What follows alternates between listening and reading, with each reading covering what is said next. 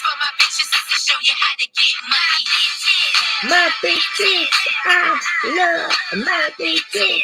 My bitches, my bitches, I love my bitches. I'm about to get it on the floor, get it on the floor, get it on the floor. I'm about to get it on the, get it on the, get it on the. I love my bitches. All my bitches. We all ain't bitches. Diamonds on their wrists, posing for the pictures. Hair and nails did and they heal so vicious. Gotta get the dough, gotta get the dough. It don't matter how you get it, girl, you get it and you go with it. Cost to hit it, better let a nigga know. Throw up your middle fingers if you killing them other hoes. See, I don't know why. Them hoes tell lies. All that big talk, they barely getting by. I'm rolling with 20 bitches and we looking hella fly. My get money bitches, we all certified. My bitches, my bitches, I love my bitches. I love my I'm about to get it on the, I'm about to get it on the, get it on the, get it on the. Nigga, what you got for me? Hey. Being broke is a joke, ain't funny. Oh, hey, hey, oh. Nigga, please, you ain't never gonna touch me.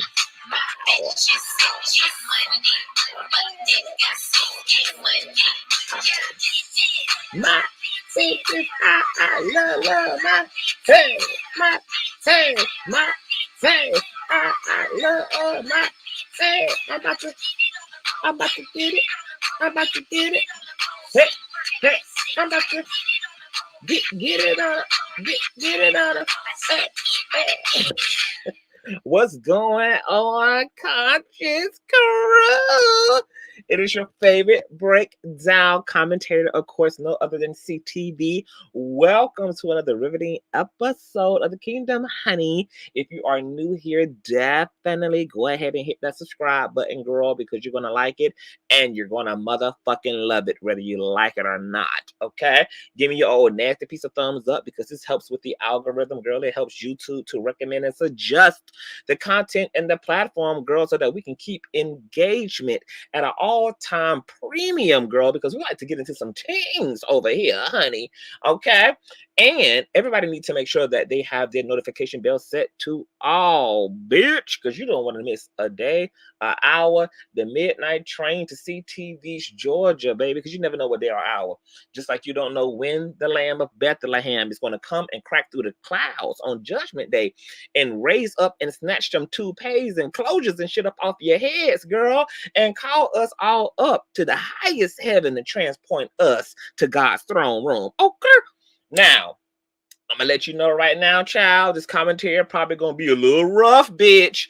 We about to have nasty piece of ride home, honey, okay?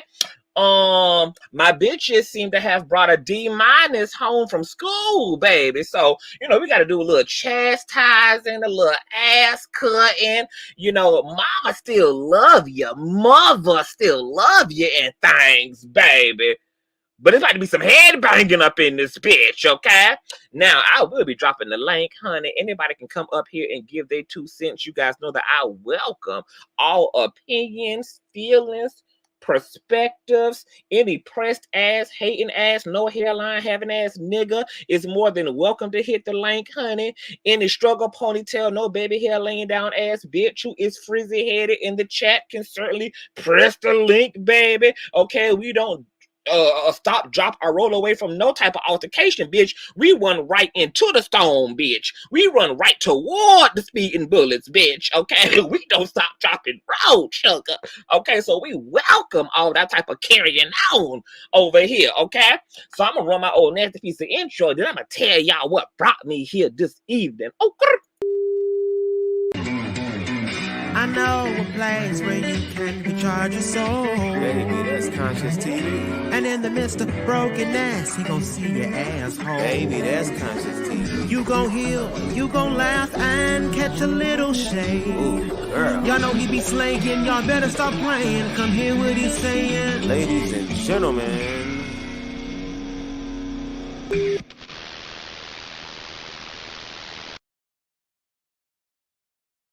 What's going on? Let me say hello to everybody in the chat, baby. What's going on, Ray? Hey, Boo. Hey, Nita. Hey, Lynn. Hey, Peaches. What's going on, Kanisha? Hey, Love. Hey, Seven Girls. Cave. What's Boo? You need to be emailing Tasha K, honey, okay? Tasha K said all she waiting on is an email, girl, from you, honey, so she can drag you on to an old nasty piece of Atlanta, okay? And y'all can start doing some legendary work together, because when we was having that conversation with Storm and Roe and Wiley, I said, what about my girl 7? What happened to my girl 7? She said, bitch, I'm waiting on 7. So 7, we waiting on you, bitch, okay? Wiley gonna be in Atlanta this month. I'm gonna be in Atlanta this month with my mentor, honey. So I need you to push on down to Georgia, girl. Let's get this coin, honey. What's going on, Toya? Hey, Love. What's going on, Christine? Hey, Ray. What's going on, King's Chameleon? Hey, Oz. What's going on, sis? What's going on, Bessie? Hey, Boo. What's going on, Anti-Afro Singalis? Hey, Love. Hey, Rev G. What's going on, Lynn T? Hi, Coco. What's going on? Hey, Menacing Vibes. Hi. Hi, Crystal. Hey, Mini 126. Hey, Boo. Okay, you can double dutch, honey. We both handed around this motherfucking parts, honey. Okay, we be double dutching careers and legendariness, honey. So use that other hand, okay? You ain't supposed to be letting the left hand know what the right hand doing anyway. They supposed to be east to the west of each other. Get into it, Miss Sevens. What's going on, Coach Leslie? Certified Life and Confidence. Hey, Classy. Hey, Boo. Okay, y'all. So let me tell y'all what's going on. So I was in here, right? Because y'all know I've been in like this mass content producing type of a mood, girl. So I had interviewed one of the ex-Fupatonians, okay? So I have to edit that video today and get that up to the Patreon. So to all my patrons, y'all will be getting a first look, girl, into the psychology and the mindset of some of the Fupatonians who was initially with all the shits, honey, who then, was a part of the mass exodus once they had saw the light and woke up to the reality, honey. And so these interviews are very fascinating, honey. Like I'm gonna do a whole case study, honey, because I think it's a sign of the times, baby. And what happened in this defamation suit with Larry and this psychopathic middle-aged defendant, DoorDasher, honey, I think there are some gems and some insights that are really beneficial in this age of clout chasing, in this age of so-called exposing people and shit, honey. And, this psychology has a lot to do with like how people find themselves into cults and shit. Girl, it's deep. So I'm working on that. And then you guys know, based upon my community wall, that I also interviewed Consciouztv, who is a huge TikToker and educator. He's just a dope guy. I've had him on the platform last year. So we did round 2 yesterday. So I have to edit that down to the ground and shit, girl. And then I had got notifications from my channel for my conversation with Storm and Row. And so there was a particular comment, honey, from one of my sis. And the comment said, let me go ahead and read it, girl. Let me read it to you, girl. Now, I already done told you, honey, disclaimer, this might be a bumpy ride, baby, because, we gotta have a real conversation, okay? A real one, okay? Matter of fact, let me go ahead and drop the link, honey. Anybody want to come up? Because the title pretty much is self-explanatory on this video. So you guys can go ahead and jump in if you want to, or you can wait until I set more of a context here. And once again, it's 80 of y'all in the building. Give me a nasty piece of thumbs up, honey. Slide up and hit that thumbs up button, honey. Let me pull up. Because I had just saw the comment. Hold on. And it was under my Storm and Row commentary. Hold on. Let me find it, child. Let me see here. It was from one of our disgruntled sisters, girl. Her name... How doing? Let me find it. It was from our good sis, Stacy G. And she had left an old nasty piece of comment, honey. under my Storm Monroe video, and my Storm Monroe interview, and she had said, I am so sick of black men looking like women. The world is dead.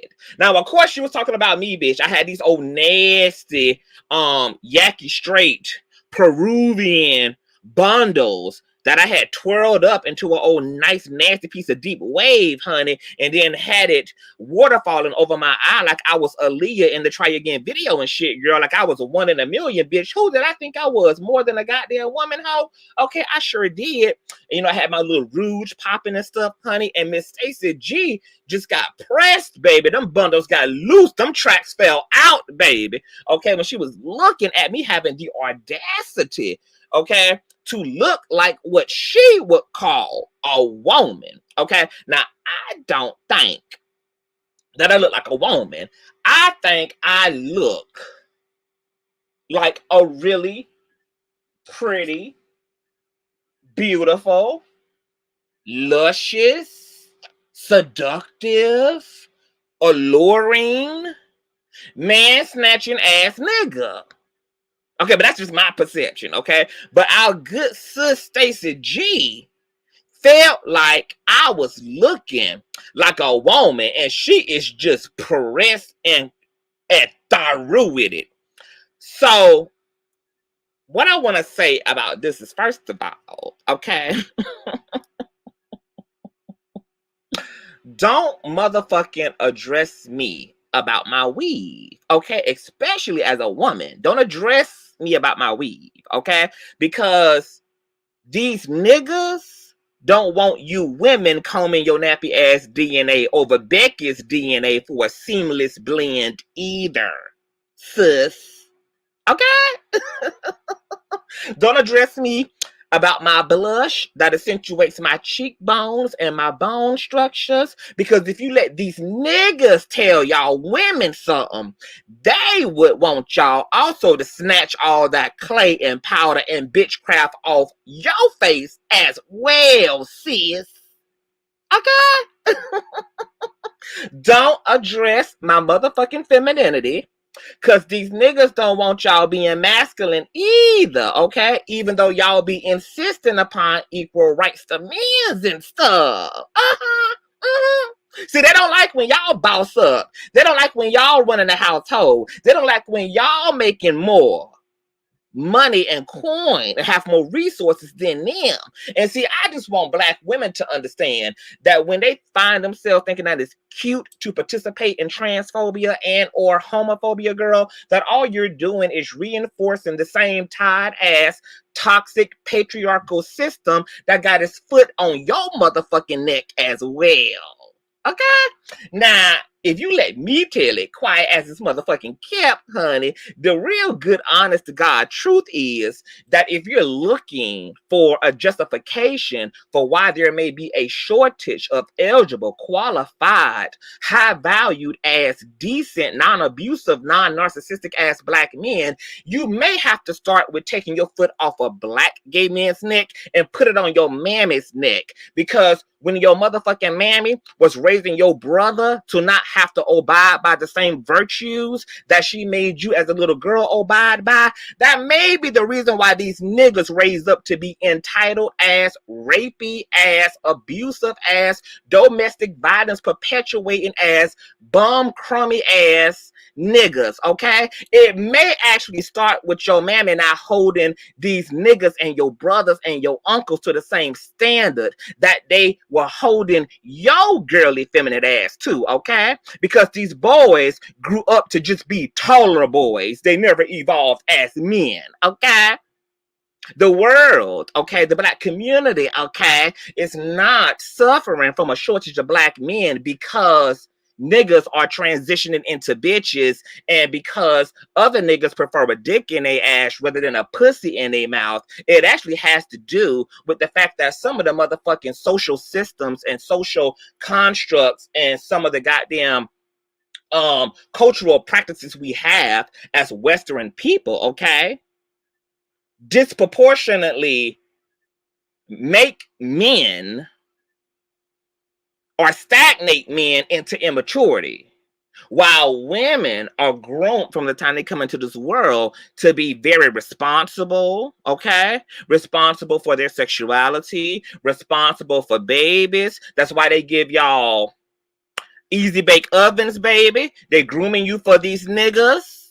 Okay, from the time you 4 years old, they hand you baby dolls and baby bottles and Pampers and things and fake ass pancakes and stuff, getting you ready to be a motherfucking helpmate to these motherfucking niggas. Okay, and then you wonder why when you grow up in a generation alongside these niggas that they expect nothing of you but to let you operate as some fucking mindless robot who is just to submit yourself to their everlasting will, no matter how disrespectful and dishonoring their desire is. I want a threesome, baby. You've been raised from the time you've been 4 to give a man what the fuck you want. So guess what you do? Okay? You start eating on snooch to satisfy a motherfucking nigga that your mammy mentally programmed you, monarch mind controlled and brainwashed you into being subservient to. Baby, I want to fuck you in your ass tonight, okay? You give him that. You give him that, okay? Despite you finding no sensual pleasure and getting fucked in your ass, because every time you went to motherfucking church, you had either a prophetess ass bitch or a deacon ass nigga preaching to you, okay, about how you are supposed to let your motherfucking husband, let these motherfucking niggas be the head of the household, the head of the bedroom, the head of the finances, and the head of your motherfucking head, honey.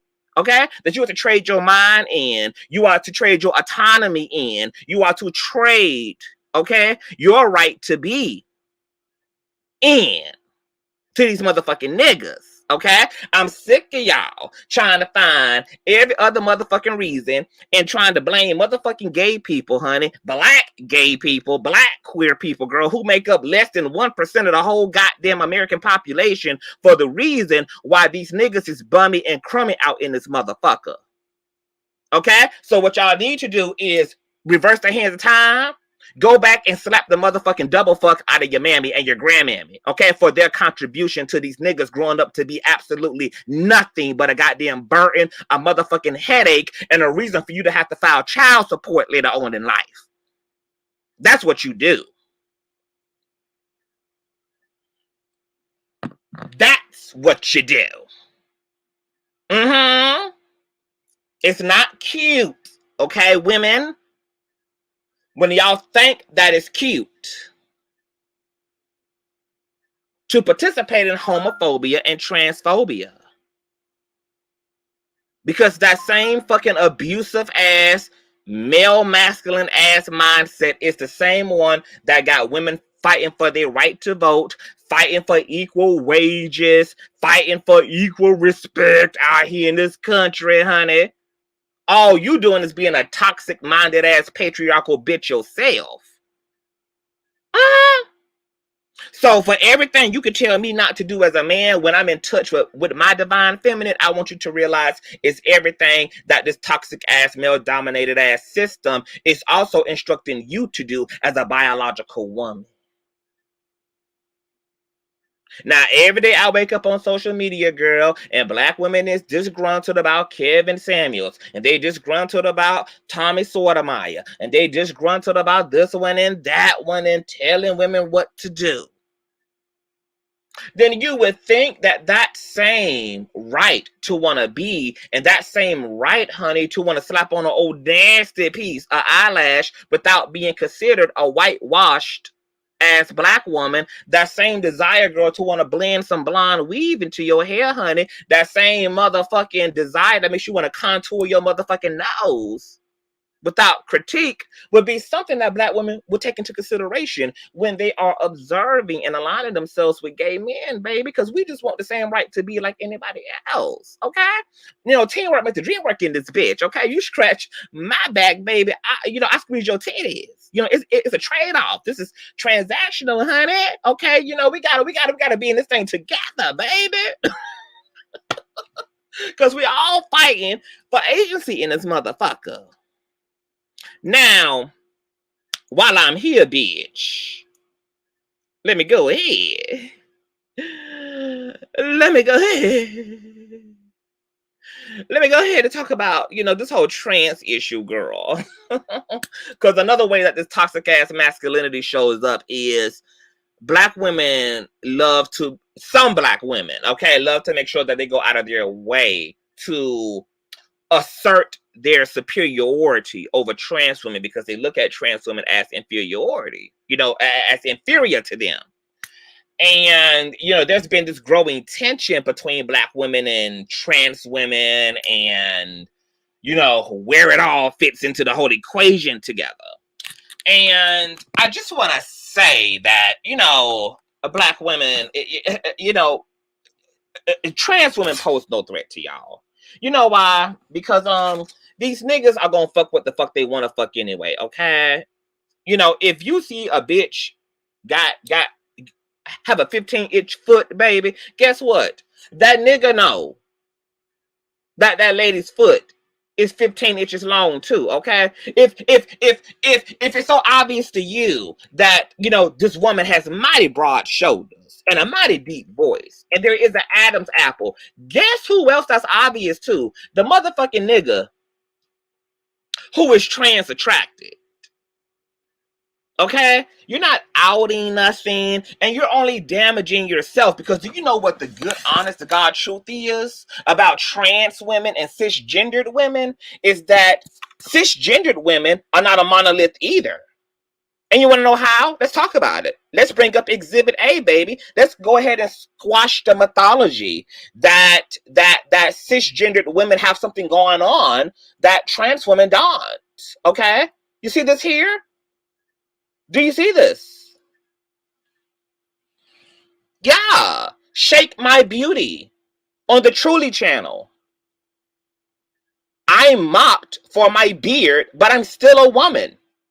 This is a bearded lady.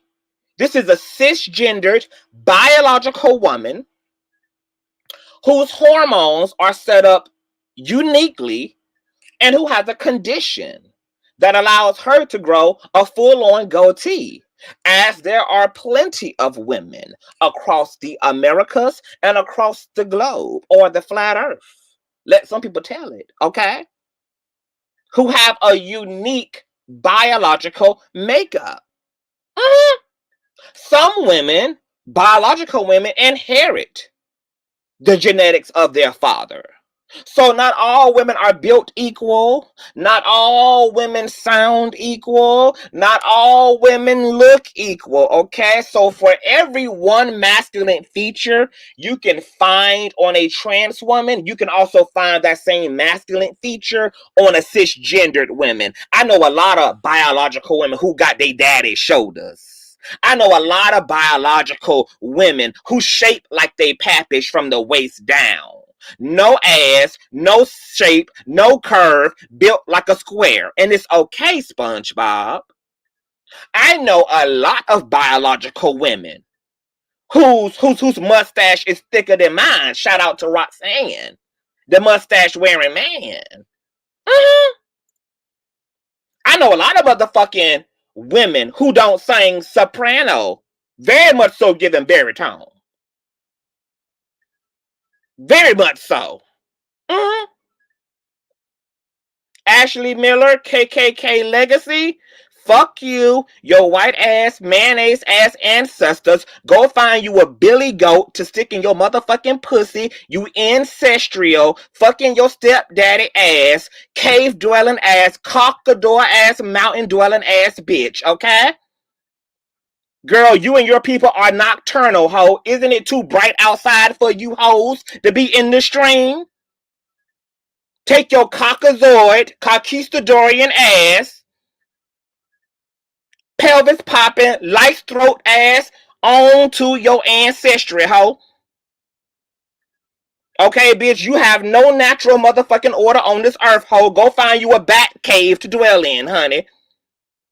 Okay, and you and your second cousin and your third cousin and your first cousin and your brother, bitch.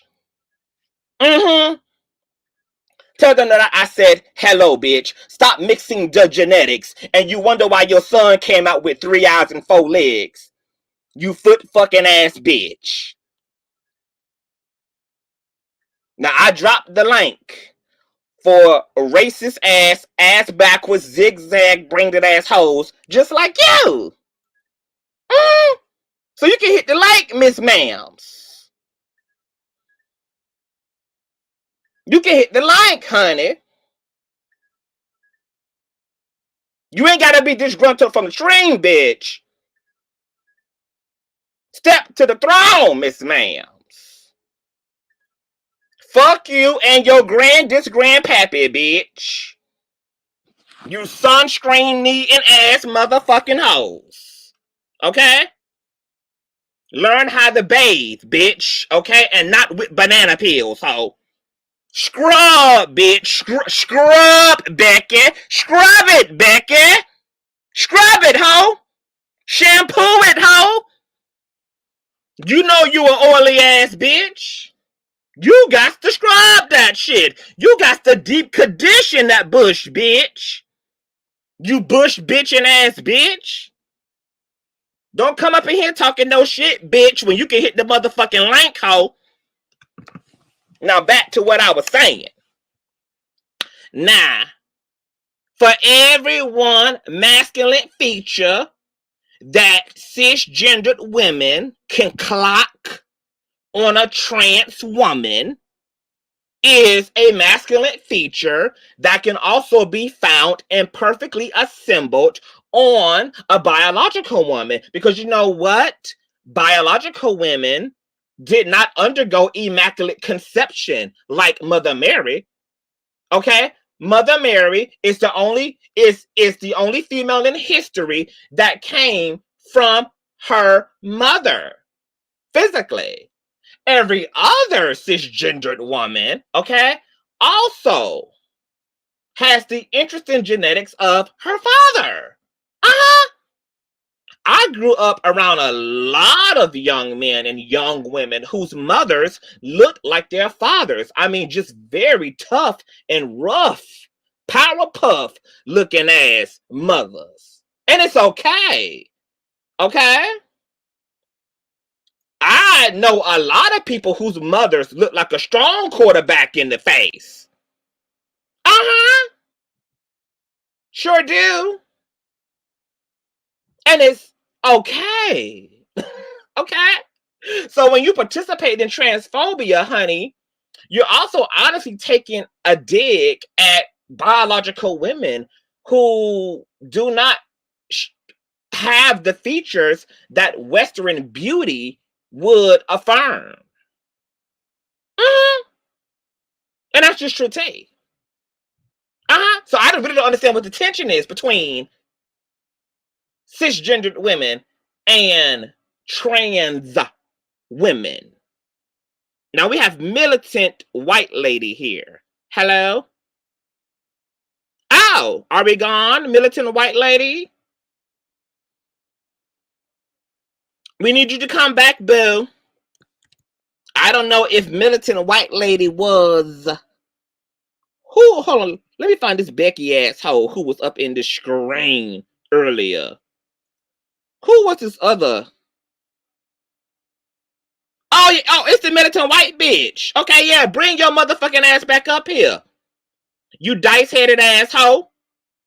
You hit the link, bitch, but you ain't want to stay for the Ponderosa, bitch. Bring you and your motherfucking ancestors back up here, bitch. Your forefathers. I forgot. You hoes don't have ancestors. You have forefathers.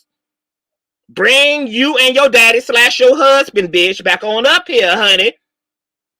Boost Mobile ain't that much of a struggle service, hoe.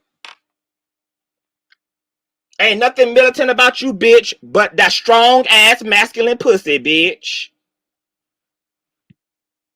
That's it, ho. Gonna click the link and then have a Boost Mobile struggle, bitch. Figure it out, ho.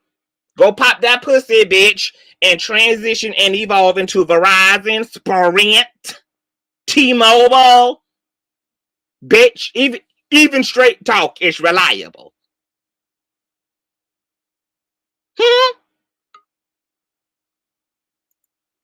Yeah, bitch, what's up? Unmute yourself, ho. What? Unmute yourself, bitch. Use the unmute button. What, ho? What? What, bitch? Unmute. Oh, you gone again, bitch? You gone again, bitch? Bring your ass back up here, bitch. Don't act like you don't know how to use the phone now, bitch. Don't act like you don't know how to use the motherfucking phone now, bitch. Hit the motherfucking link. You strong pussy ass bitch. Talk your shit, bitch. Don't be scared. Hit the motherfucking link, ho. Now the bitch don't know how to unmute her motherfucking self, ho. Shaky in the voice ass bitch. Talk your shit, bitch. Give this hoe the link. Motherfucking fusion weave wearing ass bitch. Sloppy saliva pussy having ass hoe. Hey, K-Back.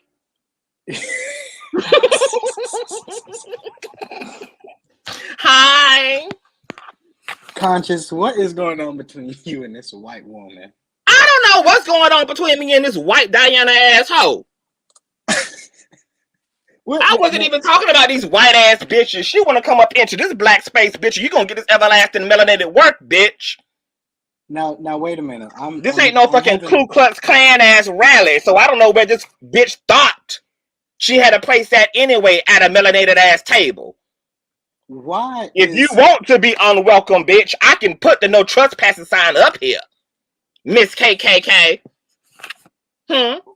Now, what is this got to do with the homophobic? I need you to. That's what I'm trying to figure out. This bitch come up in here with her motherfucking whiteness, bitch. But see, this goes to the narcissism of whiteness. So even when nobody is talking about these white little ponytail having ass, thin hairline assholes, these old McDonald have a farm, E-I-E-I-O assholes, they still, bitch, pressed, honey. Black people can't never say nothing, do nothing, be nowhere without these white Diana assholes pulling up into a black space. Hold on, K-Back. Okay. What, bitch? What? Unmute yourself, ho. Unmute yourself, bitch. What, bitch? Unmute your motherfucking self, bitch. You know how to use the motherfucking unmute button, ho. Get your motherfucking daddy's dick out of your motherfucking throat, bitch, and unmute yourself. Answer me, bitch. Answer me, ho. What you want, bitch? What? She put something in the chat, Conscious. What? Bitch? What? I thought you would. I knew you would be on mute, bitch. I know you didn't have something to say, bitch. Bye. Scary ass, fuck ass bitch. I know you didn't have nothing to say to the king, bitch. That's what I know you didn't have something to say to, bitch. Did you see what she just put in the chat? The chat with us? Yeah, a pussy asshole. This bitch done been all around the goddamn YouTube diaspora. All of a sudden, this bitch don't know how to use a motherfucking unmute button. Bitch, nobody was addressing you and your raggedy tied ass insect on the skin ass motherfucking tribe, bitch. I'm having a conversation about motherfucking black women as a black man and black trans women, bitch. Take your white Diana ass on somewhere else. You trifling, but ain't no fucking ass European whitewash ass bitch. You a worthless ass, scummy ass, chummy asshole. Bye, bitch. Cause if you know how to type, bitch, you know how to hit the unmute button too, ho. Stupid ass bitch. She said she's getting her headset. She ain't getting a motherfucking thing. Bitch, you had chance 1, chance 2, bitch. You should have grabbed your daddy's headset, bitch, when you knew you was coming up here to speak, ho. You don't get that many opportunities to be at the cookout, bitch. Fuck you, fuck your daddy, bitch. Fuck Trump, fuck Apple, bitch. Fuck Bill Gates, bitch. Fuck you and all your forefathers, ho.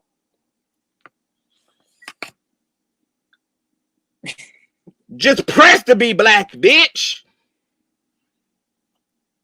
Nobody needed the vaccine, bitch. What are you doing here? What's going on with you, K-Back? Did you see that ugliness she put in that private chat with us? You said what? Oh, that bitch is backstage. I want her to see. I want her to use her white privilege to get up here. A militant white lady, bitch. I gave you several chances, bitch, to be well prepared for this motherfucking eternal, everlasting work that I gave your man ass head, bitch. Okay? You had no excuse, girl, to not be ready. Now you backstage, ho, so I want to see you use your white privilege, bitch, to get upstage, honey. Use your white privilege, bitch, to get on the stage. Let's see if that bitch can put in that work backstage, honey. So do you know where this whole fit into the conversation at?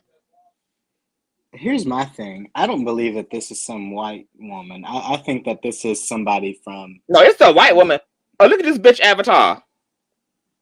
This bitch look like the Statue of Liberty in the face. But is that her real picture, or is this somebody using a fake avatar? Girl, you seen one ugly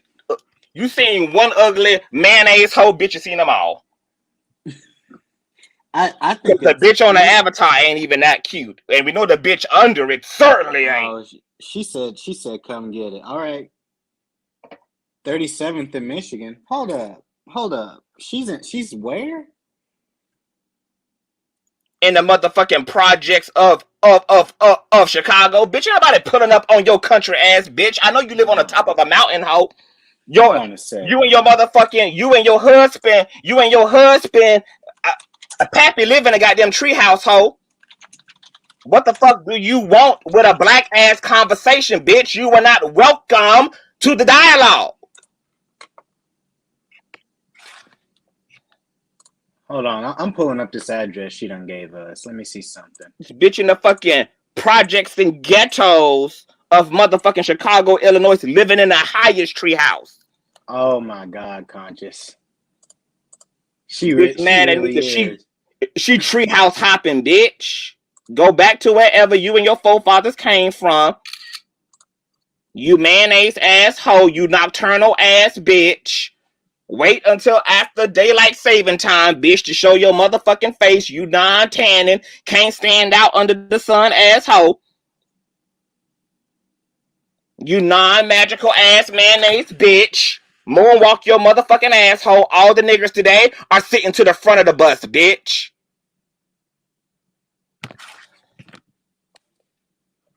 Okay. Do you see everything she's putting in this chat? I don't. All right, I'm gonna take these screenshots. The bitch is mad because all the niggas sitting to the front of the bus today, bitch. Live it and love it, bitch. Live it and love it, hoe. You gonna call us Mongols? Cam up. Let's see what you look like. Cam up. Cam up. I'm in Michigan. Chicago ain't but an hour drive away. Cam up. Don't nobody give a fuck about what fucking wilderness this dry pussy ass bitch live in with her motherfucking husband father. No, Cam up, seriously, because don't be mad, bitch, because you fucked your first cousin and now you got cycloptic ass children, bitch.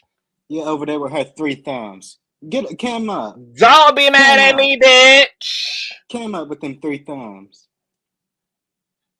She said 9D. What?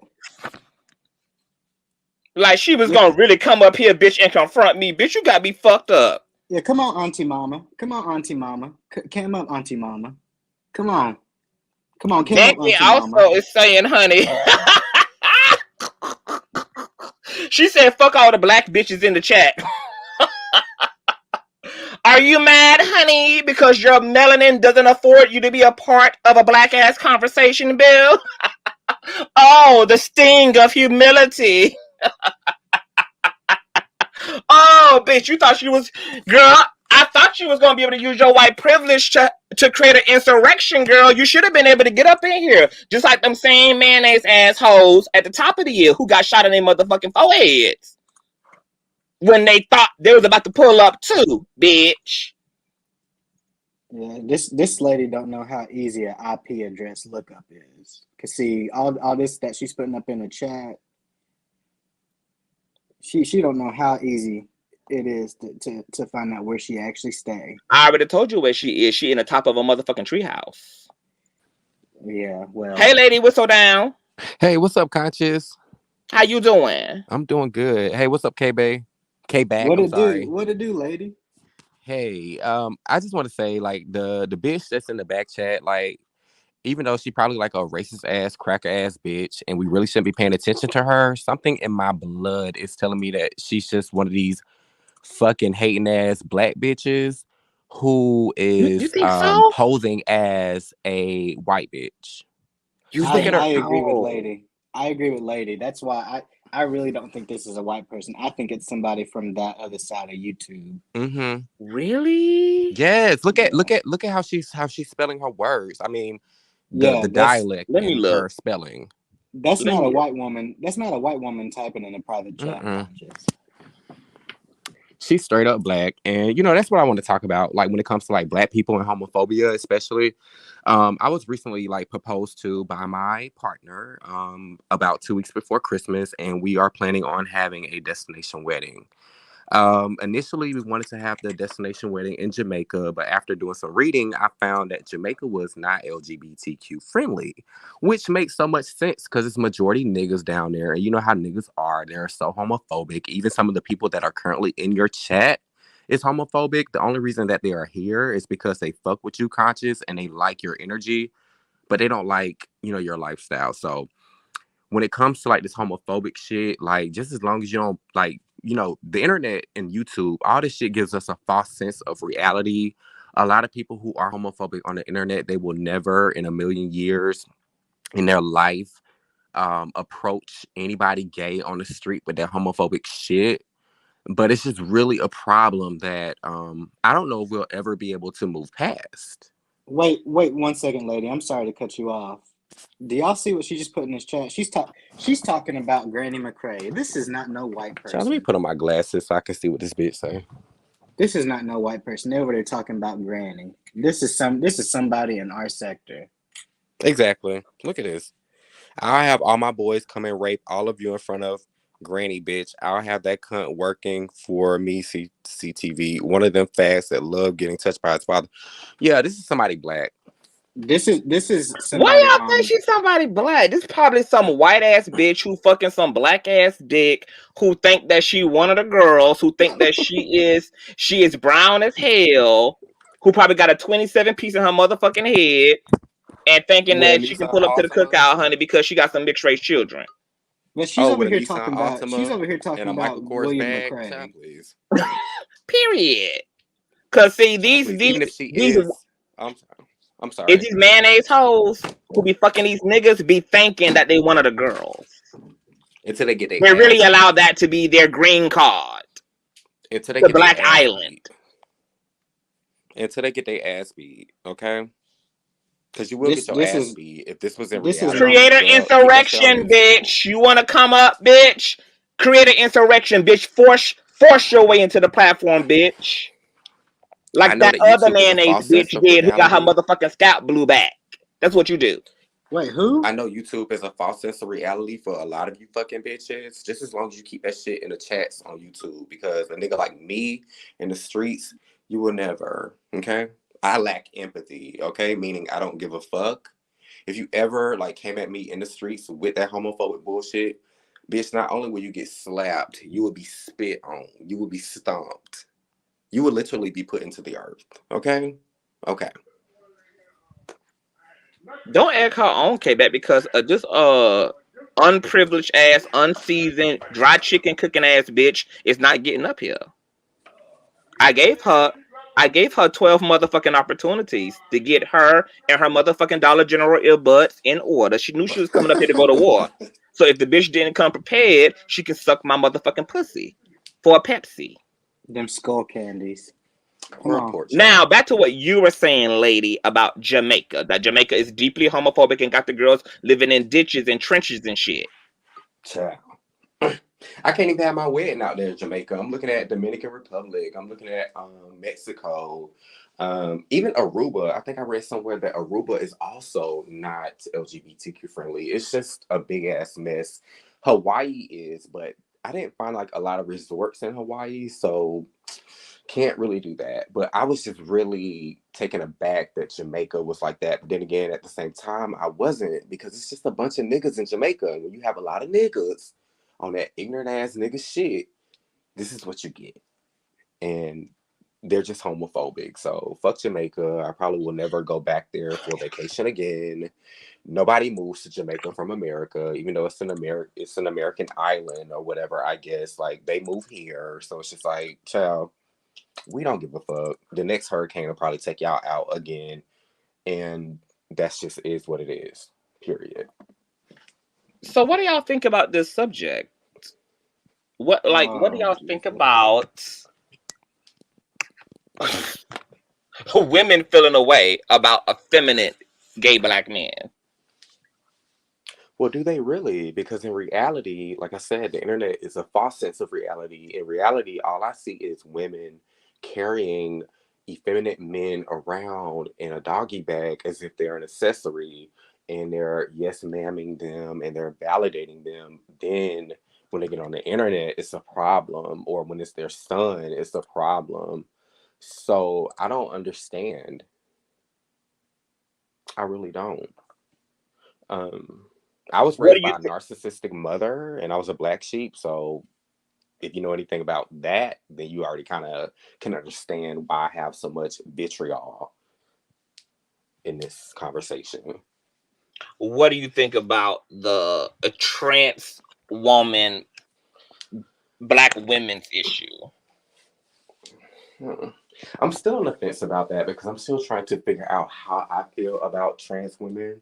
I do know trans women. The trans women that I know personally are not the best representatives of the trans community. Now, when I look at somebody like T.S. Madison, who, in my opinion, is a more positive representative of the trans community, I don't think that black women have anything to fear or, to hate against. Like, they're not becoming obsolete. And trans women are, in my opinion, they're not calling themselves women. They're literally putting the adjective trans in front of a woman, which lets you know that they're not biologically a woman. So it's just like, whatever. Maybe it's that black women just are afraid because black men are finding themselves being attracted to trans women. I don't know, like, but when you look at black men or just men in general, they're all fucking dogs. Like, a lot of them don't have any self-control when it comes to what they're attracted to. Like, I walk out into the streets every day. I live in Atlanta, and if you've ever been here, it's a bunch of fine ass niggas here. I can't fuck everybody. I'm attracted to a lot of people, but I have self-control to know, okay, I'm not gonna flirt with you, I'm not gonna talk to you, I'm not gonna pursue you in any way. But when it comes to like heterosexual men, a lot of them, they don't have that same self-control. And so when you look at a trans woman and she's attractive and she's giving fish and she's passable. Are you there, lady? Can you hear me? Trans women. Oh, you had went out for a minute. Okay, you back. Yes, I'm sorry. But yeah, like, there wouldn't be no trans women if it wasn't for somebody being attracted to them. Like it's a catch-22. Like, check these men, or also be mad at these men for being attracted to the trans women, as well as being mad at the trans women. Like, you can't have it both ways. But like I said, I'm still on the fence about it. I haven't quite formed a intellectual thought, or just developed like my stance on it. I'm still taking it all in. So I really don't know. What do you think about a lot of the sector of women that love to clock a trans woman who they feel is clockable? Because I just feel like, just like there are biological women who have natural masculine features, whether it be their voice, whether it be their shoulders, whether it be their muscle mass, whether it be their facial structure, whether it be their body structure. There's a lot of cisgendered men who also have womanly features, have long eyelashes, plump lips, have a fat ass, are very voluptuous, like that men and women both, you know, like depending on what their genetics are like, sometimes a man may have more features like his mom, or may have more, or a woman may have more features like her father. So when I hear this criticism about trans women being quote unquote looking like men, I'm like, there's a lot of cisgender women who look like men. There's a lot of cisgendered men who look like fucking women. I remember growing up. I remember growing up when I used to throw a little piece of weave on before I grew my facial hair in.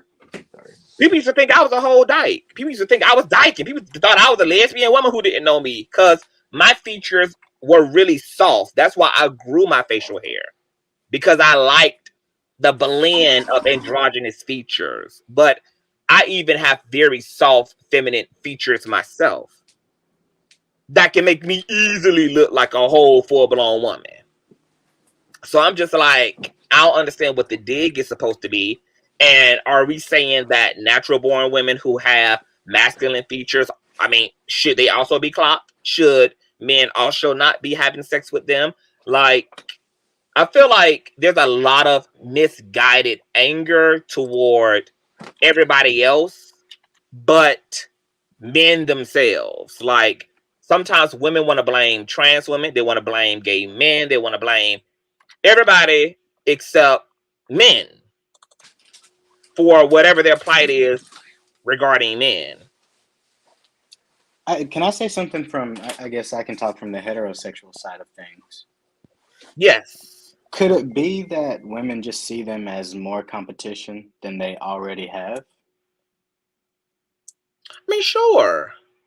You know what I And mean? there's a reality to that. Being raised in a patriarchal system where women are pitted against themselves and having to fight to be chosen, having to fight to be valuable, having to fight to be heard in every which way, there is a natural competitiveness that patriarchy defaults women to, and that's why the anger a lot of time gets displaced.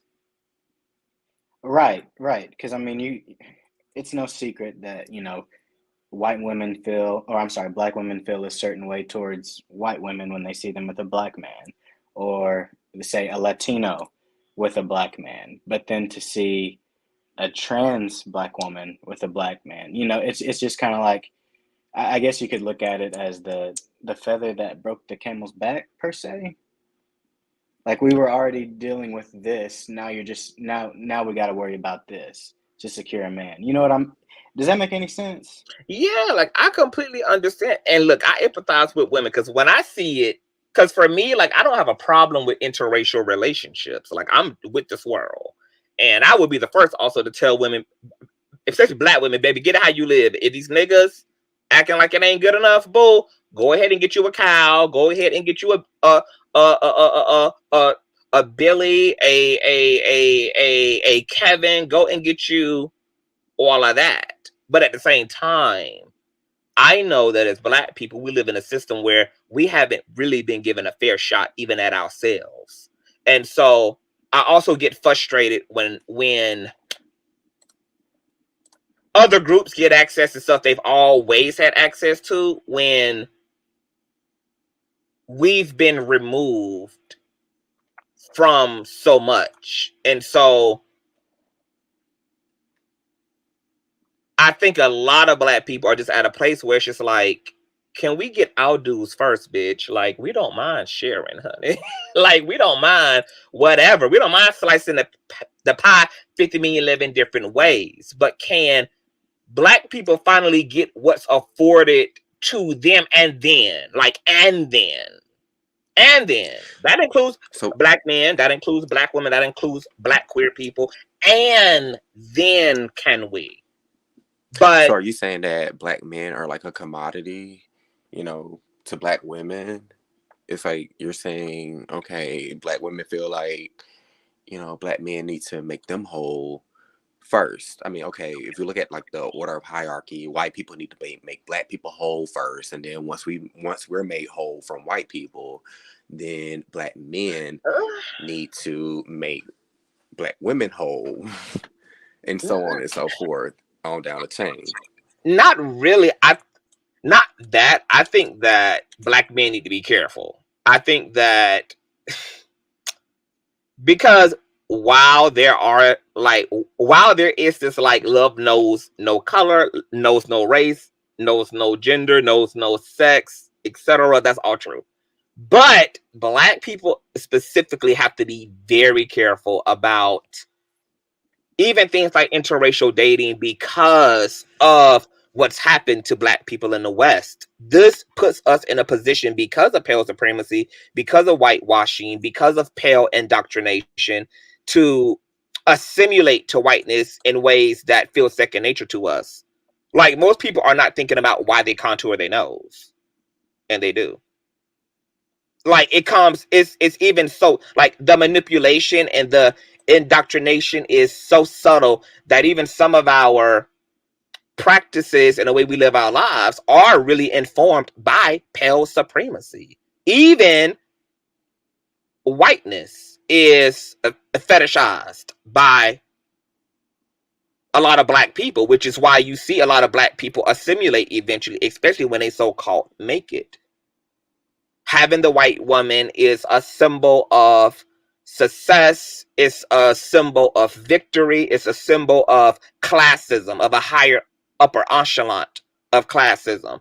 And so you see a lot of black men trade in black women who have been faithful to them even when they were working in Foot Locker before they became the pop stars they are today, who were with them when they was just Derek at the Amazon warehouse before they became the CEOs of yesterday, and will trade this in for no other reason than it being a symbol of status. And because we as black people have not dealt with the trauma and the intergenerational transference of that trauma and of that drama, we sometimes do things thinking that it's all love and it's all togetherness. It's like, no, boo. Unfortunately, girl, you're in a sunken place and you're under a spell. You're under a white supremacy casted spell. And we're not being introspective enough sometimes in understanding, am I fetishizing my white partner? Am I fetishizing white women? Am I like, we don't even ask ourselves that, and we should, because we are a conquered people by whiteness.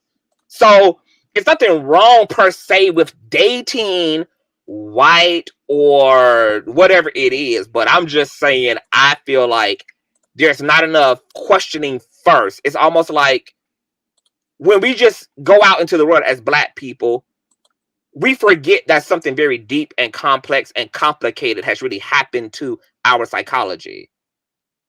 And because we don't deal with the psychology, or because the system we live in makes the psychology we operate in so natural to us that we don't even know that something has happened to us, because we were born in like the chaos and the ass backwardsness of it all.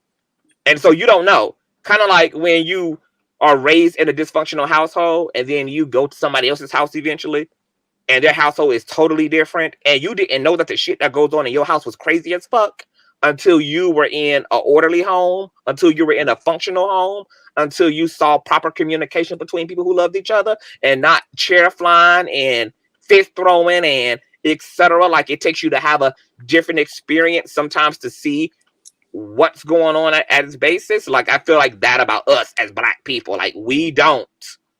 Like, we are too quick to jump out here and to mingle with all this shit, and we're not doing enough work first to make sure that we're clear in ourselves, because some of this shit is like a indirect and unintentional betrayal or selling out of self. I think a lot of black people who are very whitewashed, I don't think they're being intentional. I think that that's just the psychology of it. And you made a point. And then when people like me say, hey, you might need to like check that, then we sound like we're the ones who are the problem. We sound like we're the ones who are like anti-interracial or anti-white or anti-whatever. And it's like, it's not really about that. It's just really about all the shit that we've gone through that we still perpetuate from generation to generation. Like, even, okay, a prime example. Hold on for one. Hey, Queen Tosa. Queen Tosa. Queen Tosa. Okay. A prime example. Like the whole mentor, no mentor shit that I was talking about that happened over Christmas weekend.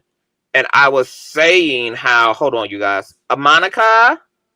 Hey, boo, can you Monica? hear me? Can you hear Hi. me? I want to introduce you to Hey. the stream real quick. Hold on for a minute, boo. I want to introduce Queen Toaster too. Hey, Queen. Hey, Consciouztv. Hello, everybody that's watching. Hey, Thanks for boo. having me. Okay. I'll wait. Okay, I want you guys to jump in. I just want to make this quick point real quick. Like when I was talking about the whole no mentor shit, I was saying even then, like, it's funny to me that a lot of content creators was just like on this no mentor shit as it relates to other Black mentorship. But these same people saying no mentorship work on jobs where they have to answer to white authority, rent out apartment complexes, rent out houses, rent out buildings, rent out condos where they have to answer to white authority. Like, Black people have no problem shucking and jiving and cartwheeling and bankhead bouncing to white authority. But when it comes to Black authority, we will defile, dishonor, dismiss, and be completely passive when it comes to Black people in higher positions who can come back and teach you something.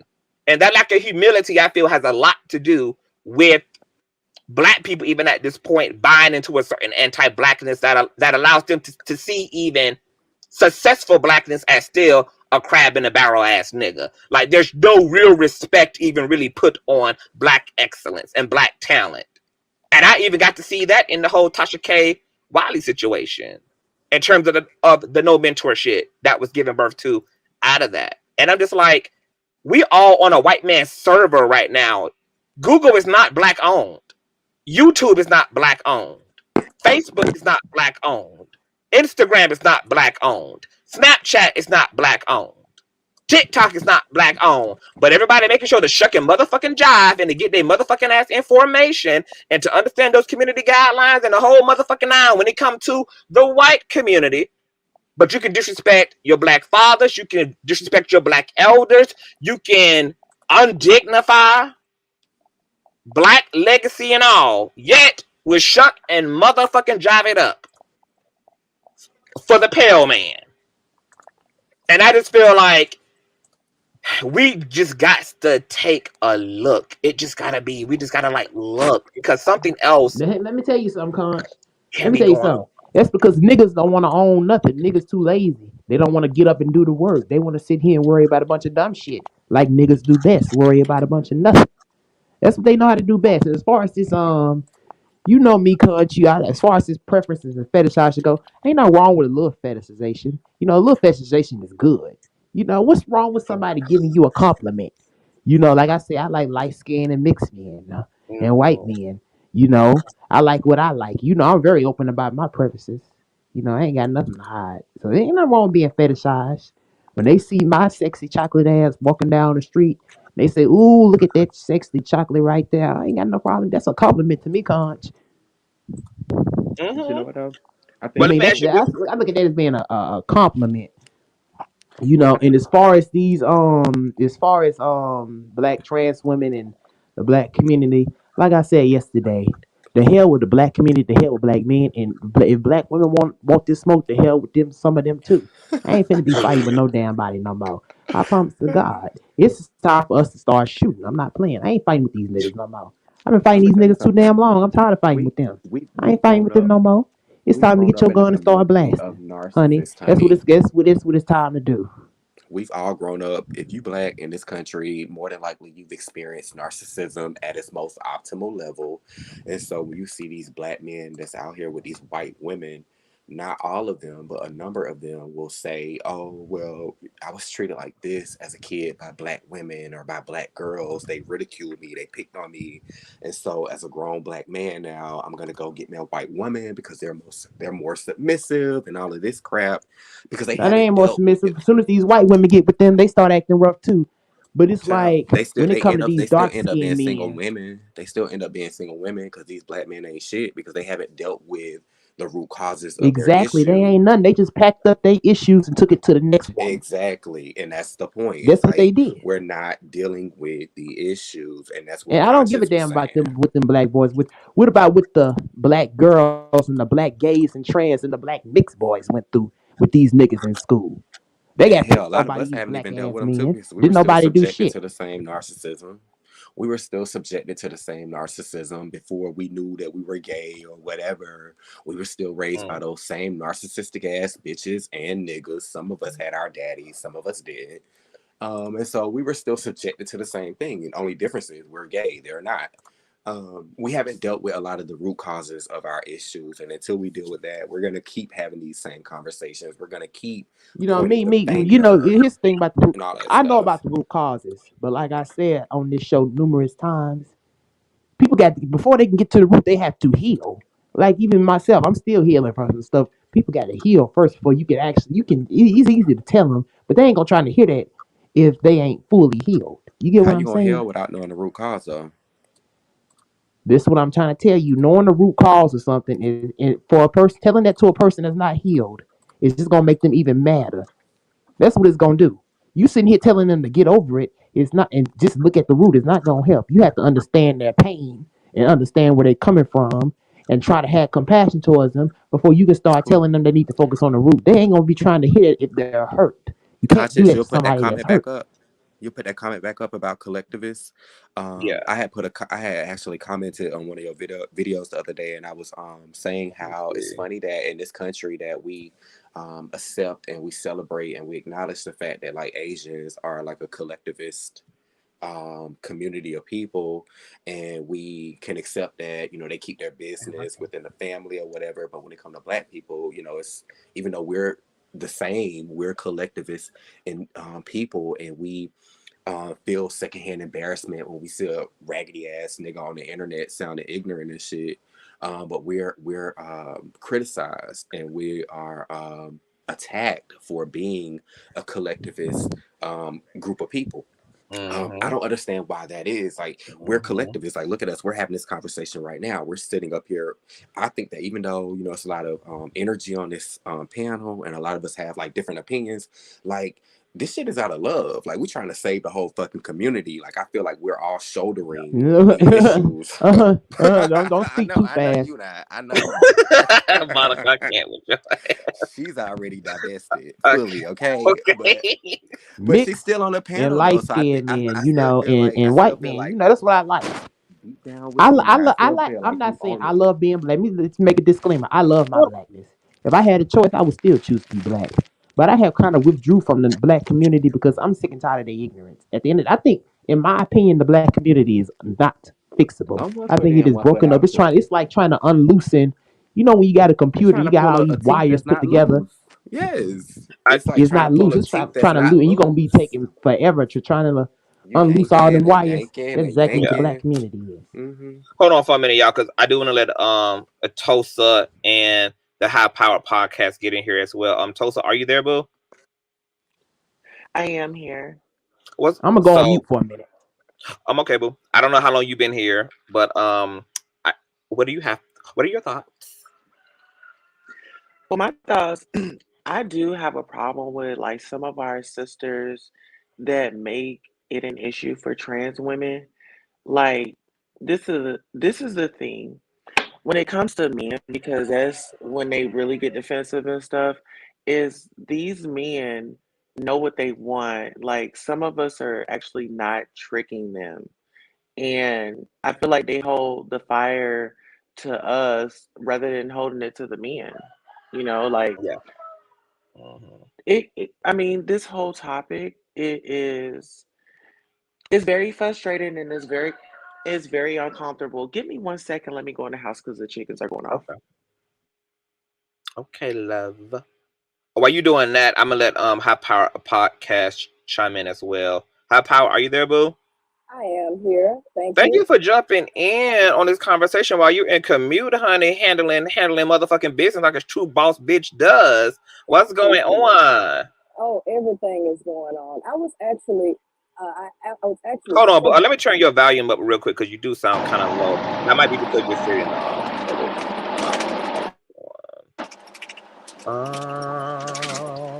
okay, I can't turn it up. Okay, it's fine. Okay, can you hear me? Yes, I can hear you better. Okay. All right. So I was actually sent an invite to jump in on this discussion. And so I'm actually just now entering in. I was informed that the discussion that you're having is a discussion that I've had on several different occasions.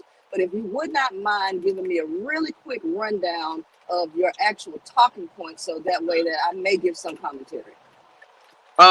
So basically, I had initially came up here because there was a comment that had kind of that inspired me to have this conversation from a Black woman who has said to me that she's tired of Black men looking like women, that the world is dead. And then from after I got into that discussion about how Black women sometimes don't realize that they participate in the same toxic masculinity that is slapping them all upside their head, both literally, spiritually, emotionally, etc. That they're all they're doing is transferring the trauma and the abuse that they complain about that gets afflicted upon them. And then I also brought up the discussion around like this tension that seems to be there between Black cisgendered women and Black trans women, because a lot of Black women in some ways feel inferior to trans women and also feel superior to trans women. And sometimes there's a lot of directed violence emotionally and mentally that gets done to Black trans women, like a Black cisgendered woman, like maybe clocking her or outing her or calling out the fact that, oh, that's a man.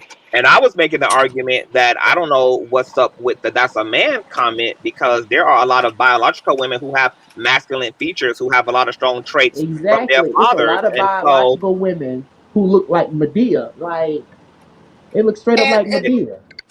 so let me give some perspective on what you're saying. Now, I would like to iterate that when I give commentary, I am totally objective. I don't I rarely engage in subjectivity or put my emotions into anything. I am not a part of the LGBT community, and I have never been a part of the LGBT community. I've actually excommunicated myself from the conscious or the woke pro-Black community. So I am an independent thinker, and I stand on my own philosophies. So when I say things, I'm not taking sides. This is really how I see the world.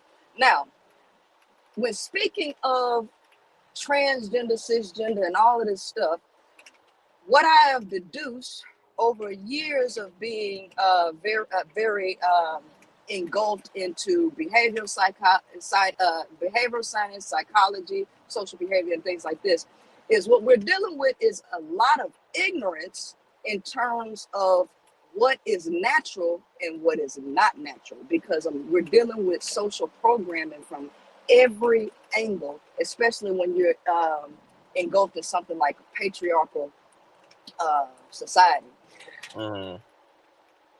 The hate that is put down for the trans community or LGBT all resonates with the fact that people assume that just because you are born male or female, that your sexual orientation or your sexual desires or preference is hardwired.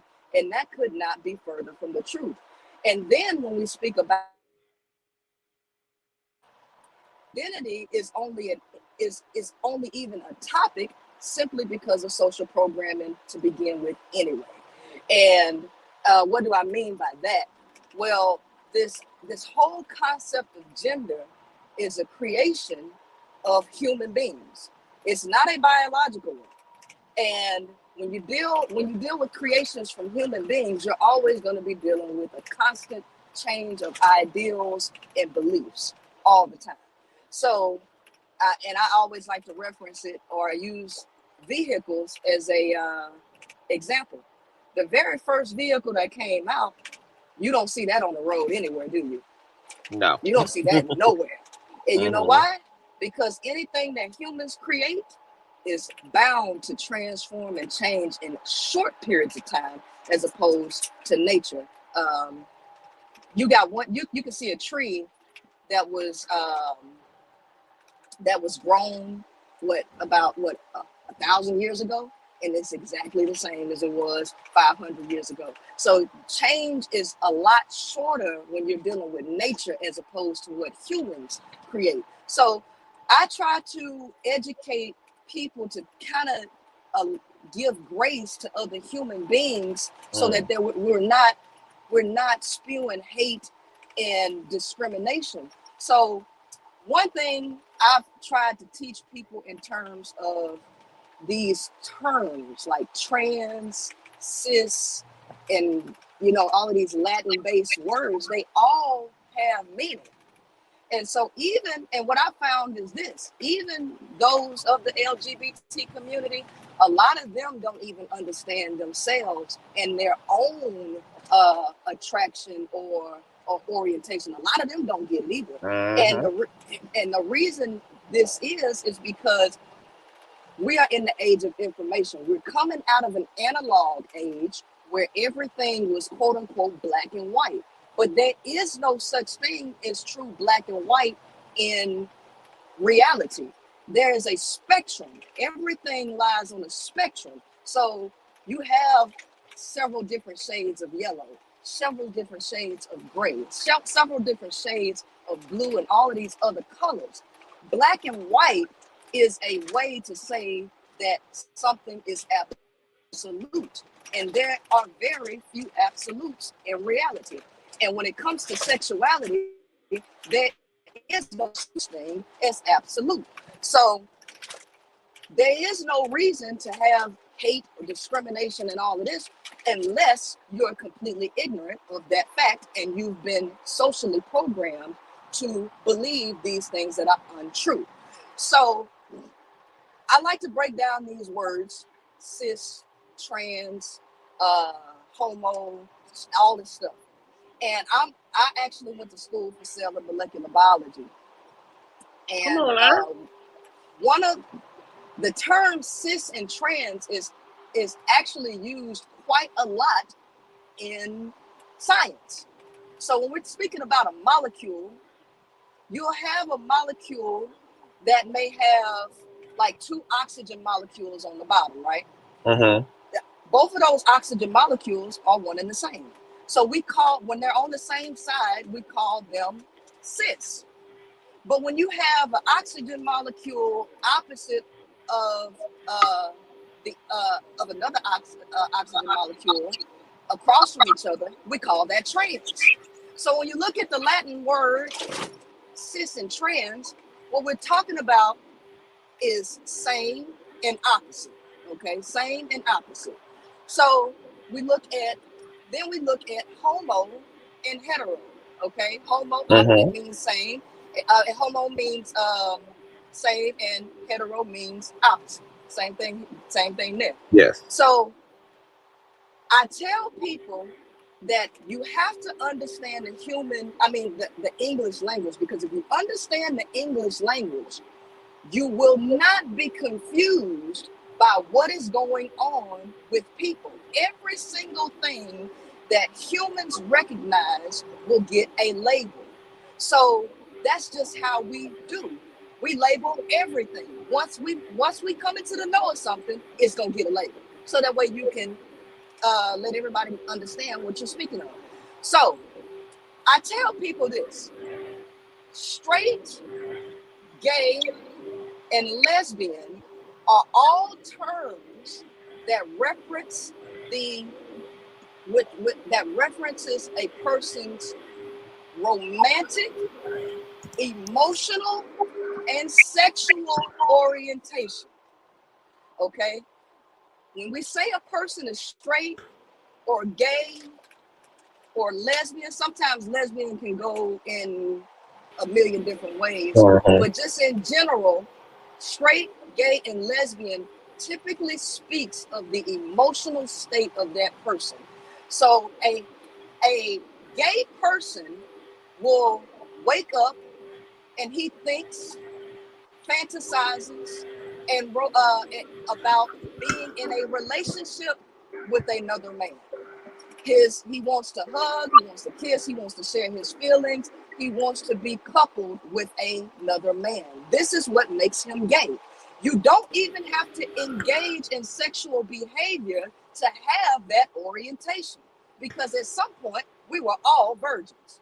And even when we were virgins, we were stimulated to be attracted to one sex or the other, right? So sexual behavior does not determine their sexual orientation. People don't understand that these things are completely different from each other. That's why they have different names and they have different definitions. So hetero, homo, okay, these things actually are what I like to call adjectives. I put them in the adjective category, and the reason why I put them in the adjective category is because it describes the specific noun that comes after that word, because hetero and homo don't stand on their own. They are coupled with other words, because each one of these English words are what we call morphemes. They have a base, a suffix, and a prefix. All right? The base word has a meaning and the prefix has a meaning. And once you combine them, they give you the complete picture of what you're actually dealing with. So when we talk about a homosexual person or a heterosexual person, all you're speaking about is their sexual organs. You are not referencing their emotional state or their orientation, what they're romantically, emotionally, and physically drawn to. You're speaking only of their sex organs and what they might be doing at that particular moment with their sex organs. So this is why you'll hear a male who will say, I'm straight, I'm a straight man, but he's getting his dick sucked by a dude. He's engaging in homosexual behavior, but he says that he's straight. Well, how is that? Because a lot of these people know that my desire, my romantic desire, my romantic urges are separate from what I like sexually. Men can understand this in terms of dealing with women. They can go and get a bitch that's super ugly, that has no attractive features at all, and he will have sex with her. And he will say, I'm not trying to wife that hoe. She just a calm dumpster. She just give me a nut, and then that's it. They can understand it in those terms, but they can't understand it when it's flipped and they say, well, he say, I don't want it. I can't hear you. Boo. All right. Well, thank you for that lesson in psychology. We really appreciate Hello? you. Can you hear me? Yes. Can you hear us? Hello, can you hear us?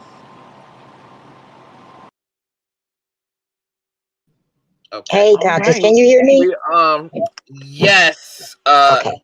My 2 cents. I'm gonna Atosa. Well, Atosa. I got a feeling Atosa gonna be here for a minute, so I'm gonna let you go ahead. My 2 cents, and then I'm gonna get Queen Tosa to speak in. Okay. Hey, listen. First of all, shout out to Consciouztv, the Consciouztv crew. Y'all got me through my work shift, y'all. I just hopped in the car. That's why I hit the link, right? Shout out to ending the workday, okay? And I just want the conversation was interesting, and I just wanted to kind of chime in and say that I am a heterosexual Black woman, proud mother of a homosexual son. Okay.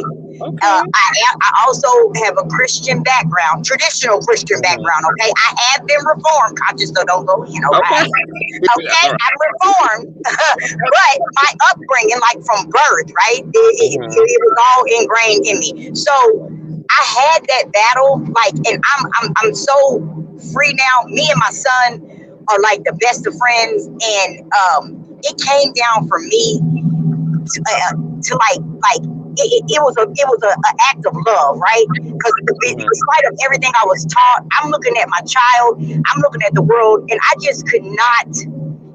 Nothing in me could get me to believe that God wanted me to, abandon and throw away my child for any reason, right? I'm not his judge. I feel like he gave me. We are giving children as a gift to raise them up, to mold them into what they're going to be, but we are not their judge, right? I feel like I'm not going to go, if there is a heaven and hell, and when it comes to my judgment, I'm not going to go to hell for who my son slept with, right? Or for who anybody else slept with, but I will, in my opinion, can potentially be reserving a seat in hell for how I treated him, okay, right? So his acts won't send me to hell, but my response to him potentially can, if I'm going off the traditional Christian theology, right? So I just wanted to get that out the way. But what I wanted to speak on about the trans, well, what made me really hit the link was the with the transgender women and cisgender women. I think I'm saying that right. I'm new to all the lingo, and I kind of want to ask the question, and you guys can kind of educate me on this. Why is it, like, why did we even get to the term like cis hetero and all of that? Because I'm thinking I fully have respect for the trans community, the trans people, but I think that they are a select special group of their own, right? I don't think they're competing with me as a woman.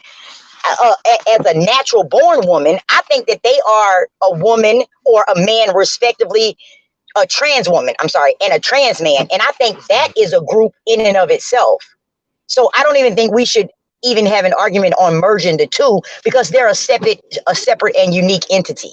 You see what I'm saying? So I guess I kind of got confused with why did we have to put a stipulation on natural born women? Why do we have to become cis hetero instead of just women? Does anybody on the panel want to answer to that before I do? It's Queen Tosa. Are you there, Queen? I think, thank you. I think the reason why they put this is because, let's just go back to the fact that people said, oh, well, she's not seeing who she really is. So, okay, well, now you have a label. This is a trans woman. This is a cisgender woman.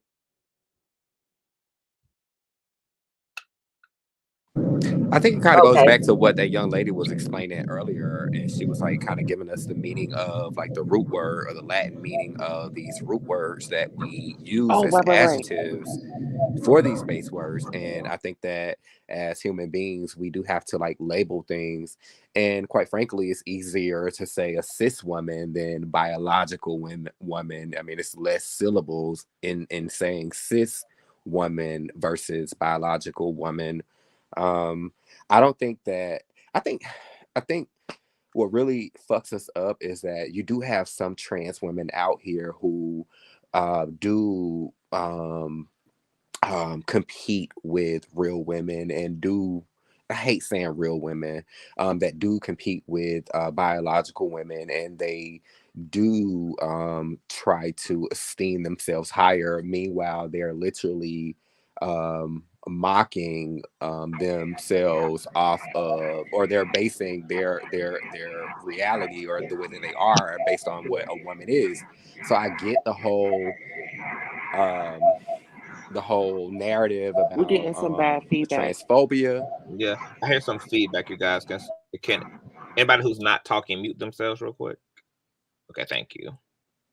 So, I get the whole narrative about the transphobia, and I can kind of understand where it stems from, but on a higher level, I really feel like there is no competition. I do agree with what the young lady just said, that the trans community is a community in and of itself.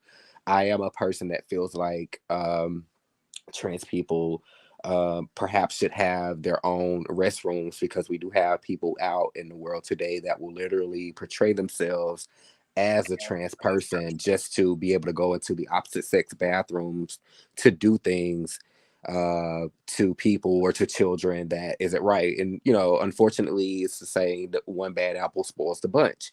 And that saying is true in terms of trans people. And so I think that they, and well, let me back up a bit. It's just like also what that lady was saying about when it comes to like human constructs and, you know, what we conceptualize, like it's forever changing. Nature, it takes it forever to change.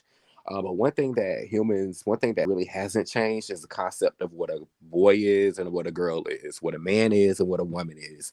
And what determines that is your genitalia. Then what did nature do? Nature was like, okay, well, I'm gonna create a hermaphrodite and I'm gonna give you both. And we don't talk about the hermaphrodites like as much as we sit up here and we talk about trans people and people who choose to transition. We don't talk about people who didn't have a choice, the people who have both. Intersex people. We never talk about them, but which I always do because I find that to be interesting as well. You do. So down. I find it to be very. Well, listen, I'll just break the ice. My grandfather is intersex. Really? Wow. Yeah. Well, how was that? How was that for you? Like, well, before you also answer that question, Queen. Before you answer that question, Queen, Yes. I just want to jump in and give this explanation before we move into the intersex about the cisgendered biological. I think when we started using the term cisgendered, it was a way to be inclusive of trans people, of trans men and trans women, because some felt like saying biological or natural born was sometimes also used to reduce trans women and men of their womanhood and manhood as well. So cisgendered allows us to say, I am a natural born male who agrees, my gender identity agrees with my biology, that I'm not only biologically male, but I also agree and accept myself as male. A trans man is using trans man in the opposite way, that I disagree with my biology, but my gender identity is male because I experience myself as male, irregardless of my sex being female. So it initially kind of crept up and bobbed up to the surface as a way to just be inclusive and respectful of all people and to give trans people space and room in these areas, because we are making a distinction between those who are biological men and women and those who identify as male and female as well. Like trans men and women don't have the hardware, but they have the software. Like they don't have the biology, which I consider to be the hardware. But I also don't feel like, for me personally, I feel like somebody can have a hardware and have a different software. Like you can put a Windows operating system within a MacBook if you're that technologically clever. You can put like I know somebody who put iPhone software on a Windows phone. Like you can do all, and to a Lady Whistledown's point, the universe does the swapping, maybe as a hint that everything isn't so black and white, like the existence of intersex people, that people can have both hardwares at time, or that a soul can come, a consciousness can be born in a body that is different from its perception of itself. So we consider trans women not female, but they are woman. Woman is a social construct. Anyone can assimilate to to women, because there's more things that make a woman other than just biology. Like there's a reason why women participate in women's culture. They participate in women's fashion. They participate in women's sport and women's activity. They align with the culture that's also effeminate. And for men, the same way, men are given not only just a biology, but they're given a culture. Anybody can participate in that culture. It could be a tom girl. It could be a same gender loving woman. It can be a trans man who can participate in manhood and run with the boys and do what the so-called boys do those activities that are also assigned to men and women in this culture. And so for me, You're saying, so you're, what you're saying is that when it comes to like your biology, your hardware, that's more like your nationality, and then your software or your identity is more like your culture. Like anybody can be a part of a culture, but you really can't change your nationality. Like that's where you came from. This is what you are. But your culture, like if tomorrow, if I want to participate in white culture and 100% assimilate, I have every right to do it, and who's going to tell me anything otherwise? I would more so say that the hardware is just the vehicle assigned to you for whatever reason, and only the creator knows what reason you were born as a Black, same gender loving, cisgendered male, and a American one at that. Like all things that are kind of like fundamental to your social or egoic identity. But there's another aspect of your identity that's completely immaterial and is completely immutable. Like it's the absolute you. It's the you irregardless of your complexion. It's the you irregardless of your body type. It's the real personality that will still exist beyond whatever your body goes through. You may come into this experience with a fully functional body and may undergo some serious injury in a war or in a car accident, but the you that's you will still be there, irregardless of you having third-degree burns all over your body, irregardless of you bleaching your skin. Like the software is the essential absolute self, whatever that is. It's completely unique. It's completely removed from the physical dimension and its metrics and rubrics.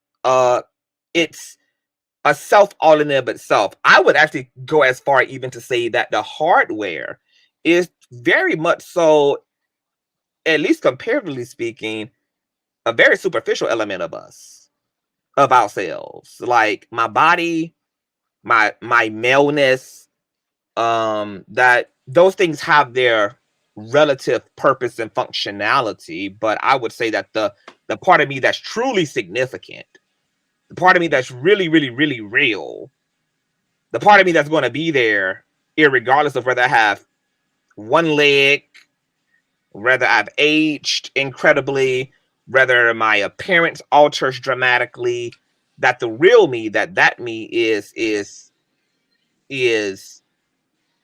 the substance of the hardware. Like without your software, you're just like you're just the shell. The shell might be a BMW, a nice BMW, a 2021 BMW, highly advanced BMW, voice command system BMW, have all the fully stuff, but you could be driving a BMW and not be a BMW type of nigga, not be a BMW type of woman. You can drive a BMW like a hoopty. You can wear the hell out of a BMW and not even treat it like a luxury car, because it has like superficial it has like a superficial function. It's not really the most important aspect of yourself. It is given to you for a certain experience, but it is not as much a part of our experience as I think Western people have made it out to be, especially in the West, where we undergo heavy cosmetic surgeries. Now people have all type of fake parts, fake booties, fake titties, fake cheek implants, that we, alter ourselves in various ways through tattoos and all type of body modifications that we accept self as, I mean, we put a lot of emphasis on the hardware, but I don't think in the West, unlike the East, that we put on the inner self, you know. And this is why when you go back and study African indigenous belief systems, and you go back into pre-colonized Africa, you will even see that our ancestors had a very metaphysical, immaterial view of gender and sex. They had less of a relationship to the body and more of a relationship and understanding about the divinity that dwelled and that was bound by the body, that what was in the body, the personality within the body, and its multifacetedness, its masculine, feminine properties, and that these energies swung like a pendulum from left to right, and that irregardless of your sex, you can have a high proportion of masculinity as a female, that regardless of your sex, you can have a high proportion of femininity as a male, that these things weren't exclusive to gender. But in the West, we have a very just a like a blonde, dim-witted, very dulled down, very material view of sex and sexuality. And that's why sometimes conversations get really hung up, and it's hard to communicate through all of that because so much materiality and masculine thinking has been given to subjects that are more feminine and subjective and philosophical and spiritual and metaphysical, etc. But Well who the said. hell was talking before I think it was Queen Tosa who was going to jump in, actually. And I want to also welcome Amari and Ray and Lalu. Thank you guys for coming to the chat. I'm going to get to you guys soon as Queen Tosa finishes her thoughts as well. Hey, Miss Olivia. Go ahead, Queen Tosa. Okay, thank you so much. So, what I was gonna say is just to the people, the women and men that really don't know or understand. We have Google.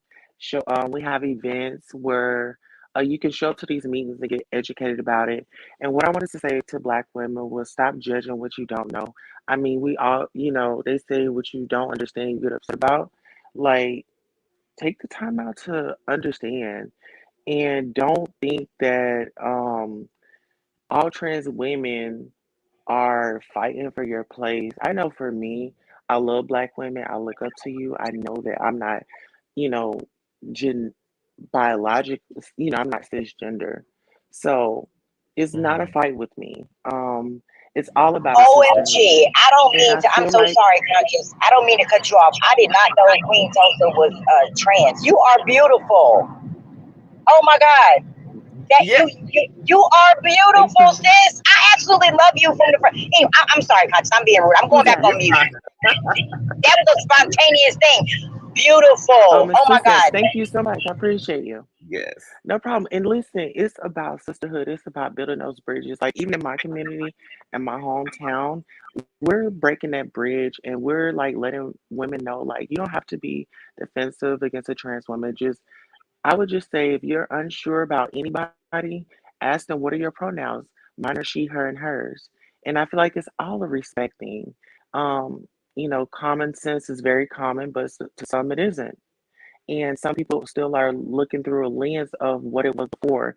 And then we have to think about this generational misinformation that has been passed down. So, like I said, everybody that's on this panel, that's in this live, listening, replay, share this with your family. Let them know that the LGBTQ plus community plus trans, we just want to be respected. Y'all just respect us. We respect y'all. We're buying your albums. We support y'all's business. Support us and um, just making things a little bit easier for us. You get what I'm saying? I know it's not um, a easy topic to talk about, and I know religion is a big part of everyone's life, if not most. But take it easy. Try to get to know people. Um, I'll give you an example. Okay, so if you're talking about, they were saying about trans women tricking people. Okay, well, let's just say this: when the women are talking to their men about us, you're in not such a good way. You're partaking in informing them about us, And then some men become curious. That's just like an example. You have a whole friend. You coming home, oh yeah, she been sucking dick and Tasha went around and she did this and she did. He's gonna eventually get curious. Now, what if he fuck her? You can't get mad because you went over there informing that man, telling him all the good things about her. So what you're doing when you're doing that, you're seasoning a conversation and you're seasoning a thought. You're putting that thought out there. One more thing, stop trying to be superior and build a bridge.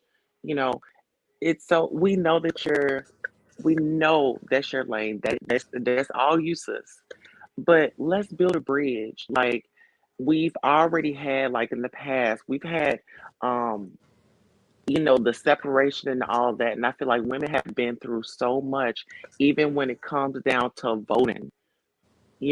Like let's take it way back there. So we've been through so much. Let's try to stick together, ladies. Um, Mm. this trans woman loves you all. Everybody, I respect all, and thank you for letting me have a place on the panel. But I Of actually have to go, and course. I love you all. Thank you Okay, for thank you supporting so me, and I much. support Thank you you for all that, too. boo. I appreciate that, love. Thank you No so problem. much, love. I want to let I love you. Lalu go, and then Amari, and then Ray. Okay. Lalu, Bye-bye. are you there, boo? Hey, Conscious, thank you for letting me join your panel. Hi. You're so welcome. On the panel. Hey. I want to touch on the competition aspect as well. I Mhm. don't really feel like there is a competition. I identify as Black and trans, and there are a sector of Black trans people out here, or Black trans women specifically, that are radical Black feminists and that resist patriarchy. So, and I think a lot of the tension is around Black trans women in particular being validated, their identities being validated now by society. We're creating new language around them. We're creating a comfortability and judgment-free zones around them. And we're basically creating space for them. And I think Mm-hmm. some cishet women feel slighted by that because in this society, we center seeking male validation. And I think anybody that gets in between certain women's pursuit of male validation is deemed a threat.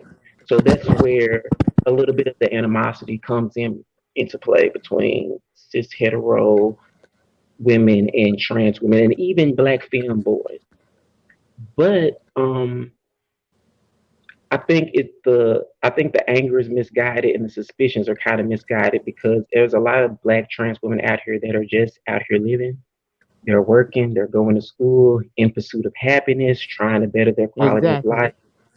So I think it's really, I don't know who, well, we could say patriarchy is the culprit, but I feel like a lot of the conversations that revolve around Black queer people, Black trans people as relate to cishet women is a lot of fear mongering and propaganda and a lot of misinformation. Mm. Wow. Okay. Hold on. But let me ask you a question. Are you a biological heterosexual female? No, I'm trans. I said I was Oh, trans. you're trans. Okay. You're a trans woman. Okay, cool. Right on, sister. Mhm. Thank you. So okay, so you don't feel like there is a competition per se. Do you? Mm, Or what is your like experience? competition. What are we competing over exactly? There Well, ain't no damn competition. the We the are our own unique type of woman. I the ain't in no notion competition with these women. I the never said notion I was has them. been that it's not a y'all who competing; Mm-hmm. it's biological women who seem to feel inferior or have a particular issue with a woman's presence in social space and I taking feel up like space. it's centering men because when you say competing, I automatically think it's over a man. Is it over a man? Is it over women's spaces? Or is it like, It might be all of the above. In fact, it might be all of it because women are also kind of snuffed out in this system, so they're fighting for a lot themselves. Y'all shouldn't I be fighting over mean, these dusty men anyway. Don't fight over no man. A man should I be fighting over personally you. We feel shouldn't be like fighting I over no damn agree. man, especially no Man dusty ain't ass nigga. shit. I personally feel I like agree. it's misguided. I mean, it's like misdirected anger. I know it gets projected sometime onto trans women, but I don't think that biological women's plight is that. Kind of like how black straight men think that black queer men are the problem, and it's Yeah. just Black straight men are the problem. it's a That's misunderstanding about the No. corner that Cishet black men are the problem. Oh, you know me. They don't want to admit. it's a hold on, you guys, because I want to have an orderly dialogue. It's a misunderstanding about really how pale supremacy has backed their ass up into a corner. But because they're in that corner, everything that comes up in that space looks like it's the pressure that's pushing them into a corner where they also are being snuffed out in a system that doesn't want black women and doesn't want black men and doesn't even want our black gay asses and black queer asses either. Like, and that's all that I want cisgender people to realize, biological men and women to realize, biological black men and women to realize, is that the system don't want none of us. We're all being snuffed the fuck out. Like, it's no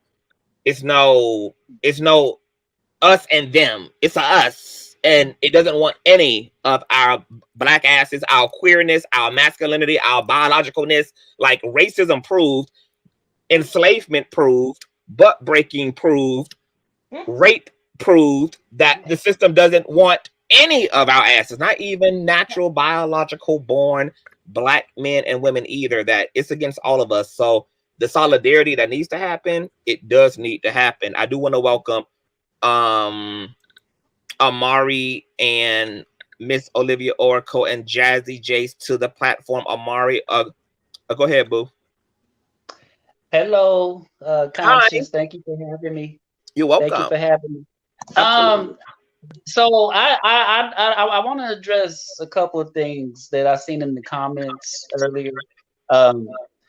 One is a person came on here.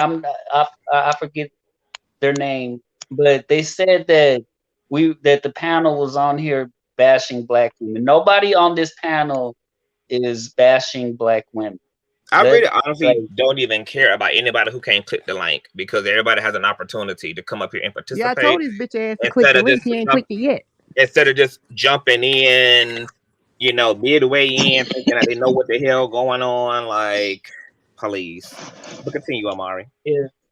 And also something that was said that really resonated and struck me is somebody was talking about how straight black men blame people in the LGBTQ community for turning people gay. Like, first of all, you can't turn nobody gay. Like that. Like, people need to get that shit out of their head, because that's the very thing that I deal with in my family. They think, well, something had to happen to you, and it turns you gay. Nothing turned me gay. This is how I was born, and this is who the fuck I am. I agree. I really agreed with that person who said that. Miss Callie, I think it was. That was a really good point that they brought up. And because a lot of a lot of us deal with that shit in our families, and just from people, something had to have happened to you that turned you out or whatever. Yeah, that pisses me off when people say that. It's frustrating. It's just like it's just really like it's something that really hit home for me, and like. That's really what I wanted to come on here to say. But this conversation is something that's very much needed. Like, we need to really support each other, because even in the LGBTQ community, there's so much division. And they seem they seem to think. I'm sorry. Let me say this real quick. No, go ahead. And they seem to think that we get the same privileges that these white LGBT people get. No, we don't. Those are for no, the fuck we don't. LGBT folks. No, we don't. Those are for them. Right. And that's what these niggas got to realize. You think we all getting this benefit now? They benefiting from this. They hardly give a crap about us at all. They will tolerate us in their spaces, but at the same time, they don't give a fuck. Just like black people will tolerate us in their spaces. They give a fuck about us either. And even then, we don't even get tolerated in black spaces hardly anymore. So Right. people feel like we go towards the LGBT community because we don't get tolerated in these black spaces unless it's a black LGBT friendly space like this one is. Right. And race is still a factor, if I may say. Race doesn't absolve us, like our gender identity or sexual expression doesn't absolve us of experiencing this country and experiencing life as the race that we are, as Black people. Right. So we still have to navigate these certain gay spaces, professional spaces, academic and school spaces as a Black person. Yes. So, like, what we deal with is compounded with our sexual orientation and sexual and gender identities. Yes. So, Yes. our race doesn't go nowhere. We still get treated like a nigga. Yes, For absolutely. sure. Conscious, I just want to say one last thing, then I'm gonna get off. I'm gonna go back to the.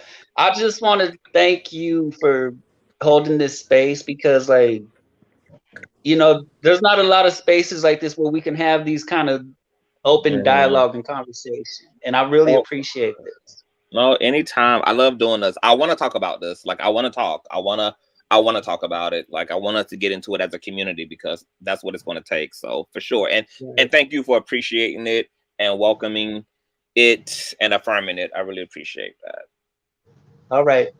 Oh, okay, boo. I want to get to Ray and then Miss Oracle and then my boo Jazzy J. Before we do, I want to say that one of the reasons why y'all will hear especially Black queer people say to Black straight people, like, well, y'all should be able to understand because of racism. Y'all should be able to understand. Now, most queer people don't argue that right, but what I will extrapolate out of that is what I mean when I say it is that you have to understand that to be anti-queer is to be anti-Black, because during slavery, all Black bodies were considered queer. This is why they considered you 1/3 of a person. This is why they thought that Black women had a certain immunity to physical pain, why all types of experiments and shit were done upon us, because all Black bodies in this system were considered something other than, which is what queer really is. And so in all of that facetedness in terms of how your body is dealt with, how your body is policed as a Black and brown person in this country, how your body is policed, how your autonomy is stripped from you as a Black woman or as a Black man, that in these ways, you don't even understand that while you may not even identify as queer, you live in a system that looks at you as queer, that looks at your existence as queer, that looks at your body as queer. Your presence is queer. Somebody said something? I said, I get what you're saying. Oh, okay, yeah. So that's really where we can take that. Like, never ever in this country were Black people considered natural, a natural phenomenon, a normal phenomenon, a divine phenomenon. We were looked at as inferior. We were treated inferior. We were considered animalistic. They even thought we had animalistic biology. I mean, the list goes on and on and on and on. And so to participate, to be Black and to participate in anti-queerness is literally the practice of whiteness and pale supremacy. And we get that prejudice toward queer people from a white system. So I just want to go to Ray really quick, and then Miss Oracle, and then Let me ask you a question, Conscious, real fast. Yes. Conscious, let me ask you a question. You know I'm old, and I'm gonna lose my train of thought. Okay. Why do you? I didn't want to hit the link, but I was like, let me hit the link, okay?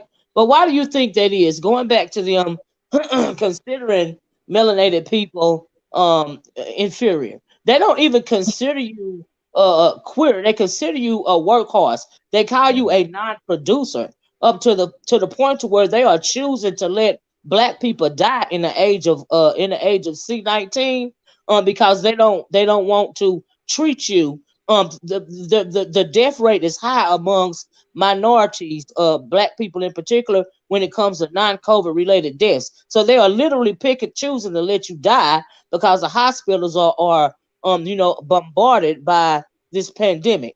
Why do you think that is? May I just speak to something you just said, Conscious?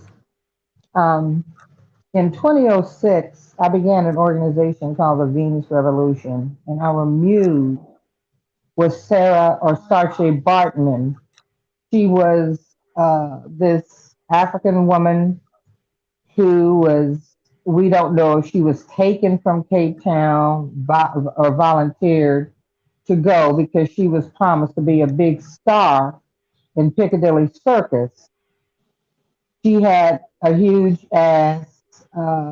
She had typical African American woman body build, and that's a real thing. It's called steatophagia, and it means that we have excess adipose tissue on our hips, asses, thighs, which gives us that curvaceous thing.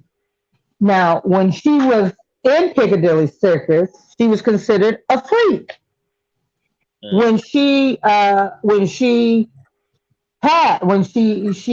got used and abused and uh, dogged out after she all the aristocracy and anybody that wanted her could have her because of the not just the medical racism, but they considered black people to be less, they consider us to be the direct link between man and apes. These were the brilliant white minds of the day.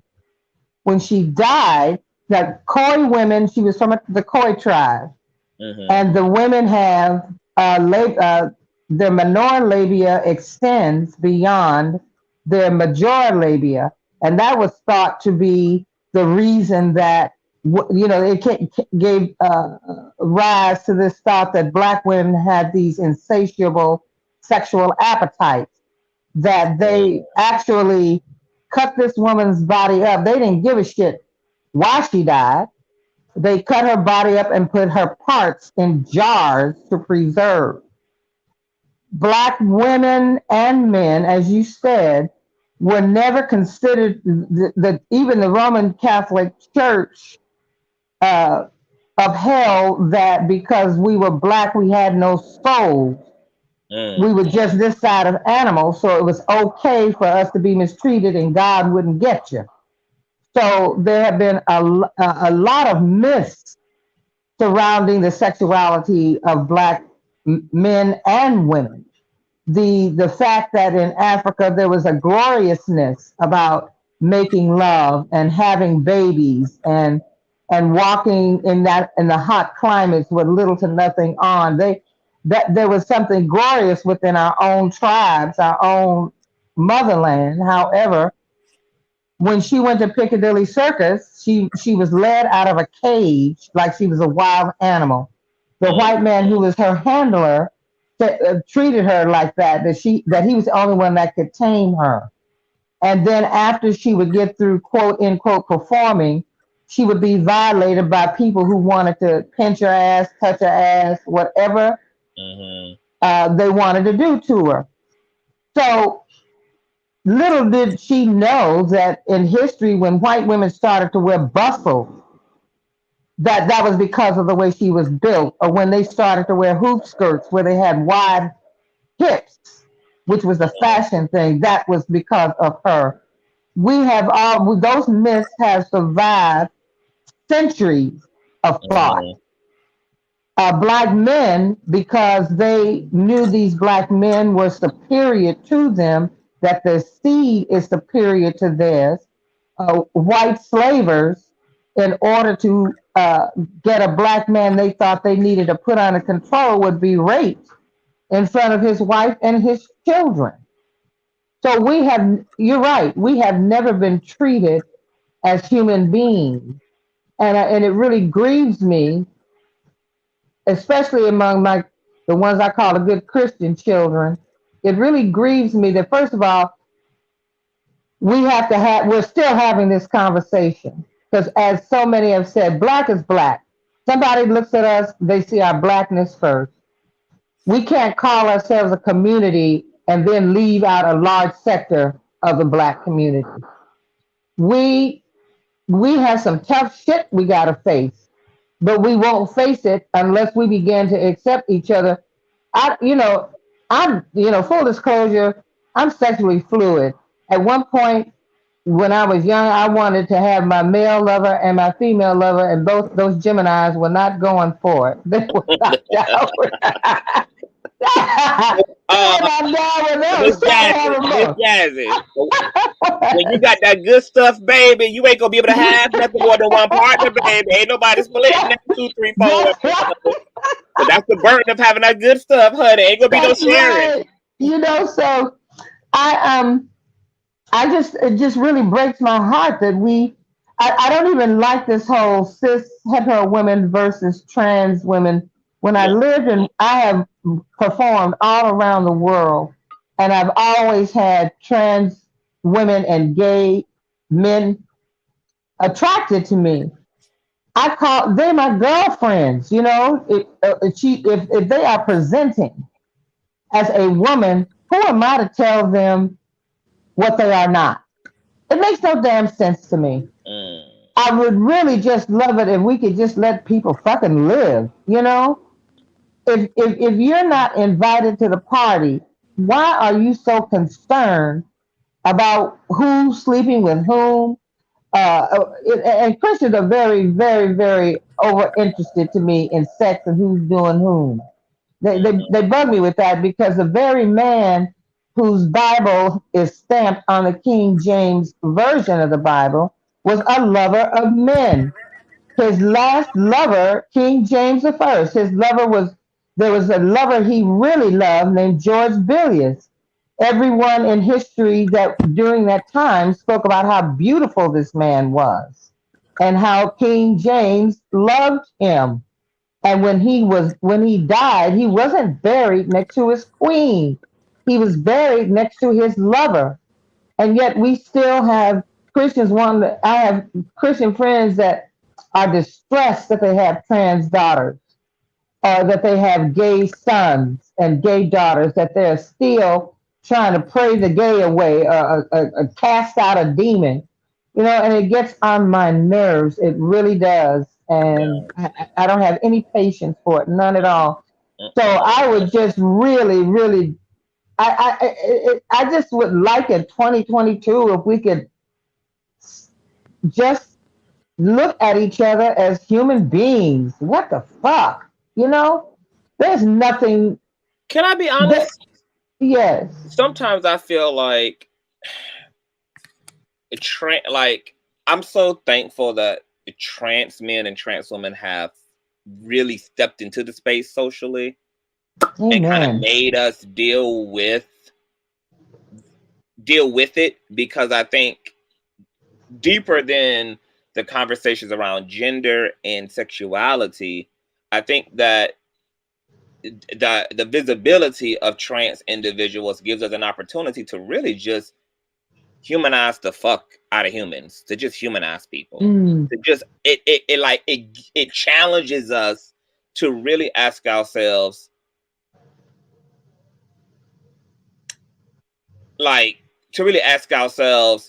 is the preference sex or gender, or really can we press it a step further and say that our preference is just simply human? It's just simply human. And that beauty and connection can be found between all humans.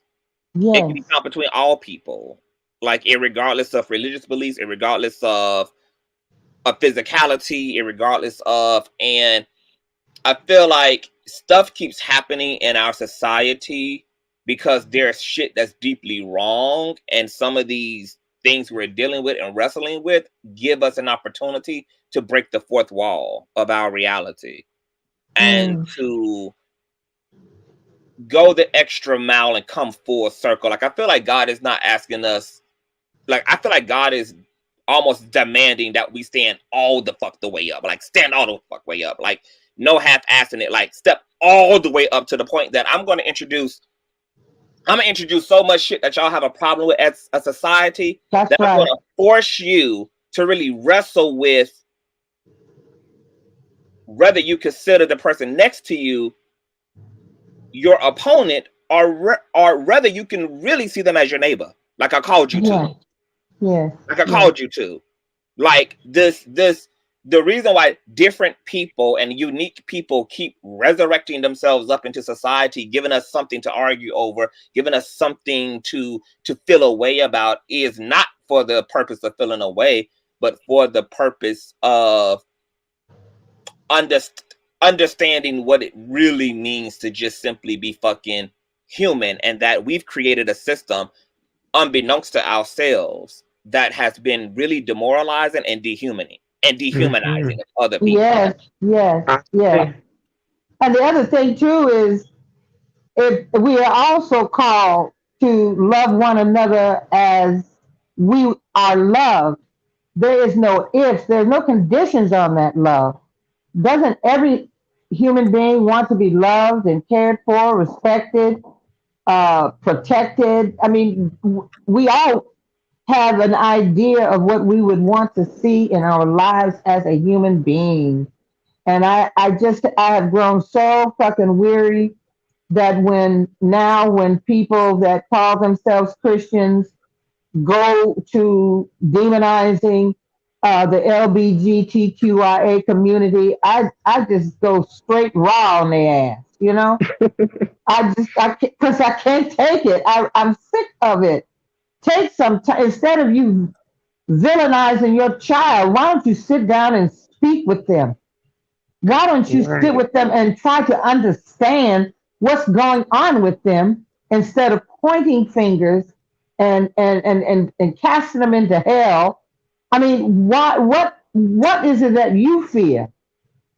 What is it that you fear that you won't sit with your child to talk to them about how they are feeling or what they are experiencing?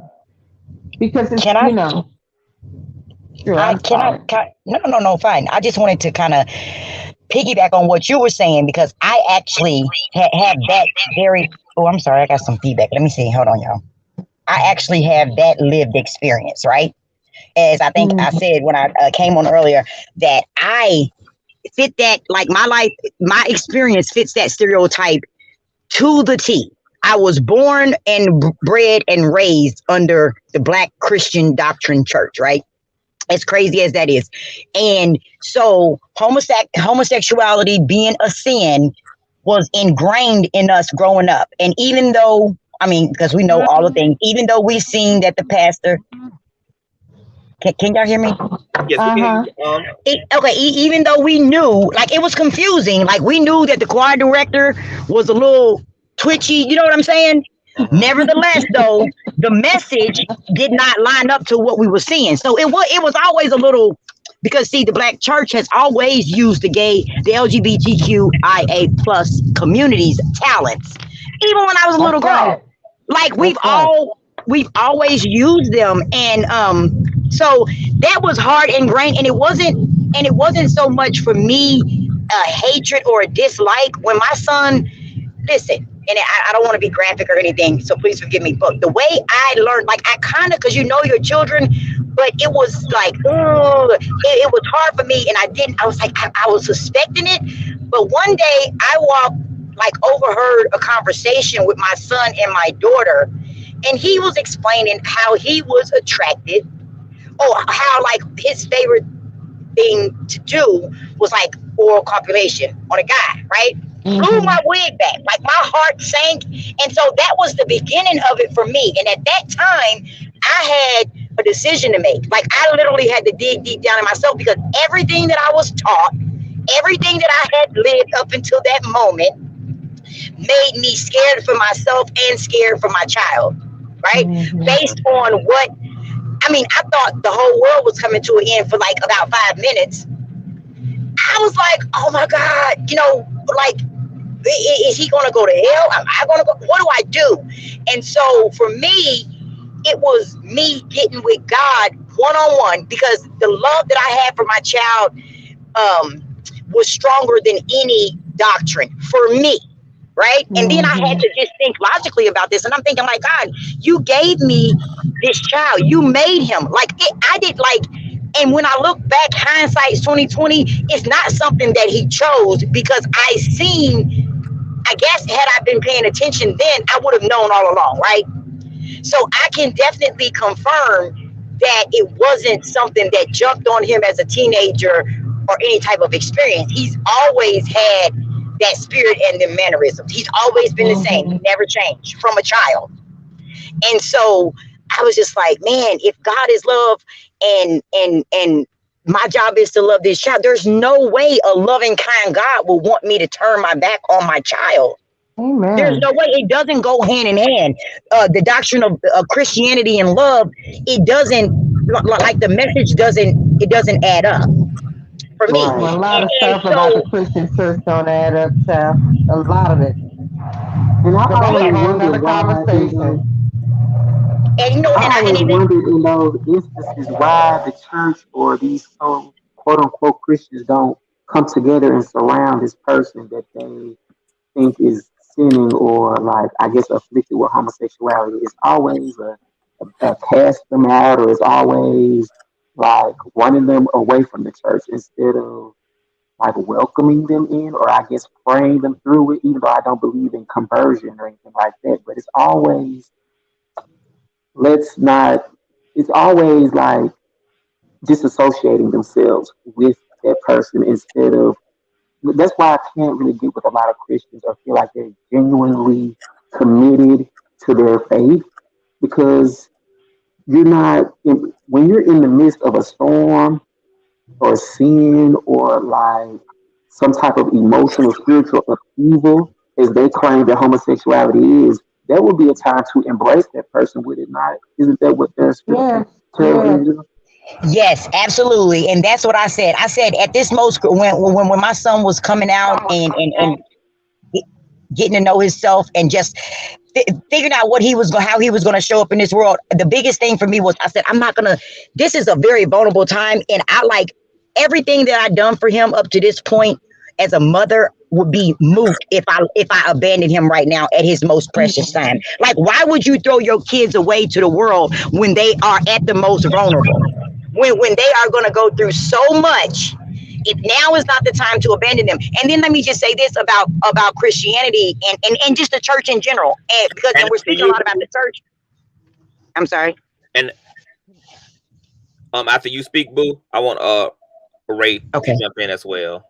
Okay. So I'll make it quick. I was just going to say that I honestly believe that the LGBTQI community really is trying to fit into Christianity and like knocking at the door, like, let me in. But I don't even know if they should even be trying to, like, why would you want to be in a place that has been so violent and abusive and doesn't even accept you? Like, there's another way to God.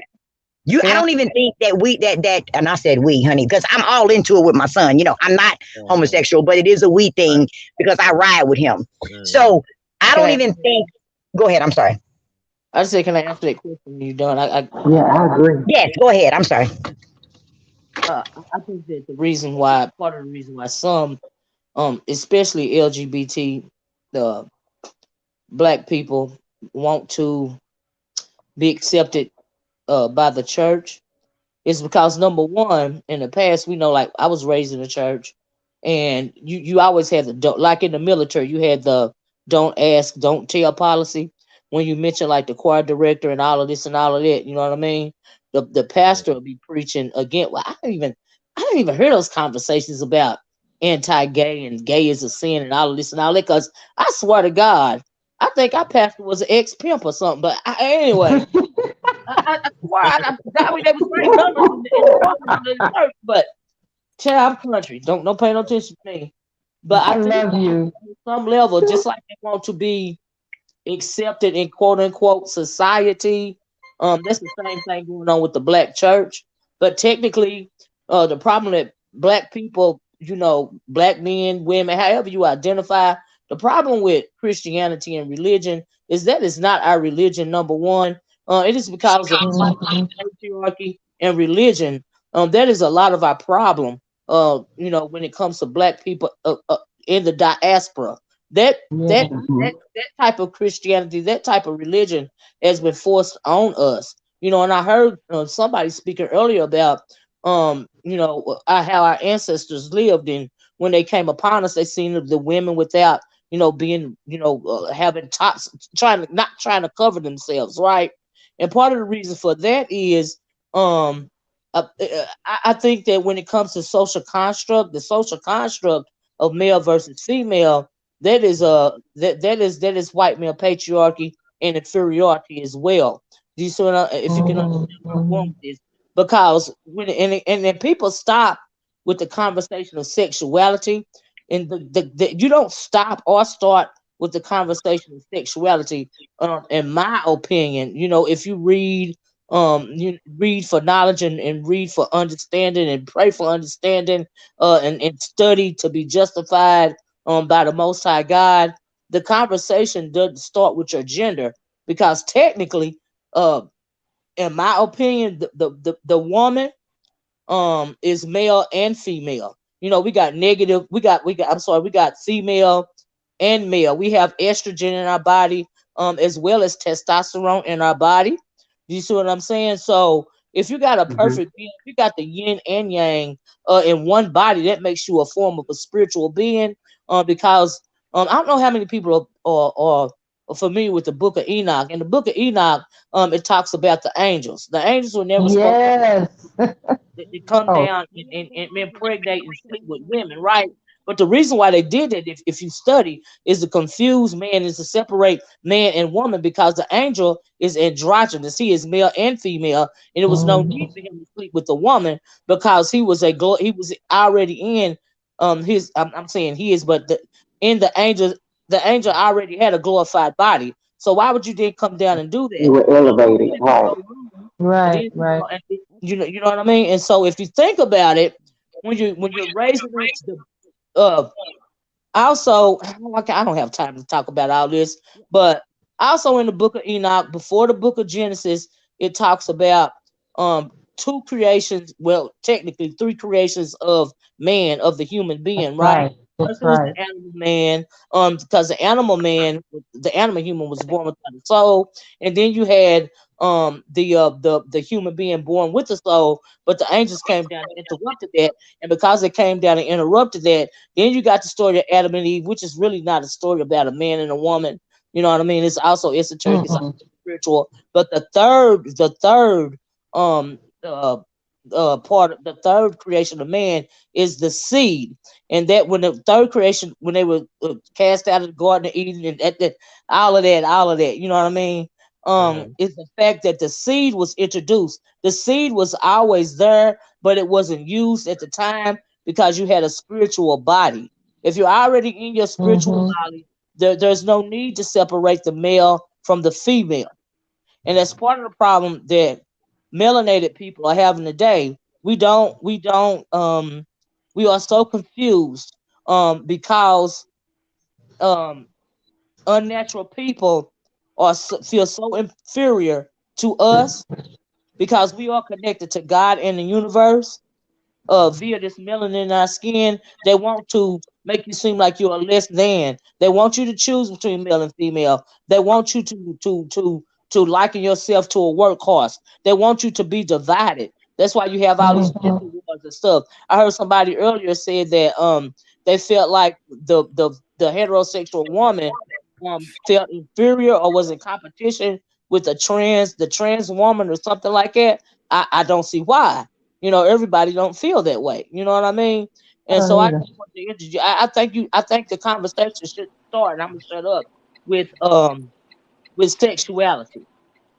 I don't think we should start with that, because I think it's more esoteric and it's more spiritual than that. It's just that the reason why we keep bumping heads is because we can't get past the teachers of white male patriarchy and religion. Yeah. I think that's why we're so divided as a people. It is not our religion. It is Yes. not. And I think I essentially, wanna you're absolutely right. hold on for 1 minute, you guys. I wanna hold on really quick. Happy? Happy? Hello? Are you there? Yes, I'm here. Hi. Hi, Hi, everyone. how are you? All right. All right. Just Welcome. enjoying the stream so far. Okay, welcome to the chat. Welcome to the stream. I just wanted to bring you in, and I also Thank wanted to you. say to Miss Olivia's point and to my sense point. I'm gonna be really honest. Like, I know how I get down. I love me some old nasty piece of religion, old nasty piece spirituality, honey. You know, I get my life, but sometimes I also feel like because religion is here, it's kind of also a shame that we need to be instructed to treat somebody the way that we want to be treated based upon a book rather than simple rationale and simple logic. Like, you should never just logically put anybody through anything you just don't want to be put through. Like, Right. regardless of what you perceive somebody's orientation or gender identity as, the question should always be, would I want to be met with violence in this way, emotionally, mentally, or physically, about a reality or choice or an idea that I hold? And if the question is no, then that should be the only thing we need to stay out of other people's way. And you would think something that can be so simply logical and rational would be our first choice, but instead we do need, like, we have to be able to politic with it, and does it fit within our politics, and does it fit within our belief system, and does it da, da, da, da, da, da, da, da, da, da. And I'm like, this stuff is kind of destroying us at the same time that it's also been beneficial on one end. Like, I know that Just Religion doesn't have anything to do with the spirit. Religion is about control. It has nothing to do with the spirit. But conscious is talking about ego. You know, even when Yeah. I was about Yeah. you have the But that conversation, religion emboldens straight people to feel superior to gay people. That's where they get from Christianity.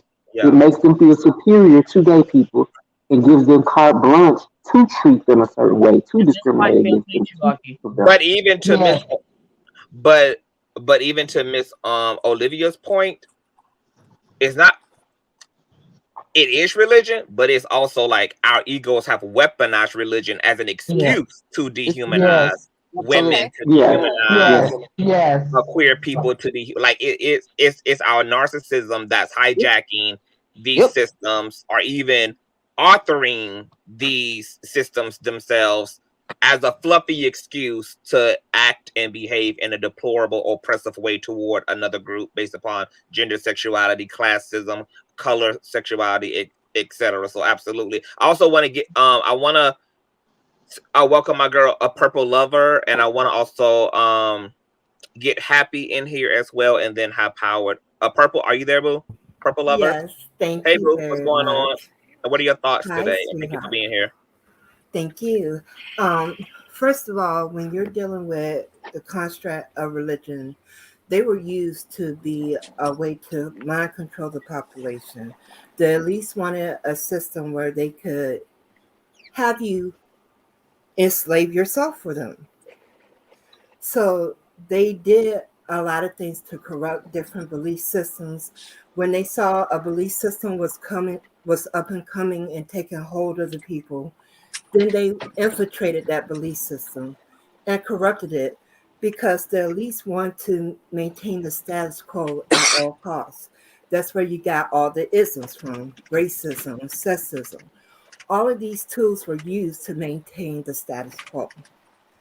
And then you're also dealing with people with poor self-concept. When you have a poor self-concept, anybody who is comfortable in their own skin is going to be a problem for you because you're not comfortable in your own skin. So as long as you're being surrounded by folks who are comfortable in their skin, then it's going to be a problem. And that's where a lot of the issues amongst the community comes from. Is a lot of people are projecting their issues onto other people. And they're really not. It's a lot easier for me to blame you than it is for me to take accountability for what I'm doing in my life. Absolutely. And that's where a lot of this is coming from. Because like with my daughter, she told me, a lot of people say, well, children really don't know at a young age. she would tell you otherwise. She did know at a young age that she liked both. And I asked her, I was like, was there anything that I did to make you feel like you couldn't tell me sooner? She said, no, it wasn't you, mommy. She was like, I just knew from watching that this was not going to be something that would be accepted by other people. Yes. So children are getting the messages whether you realize it or not. She understood at a very young age that even though she liked both girls and boys, that there was going to be people who were going to give her pushback because of that. Yeah, for sure. And then you add the layer of dealing with being black on top of it.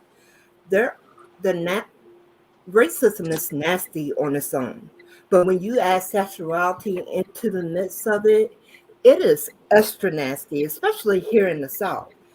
There are things that I should never have to worry about when it comes to people that I love. Because even though I'm not a part of the community, I love a lot of people in the community. So hearing stories like one of my friends who does drag, he talks about the racism that he's experienced just doing his drag performances, that there are places right here in Virginia that he already knows it's a no-go.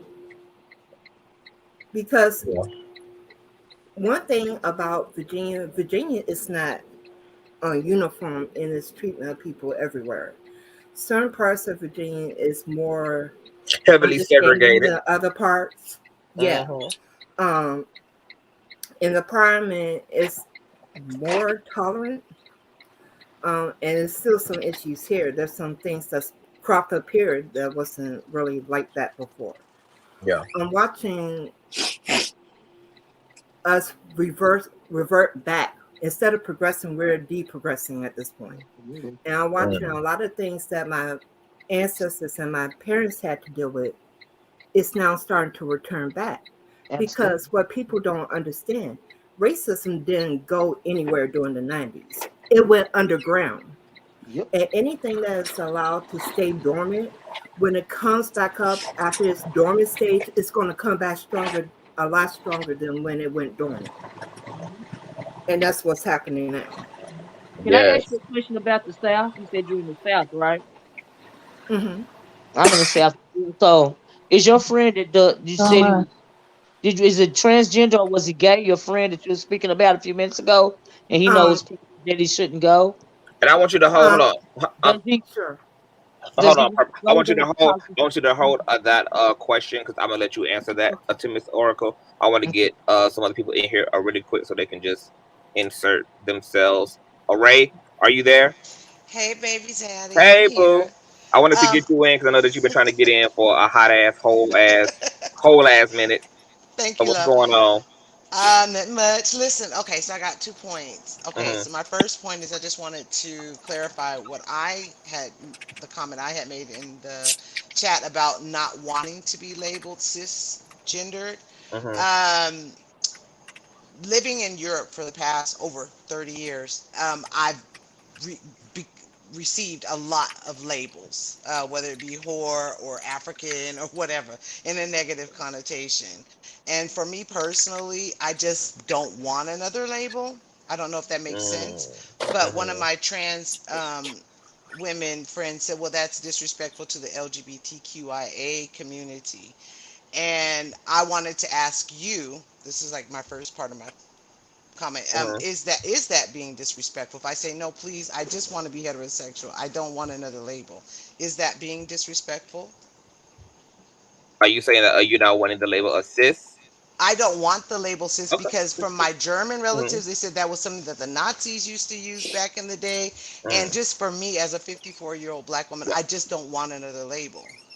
I'm going to be honest. At this point, I want people to do whatever makes them feel good. So I would say for me, no, that's not disrespectful. I'm only going to find any behavior disrespectful that's literally a directed mistreatment of queer people.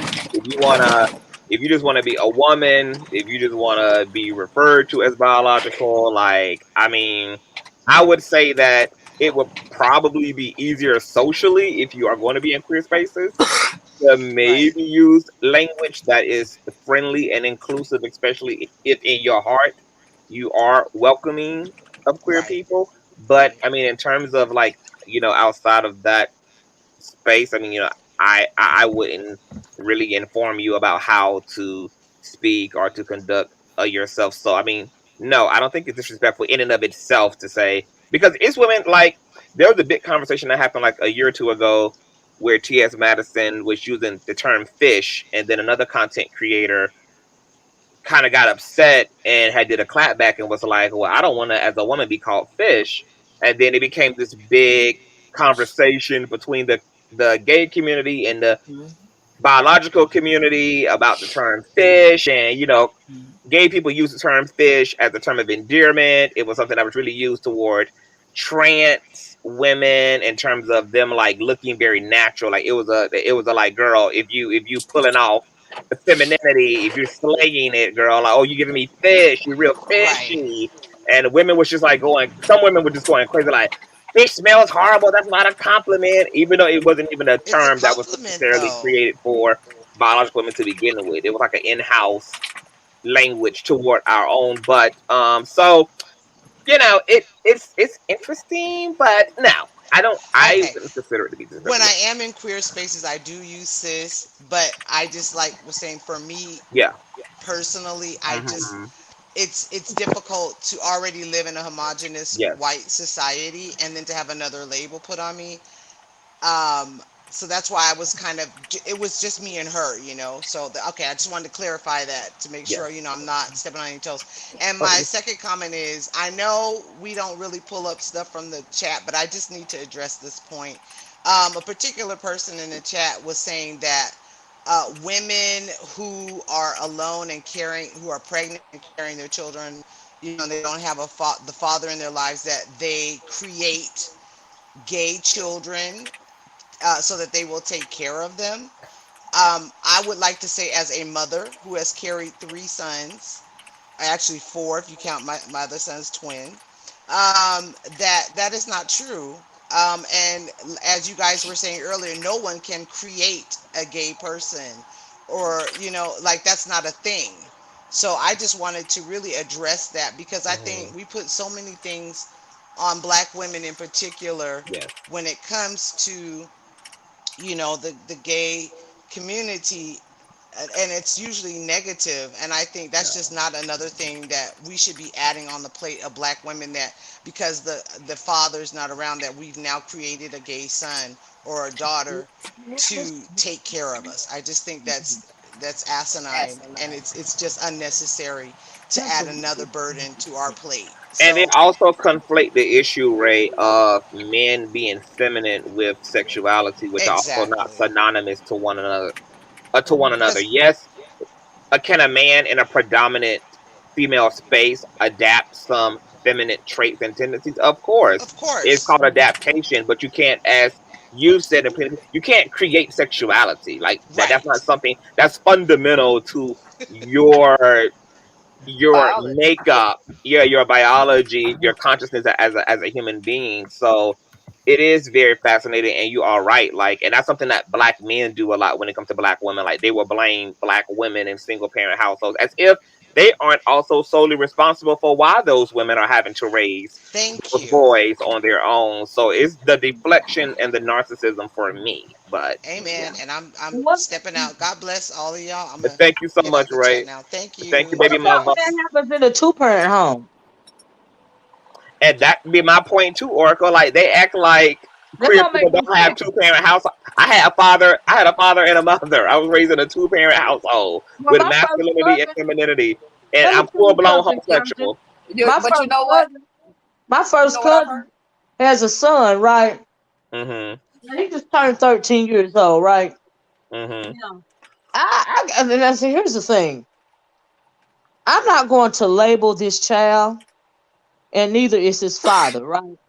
Mhm. Because um my cousin Now I got an older nephew too, right? He play football. My cousin's son, he played football, but then he also, he liked to do, he liked to playing, he liked to do the get. He go from dealing with the women in the family. He'll cook. He'll go play football. He'll learn how to do. He know how to braid. And he'll do, like something else. You see what I'm saying? Mm-hmm. I don't. He's never been pushed. He'll like what is that little cartoon character? He like say he'll like when it comes to the Halloween costumes, right? One year he might be Wonder Woman, the next year he might be freaking Superman. I mean, the boy always been like it. You see what I'm saying? Uh, but then I think, but the problem is that some people get we are not a monolithic people. Right. His daddy, my first cousin, so technically the child is my second cousin, but I'm everybody's grandmama, in the family, whatever. And Mm-hmm. so, but nobody's never put a label on him. He just is who the hell he is. You see what I'm saying? Not my Mm-hmm. nephew. I mean, because they are my nephews, or not my nieces. Yeah. Not the boys or the girls in the family. He could tussle and rumble with the best of them. He could cook and do her with the best of them. Mm. But what I will not have in That's my me, Miss because Oracle. I I am like to the play. matriarch. Because I am the matriarch of my family. I am the oldest Yes. one in my family. What I will not do is have a label placed on him and say, and what happens when we go out into society, I can control what go on in my family. When we are together, I cannot control society. But the Mm-hmm. kind of buffer that he has is that you don't mess with nobody in my family, because then we can fight amongst each other, but you can't fight amongst us, right? So the reason why I'm telling y'all all this is because I don't like the labels, and I never talk about this because I don't feel like I'm uncomfortable with the Mm. conversation of putting labels on something, because the way I see that baby, we got a couple of types of little ones in this age of the pandemic in my family. Yeah. One of my nephews, I see him as a righteous warrior. One of them I see him as one of them is a star seed, and I see the nephew that I'm talking about, technically my second cousin. Mm-hmm. I see him as um he is so discerning already, and I don't know where to place him spiritually, but it's something. You need to listen. I always tell him, y'all need to listen to him. Y'all need to listen when he's talking. You need to listen to him, right? Mm-hmm. Because he is so discerning. But you can't put a label on it. And you have to, and if you really care about the people in your family, you don't force them to have a label. They force, even when you small kids, they give the boys trucks and they give the girls dogs, right? That is Yeah. a social construct. What if I don't want to play with a doll and I want to play with a Tonka truck? So are Mm-hmm. you saying I'm going to be a lesbian because I want to play with a Tonka truck? Right. Are Mm-hmm. you saying he gonna be gay because he Mm-hmm. like to do her? Mm-hmm. I don't like the labels. That really pisses me Yeah. off. You Well, know. Yeah. So Miss yeah, Oracle, you are touching on some things because I used to play with Barbies and GI Joes. I used to right, be able to braid a Barbie's hair, and also I was tumbling and wrestling with the boys on right. mountain bikes. I just, and that came organic to me. I didn't have any sisters for a while. I was the only child. My younger brother didn't come until 7 years later. I had a mother and a father, but it just came. It was just a natural attraction to just both effeminate and masculine things. The Right. only way I would have been forced to make a choice is if I would have been forced to be indoctrinated and conditioned to yield Exactly. one way or the other. But it was organic for me to just be a soul and Exactly. experiencing those energies of femininity and masculinity. And it's funny that you were talking about that because I had a YouTuber up here by the name of Storm Monroe, who is an awesome content creator, and he was a mentee of Tasha K. And I had a big interview with him, and we got into the topic of his sexuality, which is something that we decided to make a big discussion out of because his sexuality has been a point of conversation since he's been a content creator for some reason. And a lot of people feel he is gay because of his mannerisms, which are effeminate to some. And so we had a big conversation around that. And then I continued the conversation on because some of the feedback that I was getting, under the comment section of that interview, and I was trying to make the distinction as to what you were saying, that you can be feminine. Once again, that's not synonymous to sexuality. I don't care how much a boy pops his lip and switch his hips and roll his eyes and how sassy he is, that does not indicate sexuality any more than a tom girl, a young girl who likes to ride bikes and get muddy and wrestle with the boys indicates that she's same-sex attracted. Like these things are not necessarily intertwined with one another. Right. And let's be real. Another thing about my second cousin is, like I said, he's 13 now, and I mean, you know, things get to happening when you know get a certain age, and my thing is, you can be a person to a person.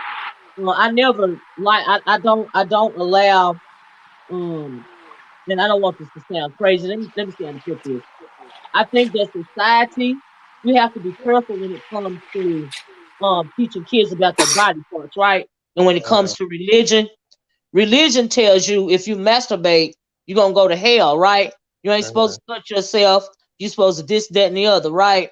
I told my nieces and my cousins and the ones coming up, you already have the babies, you know, let them be them, okay? They ain't hurt nobody. I don't want no widows coming up in my family thinking they gotta be out extra secret about about their body or embarrassed about sex or however they choose to have it, simply because they got some kind of childhood trauma because you told them if they masturbate they're gonna go to hell. Right. Wow. You know, if you're wondering about a body part, you're a bad person because you want to see it. You see what I'm saying? Because you understand that there's some people got a vagina and some people got a penis. Yeah. What you should do is you should explain to your children and not let the world decide for them what is appropriate for them to think about their freaking sexuality. I don't agree with that. Yeah, absolutely. Because you got a lot of confused people around here in this world. That's part of the problem. You know what? Yeah, and I agree with that. A lot of that is it's the Christianity, and it comes. It's deep rooted in Christianity, and it's based on what I want to say. What I want to say that like the Bible being the be all and end all. And although I do respect the Bible, as I say, I do identify as Christian, and I was raised in the church all my life. However, I have since, moved on and developed my own set of spirituality. But even with me coming to my full knowledge of who God is for me and what I think of me developing a relationship and knowing what he's told me, I still find myself like that stuff is so deep seated. I still have to check myself sometimes because I still feel I actually even though I feel like I know like who God really is, these things like scarred me so bad that I still find myself falling back into that same, and sometimes I'm shamed about things that I know I don't have to be shamed about. You know what I mean? Because of that old thing. And sometimes I catch myself not judging in a bad, but because we're all human. I will look at another person's situation and instantly start judging them based on that faulty. I call it faulty doctrine because, and me and my husband, and we were both raised in the church. Me and him had a deep, intense discussion, almost not in a bad way, but almost a knockdown, drag out discussion about the Bible. Because I was telling him, I said, you know what, baby, if you think about it, just think. If Earth is still here in 3,000 years, honey, something I might have said, if somebody deemed it to have been wise and saved and archived on paper, that may end up in somebody's Bible. Where the Bible is, I feel like the message of God, and it should be an evolving thing. You get what I'm saying? With each set of people for the time that we're living in. Consciouztv is so wise, and some of the things that he says, and and his opinions about things, that could very well be because all of these people in the Bible were just people, right? And so a lot of times in Christianity, we were told and sold on the thought that the Bible is the 1,000% instruction from God, and that's the way it goes. And what I'm finding is I have much respect. I think it's a wise book. I think it's a book of wisdom. I think a lot of the people, the old scholars that contributed to the book were wise, and it probably were speaking out of their lived experience a lot of times. But I just feel like I don't think it's the end all be all, right? Yeah. So that just because something in like for instance, I'll say this, just because the Bible, Leviticus, I'm not so sure about the, I'm sure you all know what in Leviticus, what I'm talking about. I don't know the numbers, but in Leviticus, because it says that, we took hold of that, right? And said, oh, that's God's word. And that's. But who said that? That's something that someone wrote. And that may have very well just been their opinion at the time. Right. So I think sometimes, and I'm not in any way trying to disrespect the Holy Bible. I study it. I do live by, because I think it's a good book of wisdom. Yes. You know, I don't think it's bad things in there. I think it's a good guide for how to live your life. But what I do not think that it is the like you can't operate outside of the Bible, or outside of that, and that's where we get hung up at. And that's where a lot of Christians get hung up at, is because you can't. You keeping yourself in that box, and really all that is that.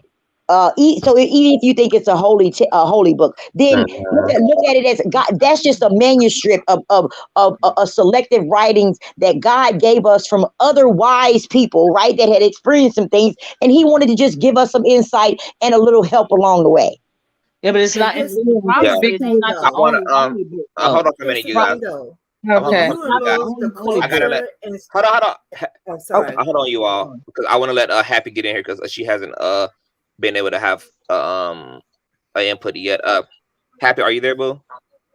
Yes. Hi. Okay. Thank you. Hi, everybody in the chat. Okay, before I move on from this, the first thing I guess I could say, because she was just talking about, the Bible, I just want to say in the beginning, I'm non-denomination, so I don't subscribe to none of that.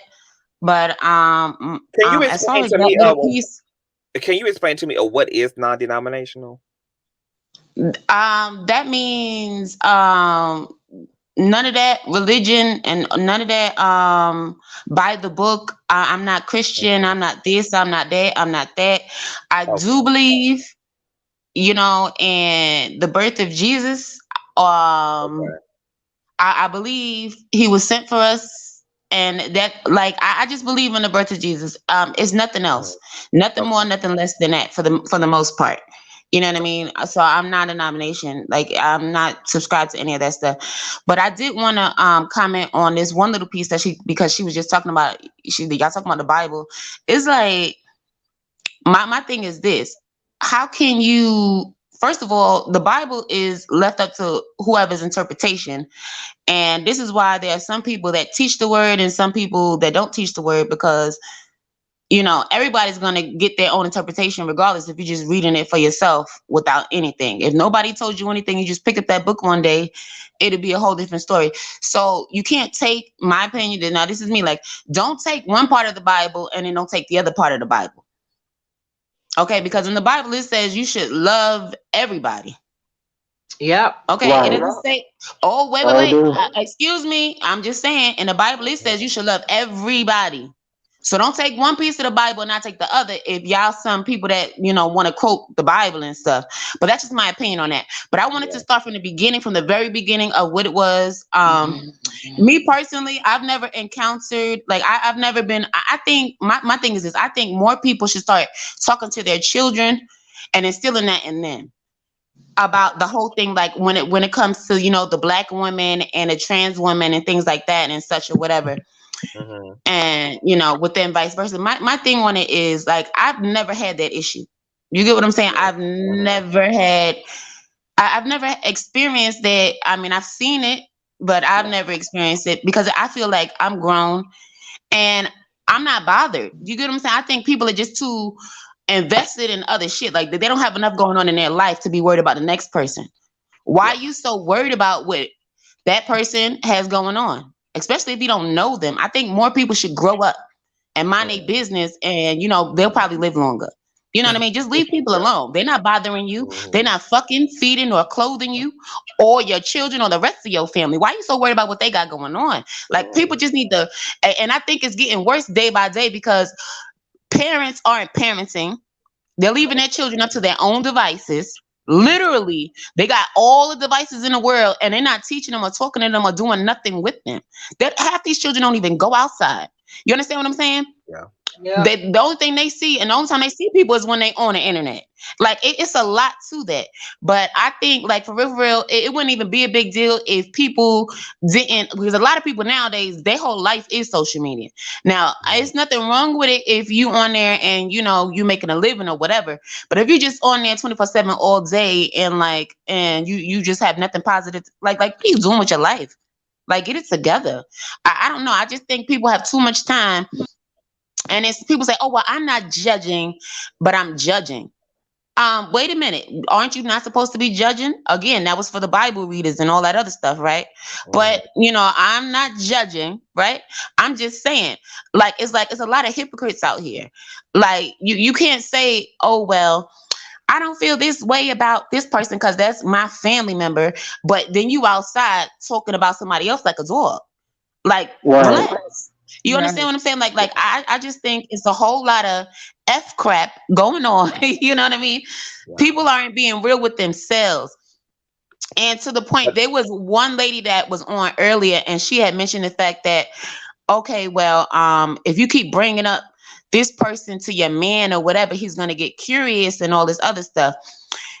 And that is just true all around with anybody and everybody in any relationship. You get what I'm saying? And people need to know that men are men. Whatever that means to you, I'm telling you, men are men. Okay? I don't care. Men are men. And what I mean by that is this, because I've had my friends say, oh, well, I could see why, you know, men are into her, or men are into her, that she looked damn good and stuff like that.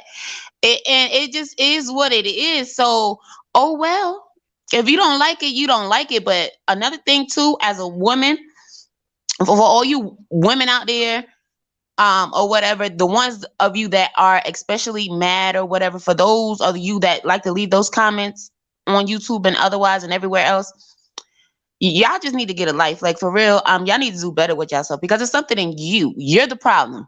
You get what I'm saying? And vice versa. If it's the trans woman coming at the black woman for whatever reason, no. That means y'all aren't just really happy with yourselves. You're gonna say, because I just personally feel like once you get happy within yourself, you'll be all right. Wouldn't nothing be able to stop you. Like, you will be fine. That's just my personal opinion on that. Like, it should never be a quarrel between the two. I mean, I get it if it's something personal, like, oh, that person, oh, this something in my family, or this something to me.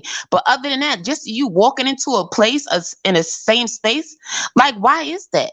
Like, just as simple as us even all being on here on this specific channel now for the past couple of hours. And it seems like some people just can't get it right. Like, as far as the comments in the chat goes, like, come on, like, it shouldn't be that hard. Like, it doesn't even make sense, especially when you having this open chat. Like, you like, okay, well, come up, you know. And that's another thing. I thank you for that. You know, you letting people come up and voice their opinions and everything, you know, actually having this open dialogue, because it's really needed, you know. And it's sad to say, because as much as you think common sense is common, obviously it's not. You get what I'm saying? And as much as people try to you know, have this dialogue going and stuff, I mean, we still need more of it. I'm gonna tell you, some people just never want to, you know, they never want to think. No, you're right. And the reason why I have these open dialogues is because I have so many friends, male friends, heterosexual, biological male friends who are trans attracted. They have they're on the pansexual spectrum. They are genophilia. They are like, they have all these things going on, and they only talk to me about these things. They don't talk to other straight men about them, because they don't, you know, because they don't feel safe emotionally. and then similarly with other straight men, and they don't talk to women about these things because of the same reasons. And I think to myself, we've got to have more conversation and create a certain level of safety within our community, because if women want men to be honest, the violence has to stop.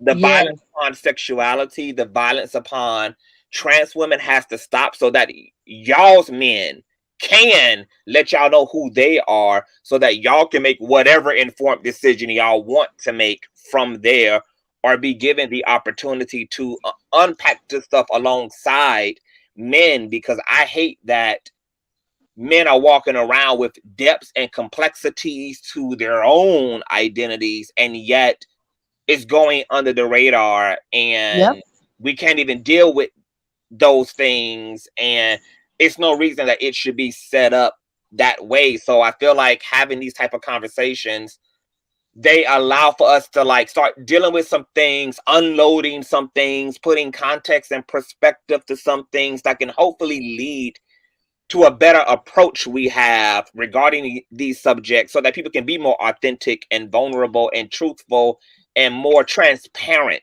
on all sides. Because that's not on the woman. That's not on the woman though. Well, not just on a woman, but just really in general. But certainly, and I only say for women because the initial theme of this video was about addressing women about the way they participate in homophobia and transphobia, and the way that also hinders and clogs up the men who they want to lay down with, who they want to have as partners.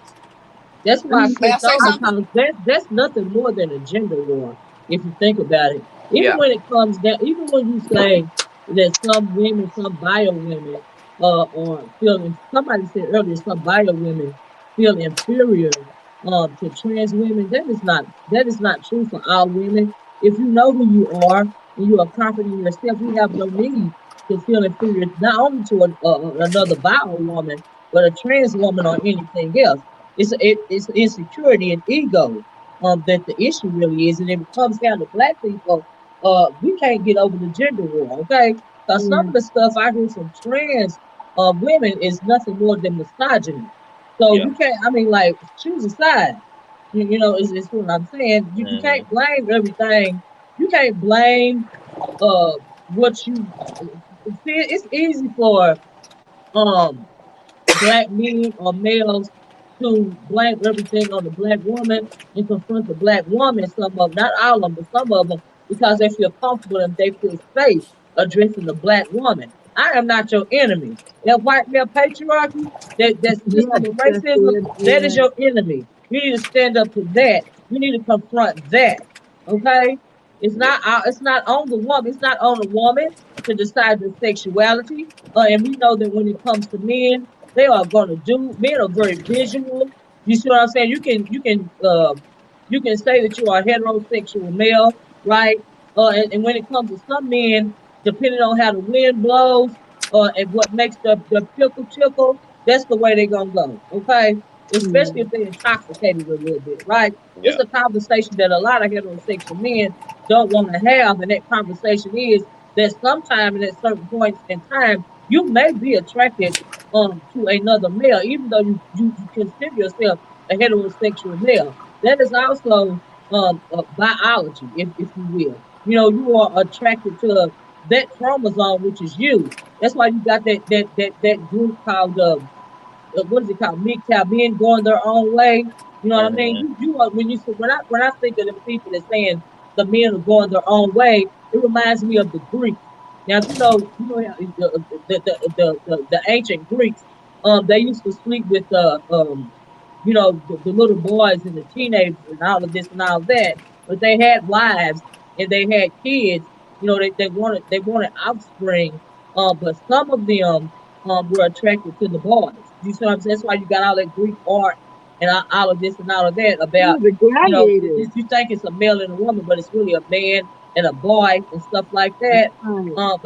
Because sometimes I think it's human nature for some people to want what is just like them, if that's making any sense. Yeah. And it goes for men and women. The gladiators were all living together, and they would take lovers. I mean, you have men who are all together who are being conditioned to do all of this fighting and all this sort of stuff, but they often took male lovers. And I was thinking to myself that a lot of the statues that we see that are supposed to be representative of Greeks and Romans wrestling, they ain't wrestling, okay? You know, they're not. Yeah, They're not absolutely. wrestling. Even You know, even that picture of what is it called, the Mona Lisa? That is a man and a woman. You see what I'm saying? You know what? And let me interject that, if I may say, and that may be the. Before you go, boo. After you go, I want to speak to a situation, and then I want the high power podcast to chime in after you. But go ahead, boo. Okay, sorry about that, Conscious. Go ahead. What I was gonna say was, and if you think about that, if you think like in the New Testament in the Bible, Paul, like the doctrine of Paul, the Apostle Paul. If you study, because you have to study the Bible with history, right? And you have to know the time and anthropology, and you can't just use that in its context. You have to put it all in its context. So at the time, Paul was an enemy. After he converted, he was an enemy to the Romans, right? So he was against anything that the Romans were doing, and the Romans had a lot of homosexuality in their culture.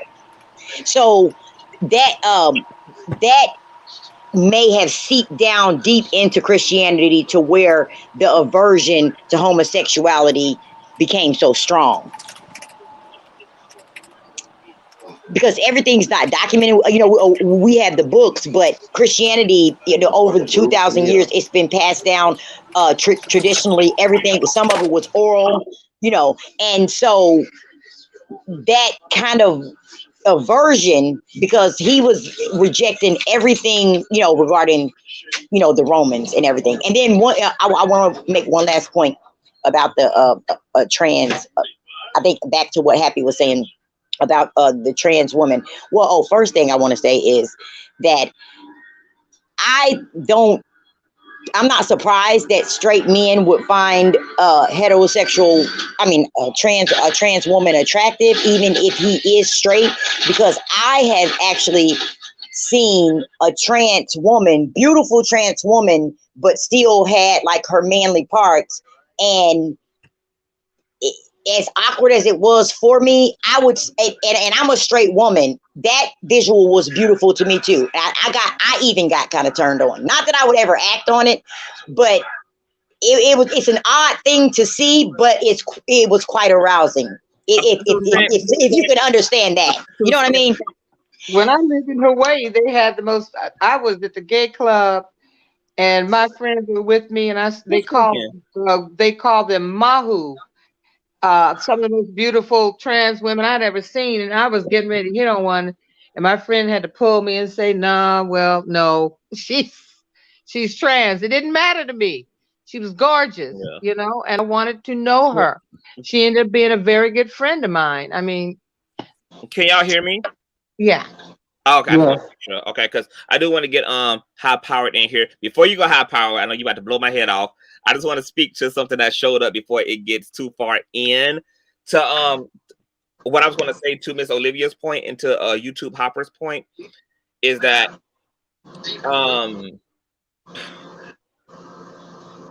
like it's just about the reality that we all, men and women, participate in violence toward each other, and who got it from who can definitely be a question, but the point was that women participate in toxic masculinity and patriarchy as well, and they help to reinforce it. Not women as a whole, but women in general. Just like men participate in it. Gay men even participate in it. And so at that point, I'm saying that when Black women participate in homophobia, transphobia, and toxic masculinity and patriarchy, what they do is reinforce a closetedness that can't in and of itself be used as an explicit blame for why men are being dishonest, but we also are not going to negate the fact that because we are a social species, we are a groupthink species, we develop doctrines, philosophies, ideas, and societies. What that means is that we all have been trained to give a damn about what other people think about us. And so that is something that weighs into the way we show up and how we show up and how comfortable we are. Just like you have people suffering from body dysmorphia and insecurities about how they look because of how other people feel about them. And so we have to unlearn this attachment to groupthink in order to have healthy relationships to ourselves. But these things, because of the way we are groomed as humans, do impact us. It broke my heart to hear an almost 50-year-old man be able to have a conversation with me that he couldn't have, that he can't just have, or doesn't feel he can have in a safe way, in a way that doesn't warrant real danger, because we're also not going to act like coming out is just about being emotionally rejected. People are literally killed for being same gender loving. Trans women are murdered. Black women are murdered. Like, black men are hunted and are driven to suicide because of the extremity sometimes of social isolation due to a truth coming out about them. There was an incident that happened a few years ago where this guy shot this woman down because she blackmailed him into giving up like $5,000-$10,000 to keep it a secret that she walked in on him having sex with another dude. And the pressure of that made him feel like it made more rational sense to kill her, to keep her from spilling that tea, rather than to just live with the social consequences of being outed. And so this pressure is real. And that's why we can't just burden Black men with getting over it. We have to create society in a way that also is conducive to transparency. Like, we can't keep writing up the religions in such a way. We can't keep writing up the social norms in such a way, and then also tell people that they're 100% responsible for being able to free themselves, because our whole community as Black people wouldn't even be in this position if that was easy to do. It can be very much so possible individually, and it can be even more possible and even more of a reality if we all can participate in each other's freedom, if we can participate in each other's comfortability, because that also is supposed to be the sole purpose of community, is that it takes a village to free one man or one woman. And so I don't believe in the idea of leaving people to just discover themselves or to just work out your own insecurities. If it takes me to not participate in making you insecure, I'm willing to do that, because ultimately I want you to have a healthy relationship to yourself, and I want you to have the best chance of being able to connect and to undo that hurt and that wound. And when we join in on each other's well-being, it just makes the system so better. So yes, I am explicitly declaring and making a moral appeal to our community. Like, you don't have to do this. No, you don't have to give a fuck about where Black men reach and if they can accept themselves or not. But technically you don't have to. But I'm making a moral appeal regarding what you can do. And if we are saying these things are an issue, and if we're saying that people on a down low is a problem, and if we're saying that a lack of transparency is leading to a lot of hurt, if we're saying that these things are issues, then we can't say those things are issues and also think we don't share any responsibility in saving a community that we have to live amongst, that we have to be romantically involved with, that we have to be entangled with. So I am asking for us all, Black women and Black men, to participate in creating transparency. That's going to mean people coming the fuck down off of homophobia, off of transphobia, off of patriarchy. And it's also going to come with, like, men have to stop being patriarchal so that women don't borrow it and use it amongst one another, use it amongst other men. Like, it's going to take all of us. This is why I put the foot on men's neck, because they got to help women. And I put the foot on black women's neck because they got to help men. And then I got to put the foot on queer people's neck to help whoever need to be helped, because But we do though. we gotta, it's a body and all of the parts have to work unanimously. Like, you got arms and legs and feet for a reason. They all serve different purposes. And when you have a useful control of them, you can use all of those faculties to execute on whatever needs to be executed in your daily life, whether it's driving a car, whether it's performing the task on your job, etc. So everybody does have a responsibility to bear in cleaning up the violence that nobody did to us but white supremacy. But because it was done to us, we can't also wait on white supremacy to come back with a broom and a mop. We're going to have to clean up what happened to us. And I teach this even individually to people who are dealing with a lot of trauma, that yes, your father left you. Yes, the friend of the family molested you. Yes, that woman divorced you and scarred you. Yes, you underwent narcissistic abuse. And while there are reasons why we're all broken, when the brokenness happened in you, you have to burden yourself with mopping up and bleaching what took place in your psyche, in your soul. And because something also happened to us collectively, something happened to us as a community, it's going to take the community to undo it. Our oppressors are not going to do it, and most black people are in the sunken place. So it's going to take very lucid black people who are aware that we're all victims of this fucking trauma and victims of this bullshit and this indoctrination and this sunken place as psychology and this psychological warfare that's been done and transferred and perpetuated upon us, to really push our own to wake up and to show up in ways that are just in alignment with the world that we want not only ourselves to live in, but we want our neighbors, we want our black men, we want our sons, we want our sisters, we want our daughters to also live in too. It just is going to take that. It has to. There really is no other way, because we can see right now what leaving people to their own devices has done. Absolutely nothing but deepen the issues. We have to do this as a community. Can I respond to that? Yes. Just real fast. And I agree with you somewhat, but at the root of the problem, once again, is not sexuality. In my opinion, you touched on the trauma that especially ADOS, American descendants of slave, have. We have something. Have you heard of Dr. Joy DeGruy? And she says that in order for us to move forward as a melanated people, we have to deal with PTSD, post-traumatic slave disorder, because that is the root cause of a lot of things that we do. The problem is that a lot of us don't even realize, a lot of us don't even want to go seek therapy. Do you see what I'm saying? But I think every black person, when you talk about, even when you get down to the conversation of reparations, you can give me reparations by, making it normalized therapy for our people. Do you see what I'm saying? Put some kind of information out there, because we're not listening to each other. But when you said what I got a problem with was when you told the story about the woman blackmailing, I guess the download man to keep his secret or something like that, right? Because I'm assuming he didn't want to be outed. Is that what you said, Conscious?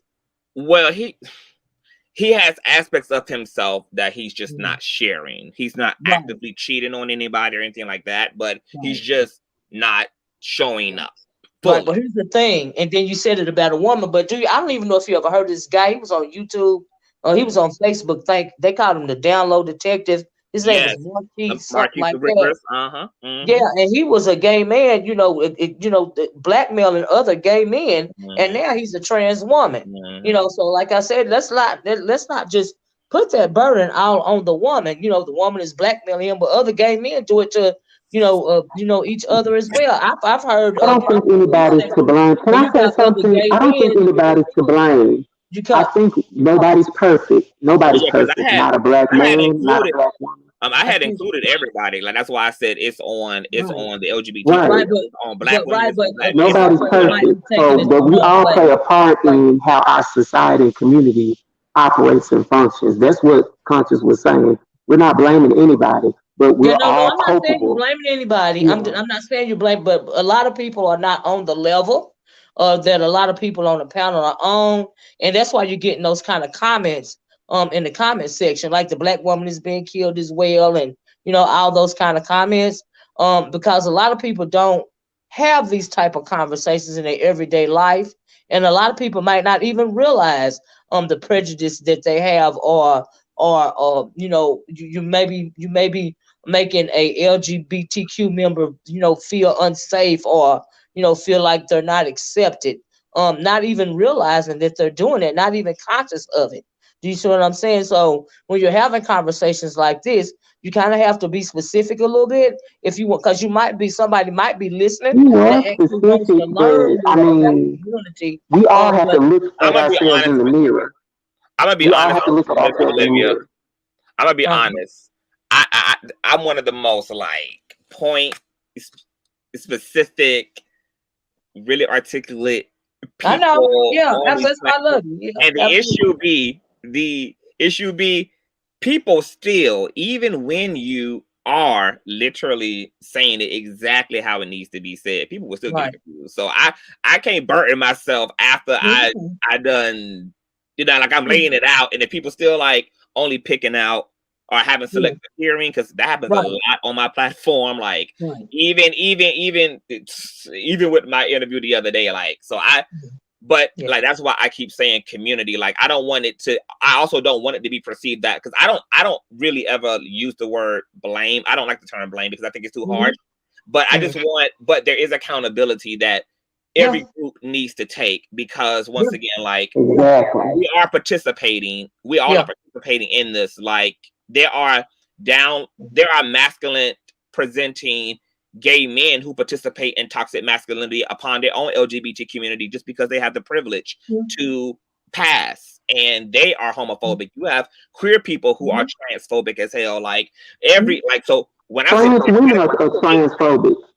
Huh? Trans women are transphobic is too. If you don't look exactly like a woman, if you don't pass, because there's gatekeeping that happens in the transgender community. Yeah, like trans women are part of the problem as well. We are all a part of the problem. It happens across, like we all do it because we all have inherited the cancer. So it takes everybody being like burdening themselves with lucidity and burdening themselves with just keeping in mind what the assignment is, because it does get hard, because the system reinforces all the blind spots. It reinforces the unconsciousness. It reinforces because there's more people doing the opposite than the lucid thing. And so even lucid people can find themselves being drowned out and going back asleep and slipping up and falling, back into sync with the majority. So it's difficult, but the more people that literally are just willing to say the world does need to change, and how can I participate in that, even as a woman, even as an LGBT person, even as a male, even as a trans woman, trans man, then the better it just gets. But I don't want to use blame, because it's not really a blame thing. I just know that there's a problem, and I know that as many of us as possible on either side need to take as much responsibility in abetting a better atmosphere for Black people to stand Conscious. Nobody's innocent. At some certain point in your life, you was homophobic at some point. We all were. At some point in your life, you made a sexist comment or had a sexist thought, but you evolved and grew from it. But we've all been a culprit in some type of situation where we wasn't our best, or we didn't show up and respect somebody in the way that we should have showed up and respected them. For sure. All of us have. There's only one perfect person in this universe. And that's Let me. the Christian Bible say it is Jesus. That's me. And Jesus. Yes. Period. So it's just being accountable, like Country said. Now I do want to let y'all. Yes. Is y'all out here walking on water and turning water into wine and stuff? Come on. That's right. I just did it a few minutes ago. You missed it. Is y'all tired in the Red Sea out here? Exactly. I do want to let the high powered podcast get in, because I know she has been beating my brains out in the back chat like, nigga, if you don't fucking let me into this, I'm gonna. High power, are you muted, boo? If you can All hear right, me. I can talk. I can finally talk now because y'all have been saying so much stuff That you I've need a been notebook to trying. write down. I know you got yes. I've been trying to get in on the conversation and like, Yes. because y'all done said some stuff like, okay, so at some point, probably about 10, 15 minutes ago, y'all was talking about these people being able to pass or whatever, or guys being attracted to trans people. It's like this, okay? It's real simple, and it ain't no more difficult than this. If it look like a duck, walk like a duck, talk like a duck, what is it? It's a fucking duck in the mind, because the human brain operates on images. You can't see nobody chromosomes. So attraction don't start at the chromosomal level. It starts at the visual level. To iterate this, we all know that when you watch a commercial on McDonald's food or anybody's food, that ain't food that you're looking at, but it looked like food that you're looking at.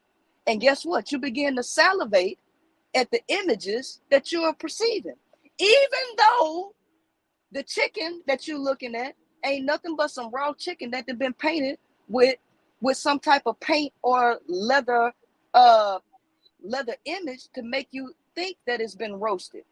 Your mind is going to respond on what it believes it is, not what it actually is. So the issue that biological women are having, women, unfortunately, or everybody particularly believes that they own or control other people. The reason that they feel that it's a slight against them for trans people to quote unquote be attracting their men is because they believe that somehow a male can make another male like him. Baby, it don't even work like that. A person gonna go to whatever they are already attracted to. If a person, there's nothing that you can do that can make a person bi-curious or gay if they ain't already dispositioned to be in that orientation.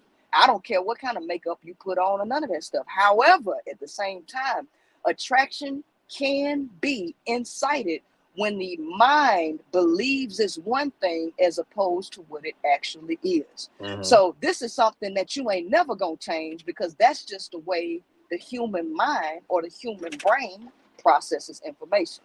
Now, for the person on the social end who does not understand how the brain works and who does not understand their own level of attraction, they are going to begin to question their own responses to stimuli, because they don't understand human biology, they don't understand psychology, they don't understand any of these in-depth sciences or even themselves. So now they begin to question about themselves and how society is going to perceive them, because no matter, it all sounds good that we got to teach people how to say, none of that stuff is actually going to work, because, and here's the reason why it ain't gonna work, because everybody on some level believes that the world revolves around them. Everybody. So now we go into what I think it was Olivia. I don't know anybody here, so it could be her. Somebody was talking about ego. And I wanted to really get down into to what the ego really is, because a lot of times this term gets thrown around so much that I really don't think that people really comprehend exactly what the ego is, because if we understand the ego, we will understand what kind of uphill battle we are dealing with when we're talking about destroying it. I agree. The ego is an integral part of the human makeup, and it individualizes people, because it's everybody is unique as their own fingerprint. And so every single bit of piece of information that you ever come across in your life that you subscribe to, that you say for your conscious mind that this is me, I am this, I believe this, this becomes a part of your individual identity. Everything from your experiences to the foods you like to the things that you dislike, all of that becomes your individual identity. And if you understand anything about human psychology, I've been in sales for over 15 years. I've been a top salesperson in every product that I've ever sold. And one thing is this: people buy from people that remind them of themselves. People buy from people that they like. So on the basic subconscious level, people only agree with people that agree with themselves. People don't really agree with people. They only agree with people who share the same opinion that they do. Why is that critical? That's critical because you will have an uphill battle with trying to break somebody down to agree with a perspective that does not agree with their own beliefs. So if somebody agrees with you, you are now tearing down that individual's identity. So when we talk about religion, you ain't finna get no old person to change their religion or none of it, because that's a part of them. And if you start destroying all of this stuff and changing people's mind, these people now begin to question the integrity of their own individual existence. Ain't nobody finna change their existence for another person unless this is something that they want to acquiesce and make a part of their own individual identity. So you always gonna have an uphill battle with that, because anytime you attack any piece of information, I like to use sports teams as a way to drive home my point when we talk about this. You could take a Dallas Cowboy fan, and I like to say Dallas Cowboys because it's a love them, hate them across the nation. Either you hate the Dallas Cowboys or you absolutely love them. Now, for a person who is a Dallas Cowboy fan, this person has said, I am a Dallas Cowboys fan. That is powerful and critical because that team has become a part of their individual identity. They believe they are the Dallas Cowboys. So they got pictures. They got pictures, cards, jerseys, all of that. Now, say something about the Dallas Cowboys in a negative way, and what's going to happen? Even if you're not talking directly to that person is going to take individual offense, personal offense to your dislike of a team that ain't got a fuck to do with them, but it do have something to do with them. They love that team. They think they are that team. So one time I was riding in this car, right? I do not like Chrysler 300s. I don't think they good looking cars. I don't like them. So I was renting a car one day, and I said, it was some lady that was around me. I said, you know what? I don't like Chrysler 300s. These ain't no really good looking cars. That woman got so mad at me. You know why she got mad at me? Well, I have a Chrysler 300, and I love my Chrysler 300. I think they are great cars. But lady, I ain't something about you and your taste. But because you have this car, and I don't like this car, you think I'm personally attacking you and your taste. Well, this applies to any and everything. This applies to sexuality. This applies to religion. This applies to profession. No matter if anybody is attached to this. So now we come to the crossroads. Well, Priscilla, well, why is there an attack between Black people and gay people? I say, well, when they said gay is the new Black, a lot of Black folks got mad at that. But I had to let them know. I say, hold on, partner.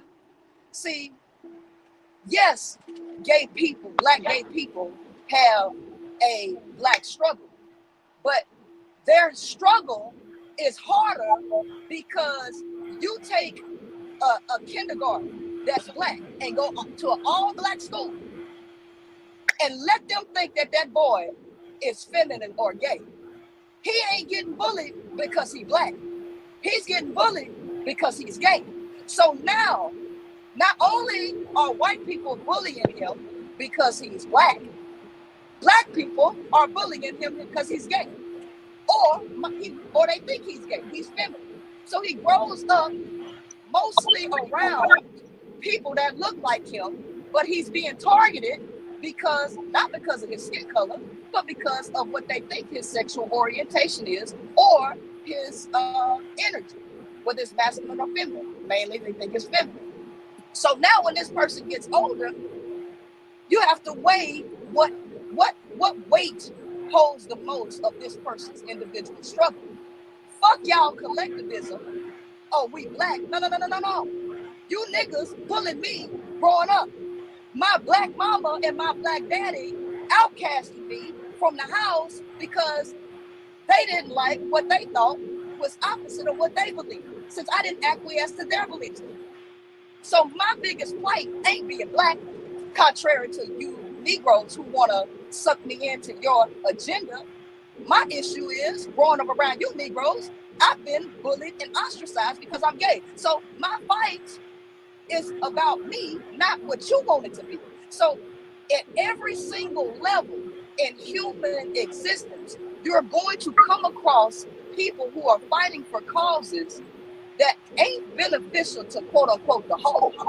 It's about that individual. And every individual has a different fight that's going to clash with another one. And so as a human being, you have guiding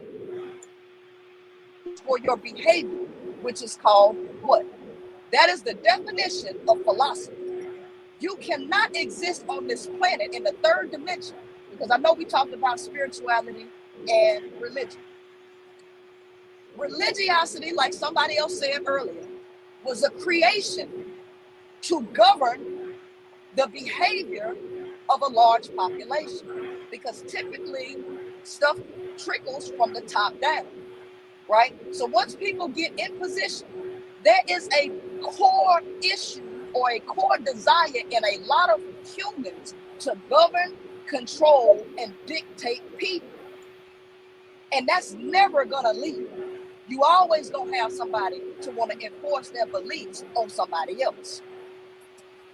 And when they get in positions of power, you better believe that's gonna happen. So it's too much to have a police officer go to everybody's house and spend the night and try to control people. So the best way to control people is through the mind, by interjecting philosophies that govern the behavior when you can't be there to govern that behavior. So this is how religiosity was created.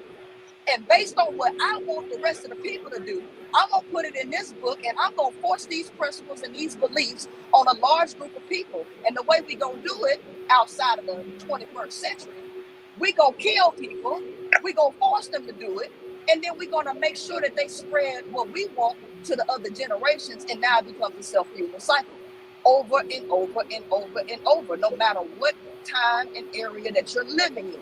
So the only way that you're going to change the dynamics, like we call, like the KGB man that was a spy for KGB, we talked about subversion and the steps to subversion.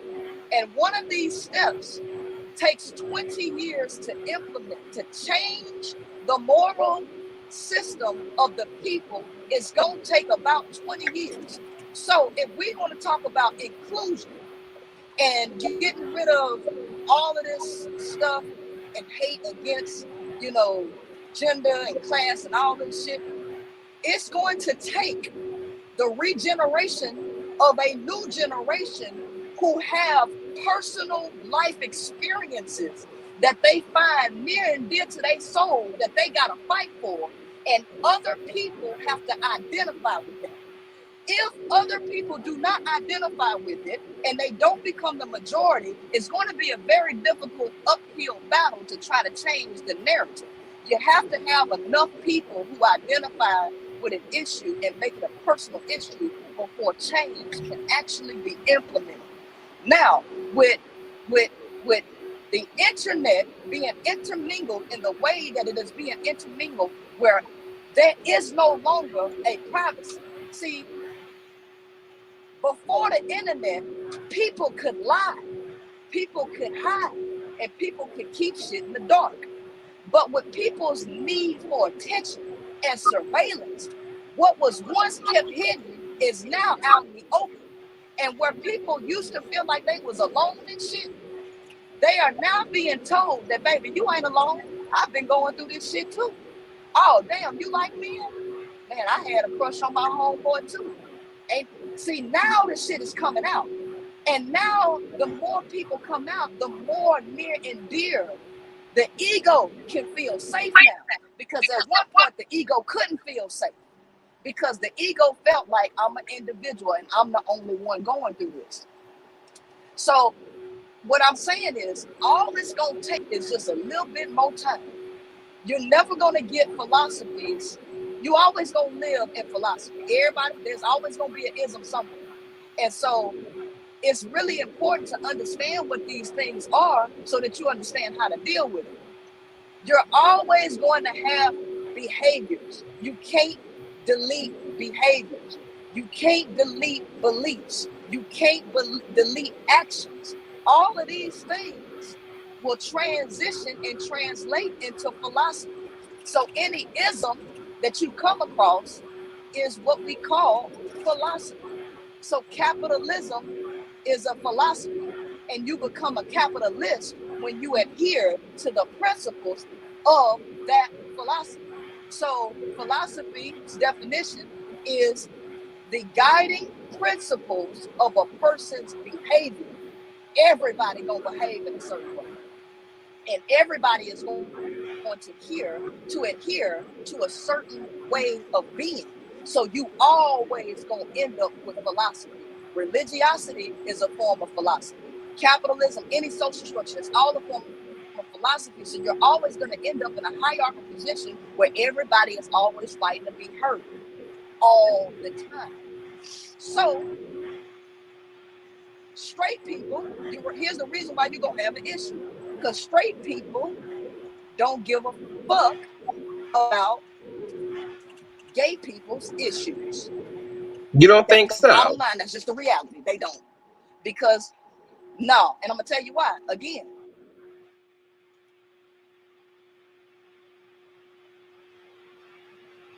can you hear me? Or we can't? World operates or circles around them.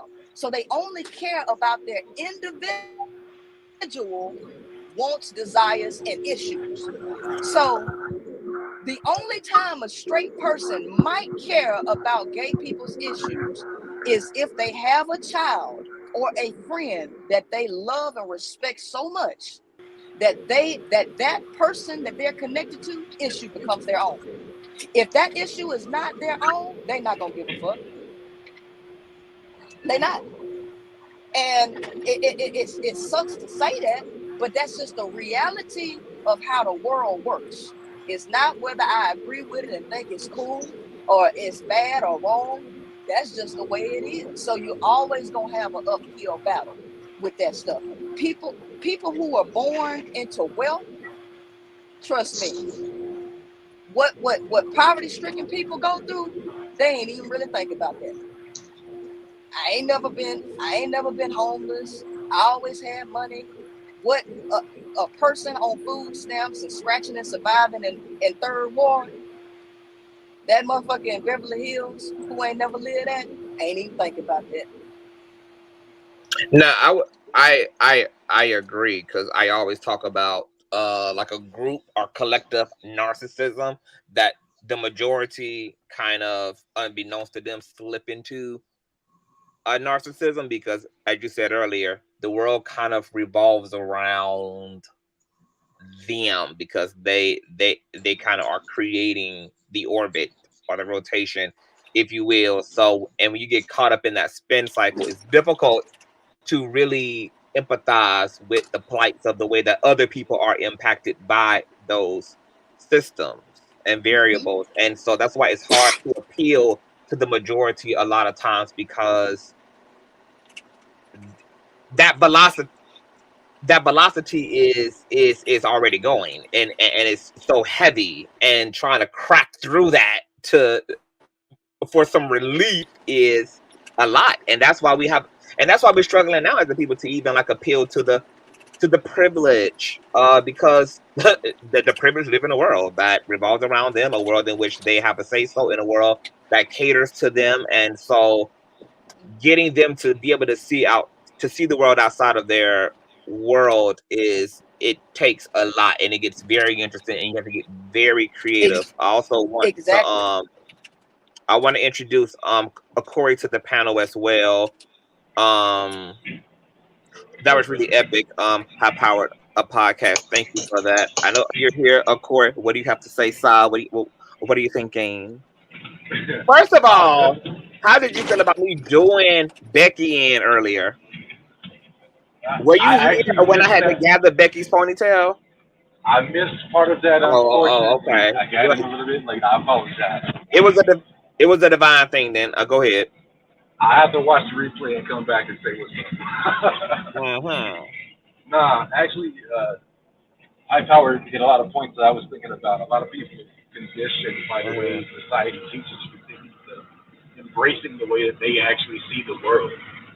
And when you start to get into conversations like this, a lot of people get turned off because they're like, they have to challenge their own system of beliefs that they've come to believe in. And I know, like, a lot of conversations me and you've had, you know, I had to challenge my own. Hold on, Corey. Are you talking into the device? Or are you talking through something? No, I'm talking through a lot of feedback. It's a lot of feedback, and you sound kind of distant on top of that. All right, hold on. It sounds like your white privilege spinning out of control in the background. Yeah, it's my working privilege. Hold on. I might have to jump back off and come back in. Hold on. Okay. While we're giving Corey the opportunity to get in on this. So, can I speak to something high power said? I would like to say something. Yes. All right, let's see it. I'm okay. Is that better now? Yes. So Corey, I'm gonna let you speak. Then I'm gonna let Ms. Oracle, and then I want Alalu to jump in, or whoever just said that they wanted to speak to. Go ahead. Nah, I was gonna say, you know, it's the reason why these kind of conversations are so important. And you know, like I always say, I definitely appreciate that you start these conversations and allow people to come up and say these things, because I think everybody that's been on the panel has said something extremely important, and it's that we all gotta come together and realize that we have a lot more in common than anybody really wants to admit to. And the more we have conversations about these things and address these things, especially like this, you know, people are getting attacked by this all the time. You know, I was raised around the Black community. I was raised in the LGBT community, and I've seen a lot of my friends have to go through bullshit that they shouldn't have had to, because people were afraid to just admit that they were wrong. And it's okay to be different from other people. You're allowed to stand in your own godhood, you know?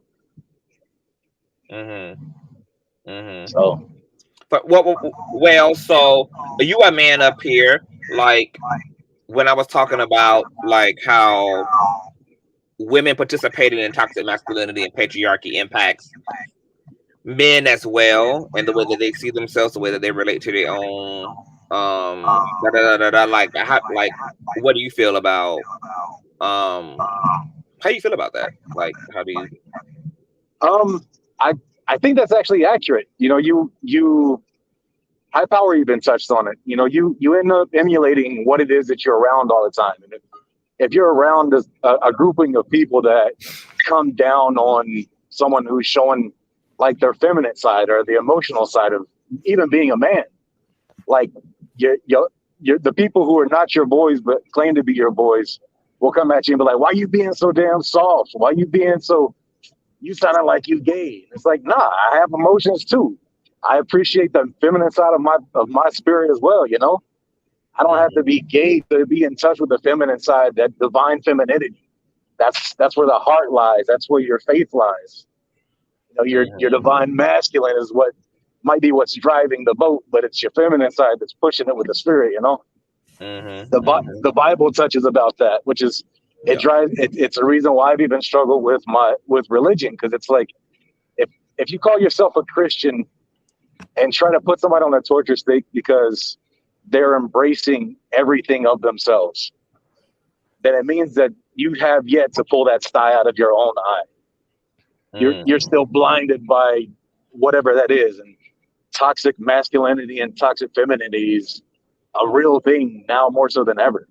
I hope I answered to your point. I know I get long because I know straight men who will butch up around men more masculine than them, who may harden their voice or may change the type of conversation they have, or may, like, you know, put on another layer of masculinity so that they don't have to deal with the judgment and the criticism and ostracism and rejection and labeling and all of that shit that comes from, you know, just being your natural born self. And we live in a system where women have observed that too, and they participate in that, and they look for those type of men. And when men don't show up that way, they also think that a man is gay. They also think that a man is something, is, you know, something, you know, he might be bisexual, whatever the case may be. Like it becomes a thing. And so what's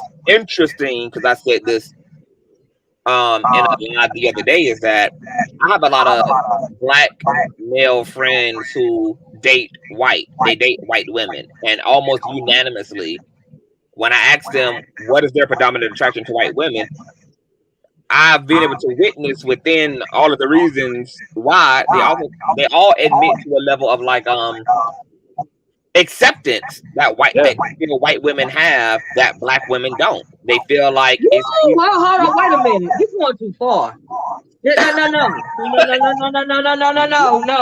That is not why they do that. I'm gonna let you go ahead, but I disagree. Okay, I'm gonna let you jump in there. I'm just telling you what. Right. I don't like that. That's too much. I'm gonna let y'all jump into that. I'm just telling y'all what their. I don't give a fuck what he said. That ain't why he's doing it. But you go ahead. I'm gonna mute up. Okay. So they say, come on, somebody got some. It's like some major feedback. I can hardly hear myself. Can somebody mute? I think it's you, Corey, that got some feedback. Can you mute real quick? Okay. So, because I said this in another live, a lot of them feel that it's easier to be themselves and still be considered masculine, still be considered, and still be attractive to women. And these are what black men who may be into games, they may be gamers, they may be into hobbies that are considered lame, that are considered non-black. They may have a so-called alleged non-black personality, non-black swag as a black man, and they don't want to assimilate to the High Power podcast point when she talked about how the black community creates a we, and then anybody who doesn't fit within that we gets hung on the cross or have to deal with a certain level of negative social feedback. That shit is real. That's exactly what trans women are going through. That's exactly what gay people are going through. That's exactly what non-conventional black women and black men are going through. Even when black women are very perky and very articulate. Oh, bitch, you think you white, you articulating white, or like we do it all the time where there's like a black on black social crime that happens against other black people because they haven't assimilated or haven't costumed and dressed themselves in these garbs that we expect from other black people culturally, and black men experience that shit too. And sometimes that leads to them finding solidarity in white communities because hyper masculinity is a product of surviving white male patriarchy. because white people, the white community themselves, don't have these same hypermasculine standards. So there are nooks and crevices and cubby holes within the white community that other Black people will find solidarity and safety in, because there's more of a space for that there than in the Black community as a whole. So I'm gonna definitely let you jump in there, Miss Oracle. Yes, I would like to jump in there. Are you saying that the Black women are the only women that sometimes come across as being hyper masculine? No, Miss Only. I'm not. I'm just asking. Number one, you ain't got to answer that because you said no. But let me move it right along because I'm getting offended. Okay. Don't get offended, honey.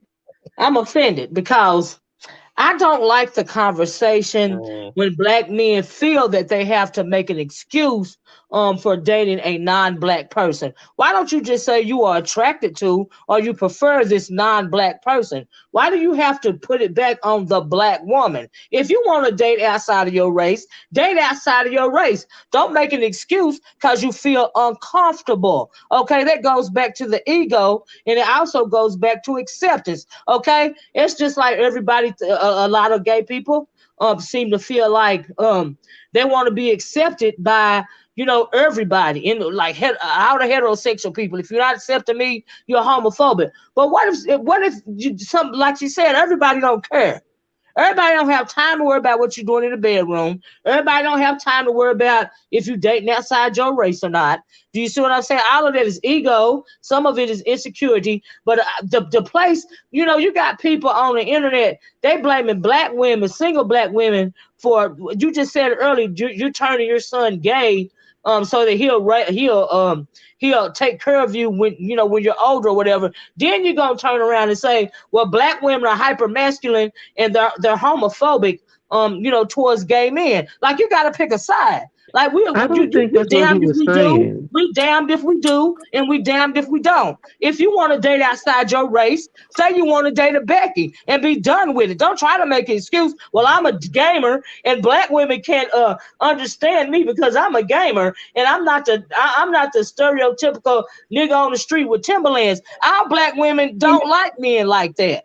Just you making an excuse. I think people in relationships have different factors that influence the reason why they partner with certain people. So I don't want to invalidate Black men's experience with a certain. I don't want to invalidate, and I don't want Black men invalidating gay and straight, invalidating Black women's experience, because we get blamed for everything. Oh yeah, we get blamed. I don't believe that. And it is not fair. Hold on. So let me ease. Hold on. Just let me ease some of this up. See, this keeps becoming a rocky experience because we keep, like, blame is not what's happening.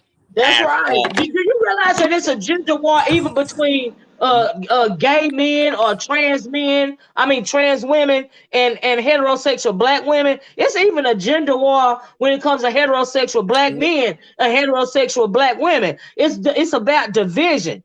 It's not about the blame game. The reason why we blame each other is because we're too afraid to place the blame where it needs to be. That's what's really going on. But it really pisses me off when somebody get on here and say that. As long as you are stuck in a victim type of mentality, you're never going to be free. You think I'm having a victim mentality? Is that what you're saying? I'm talking about all of us. I'm not just pinpointing you. Well, I have a victim mentality. I've been on this earth more than half a century, and I don't have a victim mentality. What I'm telling you is what's really going on. I love that you guys get the planet Earth. I love it. I love that you don't have no problems. But for the rest of us, oh no, I got a whole lot of problems. I got a problem right now. Which you assume. But that's not how just you're like you don't want me your assuming about you. You're making You shouldn't assume about me. You shouldn't assume about me, just like I'm not assuming about you. That's ego. Miss Oracle, we all have a certain type of a victim mentality. We all have things that we are working on. All of us have things. You don't seem to want to admit that you have things that you need to work on. Hold on. I'm always a work in progress, but this right here, this conversation right here is not one of them. Can I lay a layer of butter across this bread, please? Because this literally does not have to be a bumpy conversation. It don't, because you know I love you, but it's too much. hold on, everybody, because this is really good. We have to do this. The reason why we don't have to, I don't want anybody to hear blame, because what we're really having is a conversation littered with nuance. So we're not willing. So in a conversation that's about nuance means that we're not yielding to, like, in this particular conversation, like the obvious elephant in the room. Like, we all know that at the end of the day, the bigger machine that created all these other issues. But the reality is all these other issues, like, we're speaking about all these other issues individually instead of just blanketing the conversation with white supremacy or pale supremacy, etc. Now that there's been that system, there's a lot of brokenness and a lot of variables that has given birth to a lot of realities. And so now the way that Black men are informed by what has happened, the way that Black women, the way that Black queer people, etc. So we're just individually talking about the way that each group is experiencing this matrix and this system. And as Malalu said, I'm not going to invalidate either, because when, as a Black queer man, when I had to hear Black cisgendered men, Black heterosexual men saying that homosexuality poses as a threat, and Lil Nas X and all this little Boosie talking all this bullshit, I had to sit back too and be like, wait, what are Black men actually really saying? I know what they're saying, but what are they really saying? And then I came to the realization that while they are using the gay shit as a point of attraction, the real issue is that black men are being emasculated within a white male patriarchal system. They're just conflating that with sexuality. And so now the Black gay man becomes the boogeyman, it becomes the villainized. And so and so just sitting back and just attempting to really just hear what people are saying without thinking that it's about the surface, because it's really not about the surface at all. Like, the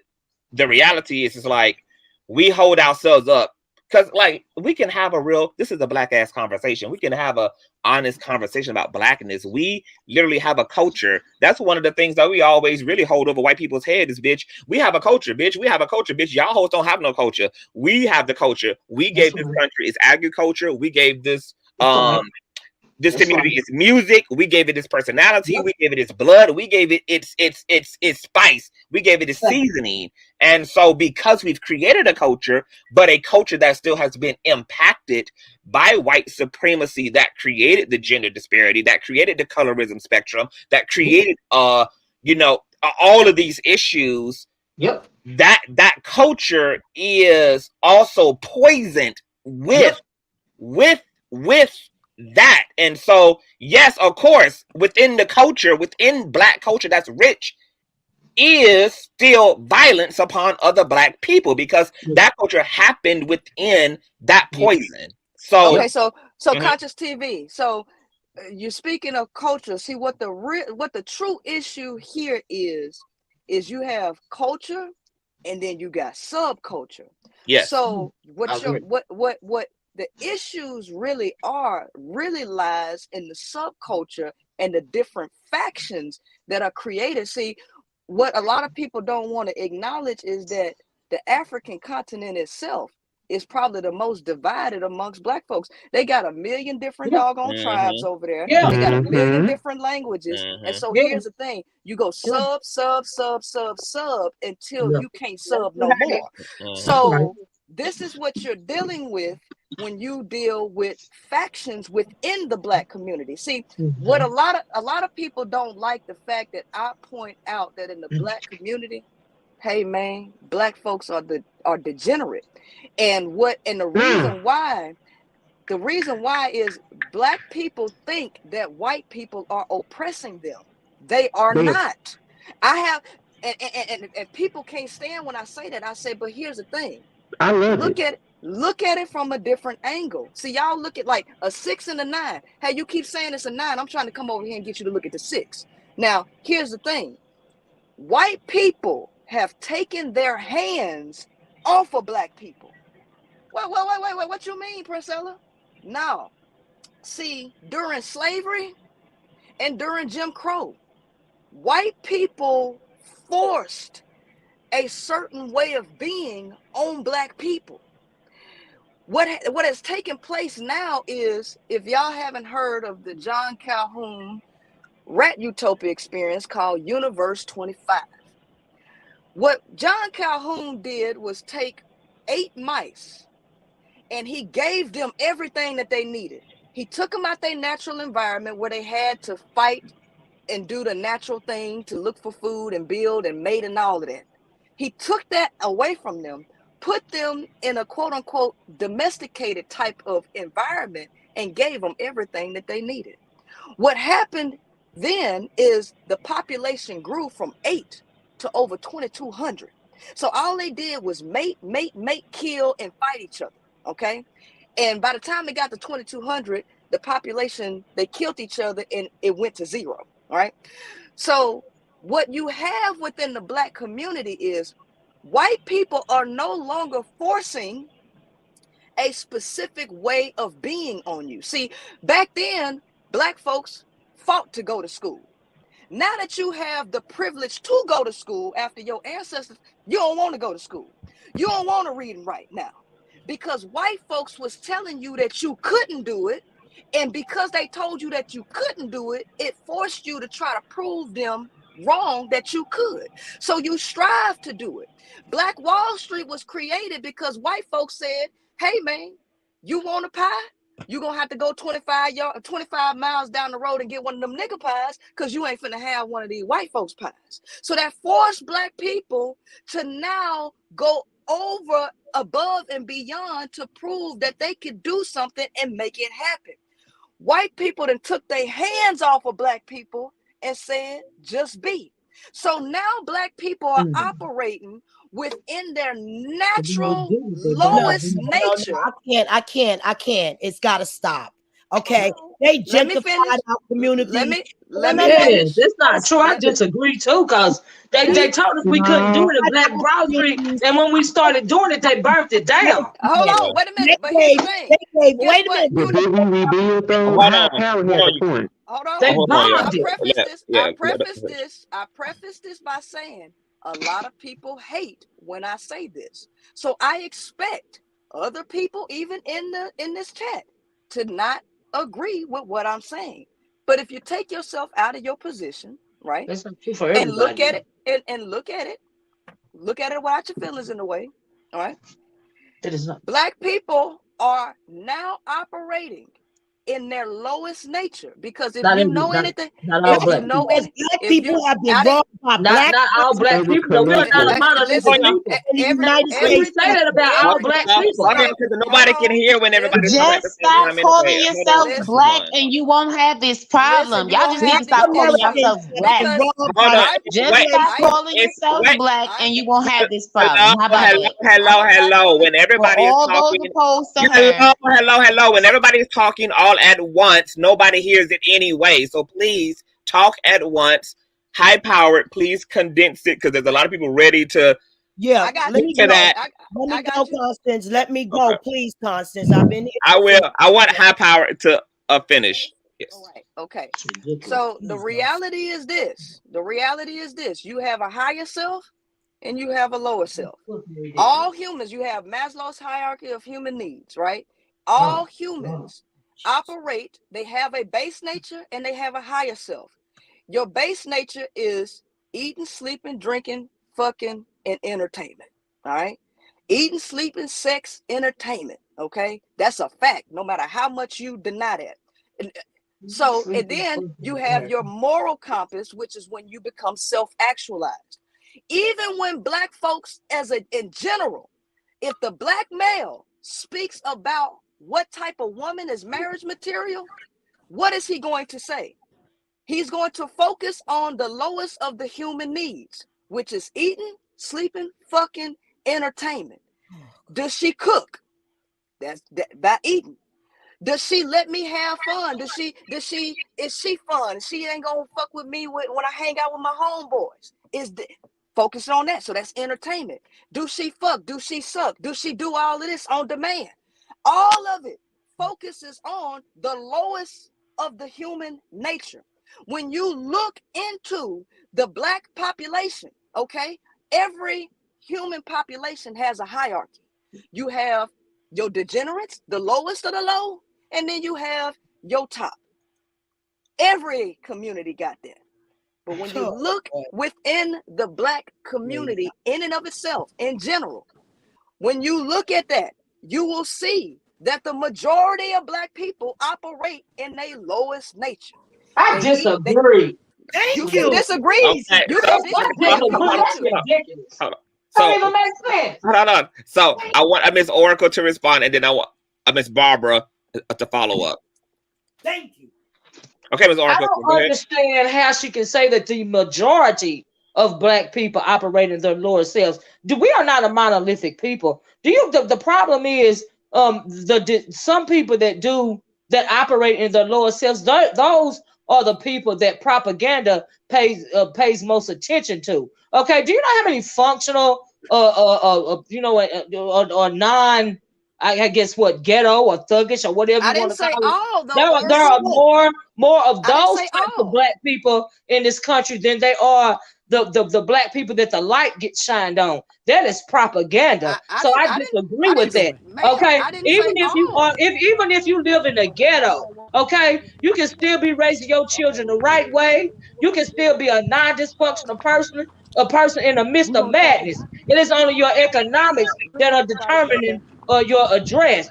So for you to say that the majority of Black people are operating in their lower forms, I disagree. Ma'am.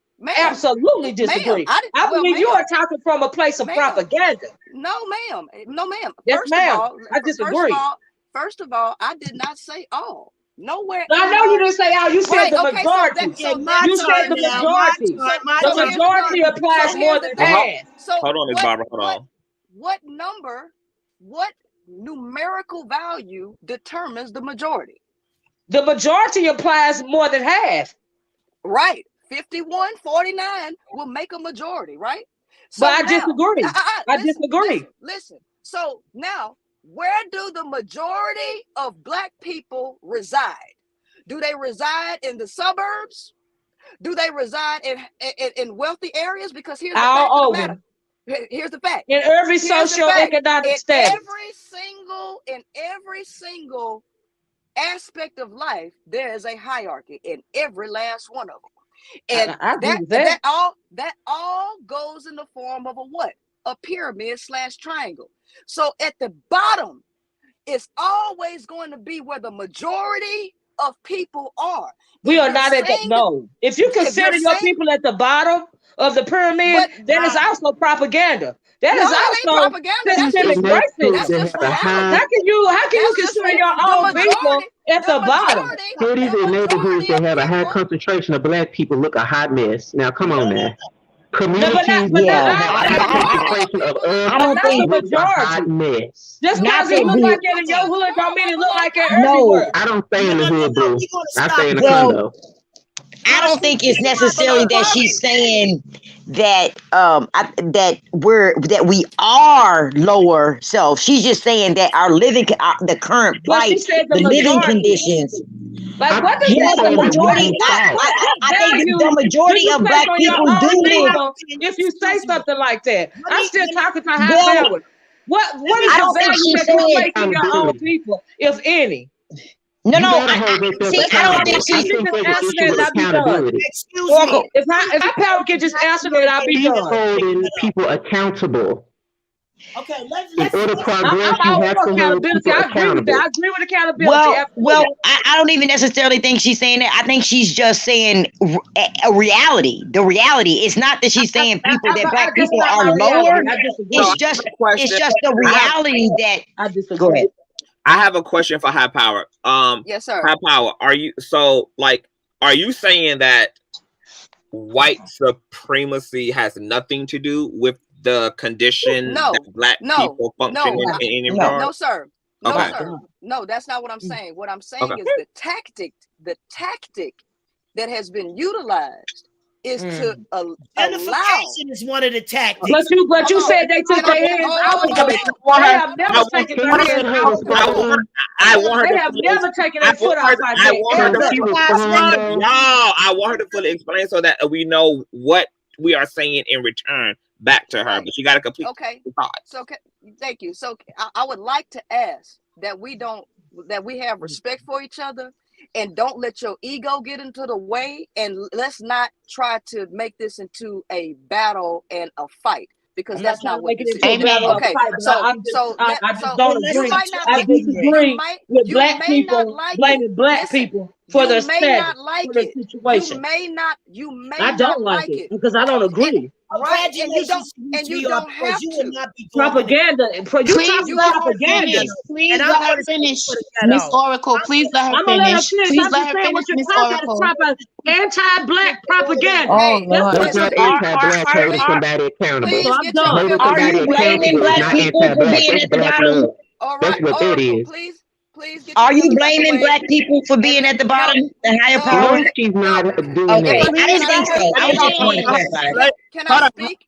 Can I speak? At the beginning, when I first came in earlier in the day, I specifically said that I am an objective person and I have my own thoughts. I don't follow groupthink. Okay, and I am very objective. So here's the thing, and I don't believe in subjectivity when I'm speaking on topics like this. Now, again, the tactic white people have used to keep black people wallowing is to allow black people to operate in their ungoverned nature. Every human being on this planet has a lower self. She don't stick to the status quo. She don't stick to the status quo. They can't dictate your humanity. I don't care about that. That's the 1%. That's the 1%. They can't dictate the 1%. Oh, hold on. So let me ask y'all this question. I want to ask. I want. So since we battling out with numbers in the word majority, if I was to say something like this, the majority of men who identify as straight will not be transparent if they were asked if they were trans, attracted, or bisexual. That would be a fact. Would y'all consider that a fact or consider that something else? If I were to say that, this is happening. I personally would consider that a fact, even though, like I said earlier, when I was talking earlier, my friends spoke to me, so that's different. But I, in general, yes, I would consider that a fact. That majority of men, it just depends on who the woman is. Like, they wouldn't say it to the person that they, dealing with like that. But I didn't have to do with a woman. But just in general, like if anybody, like if just they had, if that's anybody, what I'm saying. If it's somebody that they're dealing with, they probably won't do it. Like, I mean, it depends on who it is. See, that's the only difference. It just depends on who it is. Like, maybe it could be somebody they grew up with. They'll talk to them, but just anybody, random, whatever, just open and honest and just all the time like that. No, I truly believe it. Majority of them won't. And what about everybody else? And what about everybody else? With the current state what do you mean? You asked now, a question about majority of the men, if they're gonna be straight and honest. And no, not to just anyone, everybody. No, absolutely not. They won't. And what about everybody? That to be a fact. With all the stigma surrounding being trans attracted, even let's take trans attraction out of it. With all the stigma still surrounding being gay, a gay man, a gay black man in this society, no, they're not going to be honest. No. Everybody else on the panel, like, would y'all agree that that's a fair statement?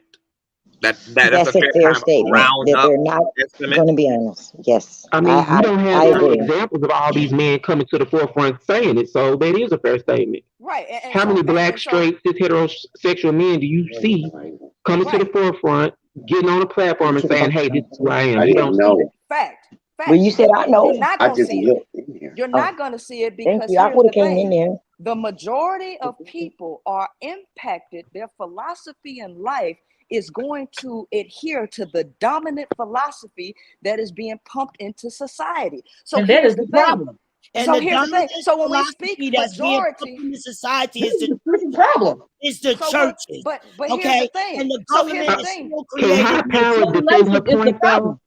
though? Thank you. I'd appreciate it. So here's the thing. When we speak on majority, the fact of the matter is if you look at how the society is run, you can assure that the majority of the people who have been socially engineered and homegrown in a specific society will carry dominant societal beliefs. That's just the bottom line. So anytime you look at any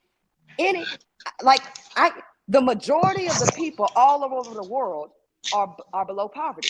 That's a fact, because everything follows a hierarchical principle. And if we're gonna sit up here and talk about spirituality, if you don't know about the pyramidal structures, if you don't know about sacred geometry, then what are we even talking about? Because the majority of people, the least amount of people will always exist at the top of any pyramid. So it ain't that many trillionaires in the world. We can all agree that there are a few trillionaires in the world, and the majority of people are around poverty area. Can we agree on that? Living paycheck to Well, paycheck.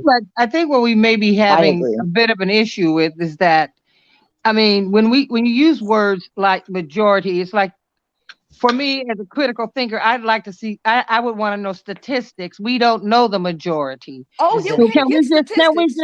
Can we just say that maybe it's a strongly felt opinion or something, so that nobody gets offended? No, there's no reason.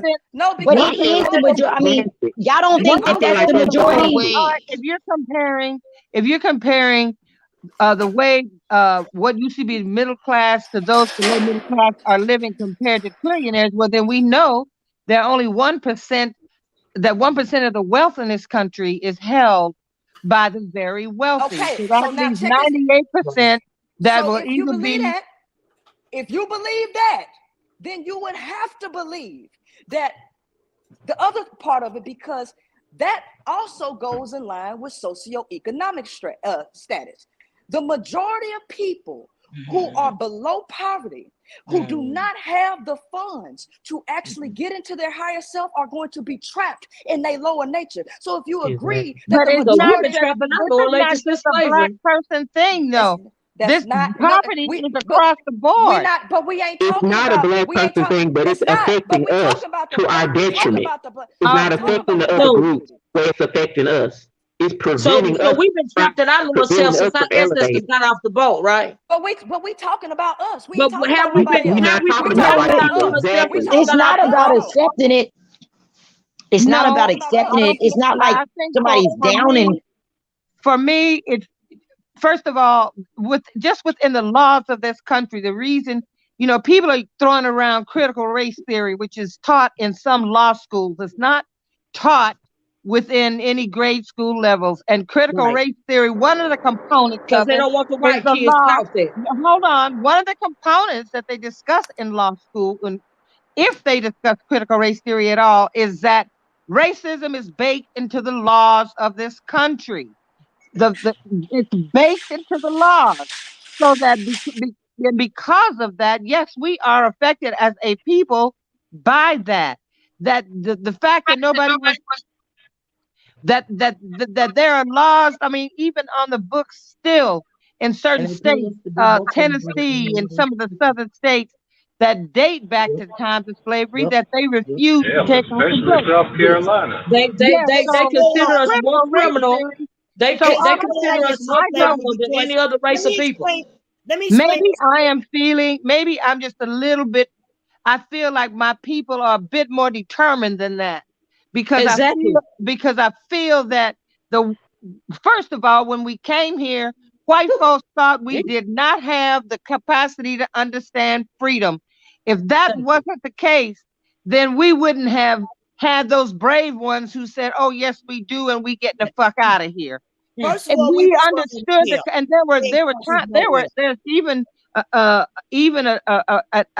ambush that happened when Black people were told that they were going to be returned home, and they looked up at the sky and saw the direction that the birds were flying, they knew that they were not going to be going where they said they were going to be going.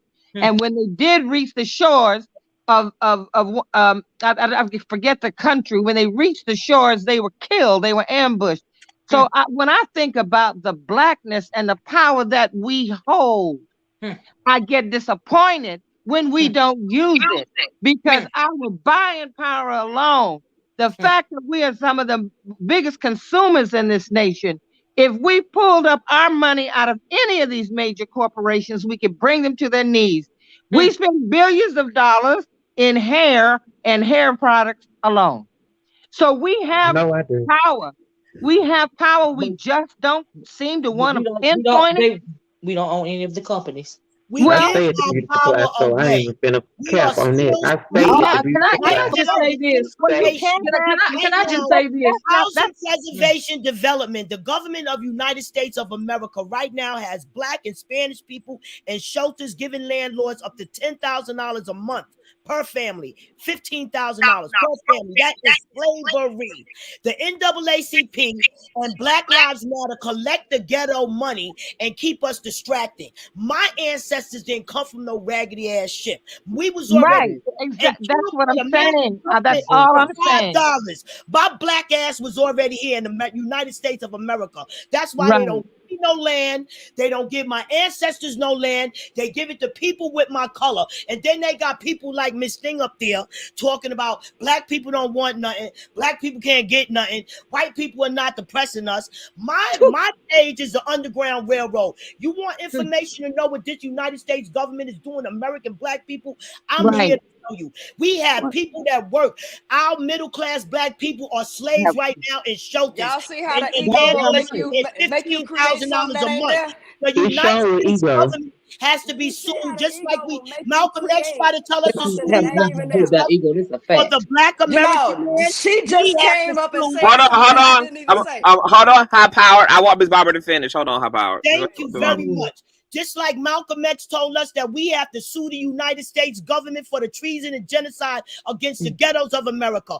Black Lives Matter been robbing us. NAACP been robbing us. And Housing Preservation Development is enslaving us. They do not give us anything. If we do not build back another Black Wall Street and separate and segregate from this economic white economy, we will be destroyed.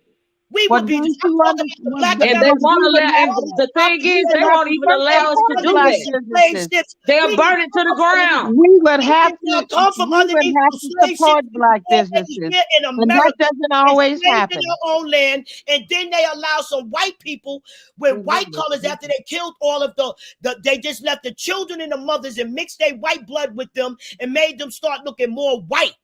And then the government what's the suggestion? What's the solution? These nations belong. What's the solution? The Black American man has nothing in the United States of America. If Black businesses don't thrive if we don't support them. That is one thing. It ain't no Black business because niggas don't want to build shit. Niggas too damn lazy worried about a bunch of dumb shit. And they not going to even speak to me. That's why ain't no damn Black business. I can get my money to somebody else. That's the point, like, period. Black businesses have to rise to the occasion. Black businesses ain't doing nothing because niggas focus on a bunch of dumb shit. This is why Black businesses ain't doing nothing. But Black businesses ain't going to be able to because we don't want to hold other folks accountable. Oh, it's okay, Black woman, you Black, so you ain't got to speak to me when I walk into your establishment. It's okay, Black woman, you ain't got to get my little right or refund my money because you Black. No, that's not how it works. Y'all talking about the symptoms and not the root cause of the issue, the root issue. See, you can, if you got, what do you think is the root cause? Okay, so let me say this. I know I bump the cause. What we gonna do to fix it? No, it's already happened. So what's the point of constantly revisiting what caused it? How are we going to start? Yes, let's talk about what caused it. Yeah, okay, we talk about what fixed it. The new generation do not teach the young light skin all the way, honey. Light skin men. Slavery was 500 years ago. We're in 2022. What are we And going it's to do to and fix we the still problem? suffer from Slavery is PTSD. Told you people get sold. How are we going to fix the no. traumatic post-traumatic stress Well, syndrome? Here's the first you thing. have to Oh my God. acknowledge it, and then you We've have been to want to do acknowledging it something though. about it. Post-traumatic nigga disorder. That's what I call When it. y'all Post-traumatic ready, nigga disorder. when y'all ready to hear something y'all ain't never heard before, let me know. I heard, you know what I heard? I heard a lot of Power. self-hate, unfortunately. It ain't got nothing to do with That's self-hate. what I Hating heard. black What's some people is self-hate at? powerful, Who not said some self-hate. That's self-hate? Ain't nobody self-love. hate. I don't care what I you heard a say. lot of This self-hate. is That's a what sign I of heard. arrogance to think that maybe we've never heard it before. Unfortunately. Why don't you just tell us? Tell us. Somebody say they need me to speak on the situation, so you gonna let me speak? I want power to speak. Well, hold on. Hold on. Before Power speaks, I'm happy. Are you there? That was me that said that. No, it was Those of you who in are the chat. wondering. Yes, I'm here. Okay. Yes, I'm here. Yes. What did you want to insert, Boo? Well, I wanted to say something a long time ago, but I'm gonna just speak to on the topic right now. What everybody's talking about.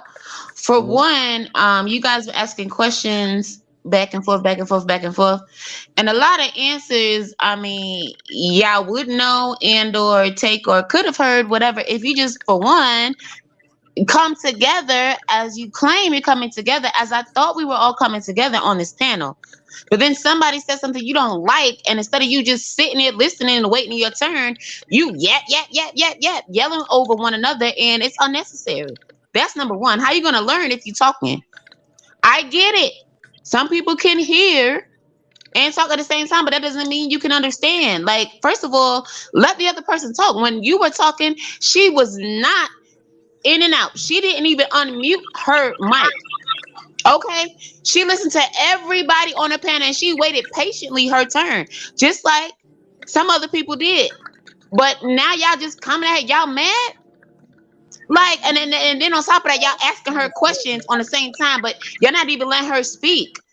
Like, I think y'all really need to reevaluate where y'all coming from. A lot of y'all on this panel now because y'all just doing too much. You could wait your turn as well and say whatever you have to say. If not, then obviously there's something within you that you really need to get with. Like something obviously triggered you.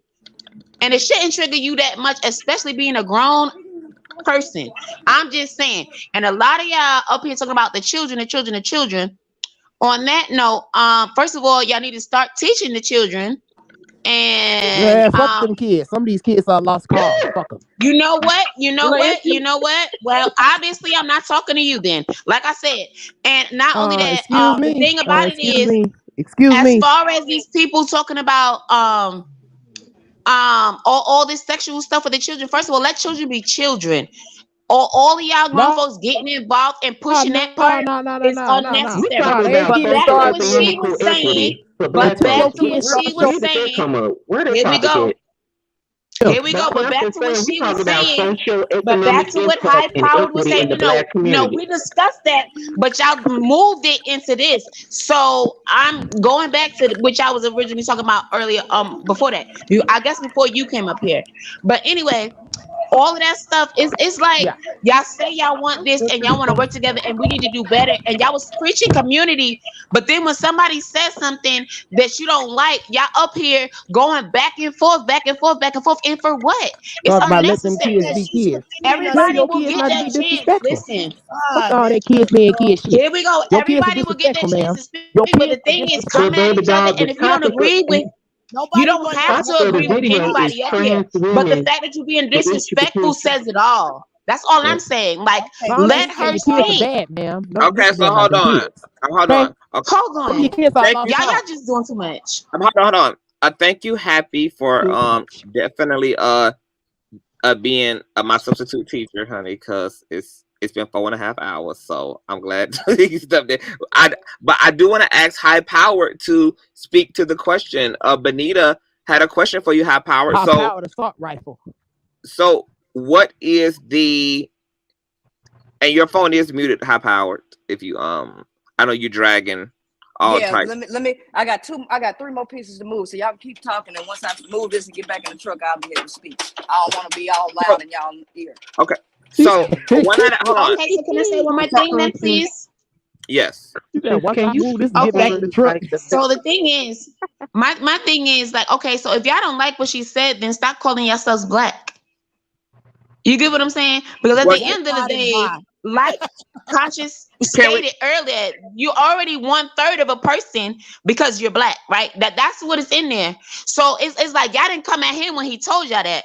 Y'all didn't say anything. Nobody, everybody was quiet as a mouse. When she got on here and started telling y'all about yourself, now everybody want to Hey, come don't at do her like, conch. what's Don't the do problem? conch. Don't do that. Don't do Y'all need to conch. relax. Like ain't nobody Can trying I, to Don't do do can I that. answer conch. The that thing question? is, Conscious is telling y'all the truth, I want. and then when Can somebody I else answer says that it, y'all don't question? like to hear the truth. Okay, I think well, black I just people needed to in say I have. general that. If you don't don't like taking want to be accountability for associated with, if you anything. don't know the facts, that's fine to ask questions. But to come at someone, I don't care who it is, just because you don't understand, it's wrong. And that's just the I bottom line. think If you don't I like I wanna. think it, the only I issue do. came that's into your play when personal black Hold on. people were business. told But to Hold stop take on a coming at second. accountability people for for Hold on. no black Hold on. reason. actions.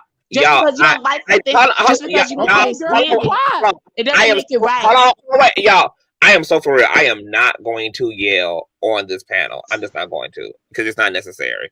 I have a question for the panel. High Power spoke about the majority. Also, I spoke about the culture of blackness is not necessarily inclusive of all black people.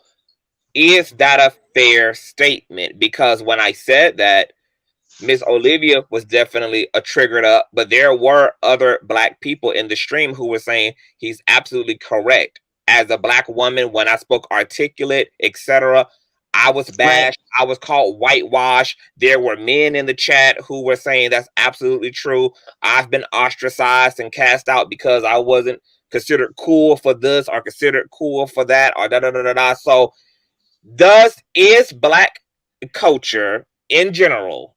We know what we mean by blackness. We know who we think about when we think of blackness. We know what music, what shows, we know the things and the variables that come to mind when we think about what we consider black and what we consider to be that goofy shit or that other shit or that white Right. shit or that lame shit or that whatever shit, whatever it is. Is it a fair statement to say that that culture in general is not inclusive of all blackness, Hell to and the that no, there they are not. black people who are No, left they out ain't of inclusive. black culture? They ain't inclusive to no damn body. If you ain't a cishet, dark-skinned black man, they don't give a fuck about you.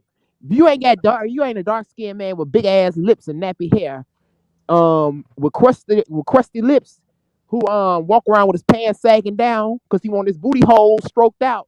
They don't give a fuck about you. You a light-skinned man or a black woman or if you gay or trans, the black community does not give a fuck about you. Point blank, period.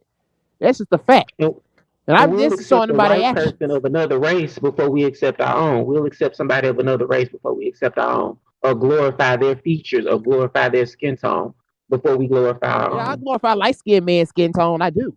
I mean, that's what I like. It's sexy to me. So, Well, yeah. apart from all of that, that's not even the question, though. And at the end of the day, y'all saying all of this and all of that, but the basic thing is what I was saying is that you guys couldn't even just have a proper I mean, that's conversation what I like, without ma'am. That's everybody sexy to me, getting riled ma'am. up and everybody trying to go at each other's throats. Can I ask a Like, question? obviously, Can I ask you a guys question? can't do anything if you cannot just listen to one person at a time and wait your turn. Like, really? How do you expect to get anything done if you can't even take the time to listen to one another? But That these niggas shows will. you right Okay, I'm there can I who's, just ask a who saying. is question real though? and I'm who's just not. saying these But that's my opinion. I would like to say, I would niggas. like And to Power got interject. her hand up. I would like to interject here. Now, earlier, I broke down the concept of the ego. Remember, I told you that if you say something about the Dallas Cowboys to a Dallas Cowboy fan, that they would instantly get mad. Remember when I told you? Absolutely. Remember when I told you about the person that got in and say, "Well, I liked it, my Chrysler 300 all because I said a random comment." This is the reason why you will always have conflict and factions and tribes amongst each other, because this was the perfect example of display of the ego. Because as soon as I said that, there was no more conversation. There was no etiquette, no more etiquette, because people expect you to think like them, because the world revolves around each individual. And if you don't agree with them, and if they don't like what you say, baby, it's over. And that was the perfect display right there in front of y'all's eyes. The ego is the main issue. Power, do you think that that's a vice of our own community of Black people? That's one of our vices? Yes. Do you think that? Yes. And here's the thing. You can't get rid of it. Because even as I'm sitting here talking, I bet you she is over there steaming. She burning. And she want to say something. Because she don't like what I said. And her mind can't get off of it. So this is what you're going to have an issue with. Gays, politics, whether you Democrat, Republican, or whatever. If you don't agree with somebody, you say something they don't like, baby, they ain't listening to nothing else you got to say. Right. You can't get nowhere. I'm gonna be honest, because every time after I came to the conclusion that I can't stand onion body, bad body, built ass Donald Trump, I never heard of any goddamn thing else he had to say. It ain't matter what the hell he said. It all went to the control delete. The end. Conscious, you say that, but right now, Biden got us starving in the ghetto. People, the crime rate is up, the death rate is up. So when Trump was here, we were unemployed. That don't have nothing to do with Biden. That happened before Biden got there, listen, the conversation had already shifted, and we ain't even talking about that. That was just an example that you used. Now I can't stand his ass either. That's why I don't fuck with politics, because I mean, thank you. Do any of them care about her? It ain't just Biden. Biden is, I'll be honest, Biden is trying to take away the weapons. Don't mess with people's weapons. Point blank, period. All right. I'm good. Where are the checks and balances in the Black community? Because it seems like, I'm going to say it again, I constantly say it, when it comes to holding Black people accountable for something, that's when people get in their feelings and get in their bag. Facts. They don't want to hold Black men accountable for shit. You can't say nothing about them because they so sensitive, as if they done did everything right. Baby, that ain't how it go. That's not how it goes. Exactly. If you ever got a whooping, we all Black, so we grew up with Black mamas that beat our ass when we stepped out of line, right? It's all we all grew up with Black mamas and Black big mamas that beat our ass when we stepped out of line. Why we feel like we don't need to get checked sometimes? I feel like I need to get checked. Look, I cape for us, but I am never going to be so loyal to any one group that I'm not able to be honest about the way that we weaponize the violence done to us upon one another as well. It doesn't mean that there's not variables that make us violent amongst each other, but the violence toward each other is still the violence toward each other. And because we already know that those who did this to us are not coming back to help us out of what they got us into, the burden is fully on. The burden is fully on us. You better speak, boy. The burden is on us to uppercut the shit out of this system by some serious self-awareness and self-actualization, because nobody's coming back to say Black people but Black people. Right. Please trust and believe white people don't give a damn. Please trust and believe white people don't give a damn about Black people. And they're going to continue to keep their foot on our necks. Ain't nobody trying to give up no power or privilege for us. They don't give a damn. If they gave a damn, they wouldn't have had us in slavery to begin with. If they gave a damn. Do you expect them to? Do you expect them to? Because I don't expect nothing from no white person. The name of the game is to win, ma'am. I know they always put that shit right there. This case you do a right. And hey, in that conscious, I just want to jump in real quick. Yes, go ahead. And just say, from what High Power was saying when she first started talking, and she was talking about they ain't got their foot on my neck. That like the pyramid, and as far as Black people operating in their not necessarily their lower self. I didn't take it that she, and maybe I just heard it wrong, but I didn't take it as she was saying that we were operating in our lower self. She was saying that we were basically living on the lower echelon. Not that we were lower people, but that's just a reality. And a part of that reason is, first of all, you cannot deny that no matter how great you want to say Black people are and this, that, and the third, you cannot deny that in most cities, everywhere, most Black people live in a subjugated hood, urban area in that city. That's just a fact. And also, it just makes sense when white people earn 2 times more than black people in this country, even doing the same position. So it's not that she was saying, okay, go ahead. I'm not going to interrupt, but I'm going to let you keep going. I just wanted to ask you this question. Now, to put it in a different way, to make it more palatable to the ears, would you say that black people as a majority are operating in survival mode? Absolutely. And that was my next point. Is that, I absolutely think, and I think that's what she was saying. And it's just reality, our circumstances, for whatever reason, white supremacy, all the things, redlining, job inequality, all of that has resulted in us being at the bottom of that pyramid, not because we are the bottom of the barrel, not because we are the lowest, but it's just that's where we are effect. Because of it's the effect of it all, and it has put us at the bottom of that pyramid. And at this point, go ahead. And so to iterate, I just want to be in the conversation, and I let you go too far, but I'm gonna let you keep going. The fact of the matter is, if I blindfold you and dropped you off in the middle of somewhere, and I say go to New York, how you gonna get to New York if you don't know where you at? Right. You ain't got no roadmap. You ain't got no compass. So people are getting mad because I speak and say exactly where black people are mentally and physically. Hey, you can get mad at that all you want to, but baby, it ain't gonna change the reality. So if you want to become a self-actualized individual, you have got to acknowledge that you operating first in your lower self. Because if your conversation is all about eating, sleeping, drinking, fucking, and entertainment, guess where you at?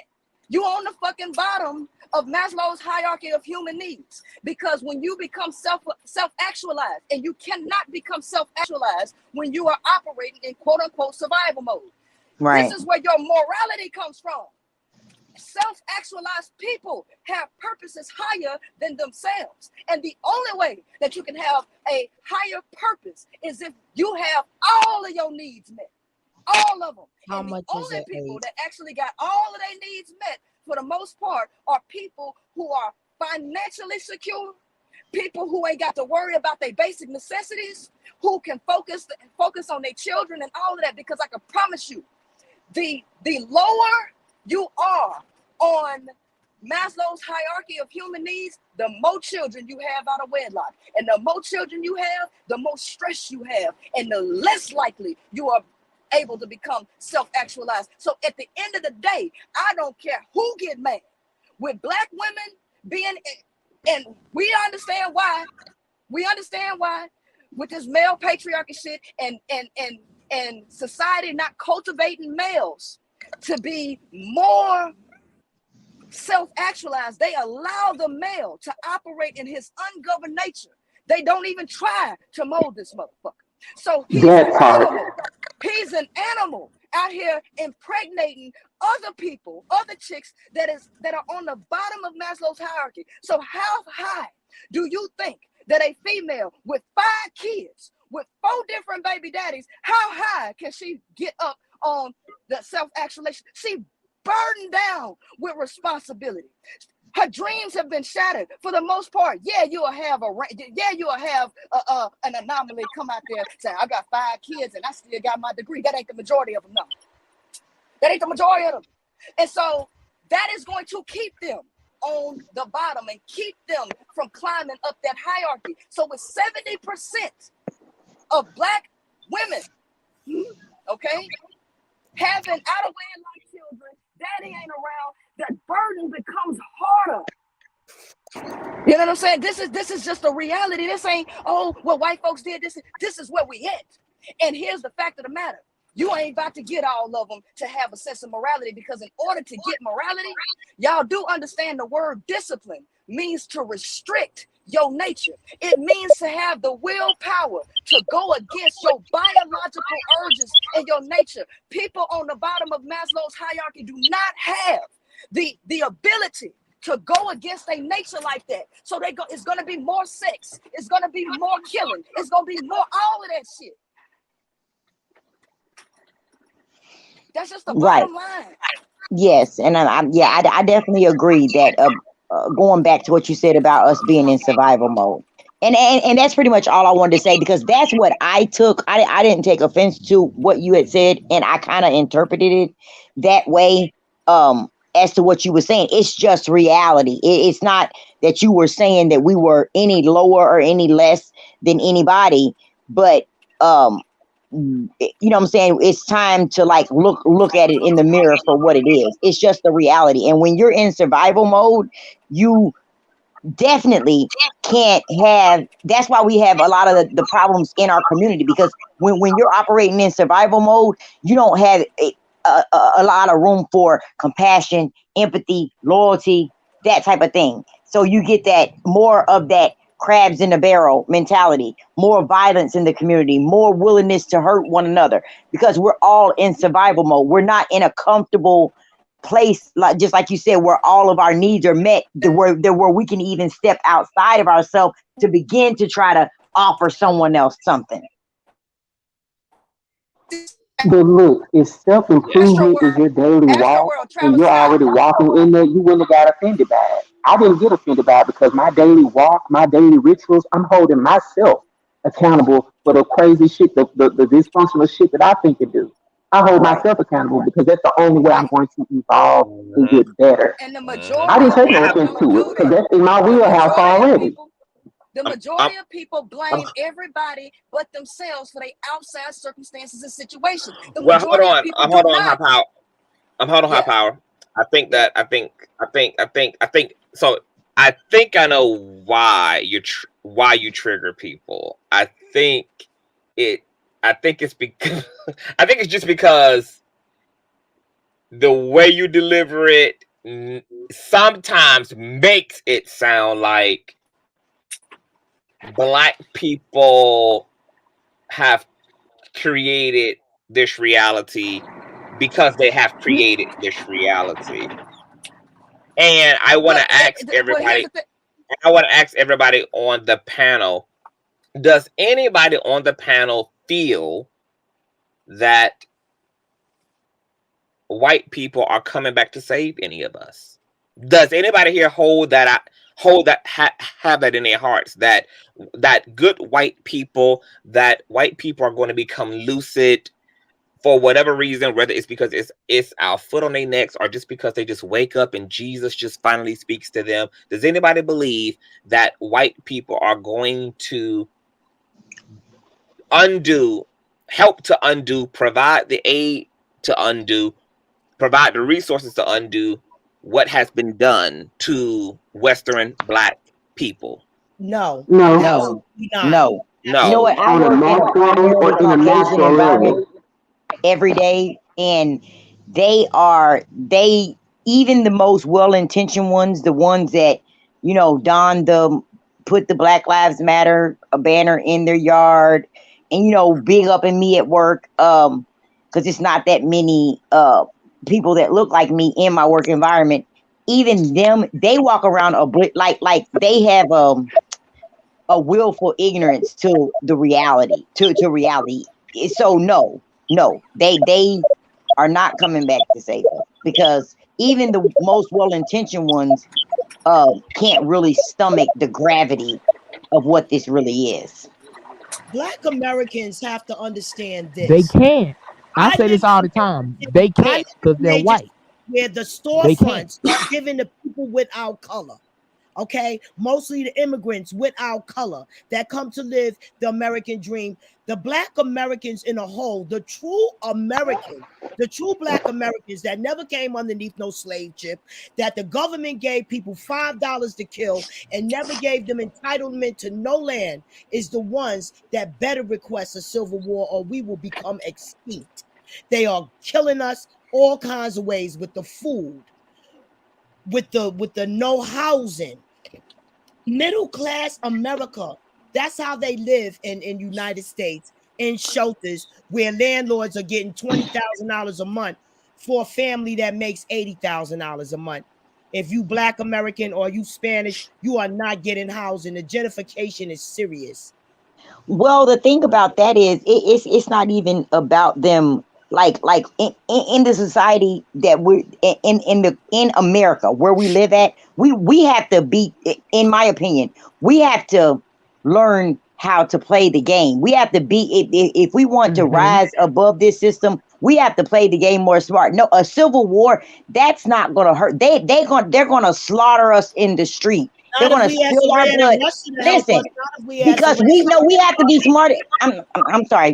In my opinion, I'm just stating my opinion. We have to be smarter than that. If we haven't learned anything else, what we should have learned by now is that the pen is mightier than the sword. In America. Absolutely.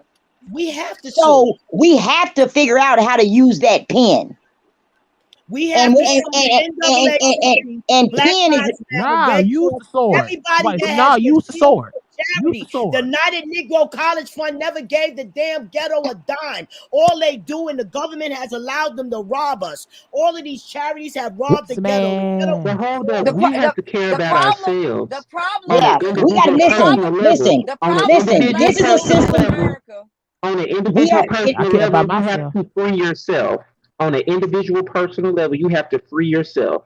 You are the narrator of your own story and your own trajectory in your life. And that's not whether an organization is donating money to you, not whether white people are giving you reparations. At the end of the day, you decide how your life goes. I got two things, and this is this. Black folks in America have two issues. Issue number one, they don't actually have smart goals. They actually want to eat an elephant all one bite at a time. They do not have a specific, measurable, attainable, realistic goal at all. And that's number one. Number two is they got this thing about hope. I don't even like the concept of hope. I'm gonna tell you why. Because hope is when you have no power, you are completely powerless, and you depend on a third party or somebody else who you have no power over to do something to make your dream come true. So, example, I like to use something real simple, and that's a job application. You want a job, you go out and you fill out applications, 100 applications. You pick up the phone, you call, and blah blah blah. You didn't. And now, so what you're in a powerless position, waiting on somebody who you have no control over to make a decision or an action so that what you want to happen will come to fruition, because now you ain't got the power to make it come to fruition. So Black people are sitting here waiting on everybody else to come to the same beliefs, feelings, conclusion to bring about they utopia that they created in their mind. We go overthrow white supremacy, and this shit don't even make no sense. Even if the concept don't make sense. If we all just get on the same page, fuck the ego. Have you see how we done already got into a combative argument where we all at each other's throats for no reason? Fuck that. Fuck the fact that you got 41 million Negroes out here with 41 million different egos that can combust in the same way that 5 people just combusted. Fuck all that. Let's just hope. Better say that. Let's just hope we all get on the same accord and let's overthrow white supremacy. The shit don't even make no sense, but we still sit up here and say this shit. And then when somebody like me come in and tell you, well, the reality is that ain't gonna happen. Oh, you're just a coon. Oh man, she's against Black. Hey man, I'm trying to give you the logical way that it's gonna happen. The fact of the matter is, like I said, with the tactic of subversion, it takes 20 years to brainwash a whole fucking generation. This is what the KGB spy said, that when they do plans to overtake some shit, they plan out years in advance. Negroes want to go in everybody's inbox and say, hey, we're going to boycott Walmart this Black Friday on the day that they're going to give you the heaviest discount that they would all year long. We're going to go black. And that ain't even no specific, measurable, achievable, no kind of goal at all. And then they'll get mad when we say that ain't going to work.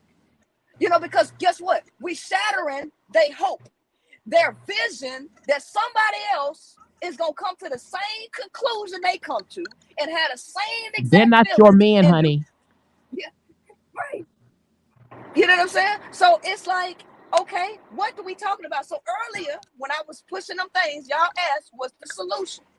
And I told you that the solution that I would tell you, you ain't gonna like. And I'm gonna tell you why. When we was born, when we was young, when we was kids, what did they say? The children are the future. It's easier Some of to... these kids ain't the future, honey. Right. They get the Right. future jailmates. But let me tell you how this goes. And let me give you the history on how it's happened before to show you that this is the only way it's gonna happen. Because you got to have two things.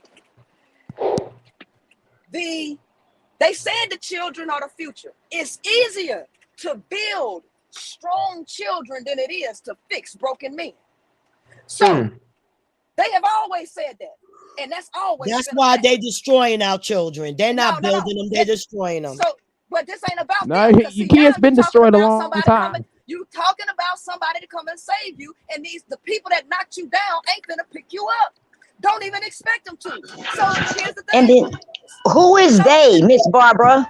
I'm sorry. Who is they that's destroying our children? United States government. They modified the marijuana to diminish the minds of the youth. They don't give them jobs. Nobody tell your kids to felonies and your kids decided to pick up marijuana. jobs. They give them 3 Black folks think they can save everybody. That's another You problem. have to take accountability for how you have Hold on. Like, can we let Miss Barbara answer the question? Can we let her answer the question and finish it? Thank you. The United States government that gives us jail, institution, and death, that do not give our kids jobs. They give them felonies. They give them 3 kids, strikes. ma'am. They give them Amen. 3 strikes. You understand? Who is they? They that don't give our children housing. Who is they? They that don't give our children mortgages. Who is they? They that don't give our black children. Why are we looking kids at can't them handle to money. do it for us, though? Hold on. I don't think Miss Barbara. Why are we looking for them? Hold on. I don't think Miss Barbara is because finished. they are the ones yet. that have to rent us the places. Where I live right now, it used to be Black and Spanish Americans. It is now Indians and Africans. Let's talk. People without color living our lives. Okay, as the Black, when it's Black and Spanish in shelters with jobs, working for the post office, working for UPS. But here's Black the reason American why. young men don't get no jobs because most of them have felonies. So therefore, it goes to the immigrant. Because they go to school and they don't know how to shut up in class. That's why they got a felony. Exactly. Right. Well. I mean, you know what? We could go down. We could go down a rabbit hole with this because a lot of times our kids don't do as well in school. It's because of the environment. It's not necessarily bad parenting, but there's lack of finances.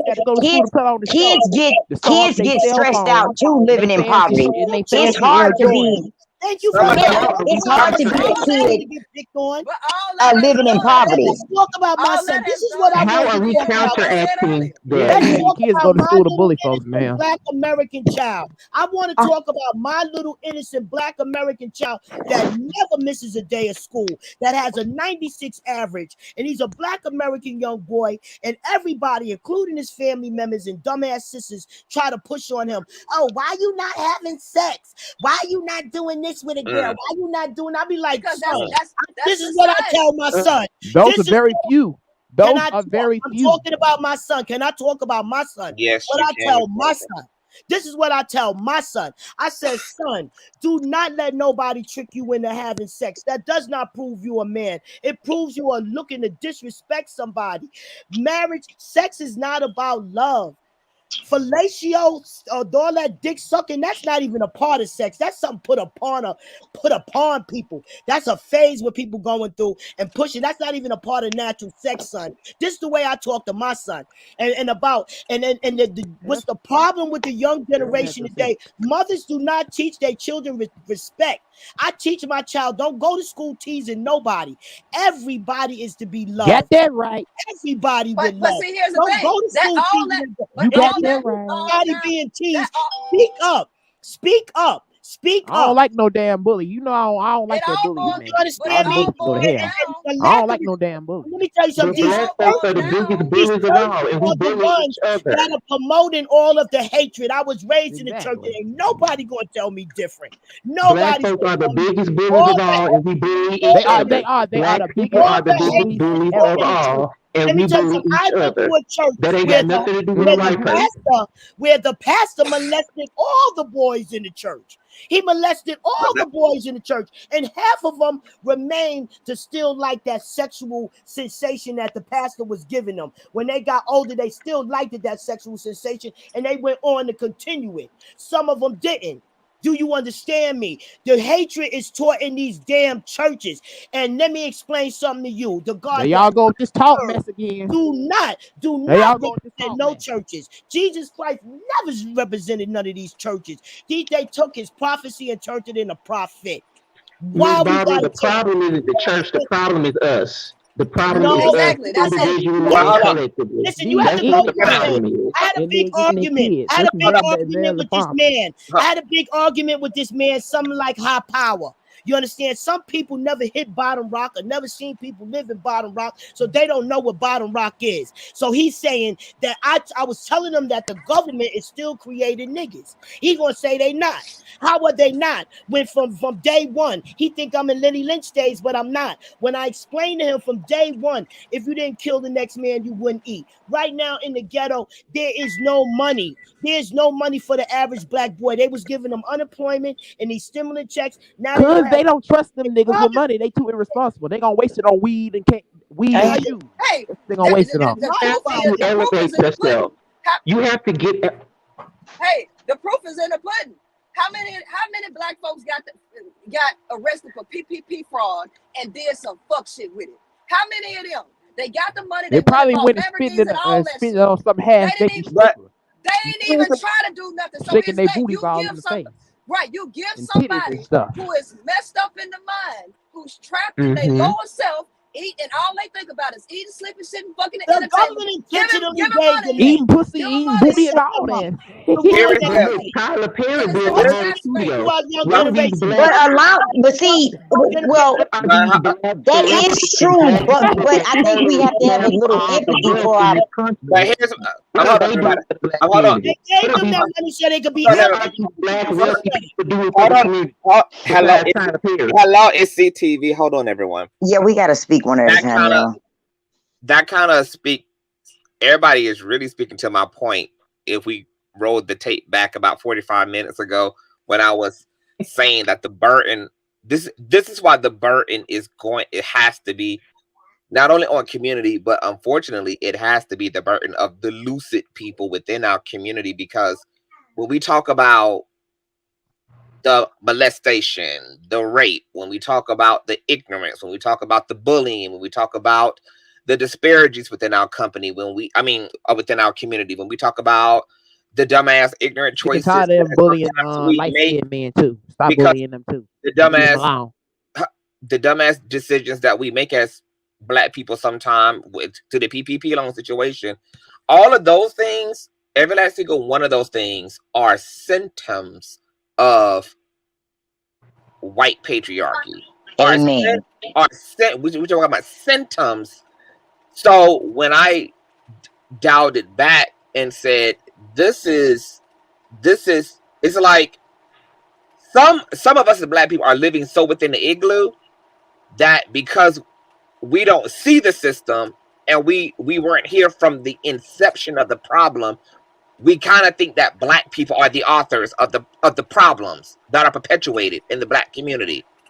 But it's an extension, and as somebody said earlier in the stream, these are tentacles of racism. These are tentacles of anti-blackness. These are tentacles of being a conquered people who wasn't afforded education, who wasn't afforded property, who were treated like property, who were owned like property, who were disposed of like property, that all of these ills of racism have become the mutations that are seeping and oozing through and all up and through our community. So the question becomes not necessarily a continuing harp on what black people do to each other, but that we seriously are going to have to go out into our own communities, and we're going to have to burden ourselves with evangelizing the fuck out of the so-called lower class, or the low vibrating self of the community, that no movement can happen without a evangelized message. And so how many lucid melanated black and brown people who love their people are willing to go into the ghettos, go into the projects? How many successful black people are willing to utilize their resources, their power, their visibility to create oases of hope, to create housing, to fund organizations, to actually deal with the brokenness and injury done to the black community? Like when does the love and the passion You turn into can't expect. Let me say that. turn into actual behavior? Conch, you can't expect people that's hurt to put their money in the black I'm not community, talking, especially when the and black that's community exactly have why I hurt them. said it's on. But that's exactly why I preferenced it with the lucid of the black community, not the injured, because the injured are the ones who need to be rescued and need to be awakened. So are the lucid, those of us who are lucid in this thing, what is going to be the measure of our contribution? Is it just going to be screaming and yelling through social media? Is it going to be just through a Facebook comment section? Because there's going to have to be some actual foot. There's going to have to be some actual foot soldiers. There's going to have to be some actual getting your hands and feet dirty. There's going to have to be a pressure also applied to the upper class of Black America. Somebody is saying my name like Candyman. The higher power.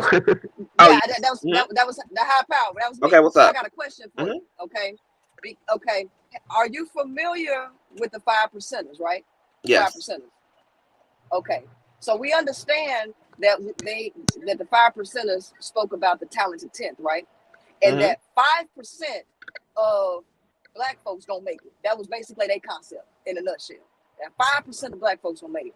Now, with the issues that black people have as a whole, which are psychological, even in the professional world, psychologists are low. It ain't that many of them out there, and they ain't getting paid. So the skill level, the skill that it takes to even help black people is not something that black people themselves are even delving in. And even if they had the money, they're not even paying for it. So there has to be an understanding on the basic principles or the concepts of what makes humans behave in a certain way. This type of information is largely glossed over. And so the people that can go out there and help them, or actually help a few, they're not really fully equipped with the tools to go out and really help in the ways that people need to be helped. Because guess what? No matter what program you put together, guess what these kids got to go? They got to go back home. And they're going to spend the majority of their time at home in that environment. So if the parents ain't together and these people are subjected to the outside influences, what we're looking at, we have to be realistic about what we're looking at. We're looking at Mount Everest, baby. And so we have to acknowledge that and accept that everybody can't go. You can't save everybody. It ain't even possible. And that is one of the conclusions that hardcore pro-black people never really want to come to, because they really believe that they can save everybody, and that goal is just too big. It doesn't even make logical or rational sense given what you have. So if you have this desire, what I'm just telling people is to keep in mind that it's always going to be on the grassroots level. You're not going to overthrow white supremacy tomorrow. You're going to work on the grassroots level, and you got to be comfortable with your concept of each one teach one. If you can help one person, be happy in helping that one person. But don't get upset and discouraged if you can't save a whole goddamn 30 million people. Because I was really what I was speaking to is the grassroots. How many lucid Black and brown folk are even willing to contribute on a grassroots level? Right. Because it ain't but so many people who are subscribed to CTV who need to also hear this message evangelized. And so social media is not some universal reach that there's going to take some old school like Jeho witnessing, going into actual communities, spreading love, having communications, conversations, exchanging and building some community board meetings, some neighborhood watch meetings. It's going to take some incentive to really get in it as well, because sometimes I feel like because social media exists, we think that this is the only way to do something, and if it can't be done this way, then we just don't even bother, and we act like we don't have feet and legs. We act like we don't have canned goods. We act like we can't go plant a garden in a hood. We act like we can't But see, all of those, but all of those are only good deeds. See, when we talk about empowering people, we're talking about changing the core structure of how that person functions. That takes more than just good deeds. Yeah, everybody can do a good deed in that, but you ain't changing the core function of a living, breathing human being and organism. So what we looking at is this. These kids, these people have to go back home. When you through talking to them, it takes hold on. I'm gonna interject you there. You are underestimating the power. Well, nobody can change the core of anybody, but what the good deed does, it acts as a variable that gets a individual in touch with their core. Think about how most people live predominantly with their parents, but their grandparents were a staple figure in their life. And whether they saw their grandparents for the summer, every summer, or they routinely went to spend time with grandparents, if it wasn't for that little interaction and that proximity to someone who cared, who was doing good deeds, who was picking you up or buying your school clothes or whatever the contribution that grandparents was making, like those contributions make a difference in the psyche and well-being. Because people, the good thing about hopeless people or people who have very little hope is that good deeds impact them in monumental ways, because it's such a contrast to the struggle that they're in. So we're underestimating the power of even small contributions and to community, to individuals' lives, by planting seeds of hope and beauty in whatever creative ways in which we can, because we all have proximity to those people. I know people who would feel better just by having the fucking abandoned houses in their communities finally torn down, or being able to see fucking apple pear trees, or being able to see like beautiful things, because somebody else said it in the chat, your environment also plays into your inner relationship to yourself. If you keep existing in a space that is as raggedy as it can be, it is as uninspiring as it can be, and that's just on a visual level. Those things begin to clog up your own inner space, because now you have to really draw it from within. But if you're already pretty fucked up within, you can't even get a head start on the within. So you Excuse need me, a little who is this healing to kind the of person? external. Consciouztv, listen, Conscious. Hey, I'm sorry, y'all. This, whoever this Kinder person is, this interloper, I'm not sure if she's a Caucasian person. She's being disrespectful. We're having a very intimate conversation amongst our people. Can she please be kicked out? Cause like, come on now, don't. Oh, she can bring her ass up on here. It's disrespectful. Hold on, y'all. Hold on. Mods, could y'all block Kinder, please? Because I don't know what type of adjacent Voorhees shit that Kinder is on, but it's given too much. Okay, continue. Anybody can jump in. Go ahead. I wanted to kind of give like an example. Go ahead. Mm-hmm. Okay, as to what you were just saying, at the least, oh man, see that whole thing just threw me off. But It's I basically I'm talking about grandparents I and had an confusion in my example. No, ways. no, I basically had an example like okay, right, where I live now, right, because of all of this stuff I've been through, you know, in my life, up until a few years ago, whatever the case may have been, when I moved into my home, I had some neighbors. Well, obviously I have neighbors everywhere, but um like one day my daughter came home from school, right? But the gate was locked. The back gate was locked. So my neighbor hopped over their fence into my fence. Like they hopped over to open it for her so that she could get in, so she could use her key to get in through the back door or whatever and come in into the house and everything like that. I hadn't realized that I had locked the back gate so she couldn't get in.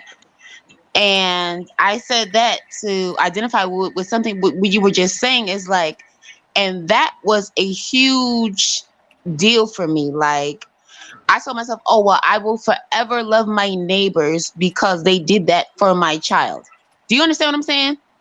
Mm-hmm. It's like that little thing, just like forget about what anybody else may have done because maybe grandma or grandpa did some fuck shit or whatever or whatever or whatever. But it's just like with all that bad shit, we see something so minuscule, whatever, or it may be. Yes, the But me personally, communities are gone. Definitely, the communities are gone. The village does not like, raise a child no more. You can't even say right. It's like really. Mm-hmm. my little son, the same little baby I'm talking about. His sister was riding him on the handlebars of a bike, and she walked past and said, "That little boy gonna get a hole in his head." And sure enough, he fell and got a damn hole in his head. Why didn't she stop my daughter? Why didn't she stop my daughter? Take your brother off the bike. You understand? I was so hurt behind that. I said, Yep. she will be cursed because somebody going to not stop her daughter.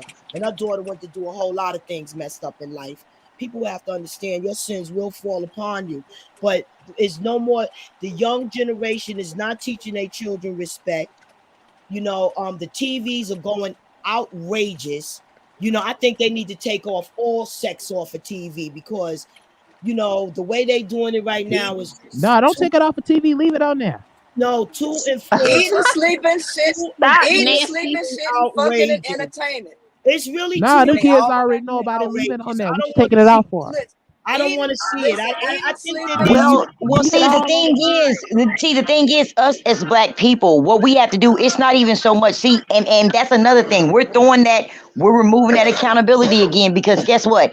You have to govern your own home. You are, believe it or not, us as parents, you do have I'm not. full control of what your kids watch. but So we need to see, get here's the back. thing. Hold We on, hold need on, to get hold back on, to that. hold on. Somebody This got is the some. Hold on. this is Somebody has some major feedback. It sounds like I don't know what it sounds like. It's a lot of noise.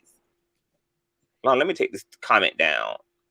Okay, can whoever was speaking continue? It was just a lot of noise, Yes. background noise I. somewhere. Yeah. Because again, with what you guys are saying, a lot of what you guys are saying, it rings true. Like even earlier, Conscious, when you were talking about the tomboy thing. I was that girl. I used to ride my bike with my boombox and my basketball to the basketball court. There were no other girls playing basketball or doing none of that. But me and my one hand, I had my boombox, I had my basketball, and I had my bike, and that was just me. And I had my brothers, but they weren't with me. But it's like, you know, that was a thing. I didn't know that would. Oh well, that didn't mean I had crush on boys. You get what I'm saying? That didn't. Who was to say whether or not I would be into women later on, like or whatever? You understand what I'm saying? Yes. But that was just to bring that up because that's another thing we didn't get to discuss. So I just wanted to touch on it as it comes up. But what we were just saying just now with that is like as far as the children goes, it's like people I don't feel they're doing anything. They're not talking to their children. Now, not for nothing, whether we were getting talked down upon rather, because we weren't really getting talked to back in the day. Let's just be clear about that. whoopings, whatever. I mean, I don't know what your parents were like, but I know when I was getting a whooping, they were talking at the same time. So I'm just saying, you know what I mean? At some point in there, you get what I'm saying? But it's like they did. You get what I'm saying? And they made sure, like, oh, well, you got that game or whatever.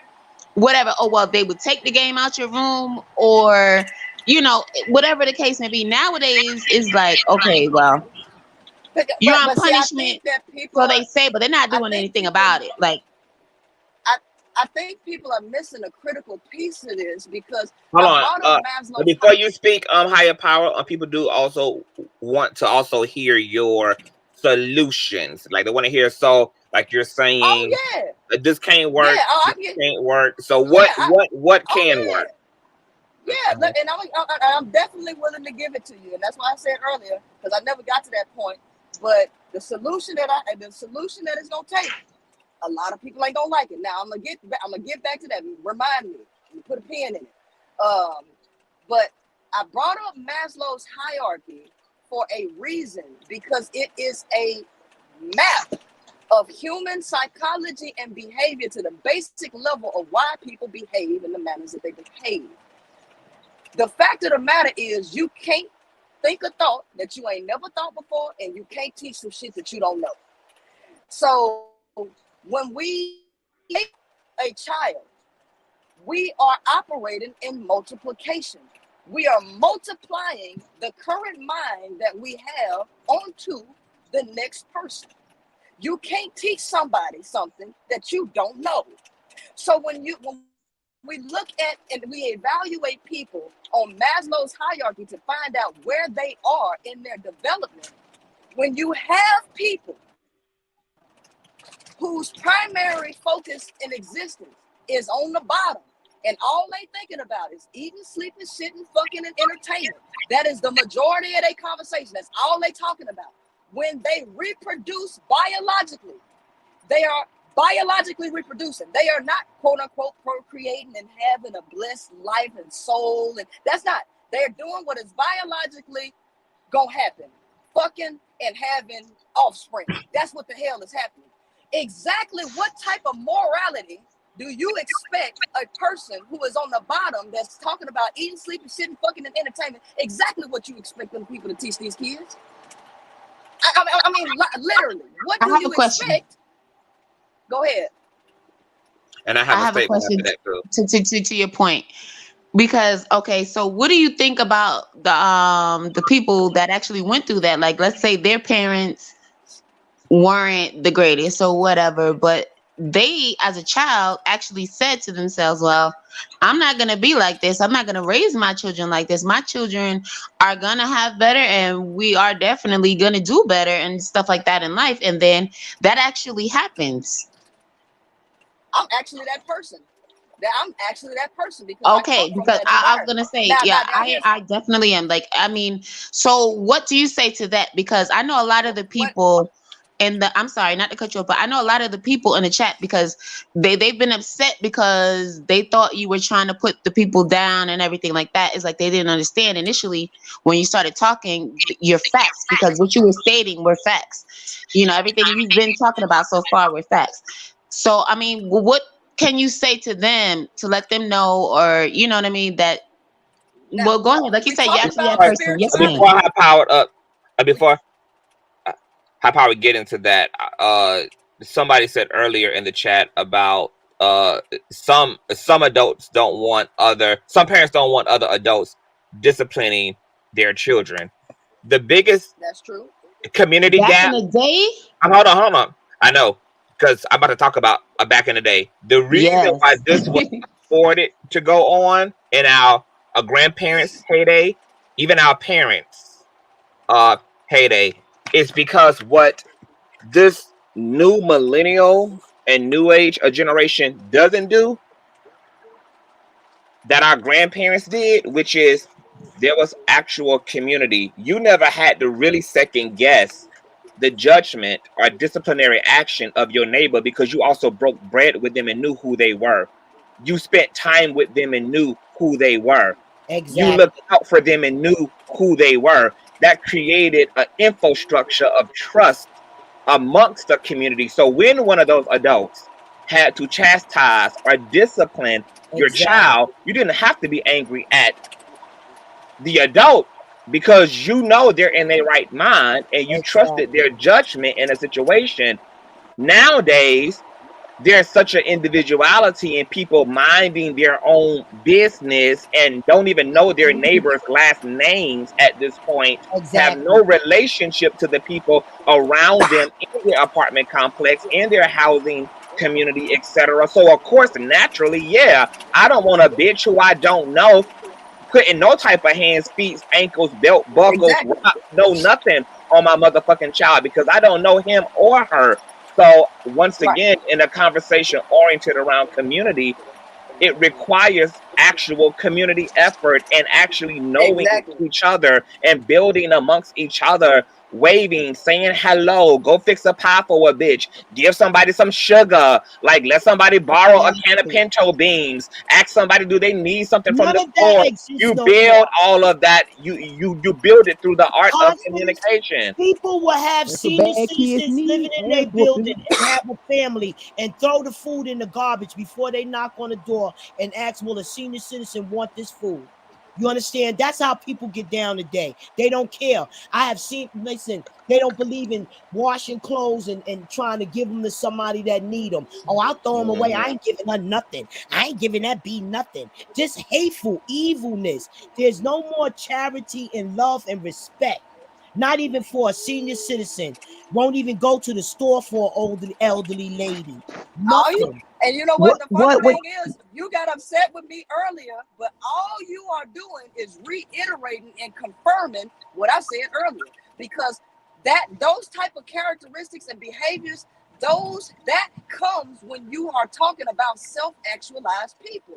These are people who have purposes higher than themselves. These are people who have all of that other stuff met.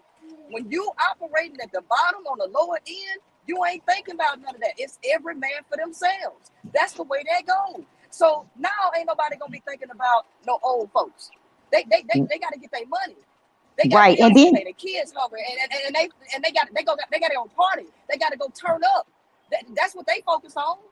You know what I'm saying? And you have to. They selfish. I seen a lady said that a lady was minding her business when she didn't tell my little son. Now my little son is carrying the scar for the rest of his life because she minds her business.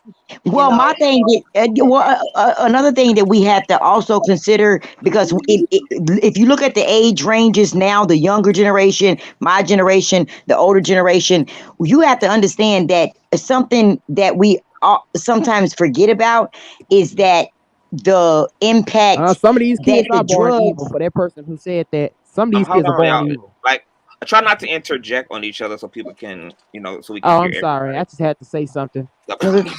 Monica, we know you don't do the children, baby. Okay, we know. Right. Well, listen. I was just gonna say that we have to forget. We often forget that a big part of the traditions, the neighborhood, the community, all of that was impacted by the crack era.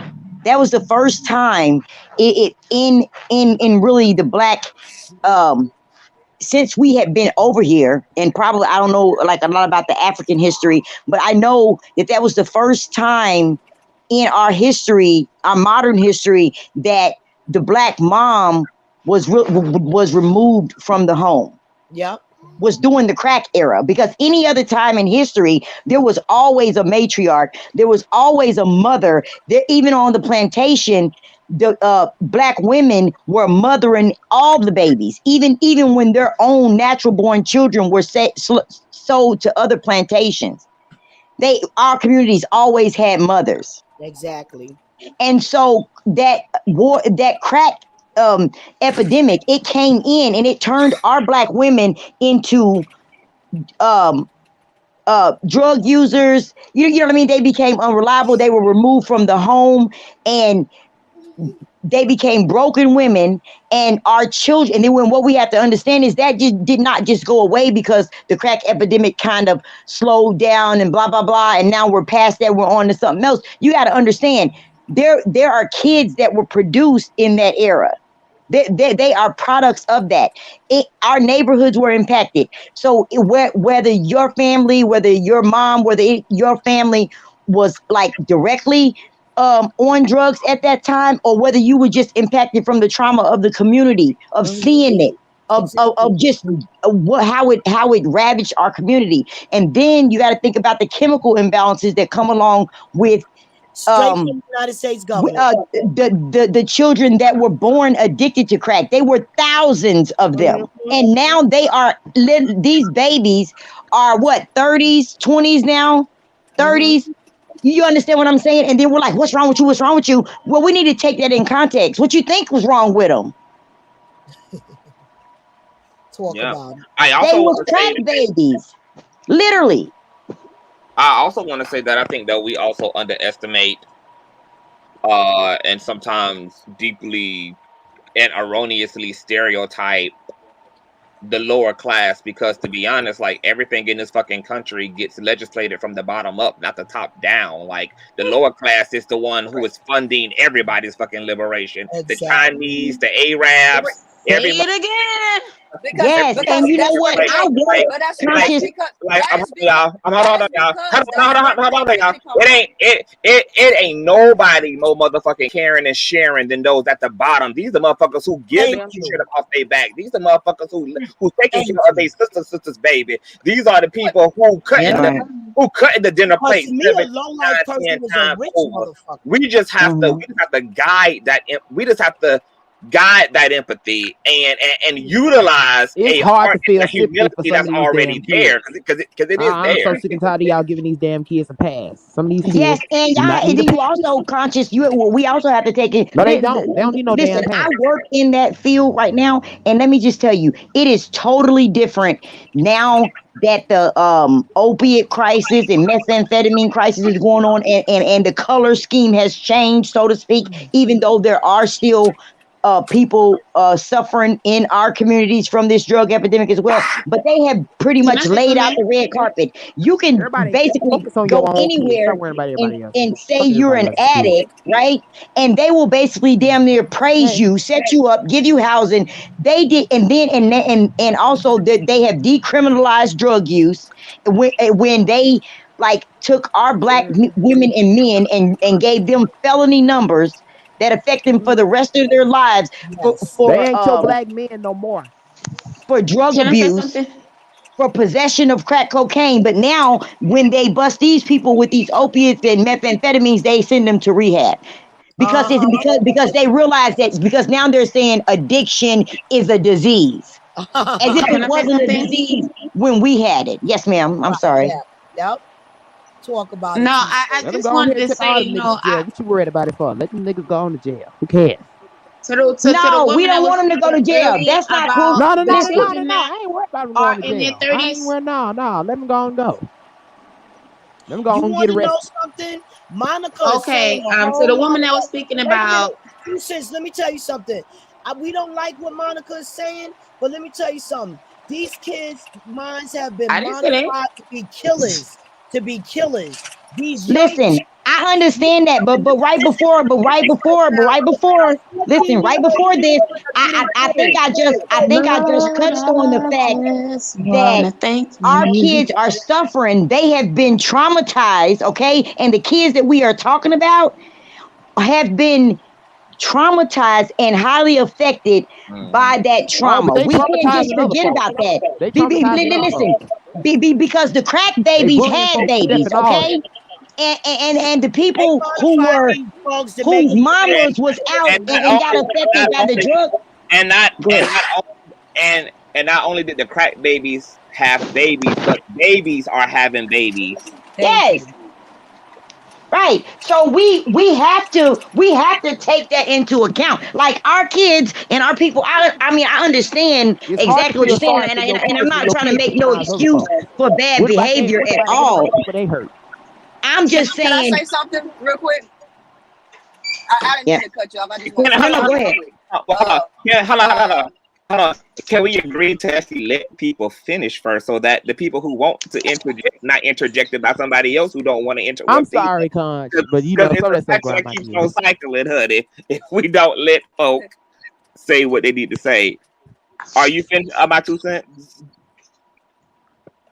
Okay, My 2 whenever cents. y'all finish, I would like to say something. Oh, I'm sorry, I had muted my mic. Okay, yeah. So no, well, I'll finish up real quick. What I was just trying to say is that, listen, I get it. I understand everything that's going on. I see it. I've lived it.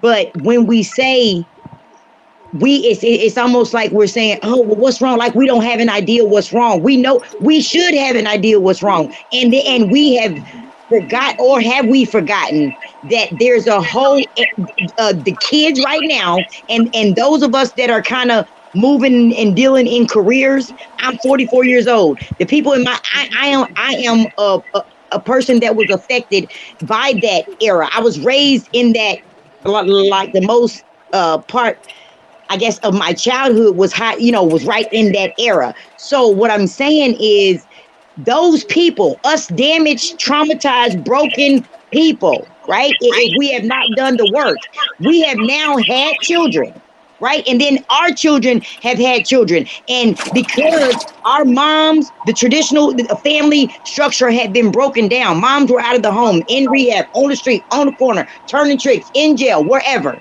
right? That bonding, that natural family structure, all of that, and then we went into survival mode, and then we had our children, and we were determined, like in my case, to do better, to do this, but there's still a lot of broken pieces, and there's a lot of things that got missed in that, because there was no mom in the home. It was other relatives that were stepping in to raise these kids, and they did the best they could, but Granny was tired by that point. You understand what I'm saying? And then you got drug up, not necessarily raised. And okay, so well, considering that, so you got I did want to ask. hold on. You got provided for but not nurtured. And see, right. and that's why I always make a distinction between, there's a difference between being a provider and mothering or fathering. Those are like distinct classes. Anybody can provide, per se. Like, you can provide clothes, you can provide a roof over someone's head, you can provide lights and running the water, but that's not necessarily nurturing or raising or the nuance that comes with actual parenting. And also, because the system is so flawed, especially for Black people, most of us spend more time having to provide, which leaves us no time to nurture and parent or thrive. Right. Absolutely. Yep. That's exactly what it was. And see, and that makes a difference. And then, like I said, and then you have children, and you can't, and to, I think someone said it, you can't teach what you don't know. You can't teach what you don't know. So you bumble through and you try to do the best you can, but some of those core values, that community, some of that stuff got lost in translation, because that was a deep, profound thing that happened to us. And right now, these are the people, our children, and we are the ones, the pivotal ones in the Black community that are moving and doing things and right now. But nobody's talking about that, about the healing that we need individually and collectively around that. But we want, but what we will do is talk about how messed up the behaviors are, but we won't address where the core or the root to that. Why that is. Why has the reason, and that was who have these behaviors have hurt you in such a way. When they have hurt you, it's hard to try to understand the roots. Like I said earlier on, when you've been wounded by these kids or whoever with these behaviors, it's hard to understand them when you are wounded. You know what? And that very well may be. And I can definitely understand that. But can you agree that that we need to judge people based on each individual person. So if someone has done you like that, you don't throw because that's not everyone's story, and everyone doesn't have that spirit. You can have your gripe with them and work that out. However, hopefully you find peace with it. You know what I mean? And be able to move on and forgive them. But if not, that's okay too. But it can't be F them all because one person or a group of people did something. It could never be that. Can we at least be fair about that? But that's what I said an hour ago, though. Who's this person calling the he? I am a she. And another thing, that's the thing, when somebody has hurt you in such a way, people can't help but they don't intentionally try to take it out on everybody, but they seem to think if they don't get back at that person, like they just look at somebody that's similar to them and it just gives them a triggering point because they ain't fully healed from that person who hurt them. So it's easy for people to say, well, you can't just generalize. When you are wounded, sometimes you can't help but generalize, especially when you have been hurt in such a way that you cannot help but generalize. That's the pain talking. That may not be what it really is. That's the hurt and the pain in you. That's your broken heart. That's what your broken heart is telling you. That's not what it really is, but that's what your broken heart is telling you. Kind of insisting, but listen, insisting on holding on to that is like, it's almost like you want, you know what I mean? Like saying, well, it triggers me and I don't try to be mean to everybody about it. It's almost like you are welcoming the pain to stay. Like you're giving it permission to stay. Because you're like instead of reaching to see something else in others so that you can get past that, did you get what I'm saying? It's like you just put a blanket and threw it over there because you want to stay in that in that place. You want to dwell in that pain and in that hurt. I think that, and I want to that's another thing. I'm gonna tell you something. Some people do that. Hold on, Monica, because I want to piggyback off of what I'm sorry, Tom saying to you. I do agree. I want to say something to that too. Oh yeah, that's cool. I like to say something to it too. I'm okay. I do. Because people do that. It's a safety thing for some people. They think if they let go, they going to get hurt again, and so they keep that hurt. That's why some people do. I'm not saying that's why all people do it. They keep that hurt and pain because I think that's a safety mechanism for them. To keep them from getting hurt again. So to keep them from getting hurt again, they just hold that pain that somebody else did to them. They can't open their heart. Have you ever heard of the heart chakras? Mm-hmm. When the heart has been hurt, it hardens up and love can't come in, and the love can't get taken out. So when some people absorb that pain in their heart, and it makes their heart, that pain is they're gonna keep that pain in there, and they're not gonna let it out in fear of being hurt again. You get what I'm saying? So when some people do dwell in the pain and dwell in it and hold gripes, sometimes it's a safety mechanism. Sometimes it may be getting to make, as fucked up as it may sound, it may be getting them through the day or getting them through life. Maybe that little bit of hate is why they wake up in the morning, because they feel like if they forgive this person, that they'll be vulnerable, and in some cases they won't have nothing else left in life, and because their whole purpose was just being mad at this person, and the hate for this person is what keeps them going. And I hope I'm making sense. Let me say this. Oh, go ahead, Conscious. I'm sorry. Because I want to piggyback, and then I want to let Miss Oracle speak to that too. Okay. Mm-hmm. That's where I agree. I have I've had an activist. He is a very notable civil rights activist within the community. Like, go back 30, 40 years. Done work with Al Sharpton, the whole nine. Like, his name is Cleo Amanago. Now he's a same gender loving black male, and some of his views are controversial. But one of the things that I agree with him on is sometimes as black people, we paint too many broad strokes, and that's something that we specifically do that's not really prevalent in other communities, which is why you don't hear like white people making broad strokes about white people, or Hispanic people making broad strokes about themselves, et cetera, et cetera, et cetera. But I do think that also, obviously, because we've also done that in this dialogue, there's a way to do that. I'm fine, classy.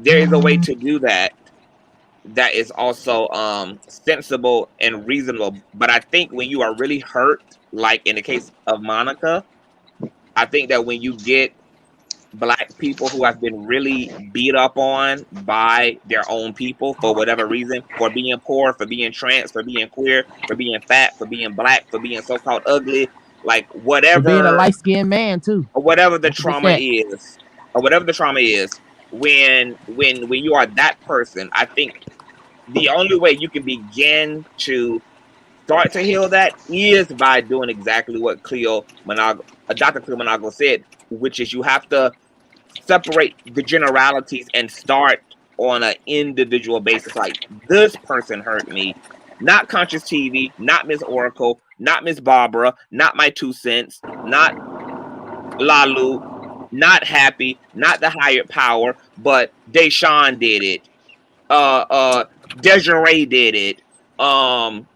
Etc. did it. And I think that gives room for your brain not to get stuck into a stereotype and a generality that can be dangerous and cause you to be bleeding out on people who are not even hurting you, who could actually be an ally to you, who can actually be a support basis for you. And because we're all fucked up and hurt in the system, it ain't a lot of patience that even Black people not in those positions are going to have for that level of pain from other Black people, because we're all dealing with our own traumas anyway. So then everything becomes triggering for everybody because everybody is on edge. And so we have to help each other. And when we've been that hurt by other Black people, I think that can be a way to climb the emotional scale back up and to take the journey back upward towards some solidarity, which is by isolating your Black oppressors, and not Black people as a whole, but those who have individually participated in oppressing you. Exactly. That's why I love having these panels, because I know you all are loving. I don't think none of like that. Y'all are all supportive of me. Like, I'm supportive of y'all. I'm not talking about y'all, even the straight folks that come on this panel. You know, I'm not talking about them. I'm talking about if you go outside and you see the random nigga, it's that person that I may have a gripe for, because I have not yet to go outside and the same niggas who cause me agony, the niggas that's like that, I have yet to feel loved by them. They have yet to show me any respect. They have yet to prove me wrong. They have yet to do anything. All they do is keep proving me right about their fucked up behavior, not just with me, but with anybody who has been hurt. You know, the people who hurt them ain't big, and it's not all. You say it's not all. You're right. It is not all. And you don't need to generalize everybody, but when you run into people that's similar to the people who hurt you, and they still show you, and they still don't show you that love, and they still give you that disrespect, that's not going to help them either. Maybe when you have been showed love by the people, not by necessarily by the people who hurt you, but you see somebody that reminds you of that person. It may be a look, it may be the way the person talk, it may be the way the person act. If you go approach a person that's like that and they show you the utmost most respect, not one or two times, not even 20 times, but if you keep running into folks who have showed that it's like the people who hurt you, but instead of hurting you, they showed you love, it may change your mind. But you have to run into enough people that's like that in order for that to happen. Not just one or two, maybe three, four, not 4, 5, 6, 7, 8, 9, 10, not even 100. Maybe like 500, 1,000 people that's like that. And then your mind may be somewhat changed. Get what I'm saying? Yeah, I think that is, but I think I can also see how I can also still how I can still see how dangerous that can be. I think it always needs to be on an individual basis, because to be honest, Monica, if it's safe to do that when it comes to Black people, certainly your head should be exploding when it comes to white people, because they literally had they created the system that got this fucked up. They hung your ancestors from trees. They drugged them to their eyeballs popped out of their heads. They blamed Black people for things that were absolutely insane. I know that. But the Black people are perpetuating. I'm just saying though, in proportion, that if we're if we're going to I know that. I know all the history, but I'm saying the white folks in my personal they have been nicer to me than Black folks. I know, but I know the history. But that's also to my point too, that there also, as you also said, there also has been black people. So why are you allowing white people to get away with having some ugly bitches, but the nice ones get to speak for themselves and not afford black people the same thing? Right. Because there's more evil black people. I feel Because like I've been around that black can never folks be in my true. life, you know. That more and evil not black tolerate people. it. Go No. where you accept it and not tolerate it, love. Point blank, period. Regardless what race it is, white, black, Puerto Rican, blue, green. It like divest from whatever is stressing you out. Divest from it. If you got to move, relocate, But you can, block some folks, that's what you need to do for your own personal mental well-being. Like I'm Exactly. not gonna go Right. back and And forth with and, and, nobody. and, but and you you know, can, Monica, at some but point this is we have to make a choice. hold on. But this is what I would. You can I don't like how they divest. do Hold LGBT on. people. I You do can not like how they divest. do light skinned Hold men. on. You can divest while still also being very historically and socially aware of what's going on, because I don't put up with a motherfucking thing from their motherfucking body. I don't give a fuck what gender, what age, what complexion, relatives. I don't give a fuck. Everybody can get to the back of an ambulance. Like, I don't put up with nothing, Damn, con. nobody. But even though I will divest from things that traumatize me, I will stay the fuck away from fucked up ass people. I also am aware of like I'm aware of who specifically did that, and I'm also aware, because I've educated myself on the system, to know that the system is creating fucked up people within a community at certain volumes. And so it's almost like the old saying, because we all throw the saying around, that hurt people. That is this situation, what we're talking about within the black community at the lowest common denominator of the black community is a prime receipt of it, is the manifestation of hurt people turning their hurt on one another, because everybody is fucking tore up from the floor up from the inside out. Everybody done been abandoned. A lot of motherfuckers' daddies didn't come back home. A lot of motherfuckers had to witness their mothers' faces be stomped in by niggas. A lot of motherfucking little boys had to be touched on consistently by the niggas brought into a broken black woman's home, who was maybe abandoned and molested and raped herself before she had children. There's a cycle and all the shit that's creating these patterns, that's creating all of this abuse. And so, yes, we are ending up traumatized too, but the people hurting us are traumatized as well. I agree with that, but that doesn't give them the right to No, re-traumatize. I never argue the right. I never argue the right. I only argue that I'm only arguing. I'm only arguing a certain level of awareness and empathy, not a right, because as I just said, ain't nobody should be putting up with nobody bullshit. Whatever fucking situation you in, haul the fuck ass. I don't give a fuck if it's family. I don't give a fuck if you gotta put a long handle spoon between your mother. My younger cousin called me last year and told me that my auntie is stressing her out and she cutting that bitch off. And I said, amen, hallelujah, block that hoe. Because if she's causing you trauma, if you feel that she makes you miserable in this way and she brings out the worst in you, and you can't talk to your mama without wanting to call her bitch, hoe, motherfucker, and disrespect her, don't allow her to be in proximity to you in a way that brings out that from you. So cut her ass off. And I amen and hallelujah to her. So I'm always going to support people getting themselves out of the situation. This is definitely not about a right. Like, nobody should be receiving no abuse. I'm just making the point that we have to understand that it's not just us. We have to understand that because we're in proximity to other hurt people, that obviously we're probably more than likely going to be injured.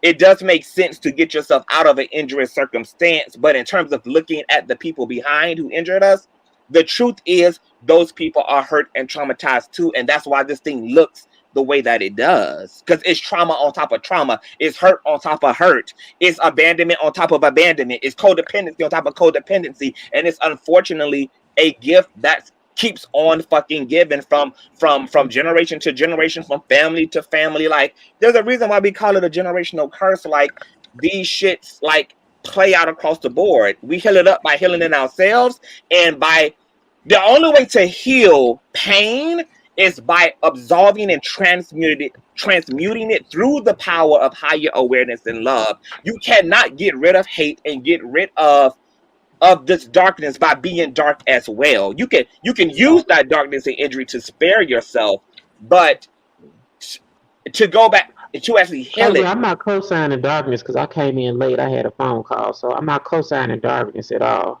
But I am co-signing you taking care of yourself. For sure. Absolutely. Yeah, arming up, blowing somebody's head off, get you a pistol. For every trans woman, every one of my trans sisters on this panel, get you a pistol, please. Arm up. I'm programmed arm up, please. Period. Now I'm trying not to interrupt. I've been raising my hand, but everybody interrupting, so I'm just. Oh please, you are missing interrupting this motherfucker too high power. Go ahead. That's why I'm gonna go ahead and do it. Look, go ahead. Okay, so there was a question. I'm sitting here and I'm listening to all of like the in-depth and subcategories, and it's a lot of subcategories. And I got something else to say too. Stuff. I just wanted to ask the question, which was asked earlier. Somebody asked, "What's the solution?" When they was like, Priscilla saying, "Okay." So my question to you is, solution to what? What would you be asking me? What the solution? Because I just sat up here and listened to about 20 minutes worth of all of these issues that plague Black people individually. That each individual has to go in to do the self-work. And if anybody know, it takes 32 days to break one habit. And this has to come from the individual itself. And out of all of these issues y'all just talked about, all I want to know is, when the question was asked to me, Priscilla, what's the solution? I just need to know the solution to what? Well, when I asked the question, it was like the solution to how we could come together and get something accomplished, how we can improve the Black community, improve Black relationships. That's never going to happen. Right, ever. Right, yeah. I kind of agree. And you actually answered the question before as you was talking periodically through the live. So you already answered the question. I do believe that it's going to be on an individual level. Hold on, but to higher power's point, like what do we mean by the Black community? Because we're not talking about a monolithic people. There are like the Black community. Like, when you say Black community, what do you see in your mind? Like the ghetto, the hood? What do you see? Like thugs, hookers, whores? I don't even see no community. I don't even think Black people have a community. I just see the culture, the fucked up culture. Yeah, well, if that's the case, it's plenty of millennial spaces that are super inclusive. There are plenty of Black educated people who are rallying behind and for Black trans women's rights, for who are LGBT, like all of that shit is going on in Blackness. It is like, so that's what I mean about what part of the community are we talking about? The hip hop sector? Everybody, like you can have a slave mentality and not be in the projects. You can be in the suburbs and have a jacked up mentality. As a collective of Black people, we haven't got on the same page and said Black trans. But we've never been on the same page about nothing ever. And it ain't never took us being on the same page to move society forward. Like when Dr. King was on when he was in the movement, motherfuckers was against him and rallied behind Malcolm. When Malcolm was on the movement, motherfuckers rallied against him and was for Dr. We've never collectively, I think that's we use that type of terminology that it takes us all. It doesn't take us all to be a revolutionary. It doesn't take us all to reverse the feed. It just, somebody's going to win the rat race for sure, but we all are. It's never going to be an all, but it doesn't have to be an all for ultimately everything to be okay either. Because the majority is going to win. Whoever wins that majority, whoever puts their foot up in the white people, or like who the majority? Like, what do you mean by the majority? If the majority wins, because I still am on the vein of the thought process of divided to united we stand and divided we fall. So I don't see in us as a collective winning, and we still divided on like basic stuff. And it all boils down to the basic stuff we talked about earlier. Ego. Here's the thing: you got too many factions and subcultures within Black folks as it is. Just in the conscious community alone, you got motherfuckers that Hebrew Israelite. You got the Moors. You got the damn people that's with Malachi York, the Nuwapian Nation. You got the just straight up, I'm conscious, RGB. All of these people believe in different philosophies. And You got everybody's the ego, LGBT, you got the thugs, all that, the all Ray that, Rays, all that. the And Uncle so, Toms, you got all right. that. So, and then you have the people like some of these people in the comment section.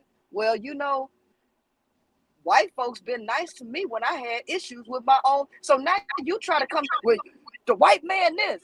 Bitch, the white folks said and gave me this. What you talking about, white folks? See, you gonna always have all of this. So come together on what? Because you ain't finna get 41 million Negroes that's all over the place with all these different philosophies to come together. They ain't. And then to speak on white folks, you hold them accountable too. White folks have been, I feel like, have treated me better in I hold certain white folks instances. But accountable then too. I've Yeah, dealt with, they are fucked up as well. I do. racism from white people, especially on my job because I work in the healthcare field. I deal with racism too. So, I mean, that really I doesn't think mean when it. you're black, we get it from both sides. But this is one of the very sick, And I got nefarious something to say, Con. things.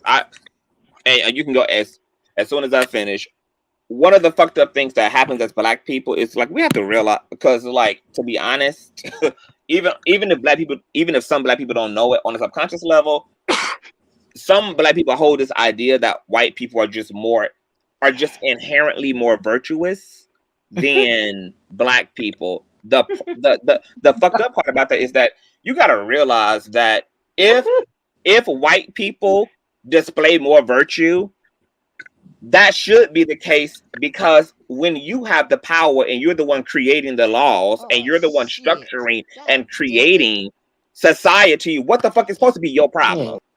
You got the power. You got the privilege. What the fuck should be your fucking issue? The only people who are going to have an issue are the people who didn't get to participate in the creating and construction of society and culture. And you can't please everybody, so everybody is always gonna be mad about something. I ain't get this. That's always gonna be the case. Okay, let me say what I got to say. Go ahead, let me say what I got to say. Are you done, ma'am?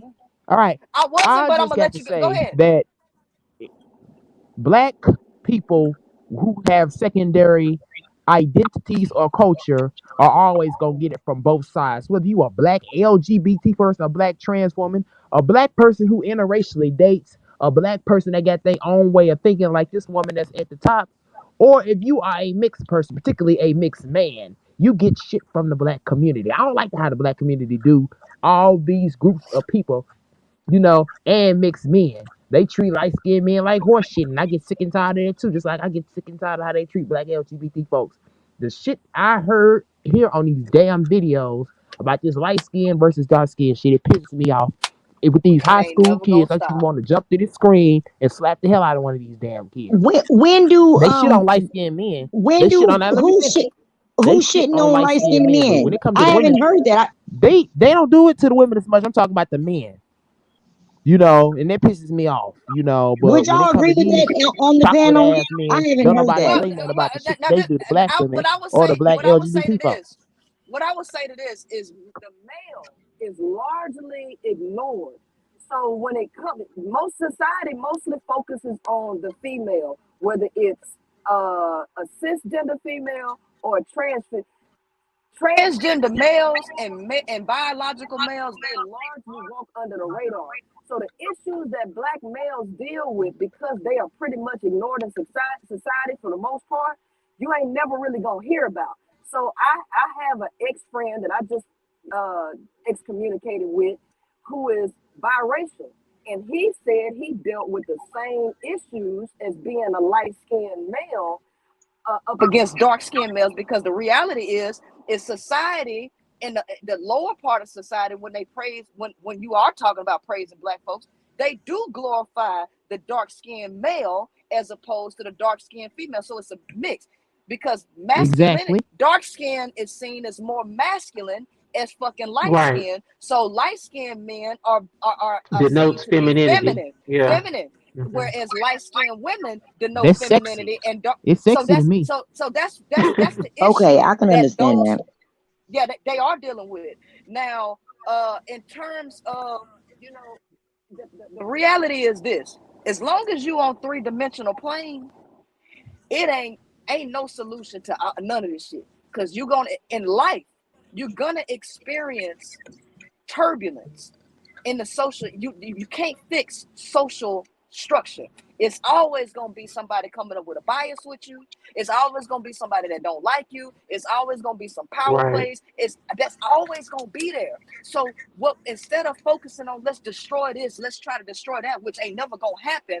Let's focus more so on building on strong personalities and people who are aware and have children, building up the confidence in these children to be able to withstand the shit that's out here, because you ain't finna change it. That's just bottom line. And I wanted to go ahead and say this so that it's never a question that's left hanging whenever I get off of here, because I'll be getting off of here in a few by the next 10 minutes.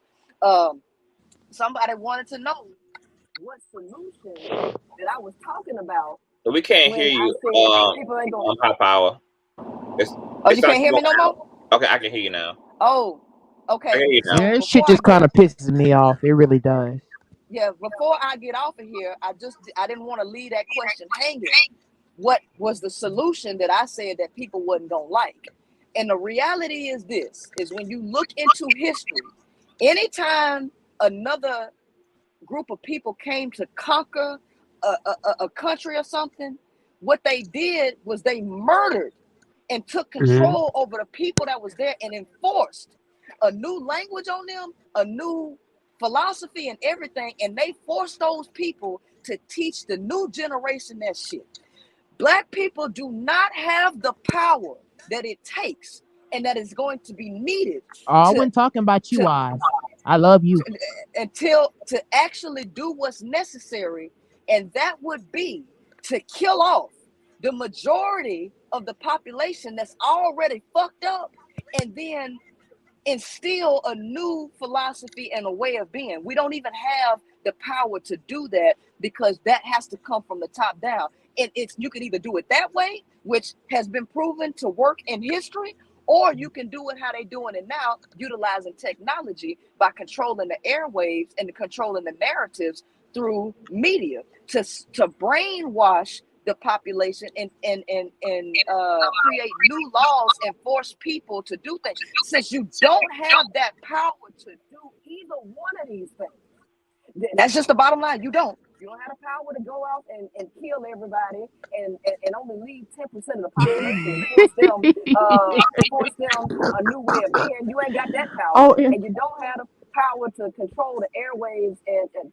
to brainwash people. So now you're left on the grassroots level to be like, hey man, let's see if we can get 100 of us motherfuckers that think on the same level, and let's do some arranged marriages, and you can't kill everybody out. Yeah, you can't. But that's it's just funny how you talk. It's funny. Yeah, it's the only solution though. But I agree. But who's comfortable with the all black takeover? Are we comfortable with black folks taking over the government? If that's a solution, are we comfortable with everybody's Why wouldn't we be? Why wouldn't we be comfortable with our own people dwelling among our own people? I mean, it depends on who leads it. I'm going to be honest. Are we comfortable with black folks taking I'm over? I'm going to be completely honest. I'm completely okay with allies and minority people are like turning shit into a third world country, because I'd rather there be no motherfucking power than to be that power. I'd rather strip the system and see what the fuck happens than to allow this current system to stand on what the fuck it is. And sometimes I respect Middle East countries for keeping their motherfucking foot on the next day governments the way that they do, even though it's an utter destruction. That's better than what the fuck would be constructed if a foot wasn't there. Like, it looks bad now. It looks even worse when that dictatorship has complete and utter reign. This system is going to have to come down. That's point blank, period. I ain't trying to entertain no conversation about living alongside this shit. I ain't trying to entertain no conversation about trying to bow down to this shit. I ain't trying to, like, ain't none of that. Like when they blew the fuck up on downtown LA, I was Hooray, baby! Like, get the fireworks show started, bitch. Like, it's time to rock and roll the motherfucking nation. And it's more of us than there is a military in this motherfucker. It's more citizens. It's more of us than it is them. They don't even have enough. America don't even have enough manpower to keep Americans off their ass. That's why they're trying to strip you of your rights now to carry, because they're concerned about what would happen if there was a social upheaval. Don't buy into the false illusion that they actually have power and they're confident in that. They know that there's more slaves on the plantation than there are overseers and masters on this motherfucker. They've just, and that's why they work so hard to psychologically condition us with fear and intimidation and trepidation and all of that shit, because it's going to take that to keep us off their motherfucking ass. Right. No, look, look at what happened. Wait, Miss Barbara, I'm sorry. Look at what happened on January the 6th. I said that. I said, you know what? The Capitol and all of those congressmen and the powers that be being all secure up in Washington, that was just all an illusion. Them people got in there so easy and so quick, and so up until that point, they had really been ruling by fear. Everybody was fearful to go around there because common sense. I mean, we're thinking, okay, they're secure. If I get too close or act too, they're gonna shoot me down right away. Come to find out, the whole time they didn't even have no security. So at any given point, the government could have been toppled. Period. All of them could have been off with their head. But since I thought they were supposed to shoot, I thought that was like the law. But that's also on the lawn, you're supposed to get shot. Well, you know what they was? That's what I thought too. Hello. Find out they lied. Hold on. Let's also try to use some coded language when talking the way that we are. So let's try to use some creative language. But go ahead. Go okay, off. Yes, I'm sorry. I thought they were supposed to get popped with 2 cents when it. See, I thought that too. But whole time, see, it was an illusion. The first thing I said was, ain't no way in the world that it was that easy to get to do all of that. When this whole time you would think that there is this big security realm or something in place, somebody watching snipers on the roof, something, because these are the people that are in power. But they really, that just goes to show you the psychological, it's an illusion. Yeah, it's an illusion. Yeah, the psychological illusion that they had us all under. Yeah, absolutely. Yeah. Because and what would have happened? Yeah. Yeah, and that's why they had to buck break. Like, this goes back to say this is why they had to rape, they had to pillage, they had to torture, they had to use all of those things. Because once again, if you create the fence into people's minds, you don't need an actual fence. You got to build the fence and the Great Wall inside of the people through psychology, through the psychological warfare, and honestly, we're running out of time, because the more that technology advances, the more that this witchcraft is going to work in terms of psychological warfare. So the time to wake up would be any motherfucking day now, because we're losing time on the clock. This gets worse. This gets deep. This coma that we're in only gets deepened, and technology is going to be the next level of throwing us head first, completely and utterly into the sunken place, leaving us to be a reprobate people who really don't know what the fuck is going on, falling for all of the banana peels. So I personally have no fucking confidence in the system anymore. I have watched my ancestors for decades from the time they was on an Amistad ship fight for their fucking freedom, and yet there are consistently chains and bounds and obstacles and suppression and oppression, and I'm not willing to talk about another motherfucking protest. I'm not willing to talk about another motherfucking boycott. The system is so fucking insidious. It's so complex at this fucking point. It's so multifaceted that the shit just needs a big ass bow and arrow put to it. It's going to take a real revolutionary step forward, and I know hands down it's going to require aggression. This kingdom will have to be seized through fucking violence. I believe that wholeheartedly.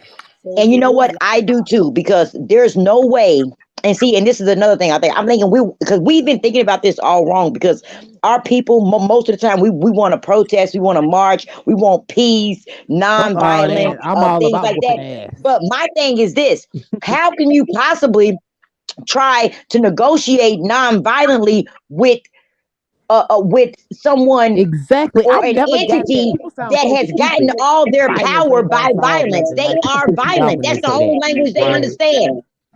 That's So the there's only. no That's the only. That's the Exactly. only way they even yeah.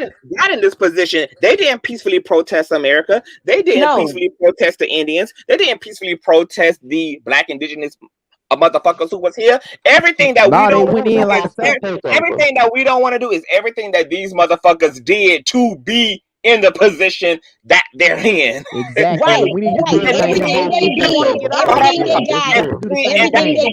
they It's got by like if you want to violence, get out and they're not. get rid of this homophobia. And that be what drives me you gotta do the crazy same about thing. the system is that we Yeah. are trying to appeal to a system that never had a moral conscience to begin with. The system never had a moral conscience, and here it is. We're using virtue and religious ideas and compassion and The religion. Let me tell brotherhood you something. and That has understanding. ruined. That has made the black community weak. Is religion. They have made them not want to get up and fight. They have made them not want to be scared of weapons. That has made them vulnerable. Turn the other cheek. You only got two cheeks. How many cheeks are gonna have to turn for you whoop their ass other than the ass cheeks, which they already been taking your ass cheeks for I don't know how long now.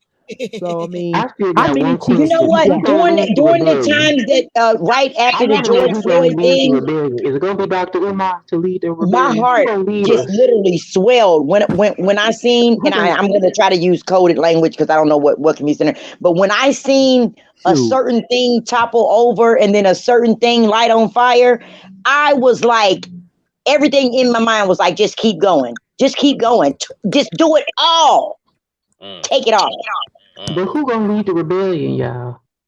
I don't know, but I was hoping that they was about to start it that day. I'm not lying. Like my heart swelled with same pride. thing we talking about doing to the system. It's the same thing I've been talking about black LGBT folks doing to everybody who done us wrong. Violence, honey. Starting the revolution. Every one of them niggas that did this to us, we need to start doing drive-bys on them, menace society on them.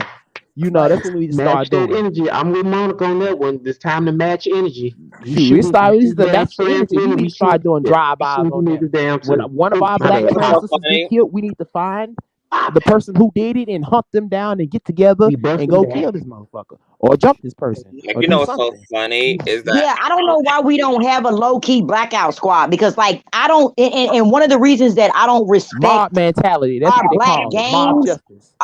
our black gangs, the reason why I don't respect them mostly is because you so tough, you got all the guns, you this, that, and the third, but yet and still y'all can only use them on each other. If you're gonna throw your life away anyway, and if you don't care about taking a life, take the right life. That's all I'm saying. They're not protecting the black community either. Right. They're destroying the black community. Exactly. Because Why y'all don't we should be start a busting trans them gang and chops. take them out? I'm all Y'all about should be being busting them a chops black somewhere trans else. gang. They got all that wah-wah energy for everybody except the white oppressor, and that's why and then guess what? They shoot. They go ahead and they commit these murders against our own people, and then they go into the justice system and they get 99,000 life sentences anyway. So my thing is, make it make sense. There's a lot of things you could be doing, and hey, you might even be a martyr. You might get your book stocked up. You know what I'm saying? We might start a GoFundMe for you. I don't know. I'm just saying. Put that. You know what I'm saying? You know what? It's some real leaders in the game. Whenever you can rally a bunch I of would love to together, see a black transgender woman gang. Shoot, like I say, we need to start a gang. I don't care. People think I'm crazy. I'm dead ass serious. I don't care. The men that are in those street gangs are very highly intelligent and charismatic. Whenever you can rally a bunch of ninjas together for a common cause, that's powerful. And we can do the same thing as black trans women. We need to do the exact same thing. We need to do the same. We need to get rallied together and start some gangs across the fucking. I don't care at this point. We start shooting AK-47s at these niggas. I don't care. If this is what it's gonna take for them to stop doing this to us, I'm all for it. Reparations. The Jews receive reparations. The Filipinos and everybody else reparations. We need. Why don't you just go in there and take the reparations? Why you got to ask for something? If you're that hard, go in there and take it. Organic land around Jamaica, Cuba. We do not have to stay in the United States. Black Americans. Black Americans. I'm staying here. I was born here. I ain't going nowhere. No. And you know what? I'm saying, no, Miss Barbara. No, yes, we do. Yes, we can stay here. You know why? Because we got blood, sweat, and tears here. We are just entitled to stay here as anybody else. And guess what? African American people, we are a people of our own. We are not African. Listen, we are not African. We are the firstborn sons. The firstborn sons. Of this American land. I know the native was already here. But what that's not what I'm saying. No, listen to me. Listen, I know that Native Americans were here. Melanated people were here. What I am saying is that African. What I had to say, and what I have to say is that we have to sue United States America for reparations and be able to leave United States and go build in this organic land. We ain't got to go nowhere. And what I'm saying, right? We don't have to go anywhere because listen, guys, I've been our ancestors. Listen, we were born and bred on this land. The African descendant of the slave. We don't have another home to go to. This is our homeland because listen, because they brought our ancestors from Africa. Then they started to breed us. Okay? In America. My ancestors did not come from Africa. My ancestors was killed by $5. I'm speaking about. I said the African. African American descendants of slaves. ADOS, that's what they call them. ADOS. The ADOS. That's what I'm speaking of. We do not have to go anywhere. We're just as entitled. You know why? Because we were born and bred. They bred us on purpose. On them breeding farms. Them breeding farms that they had on them slave plantations. That's what they bred. They bred African American descendants of the slaves. They bred us. We're not wholly African and we're not wholly Native American. We were bred specifically for a reason. And now we are a people. We are the firstborn sons and daughters of this land. And we shouldn't have to go anywhere because our ancestors built this land. And we're just as entitled to it as anybody else. This land, we don't need entitlement to this polluted America. We need to leave and find organic, beautiful land. There's other places to live. That's the problem. We need to leave and give their asses America. We need to sue for reparations and leave and go build. We don't need to sue. Why should you have to sue? Why don't you niggas go in and take reparations? Well, we should have joined them white folks at the Capitol. The black That's Americans. The thing. Why a group of niggas, y'all do it? Niggas do it all the time. To go to Pookie and Ray Ray house, why you can't do it to go to the White House? Giving Ben Kemp another $1 million to fight a case that they pay him to lose. You know, all this old trickery from Black Lives Matter, they need to be sued. NAACP need to be sued. Red Cross need to be sued. You shouldn't have to sue anyone. Get you a gun and go in there and take it by force. People that stole money from the ghetto, and we have to leave. Give them their freaking projects, and let's go live in Cuba. What the hell we need to be here? We need our checks from America and leave stinking ass America. I ain't going to no. Why would we go to Cuba? We don't listen. We don't have anything. Listen, we don't have anything in Cuba. Why would we go to Cuba? We can stay right here where we were born and bled and built. We got stock in this land. We got stock in this land. We have blood in this land. Our ancestors have died on this land. Why would we go to Cuba? Cuba already has a culture. They already have their thing going on. We're not a part of that. What the ADOS is a part of, unfortunately, and what the reality is we're a part of right here in America because we were bred on this land and we were fed on this land and we worked this land and we bred on this land. We have no communities. We have no communities. They have us in blocks. We have no communities. We are sectioned off and being killed by gentrification and housing preservation development money. They are killing us with it. We have no communities. There are no more communities. That's what people better understand. If we do not sue for reparations and be able to, and have land that they give us so we can rebuild. That's the thing. You don't need to sue anyone. Go take it. Take it. Then we need to either Go have take it. civil war, as Russia and Iran to help us. Come on now. I'm tired. I'm tired of seeing Go in there and kill all them and take I'm and go. tired. We need to Take request it a to legal reparations. civil Take it. war because all United States Well, is doing this killing legal the stuff ain't got Why nobody know Russia? that. It's time for mob justice. Who in Russia or Iran cares about black people in America? Believe that they do. Believe that they do. It is gonna work, just like with Black Trans. It We is need to gonna care work. about ourselves and ask them to help us. Bottom line. Black people in Russia are discriminated against just like they are in America. And you go to Africa, they don't even like African American folks over there. They look Absolutely, at black because folks we over are. there as I mean, going too. we are of African descent, but we are not African. We are what we are. We were bred on this land, and we are the descendants of the African slave. That's what we are.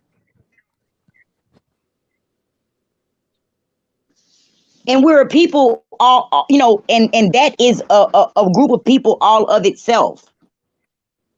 Going somewhere else is not gonna make it no better. We can just stay right here where we are familiar, and like I said, we were born and bled at.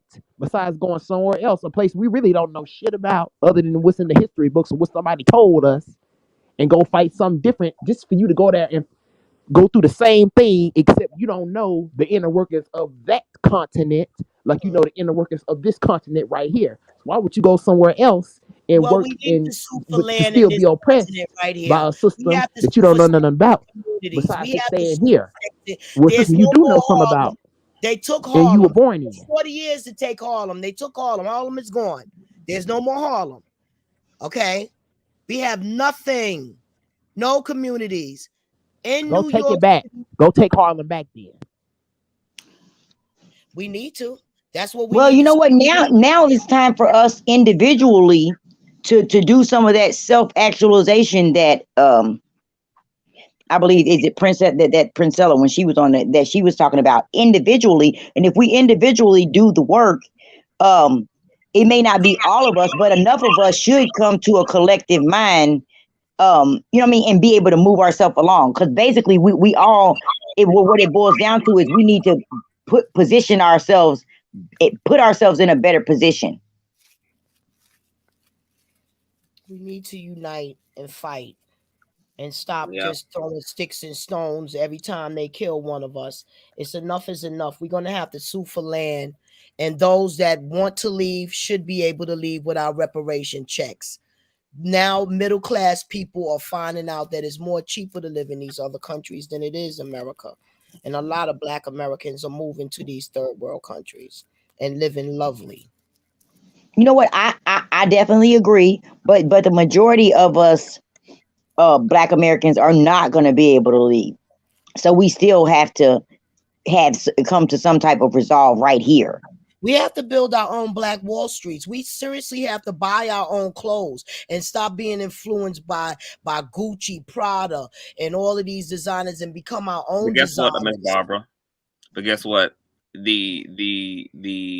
The ultimate issue is that people can move at this point anywhere on the United States. The problem is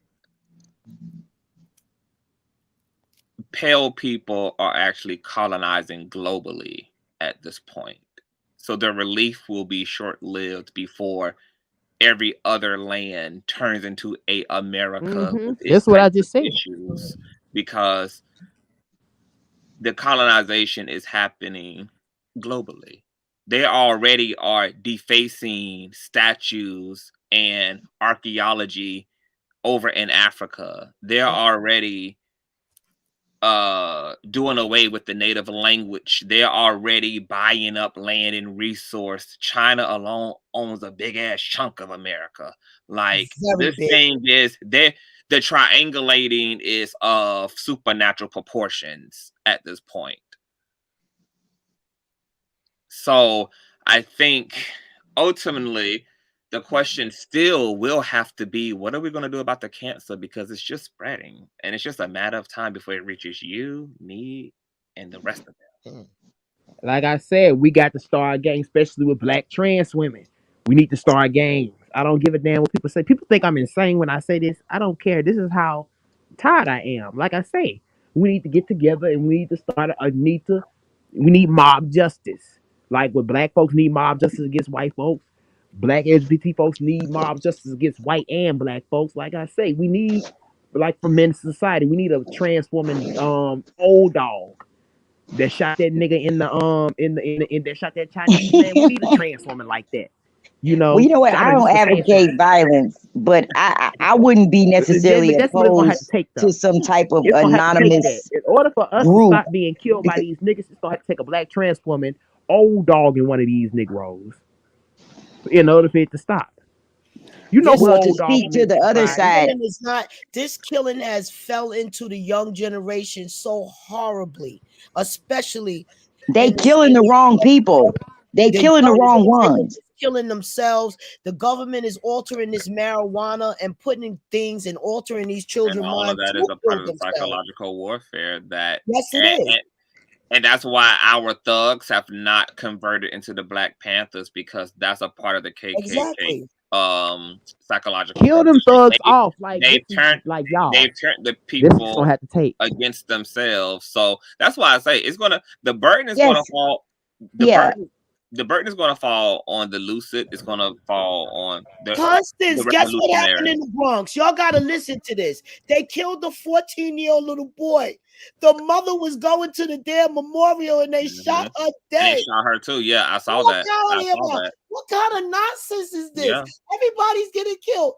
They killed a little friend of mine that used to smoke marijuana.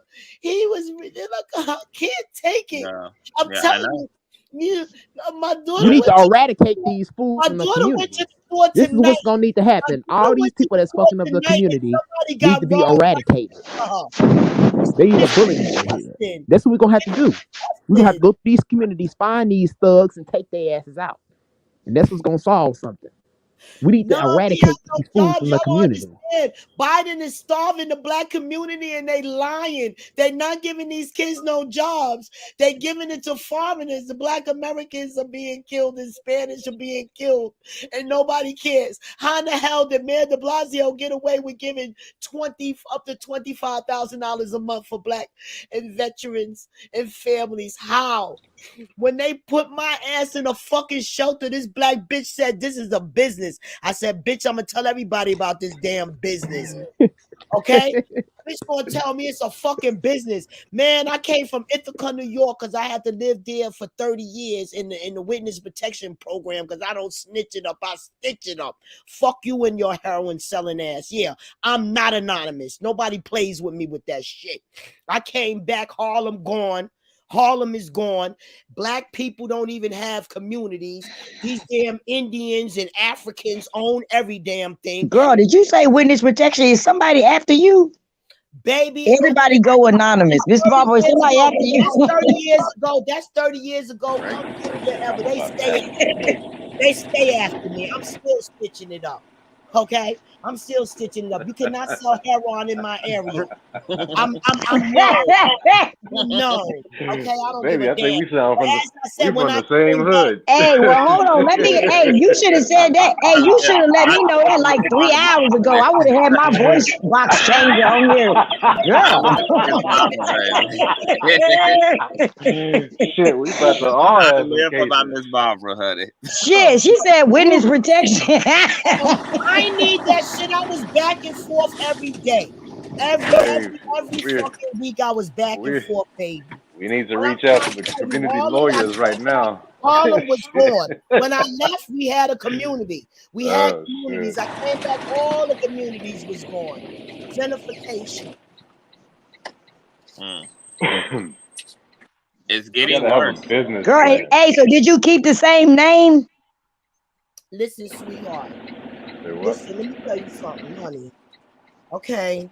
Don't tell too much, Miss Barbara. Yeah, because it ain't, you know what I mean? Okay, believe me, I don't snitch it up, I stitch it up. Out here. You're not gonna sell no heroin in my neighborhood. That's just the bottom line. You can sell all the marijuana you want, but you would not sell your pills, your Percocets, and your marijuana. You're getting the fuck out of here. I agree with you on that one. Yeah, I agree with Monica and Miss Barbara. Like, and that's what I meant by like community too. It's gonna take some active effort to actually just say. I mean, it's just gonna take some active effort on our end to clean up our own community. Exactly. That's what it's a tough pill for people to swallow, but that's what it's gonna have to take. You're gonna have to literally do it by force. We have to rebuild our community, and not necessarily always by. There are some non-violent things that can be done about non-violent offenses. These niggas, here's the thing: these niggas are ruthless. Why can't we just be ruthless with them? We got to show them that we ruthless too. Because you have to be smart. Well, why can't we ain't really got nobody else? Why can't we just get a blackout crew? Why can't we just get a little low-key blackout crew? Hold on. It's a lot of noise. It's a lot of If we kill these, if we take these people from the community, then to make it a better place. Why you want these thugs walking around with their pants fucking up the community? Why don't you think they should be killed? We will be whether it be the police or whether it be the KKK or whatever. Listen, if they know for a fact, they will stop. They won't be so trigger happy if they know that when they do something to one of us, that they gonna be some people in the men in black gonna come visit them, and they're gonna think about it because they're not gonna know where they coming from, whether they gonna get it this time. But if we start setting their type of precedents, that they'll stop. They'll think twice because they know that somebody's coming for that tail. I'm not necessarily opposed to that. Not to mess with us because they're gonna be like, oh my God, them trans are gonna get together and they gonna come and they gonna kill me. We need to Monica's making these statements about these young generations, and it sounds harsh, but look at the crime statistic. Look at what's going on in New York City. It's the 14-year-olds and 15-year-olds that are killing people. Look at Chicago.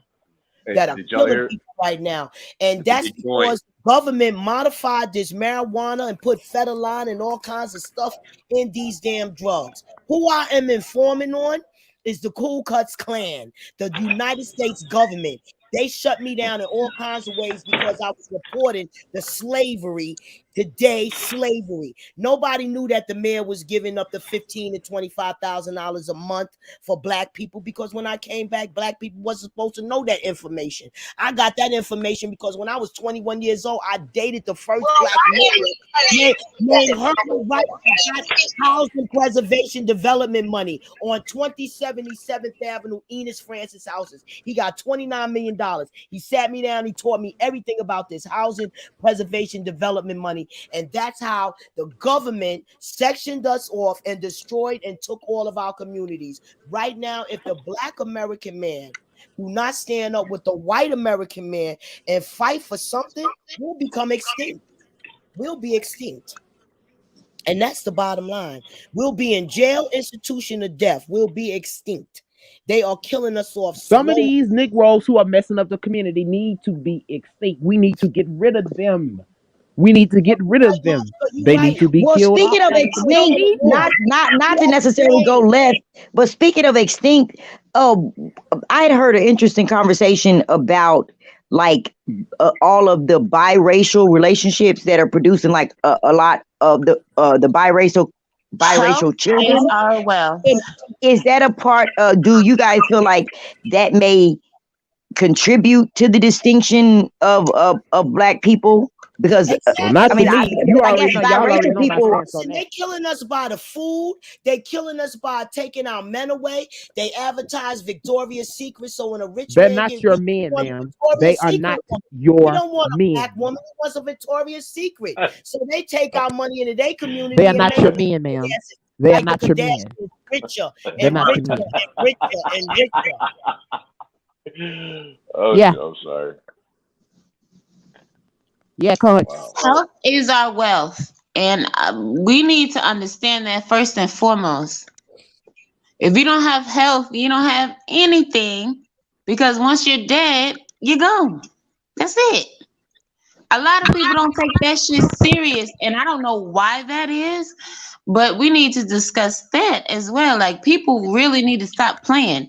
Yeah. You know, they say, "Oh, I don't play games, blah blah blah." Like, that's just the bullshit they just be spewing because they obviously have nothing else to say. They don't know anything else, and that's the sad part about it. Because if you knew better, you would do better. And that's You just know my what? opinion on that. Like, I mean, people need to get it together because talking shit ain't about nothing. Because somebody ride by and do whatever they feel like they want to do, then what? Where are you? Where's your family? Where's what? Like, it's just unnecessary BS. Like, if you can't stick together, if you can't even have a simple conversation, if you can't even listen to the person next to you, what makes you think that somebody's gonna take you serious? Come on now. Nah, Y'all do kill too these much. niggas Like, off. that's I'm not enough. Chuckatania. They ain't got a problem with killing your ass off. Why can't you just kill them off too? At least they'll leave you alone. That's all I'm saying. I'm not even No, trying to no, be no, funny no. here. I'm not saying that you cannot protect yourself, but people got to understand that too.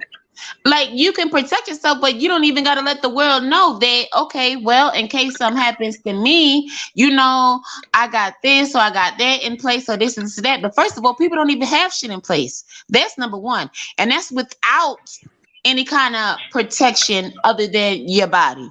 You get what I'm saying? They don't even have what they call life insurance. They don't have a will. They don't have anything in place, but they online talking smack or anywhere else talking smack because you ain't gotta be online. Everybody's not going for this shit.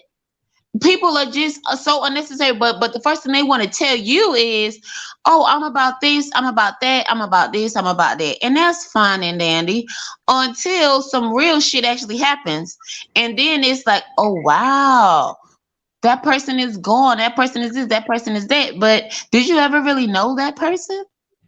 People will cry over people they don't even fucking know before they cry over a motherfucker that's been there for them before, and that's the sad and crazy part about it all. Y'all all for everybody else except yourself, except your family, except your community. And this is what you have to understand. You guys are arguing with yourselves. And for what? If you don't have your health, aka your life, just in general, life, period. If you're not alive, what are you going to do? And the people, now that we have our lives, like, what are you doing with it? Like, okay, are you going to leave a legacy behind? Like, what's going on? Is anybody going to remember you? Like, did you even write a note in your life? Like, let's just be real. Let's put it all out there on the table since we're talking about all of this stuff. You get what I'm saying? Because you can't blame everything on somebody else. I don't care what people did way back in the day. You, the people that now, at least the ones that are claiming that they know better, then if you know better, then you should be able to do better.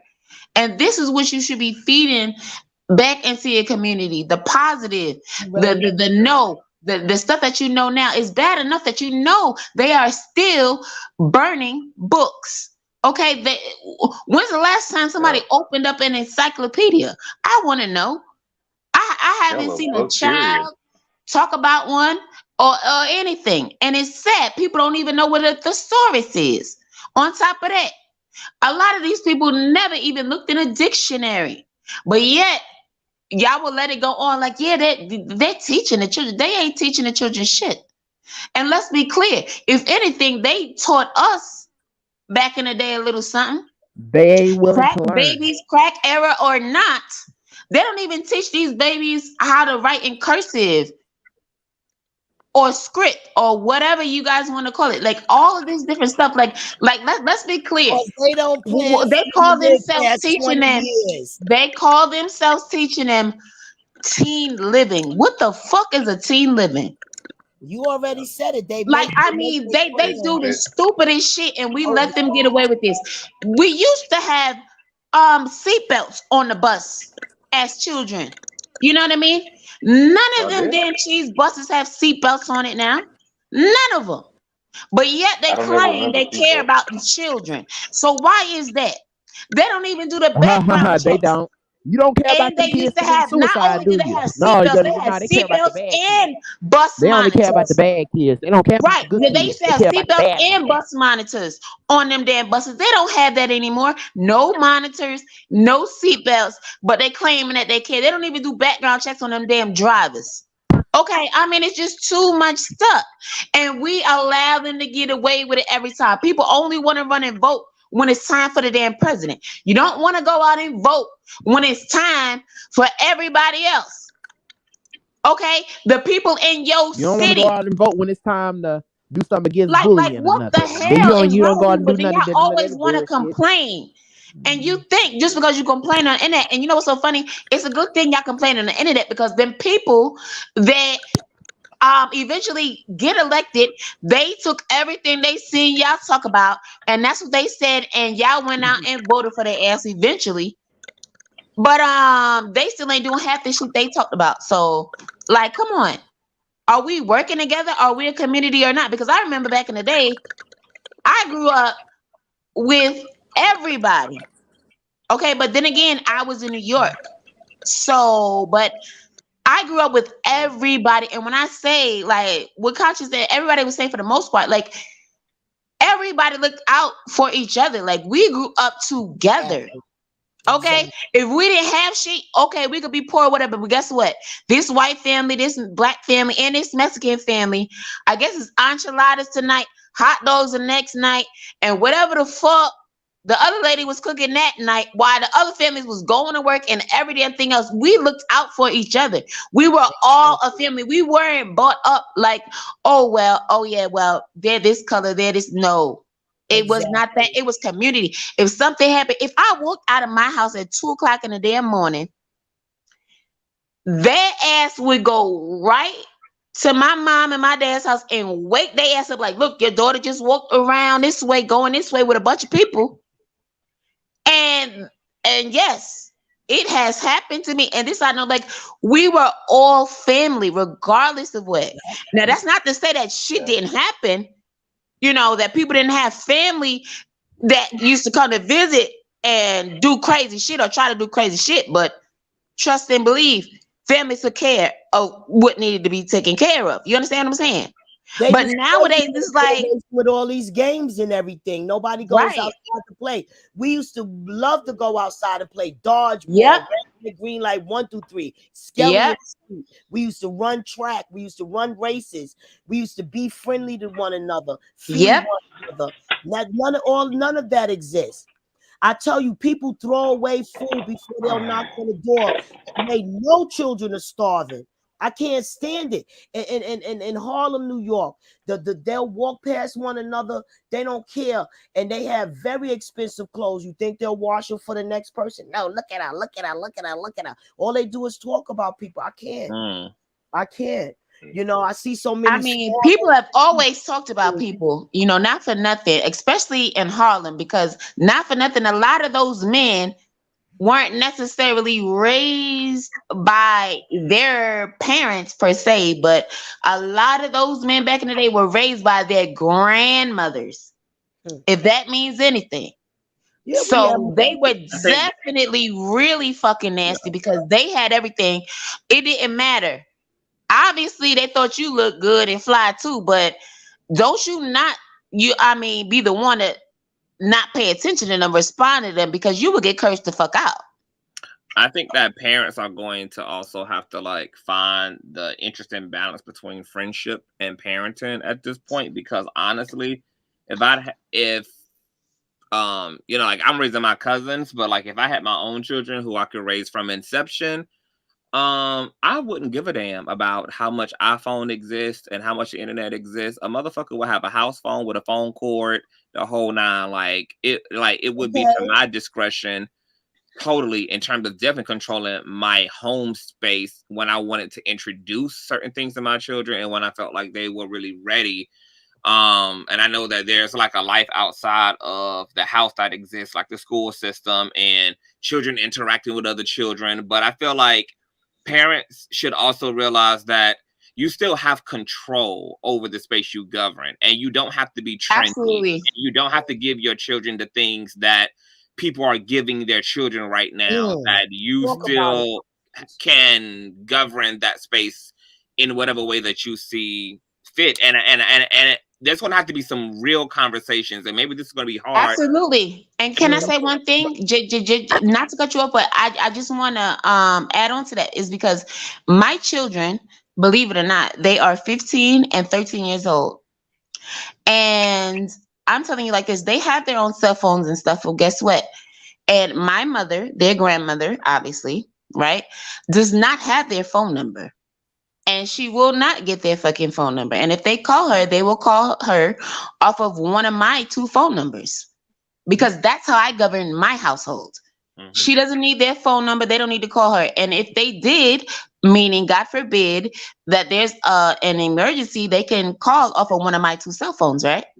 And that's just the way that works. Like, I mean, I'm just saying, I'm with you. Because I had a conversation a while ago. I think it was the Information Man. I think we was on Olivia the Oracle's platform, because she was holding a dope panel and discussion, and he was talking about, like, I think he was saying something about like how difficult it was to have to, like, to raise, like, to keep your kids away from this, that, and the third. And I was telling him the same thing, because he was like, you know, your kids need Google to, study and to look up things. I'm like, no, they don't. I said, it's something called a library. We need to remind children that they can go get a library card and sit their ass in a building and actually pick up a book and find whatever. Because the first Google was the library. That was the first Google, and it's still absolutely a thing. And so we just have to remind ourselves as the governing body that these options still exist. But sometimes, because we get sucked into the culture, we end up indirectly feeling powerless, and then thinking that we have to suck our children into it too. I was going to say alongside that there's going to have to be a real conversation that adults, particularly parents, are going to have with their children in this age of social media, because to Ms. Barbara's point about the level of anti-socialism that's going on, and not wanting to speak, just being able to just really see through and past a human being. A lot more antisocial behavior is going to develop, because people get to have an alter ego by way of the internet, which leads them handicapped to what real human bonding and real self-confidence is generated as. So you're going to have young people who are bold and bad as hell on the internet, who have no social etiquette, have no social skills, have no sense of safety in their own bodies in real life, who are anxiety ridden, who suffer from stage fright, who cannot be articulate in an actual crowd.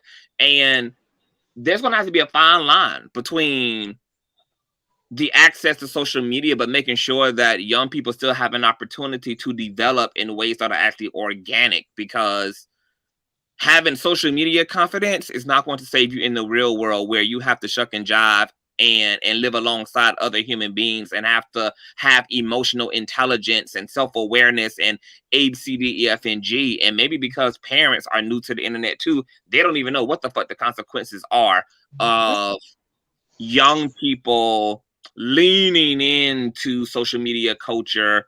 And you have TikTok stars as old as 6, as old as 8. You have babies, hell, who have gone viral, who have whole brands. Like, this is not becoming our world, but I feel like there's not enough conversation about how fast our world is changing, and about how detrimental those things are going to be on the psyche of young people. So to this argument that young people are becoming more narcissistic, they're becoming more sociopathic.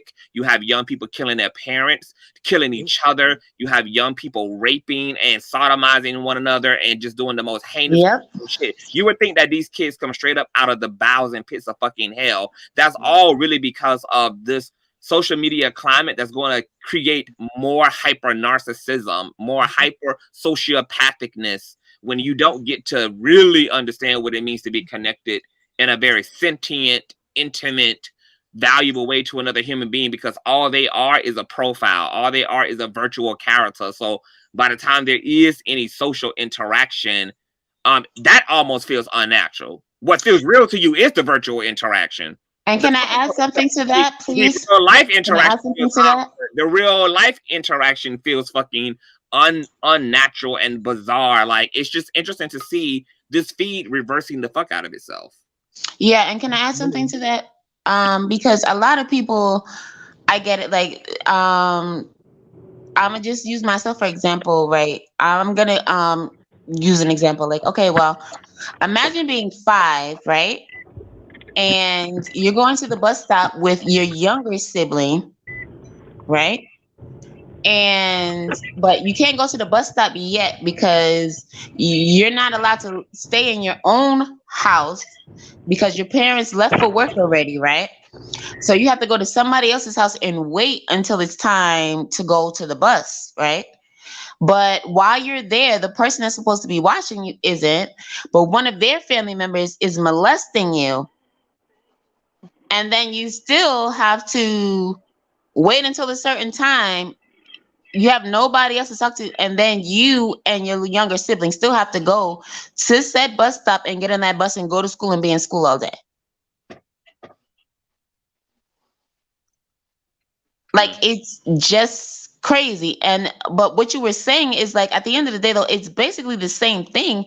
It's just different because they're on it, but it's basically the same thing because people were still going through all of that trauma at home and everything without the internet. And that's the crazy thing. And this is what people aren't realizing.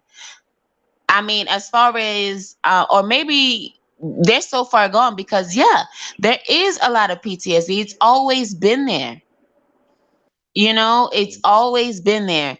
And the thing about it is, it's like they're only seeing it now for whatever, but it's like these parents that have been suffering with it for decades are trying to raise children, and it's like, you know, the communication, but it's like it's not with everybody. So I get why some people take offense to certain things. It's like, oh well, I'm not a part of that. But it's like, honestly, when you say you're not a part of that, you're actually part of the problem.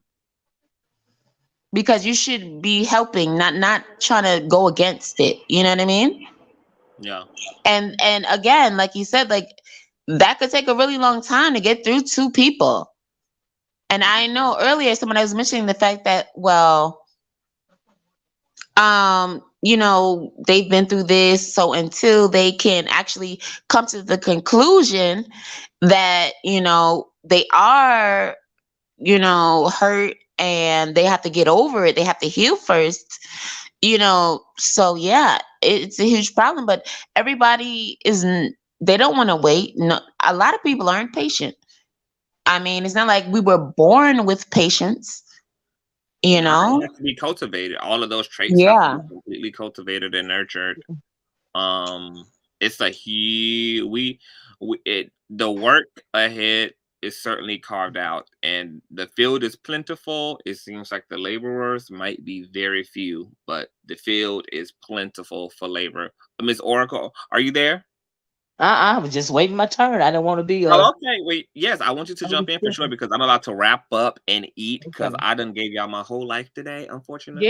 Yeah, 7 hours.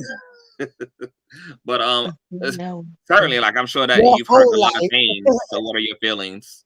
Yeah, I just want to, you know, I had to drop down early. I got a phone call, but I didn't get to, you know, I was, you know, really, you know, offended by some things earlier.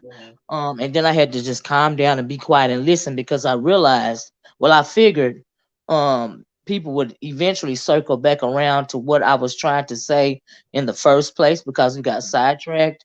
And I understand you have a, you know, we had a discussion about the ego. You know, there's a difference between ego and fact, in my opinion. And a lot of things that I was hearing, that sound like anti-blackness to me. They are actually coming from a place of hurt, in a place of insecurity, via childhood trauma, and I had to sit back and realize that. And but the thing I want to say about community is because nobody really could, you know, could really put a definition on. I thought I heard somebody say, "What is community?" And this day and age, we know what the community used to be, right? I don't know if it was you or somebody else speaking of, you know, how our neighbors, how our elders used to be able to, you know, discipline us and then take us home, you know, and then mom and dad would discipline you again Because I'm older than all of y'all. That happened in my era. But you can't do that in this day and age, you know, because like honestly, you can't trust nobody. You know what I mean? Like we could go all around town and play. This day and age, I can't let the little people in my family go out of the yard because I don't know if they're going to come back or not. You know what I mean? Yeah. And we used to have to be home until the street light came on. You know what I mean? But not nowadays. You know, if your kids out of your sight for 2-3 hours, you better call the police because somebody might be snatched them up. You know, and I realized, but when you say what is community, in this day and age, I don't think there is a collective community because we have so many different types of people since um uh since the onslaught of the civil rights movement and integration, we was kind of splintered up. You know what I mean? And so my community for me are the people surrounding me and my family, pretty much my family, right? And when you ask the question of how can you help your community? Do you have boots on the ground? What you do is you realize you can't help everybody, but if you can at least start at home, because I also heard you talking about, you know, how parents are not parenting anymore. You know, you can actually not be your child's friend and raise your child, not let the internet or device raise your child. You know, so you're absolutely right about that. If you don't have more control over your child than the friends or the internet does, then your child is, you know, I don't know, you know, what the outcome is going to be. And it's going to be, you know, it's a scary situation. You got a lot of kids, and then you also spoke about, you know, how young people are very much antisocial. You know, you got people, you know, we've seen movies like, I can't remember the name of the movie where shoot, even the Matrix, how people are plugged in to the machine and the machine is feeding you a whole alternate reality, but you are just plugged into a machine and you're just being fed by the machine. But in your mind, you're living a whole life, but you're really not. You're just plugged into the machine, right? Yep. And I feel like, you know, especially these young people, they don't have any idea what actual reality is. They're just plugged into the machine. Yeah. You know, so when something happens, you know, in the real world, in the real life, they don't know how to respond to it properly. You know, because they're so antisocial. You know, so when it comes to community, I feel like number one, you do have to parent. You know, you do have to actually raise your child and not be your child's friend. Can I You say know, and something? you know, and if you just let me finish my statement, and also, and I heard you talking about, you know, and then it's real bad if you come from a family that is where there's a lot of trauma going on. You never get help for that trauma. You know what I mean? For whatever reason, and you grow up and you're damaged and you hurt, and you never get to move past that, and then you have children, and you hold your children close to you because of the way that you was raised and you felt unprotected. But for as long, just know that for as long as you don't get help, as long as you don't talk to somebody, and you never get too old for therapy, no matter how long the trauma was. That trauma will always control you, and it will always control your community. And what mean by your community is your family, is your familial unit. You know, you don't never let anything hold control over you. You know, and so pretty much all I want to say was I'm glad I heard people, you know, circling back around. You know, I don't like it when I hear people speak propaganda, because I realize it's propaganda, especially when it's coming from a place of hurt. You know, like I said, some things is coming from ego, but some things are coming from hurt. And that is what I saw, that is what I heard, and that is why I was so triggered, you know, because people have to realize Well, what's let me going ask you this question, Miss Oracle. Do on. you, I mean, because if if queer people and trans women got left out of a lot of, like, because of the way the culture is set up, isn't it reasonable to assume that other Black people got left out of the culture too? Absolutely. But what specifically do you mean by the culture? Like when we were talking about some black men's experience who are not the cool kids, who are not the swaggy, who are not the thuggy, whose sauce don't drip, who maybe are the goofballs or the nerds or the off-brand black guys who might have found more solidarity in other ethnic groups rather than their own. Like the fact that the culture doesn't make the smart black kid cool. The culture doesn't make the nerd and the brainiac kid cool. The culture does not put the kid who's more book smart rather than trying to put on a fashion sense cool. And a lot of really intelligent, kind of off-brand, don't have a lot of material focuses like that men, they grew up being heavily bullied by their own peers. They grew up not necessarily being the pick of the litter. They grew up thought of as being effeminate or just lame, just uninteresting, just whatever. Like, you push this kid in downstairs, you bully him, you humiliate him, he's disposable, he's unuseful. Like, these are the actual experiences of a lot of black men who don't fit within some of the cultural expectations that collectively and generally we have of what we consider to be like a black man and or a acceptable, attractive, interesting black man. And so some of those black men aren't even like who prefer white spaces, and white women aren't even necessarily anti-black. They've just kind of found solidarity where they could get it. And they just are where they are because that's just what was left as far as they're concerned.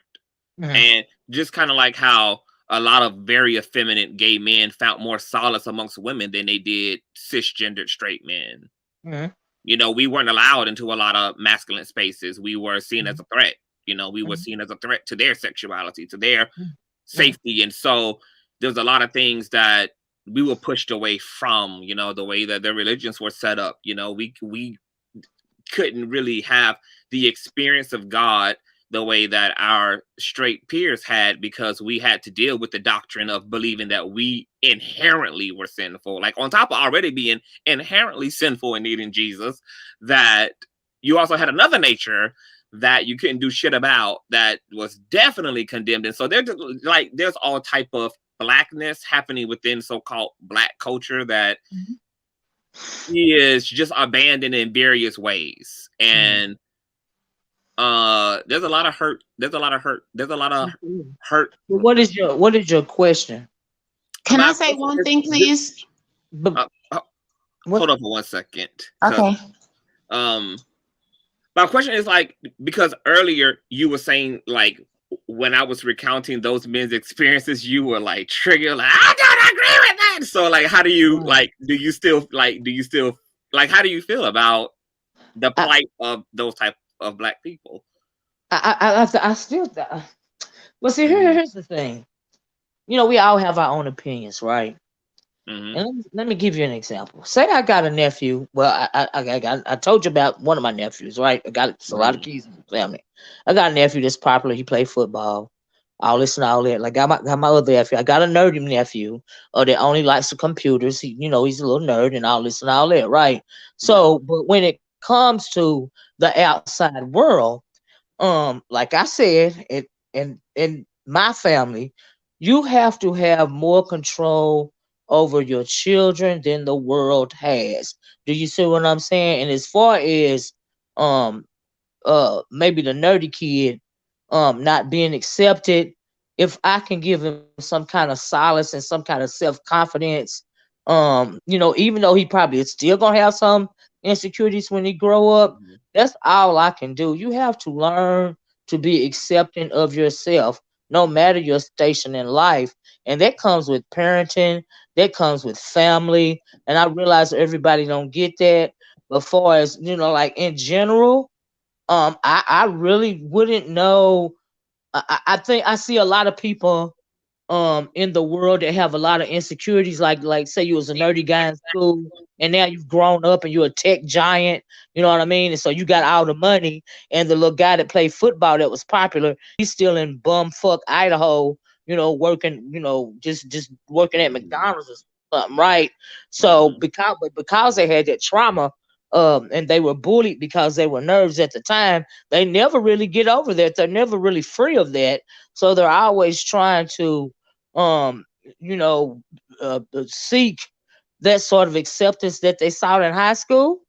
So that means that the thing that they were that little 15 or 16-year-old boy, that is a little 15 and 16-year-old boy, those feelings are still in control of the adult. See, sometimes you have to, you know, get whatever help you need and have whatever, however you gain a peace of mind to move past that type of trauma. You need to do that because it is stifling you. Do you see what I'm saying? That is my belief system. Now, how somebody else may deal with it, I don't know. I the only thing I can do is give you advice. You So never you let already know. trauma control you. So you already know that. So in terms of like the self-responsibility, I totally 100% agree with all of that, because every conversation that we could have about who scarred who, you know, the emphasis always definitely has to be on okay, but you have to rise to the occasion, period, no matter what. Like you have got to find a way to liberate yourself. Right. But also the conversation, like the things that I was saying had to do with also like calling out also society, calling out community on. I don't know that you can though. People are going to be people. You know, people are going to be people, and really, I'm gonna go a stretch further. I'm gonna go a stretch. I'm gonna push it a little bit further and use my own experience. Okay. Like Funky Dineva, I do not feel safe in Black cisgendered heterosexual spaces. I don't feel safe. I don't feel safe in Black cisgendered male clubs, bars, lounges, and I still put myself in those environments because I'm just a rebel and really, you know, I'm just going to die on my hill of truth. I'm never going to really let myself ever be stopped, but I would be lying if I said that I've had to be tased by security because I had to jump on a nigga who thought he was going to try me for the sake of proving something to his own ego in front of other Black men because I look like the weakest link, because I look like the obvious effeminate, you know, sore thumb sticking out of this straight. Well, he probably did that, if I may interject, because he was attracted to you and it scared the hell out of him. I don't know what he didn't want his straight friends to notice that he was attracted to you. So that's probably why he did that. That is a definition of homophobia. I know that there's but you know what, at the end of the day, we still, I think at the core of what all this is that no matter how much confidence you give, like in a family setting, because we know you can give your kids a family, that's a place they can be safe, but when they go out into the world, everybody wants to be accepted by their peer group. So no one wants to be ostracized, and that's where the scarring comes back. I want to interject there. It's not only about acceptance, it's the fact that at the end of the day, every community eventually has to intersect, and you can't even avoid one another. So they're So finish your story though. Finish you. Finish talking about you. I was gonna say to your point that I definitely know that like that whole like suppressed homosexual, bisexual shit is there too. Like the big bully syndrome where you really like the girl, but you can't be honest about it because that's just like too bitch. So you gotta just like beat up on her. But there's also, I pose a threat sometimes. Black straight men feel like I pose a threat sometimes because of the way they've been conditioned in terms of the fragility around their own sexuality. People really believe in this idea that you can be turned gay or that it's like a disease or it can be contaminated. Like there are people who would literally keep their kids away from you because they believe in the transference and the influence of your femininity or your orientation upon them, upon children. This is why, you know, when the little Boosie situation went up about Lil Nas X, straight people came out in the bundles, and you can look under any comment section where there's a huge chunk of Black cisgender men and women, heterosexual, who rally behind Lil Boosie's rhetoric that we don't need to expose children to queerness, and we don't need to expose children to gay people, and we don't, and Lil Nas X shouldn't be on TV, and this, because like people have really been conditioned to feel like queer people pose a for real threat upon them. And when people feel threatened, people will sometimes use violence against what they feel is a threat. And so pushing you out of the space by any means necessary, whether it's by verbal abuse, whether it's through intimidation, whether it's through actual physical violence, hate crimes, etc. Like, I've had to put a pool stick to the back of motherfuckers' heads, like, and don't give a fuck. We'll take the charge. Like, people fear what they don't understand. So yeah, we know people. A lot of people fear what they don't understand. And that's my whole thing of like, so like, that's why when I hear, like, when I'm talking to Black men who are not like the men that even gay men are being measured up against, which is these more masculine, cis hetero men, like, I understand. I get it. And I know that their experience is valid, because I know what my experience has been of the Black community in so many regards. So like, I know that the same mama who loved me would also take me to church and make me endure a sermon about me busting hell wide open. Like that, like the duality. Here's the thing. Let me stop you right there, because in recent, since the LGBTQ movement, a lot like the civil rights movement, since that has spawned itself and grew wings and whatever else has happened, with Obama. He took some of my a lot of people are becoming more educated, right? Especially in the Black community. Now you do have some people that still, a lot of people, more than not, that still feel the way that you're talking about, right? And you're right not to feel unsafe. It's unfortunate, but I feel you. I feel where you're coming from, because that's how some Black people still feel today, in non-Black spaces, right? Yeah. And so, but the thing is, we can't do nothing about what's going on now, but we can only hope that things will be better in the future, right? Yeah. Because when we know that every generation, things child, for a while Black folks was doing better, then they fell, go 10 steps forward and fall 20 back, right? So, but hopefully when it comes to this particular issue, things will get better. Now I have heard, and I don't understand. I don't hear a lot of people, a lot of LGBTQ people talk about the fact that how high of a rate it is for Black trans women to be murdered or whatever.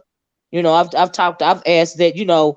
They're pretty much the sector that I'm in. The B sector is predominantly what gay man and Black woman, right? Gay Black man, gay Black woman is dominated by that, right?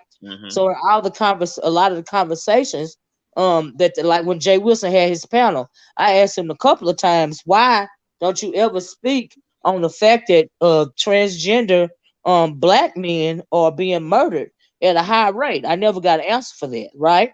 And so, if you want to make a space safer, you first have to, try to educate the public on the issue that what's going on. Now, the reason why I paid attention to that is because I don't like Black people getting murdered, randomly for any reason, whether you gay, straight, or whatever. I mean, if you Black, I don't want you getting murdered. I don't want you getting murdered by your own people or nobody else people, just simply because your sexuality, the color of your skin, or anything. And and then you can say, well, don't you feel that way about our people? I say, yeah, but I feel that way about my people first.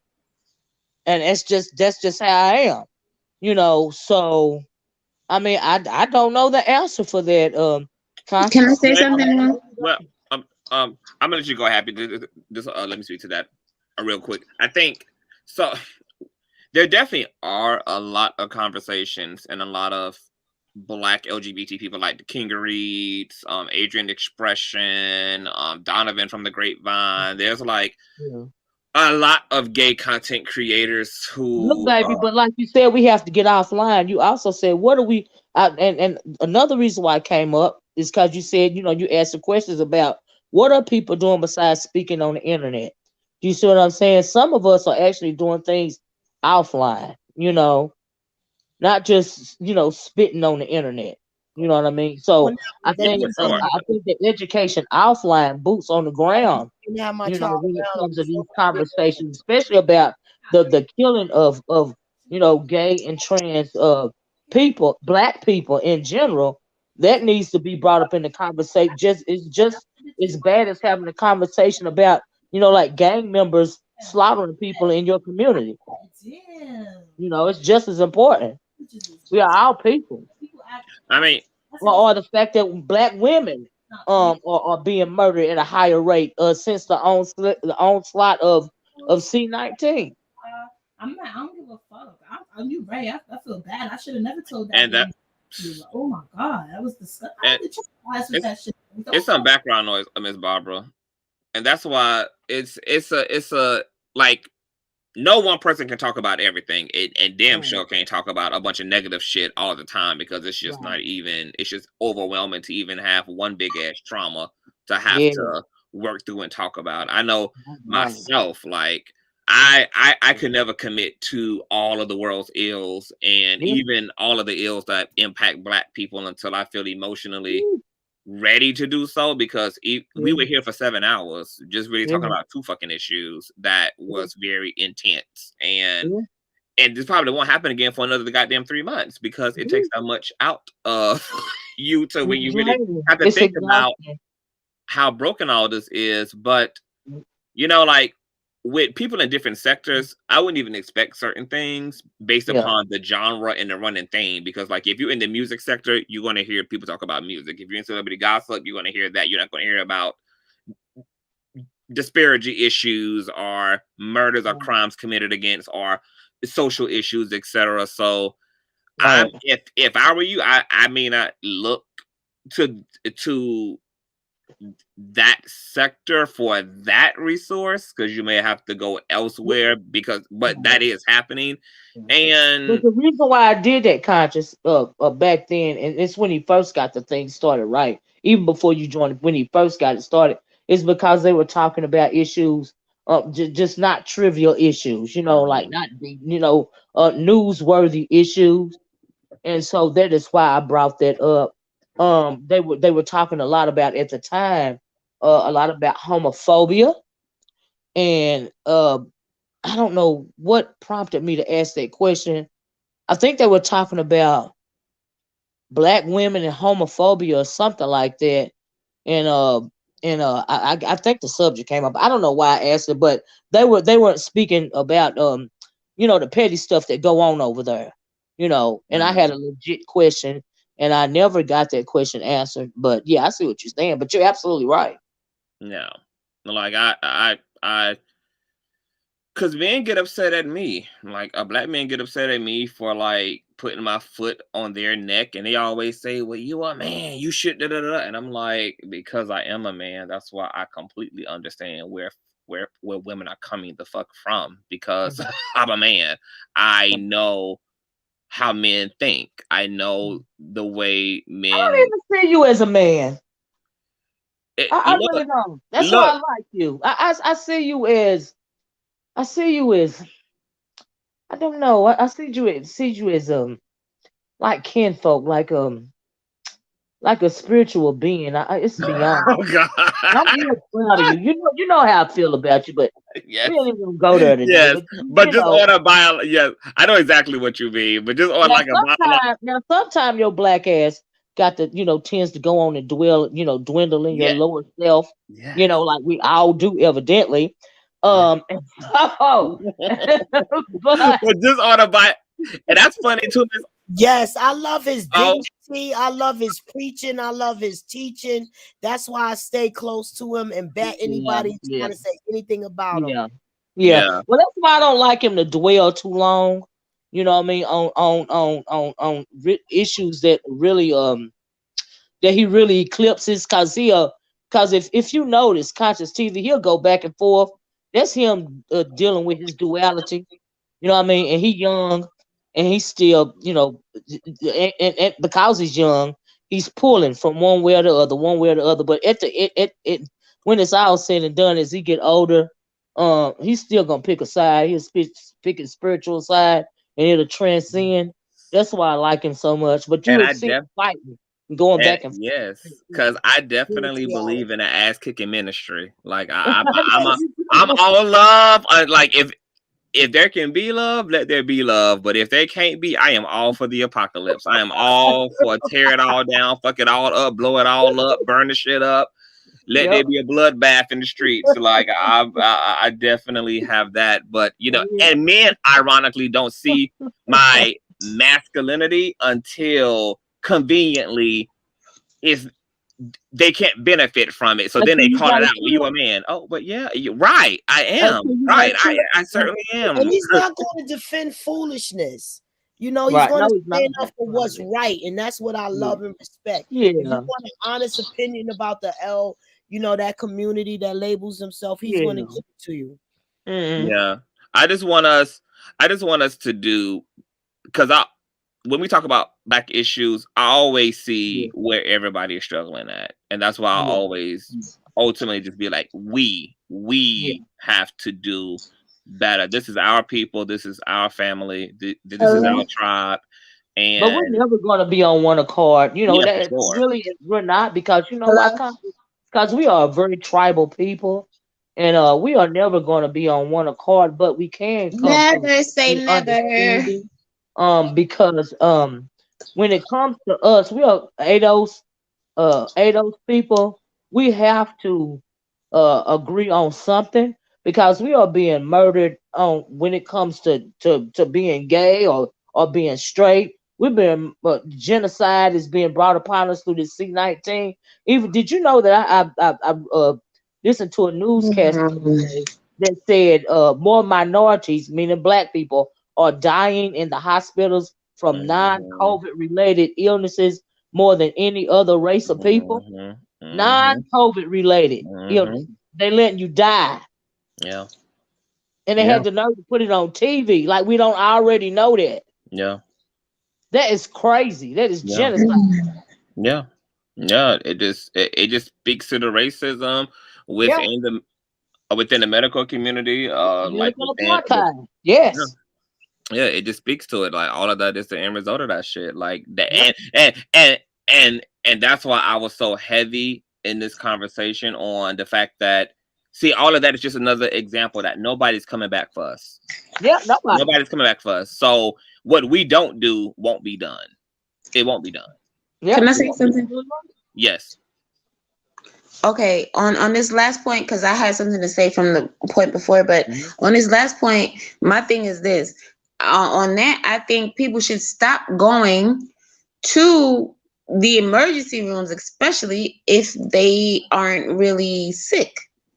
I mean, with the climate as it is, you know what's going on, whether you watch the news per se, wherever you are located, or if you're on right now, like we're on YouTube, like do not go there. Like you need to take care in your primary physicians. You know what I mean? Like that's where you need to go. Set up your appointments. Don't go to these places where all of these people are gathered. Like that's the same thing, like as if you go to the club, you go to the bar. Like, why would you do that? All of these people are there, and you know all of this stuff is going on. Yeah, I agree. So but that's part of the people participating in that. That's their fault. If they're going there, like you're going in these emergency rooms with all these people that are sick. And I mean, not for nothing, I get it, but I don't get it. But what if you have it would have to be like a dire emergency? I'm sorry, because let me say something right now. As far as that goes, I will get back to that. But the first thing I wanted to say, what I was trying to interrupt before, the thing about that was like, no, we need to break that curse. Yes, parents, you do need to be your child's friend.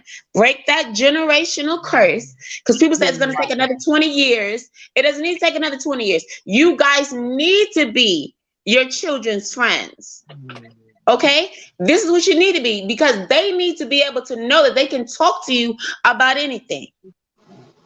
That's just the bottom line. And you as parents need to understand that you are the one that sets the boundaries. You don't have to be talking down to your children, cursing them out, and all the other crap. Right. Yes, you can be a child's friend, and you need your children to know that you are their friend, so that way they can talk to you. And this is why parents end up not knowing nothing about their children or nothing about what they're doing or anything else until it's basically too late, or it is too late. Wait, I waited too long to say my part of how I feel about it. You can do that. I'm not saying you can that raise your kids and you have to kiss your child's ass. I said you need to be a child's friend. Sorry, I wasn't done speaking. This is my opinion. Okay, you need to talk to your children. Your children should feel comfortable talking to you. And if they don't feel comfortable talking to you, if there's not something wrong with their child, there's something wrong with you.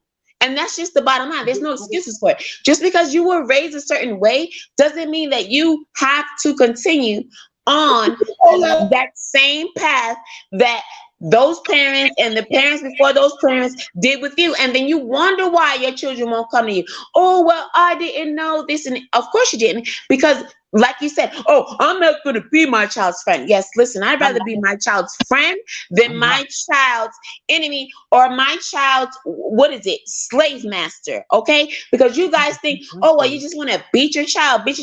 Yeah, those are the people that are still going along with it. Oh, you don't be a child's friend. I'm not done. Excuse me. I'm sorry. I'm just telling you how I feel, and I think more people need to hear this. There is absolutely nothing wrong. I'm not speaking to people in the panel. I'm speaking to everybody that's listening or may listen in the future when they play the playback. It is nothing wrong with being your child's friend. More people need to be friends with their children.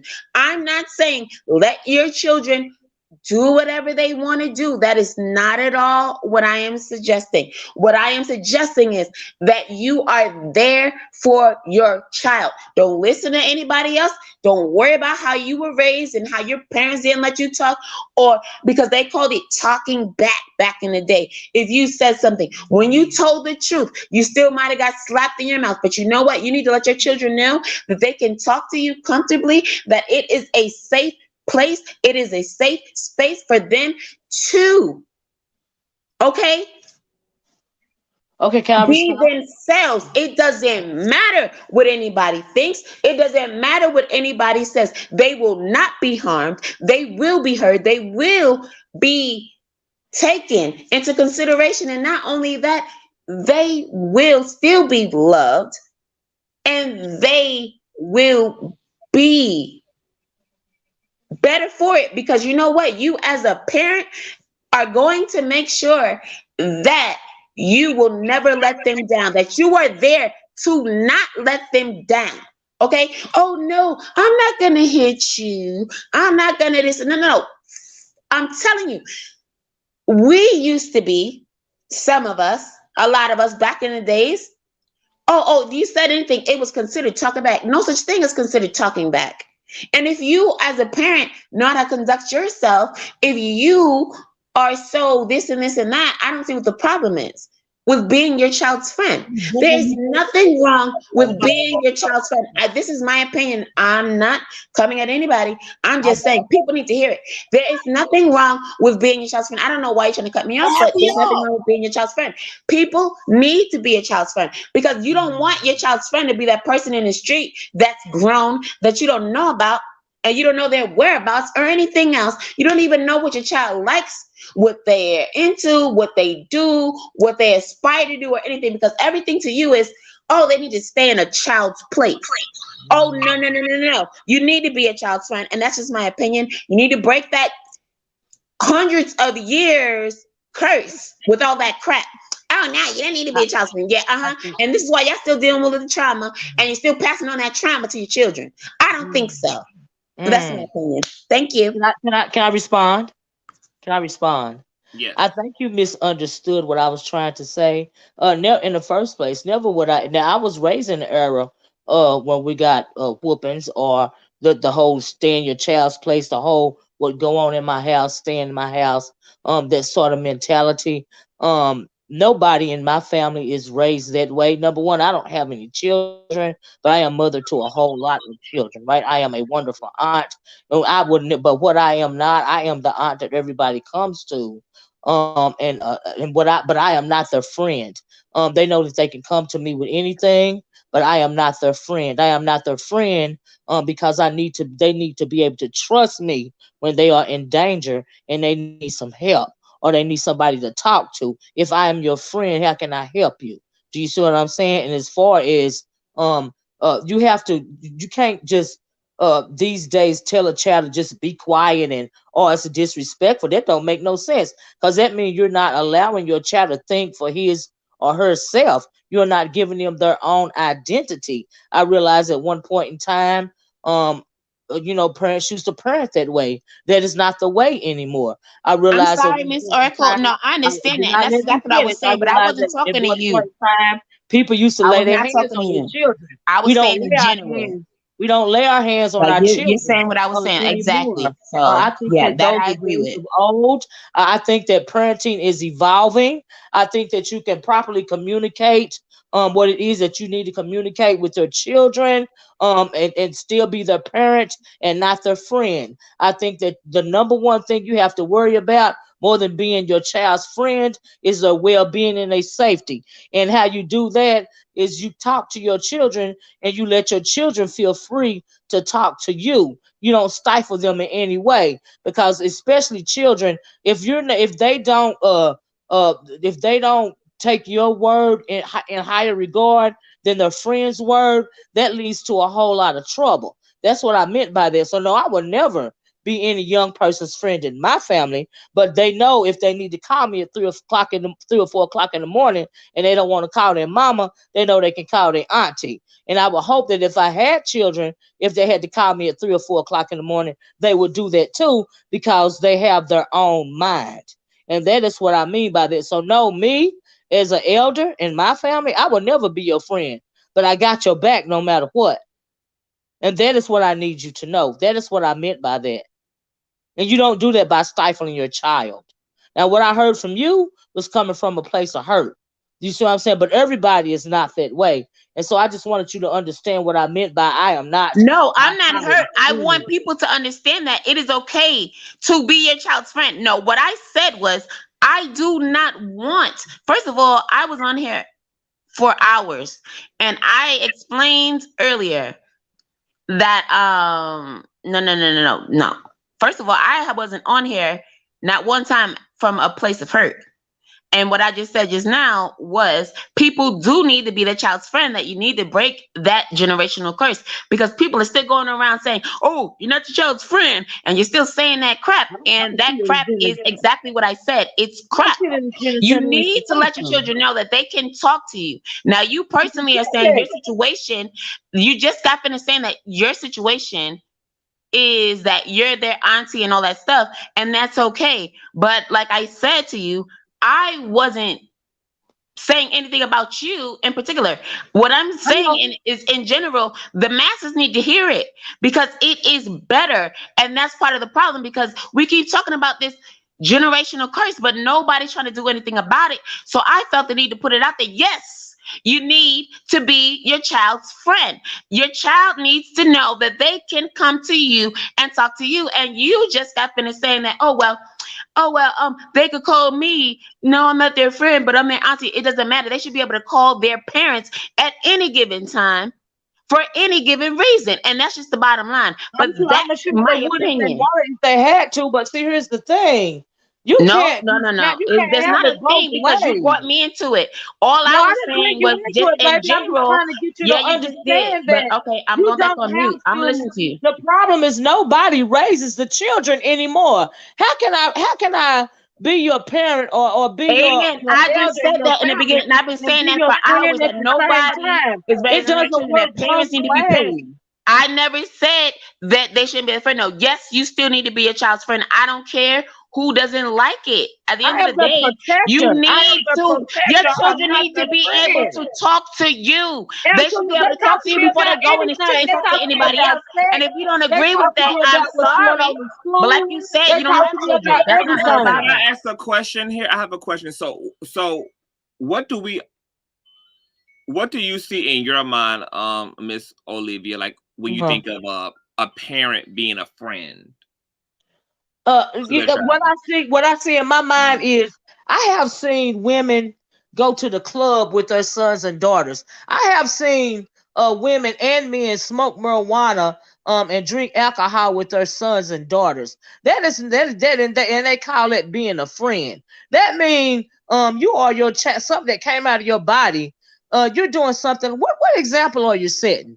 And when they have their kids, what example are they setting?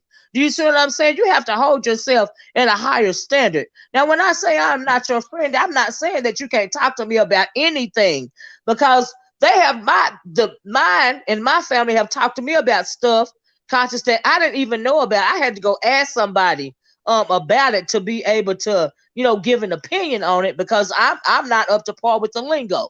You see what I'm saying? It's just like my niece, when she was in school, she asked me what I felt about teabagging. I didn't know what the fuck teabagging was. I never heard it in my whole life. Okay, I had to go find out what it was.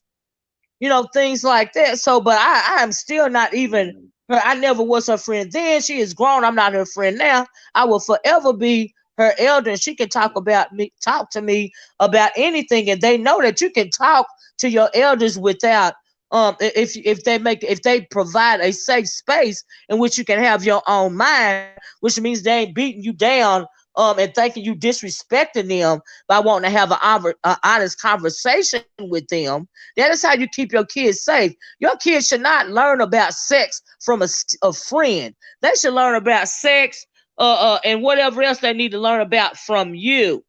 Okay, but if I am your friend, then you're not gonna feel comfortable even talking to me about certain things. But if you know that you are, you have a safe person to talk to, somebody that you hold in some kind of regard, you will feel safe asking them appropriate questions. All I want for and I can't raise everybody kid, but all I want for mine is to be as informed as they can be. Do you see what I'm saying? That is how you help your community. And like I said, your community is your family. Yeah. Even when you have to bite your tongue because they're asking you about something that you have no idea, no clue of what they're talking about, you got sense enough to say, let me get back to you, baby. And then you can go find out about it. Do you see what I'm saying? But I would rather for them to ask me that than some of the, and then as opposed to getting some information from somebody that is not really looking out for the best interest. That is all that I mean when I say I am not your friend. So if you agreed with everything I said, then if you were just gonna hold on, Happy, because you just reiterated what I was saying, though. No, I don't agree. But you took the time to cut me off for what? I have another layer of question. Like, would there being other layers of like other facets of friendship? Because that was kind of like one example of a way a parent can be their friend. Do you like, in a not so extreme example of like smoking weed and doing drugs and twerking in the club with you? I never was intending that. Obviously, none of that. No, I'm asking this to Miss Olivia. Like, do you think that a parent can be friends, like can have a friendship, not the example that you gave, Miss Olivia, but can you do you think that a parent can, because not all friends are also twerking and doing drugs with a person either? Like, do you think that there's a way for a parent to have, do you think that there's basically a way to have a democracy with your children rather than a dictatorship? Yes, I'm not speaking of a dictatorship either. Like I said, I don't mean a dictatorship when I say I am not your friend. I just explained that you can come to me about anything. Do you see what I'm saying? But I also, and another reason why I can't be your friend is when I tell you that you can't stay out past 10 o'clock on a school night. I need you to respect the fact that you can't stay out past 10 o'clock on a school night. And I also need you to respect the fact that I am telling you this for a reason, not because I'm trying to be your police officer or I'm not trying to dominate over you. I must be telling you you can't stay out after 10 o'clock on a school night for some other reason than I just want to give that order. Do you see what I'm saying? You have to know that I'm looking out for your best interest because you are still a child. and I am the adult. And when it comes to certain people, I think that the lines are blurred when it comes to the relationship with your children or even the young people in your family and friendship. I don't like those lines being blurred to the point to where I can't keep you safe. I'm worried about safety. I'm not worried about whether you feel like I'm a party with you or something. I don't know. I'm worried about your safety and your best interest and your well-being. That's what I mean. And when I'm saying you can talk to me about anything, and I mean anything that is also concerning your safety and your well-being. Because I don't want you to go to a stranger and feel like you gotta ask them about something. I got a condom drawer in my house.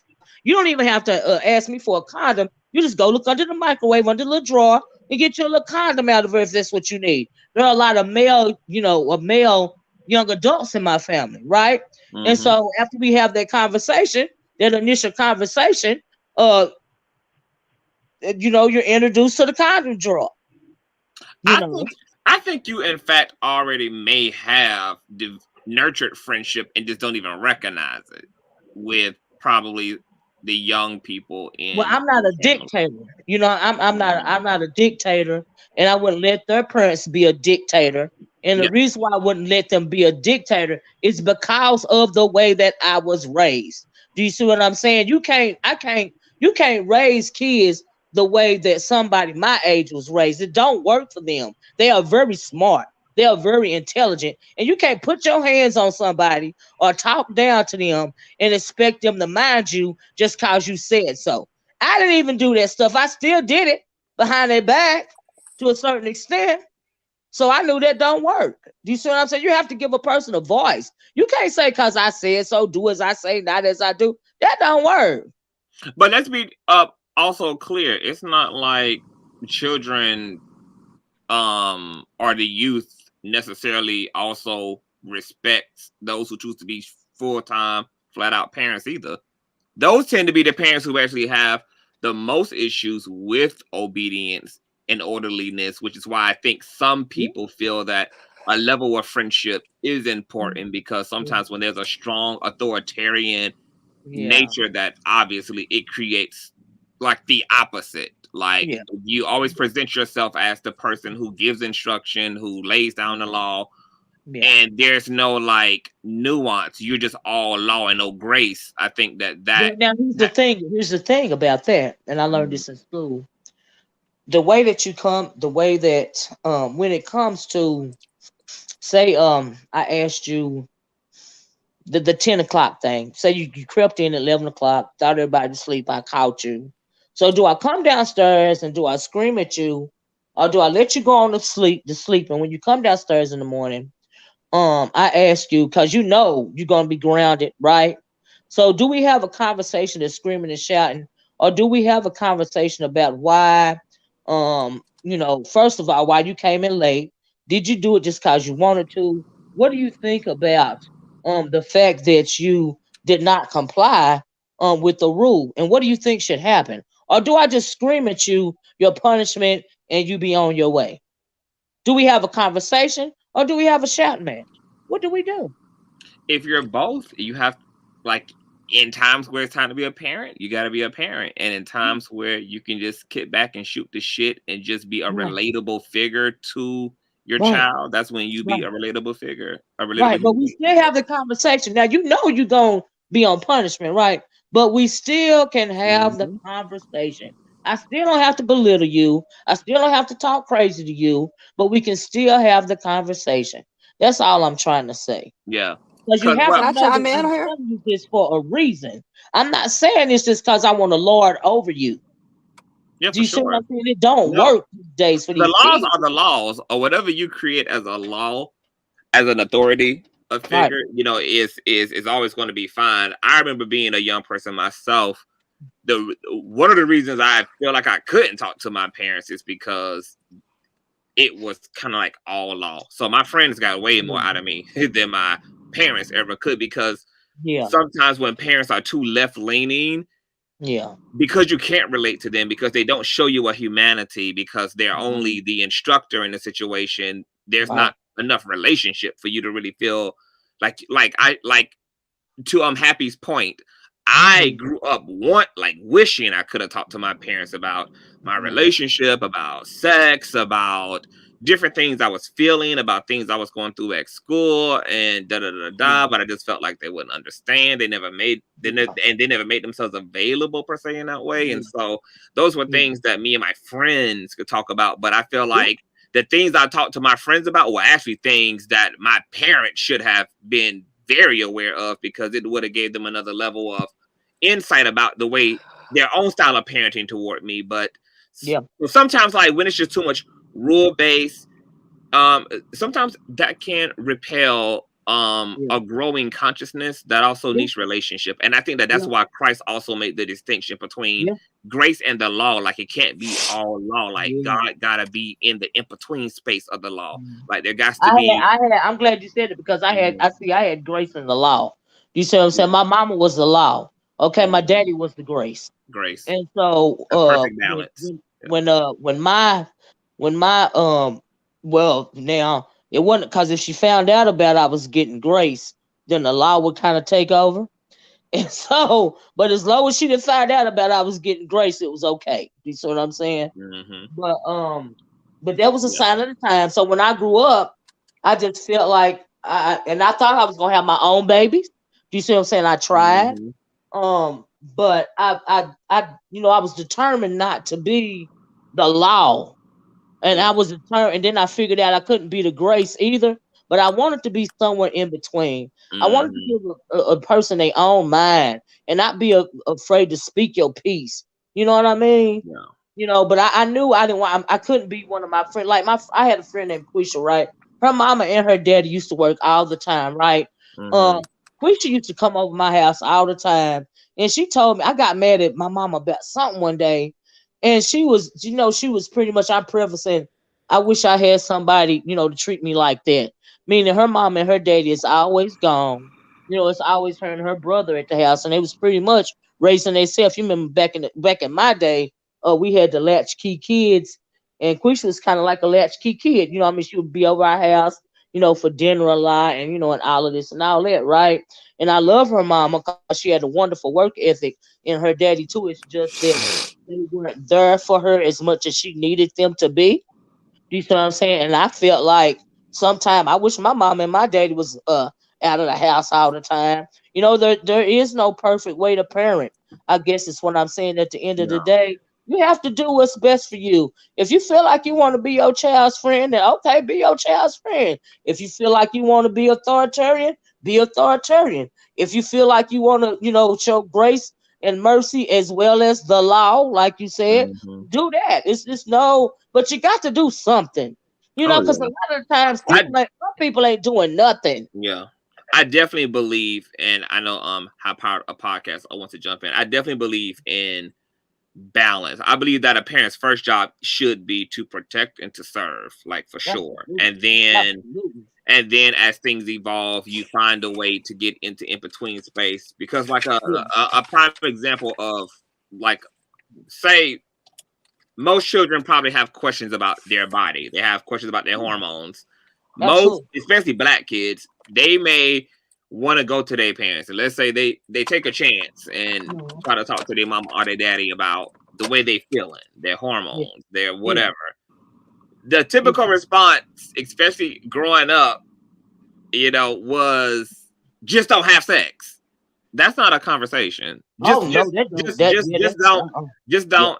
And that's what I mean by sometimes, like, parents don't realize that, like, they get so caught up in a role and a title that they forget that their children are actually humans and beings, and that you have to present yourself as a being as well, and not a role. And you got to be able to come down and say, look, I know what the hell it's like to be horny as hell.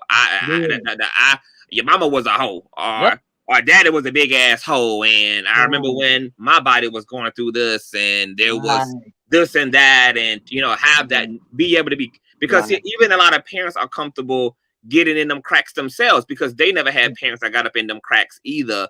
they did, you know, they were raised with parents who did a lot of broad stroke, and then they wonder why your child gotta would rather look at a Playgirl magazine to get informed about sex, or go look at porn to get a understanding, or talk to their friends and have a, you know, and get into the explicitness. And so just being able to sometimes recognize that you it's a discerning thing, it's a moment to moment, situation to situation thing, where you just have to figure out those opportunities where, okay, it's time for me to be a human to this human, not necessarily play a role or carry a title, but to just be a person to this person. This is a person here.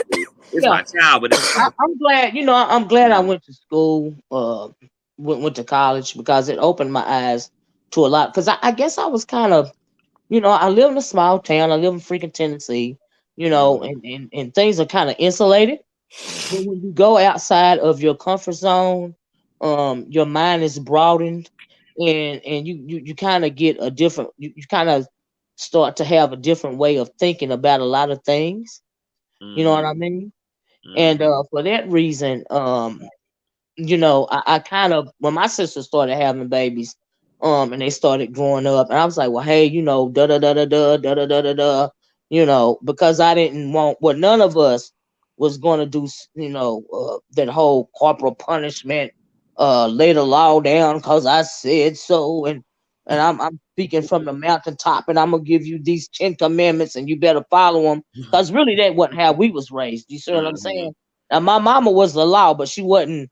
You know, she wasn't trying to put a chastity belt on us or nothing like that. Brutal. Yeah, you know, I mean, God dog, that wasn't my world. But you know, I learned that I learned a lot from African American studies. Do you see what I'm saying? Yeah. And so even earlier when I was feeling the way about something that was said about our people, it's because there are a lot of root causes to a lot of things, you know. But then I had to step back and shut up and realize that sometimes when people are speaking, they are speaking from a place of hurt, you know, and you have to realize that. And but because of the internet, you know, a lot of us, all of us, you know, up here behind, most of us anyway, are behind avatars, and you really think that you are in a safe space, you know, and you get, you know, you get your chance to vent, and maybe try to speak to your trauma.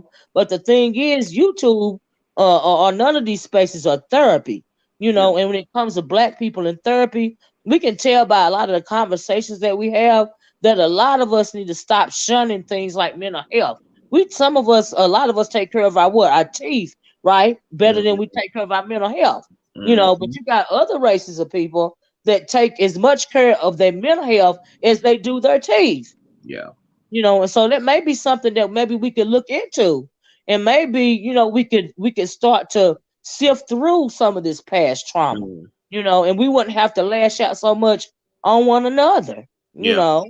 And we are, I'm not ashamed to say that I'm now and forever going to be a work in progress. Do you see what I'm saying? Yeah. And all you can do is do your best. But I think that if you close your mind and you're never willing to grow, you know, and learn something new, I think that's unfortunate. You know, because you should be willing to learn till you die. I don't see nothing wrong with that. Yeah, but that's I always say that the best teachers are those who remain students. Absolutely. I absolutely agree with you. I would never profess to know everything. I can't live long enough to know everything. You know. Yeah. We're not like in the Bible. I ain't gonna live 800 years. You know. And so But that's all I'm trying to say. Yeah, I think that's beautiful. High Powered a podcast. I know that you wanted to jump in. If you're still there, is she outside her car? She's outside the car. I see her outside the car. Oh, she must be doing a week. Maybe she getting a dime bag. It's a nigga back there too. I see a nigga getting in the car. I got a master's in nosology. He got on a gray hat and it's like a light blue hoodie coat. Did you say nosology? Nosology. Yes. Oh Lord. Oh Lord. Oh Lord. So, this High Powered podcast. Are you back? Are you back, darling? I saw you making your weed sale. I was waiting for you to be done. You know, because I guess I got to get high to be in on this conversation. Oh, So I'm yes. glad everybody else got high and we having Right. some low power dialogue. Okay. Okay. So what I did want to say in regards to, you know, raising children. Now I know he ain't gonna. They're my little baby right there. Oh, hi. Hey, girl. You a whole mommy, High Power? Yes, I am. Oh my goodness. Why your daddy ain't put you in the car? Oh my God. The baby. It's the baby. Mm-hmm. Can you put her in the back seat? No, get your butt out there. Huh? Get your butt out there. It's cold out there. You've been standing there. Oh, all that toxic masculinity. All that patriarchy. You stood there for 5 minutes and you could have put her in the car. You see, y'all see him?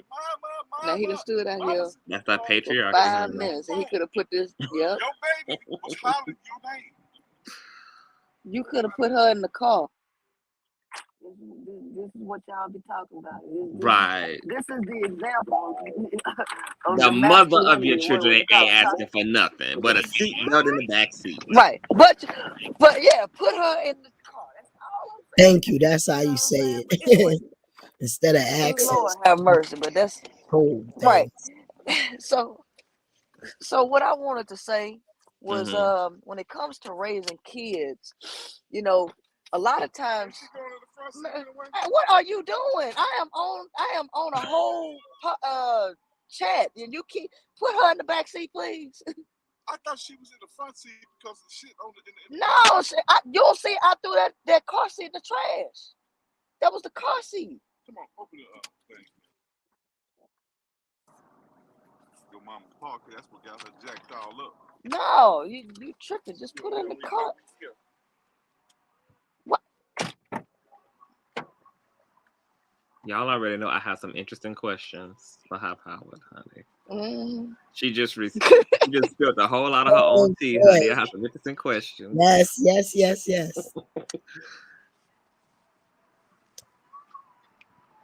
But Miss Obstacle, so for those, if anybody, like you, God in the youth, it's a blessing for them to be able to come to your home and get a meal and get a conversation. Yes. That is such a blessing. Yes. And that's how I live my life also. I adopt everybody. You are just a one of a kind of Miss Barbara. I really love you. You're like your spirit is absolutely gorgeous. I love you more. You better. Okay, I want to hear you get on Miss High Power. Yes, Miss High Power. We're waiting, honey, for your debut. All right, so after I finish this, then y'all can ask me about this old crazy crap. Right here. But okay, so when it comes to raising kids and stuff, we you know, I've noticed that with society, it's either one extreme or the other one. I noticed now it's never about balance. Nobody ever talks about balance. It's always one extreme or the other. And especially when it comes to like the conscious community, pro-Black, you know, we'll get into like chematology and stuff and we speak on terms like ma'at. But then when we talk about these types of things, we ain't never in ma'at at all on no level. So it's like, okay, there's two things that we have to be conscious about when raising kids. And this is one, the window of opportunity when establishing dominance and respect within children. You got a real small, tight window from ages 1 to 5 as they begin to become accustomed to how planet Earth and how social structure operates in their area. If you do not establish a loving respect and fear in the child by age 5, you begin to have real difficulty really steering that child in the direction. It's going Oh, in that's you know super why? low to super high. Oh, I think It sounds better 5G. now. Yeah. Blame that. It's 5G. No, it's 5G. Because every time I get over here, it do some crazy crap. 5G is the most inconsistent crap they ever came up with. It is horrible. That's But why I ain't upgraded to 5G. so I I can't do it. Yeah, it's horrible. So I apologize. No, you good. On We behalf can of push through. T-Mobile. Okay. Yeah. But okay, so if you don't establish that type of dominance and respect in a child by the time they're 5 years old, you're gonna have real difficulty raising that child in the direction that you want them to go as time progresses on. Now, raising kids comes in the form of leadership, and the concept of leadership, correct leadership, is being far enough in front of somebody to where you can guide them and they respect you, but close enough to where they trust you and they honor you, and you can have somewhat of a quote unquote friendship, for the lack of a better term. Okay, you got to have that balance, because if you don't, you end up on one side of the extreme or the other one. You can alienate your children to where they don't feel comfortable talking to you, because you're trying to be so much of a dictator or disciplinarian and leading them to the point that they don't respect you or value because they feel like you're too hard and they don't have the emotional connection. Or you can be so emotionally connected and friends with them that they don't respect you. So there has to be a balance when we talk about things like that. Now, this is just on a biological brain development aspect. But then we get into personality types, which we never even consider when we talk about raising children.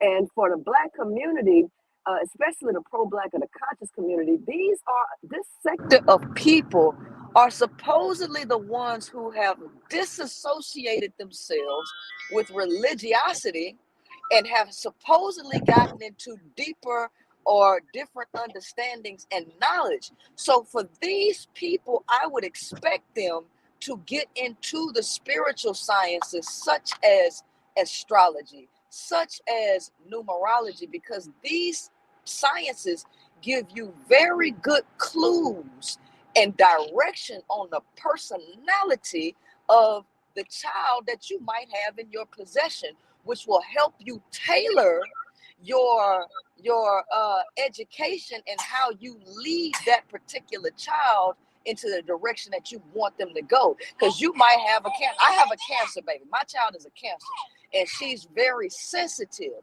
So how I would handle my Cancer child would probably not be how I handle my Aquarius nephew, who is clearly like a headstrong bully, and he ain't crying about nothing because he about to dominate. So you handle those children in two different ways, and you have the knowledge. If you understand their natal charts, you have a beginning place on how to shift or tailor your upbringing with them. You know what I'm saying? So these are things that are largely left out of the discussion when we talk about raising children. You know, because we all think it's a one size fits all, or it's just this way or that way, and nothing is absolute in those manners. You know what I'm saying? So for development, it always is a constant evolution, constant. You never stop learning. You know, and if you stop learning, you're always in a constant state of change. So you never stay the same. You either growing or you dying. And if you're not constantly evolving, you're dying and falling behind. So when we talk about, you know, how to improve the next generation, we have to look at ourselves and say, where are we stuck at? Because we don't know everything, and how our parents did in the past, I can guarantee you that was fucked up. It's a lot of emotionally defunct adults walking around who are millennials because of the toxic beliefs that their parents held by just whoop them and just discipline them like that. Don't talk to them. And I'm the type of person, I do not believe that there is a such thing as a no conversation or a bad information. I'm not putting my emotional spin on any type of information. In my eyes, information is just information, and I would rather my child be in the know and get it from me, as opposed to me creating an air of mystery. Because see, when you create an air of mystery by keeping people away from stuff, you incite curiosity. And once you incite curiosity, there is nothing that is going to stop a person from being curious and to explore that curiosity. As a parent, you do not want to create an air of mystery or curiosity within your child if you want to be able to lead them in the proper way. You want them to be able to come to you first before they go to anybody. And how do you do that? By opening up the lines of communication and not putting so much fear into them to the point they're scared to even talk to you. Absolutely. I totally, wholeheartedly agree with that. And something that you said that was really spectacular is where the intersection of personality and astrological, which is really your metaphysical makeup, comes into play at. All these things should inform us about the way that we customize our parenting style is based upon that given information. So that is, and see, that's why these type of conversations have to happen, and that is very enlightening. That's a very enlightening approach. I want to invite Yusuf. Are you there, Boo? Ratchet today? Yeah, I'm here. Hey, hi, everybody. Yeah, no, I literally just clocked off, and I saw this title up here all day, and I'm so glad to see that you're still here. And you literally mean all day. Literally. And so I definitely want to greet everybody on the panel and in the chat. Shout out to Consciouztv. Hi. I want to know, what the fuck did you eat? Did you eat? I'm eating now. I'm eating a Big Mac as we speak. No, it's cold as fuck. Anyway, but this is a very good subject, and I see it's going in a great direction, just far as just the dynamic of it all. So that's always good.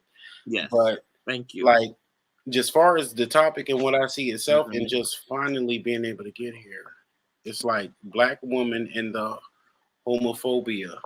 Are you okay? Well, Ozzy is going to be very happy with you, sir, because you about to rewind the clock all the way back. Ozzy been saying, "But when are we gonna get back? When are we gonna get back to the topic?"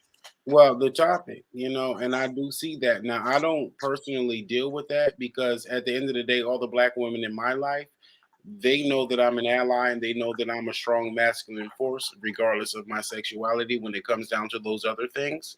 And they also know that when it comes down to those who do breed with them, who have really, literally, Consciouztv, the entire Black race in between their loins. And they're worried about us, that they give birth to. And so when I see all these different dynamics, I do also see men and women who are going against each other on multiple paradigms, from the battle of the genders, the man and the woman battling against each other, except for competing with their self-selected counterpart, self-selected enemies, and inside and outside of the community. And then when it comes to a lot of the gays, I do see how they turn up and go harder with the women because of the divine femininity that comes from the woman, and we will never denounce that. We will never not acknowledge that. It's because of the amazing woman, especially the Black woman, that a lot of these gay people that have divine femininity, it's partly and mostly because they come through your womb. And so it's a specialness about you. And when you think about gay pride, and it's been here. Straight pride just started. Now that says a lot about how people are socializing. And the first thing they say is no gays allowed. It has nothing to do with that. But I do see the gay men hating on women, especially in the Black community. And I do see the women hating on the gay men. It's like they're competing with each other for their dirty dicks that they all deserve better of. Father God. Have you ever fought with a woman as a gay man in that way?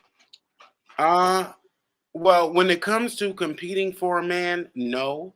But far as just the dynamics, yes. Even my mom and sister held me down before because I wanted to hit my sister back. She used to think she can bully me all the time. My big sister, she used to bully me all the time. And it's just because she knew she could and that I was taught not to hit girls. So she was trying to be slick and sly. But at the end of the day, I already knew how y'all was as black women. But I always knew that I would never turn my back on you. But after hitting me so many times, I'm going to slap your fucking ass back. And then so once I finally hit her ass back from bullying me, my mom held me down so that she could fight me back. But again, this is a part of the degenerate, dysfunctional culture that we got that at the end of the day, we still lucky thoroughbreds. We still lucky thoroughbreds that at the very least our black mothers cared for us and loved us and fed us, changed our diapers. And a lot of that is a part of the credit that black women want and deserve, regardless of your sexuality. Yeah, for sure. That's why. Do you ever go through sometimes, or what I go through, where straight men feel like you're anti-male because yes, of holding other men accountable? Yeah, and believing and listening to what black women actually say. I deal with it all the time. And I have to deal with black women who want to scrutinize me extra hard, thinking that I'm a panderer, which I can respect because at least it shows their level of consciousness, that they're discerning and picking and choosing the different types of black men that they allow into their social spaces. And so at the end of the day, we all know the value of that, you know, as anybody. Everybody know the power that a black woman to bring to your dynamic, you know. And so just for me, I just feel like I see both sides of the story and we do deserve a space to talk it out. I do see how black gays are going against women. I see how all gays are going against women. And I see how women are going against gays, black women, and all women. And then I also see the battle of the sexes, the division, the reversal of the gender roles in our community. Consciouztv, they don't talk about the reversal of the gender roles in our community is the reason why a lot of these people are doing everything backwards and everybody's sexuality is so dispersed. You know, a part of that is nature, but another part of that is a social construct. So are the gender roles and the sexuality two separate things? They are, but they work hand in hand. They influence one another. It's like gender role is going to go with whatever you identify with gender, and then it's a divine version of it all. You got femininity and divine femininity. You got masculinity and divine masculinity. The divine part of it is the part when it works interchangeably, regardless of the human's sexuality. Yeah.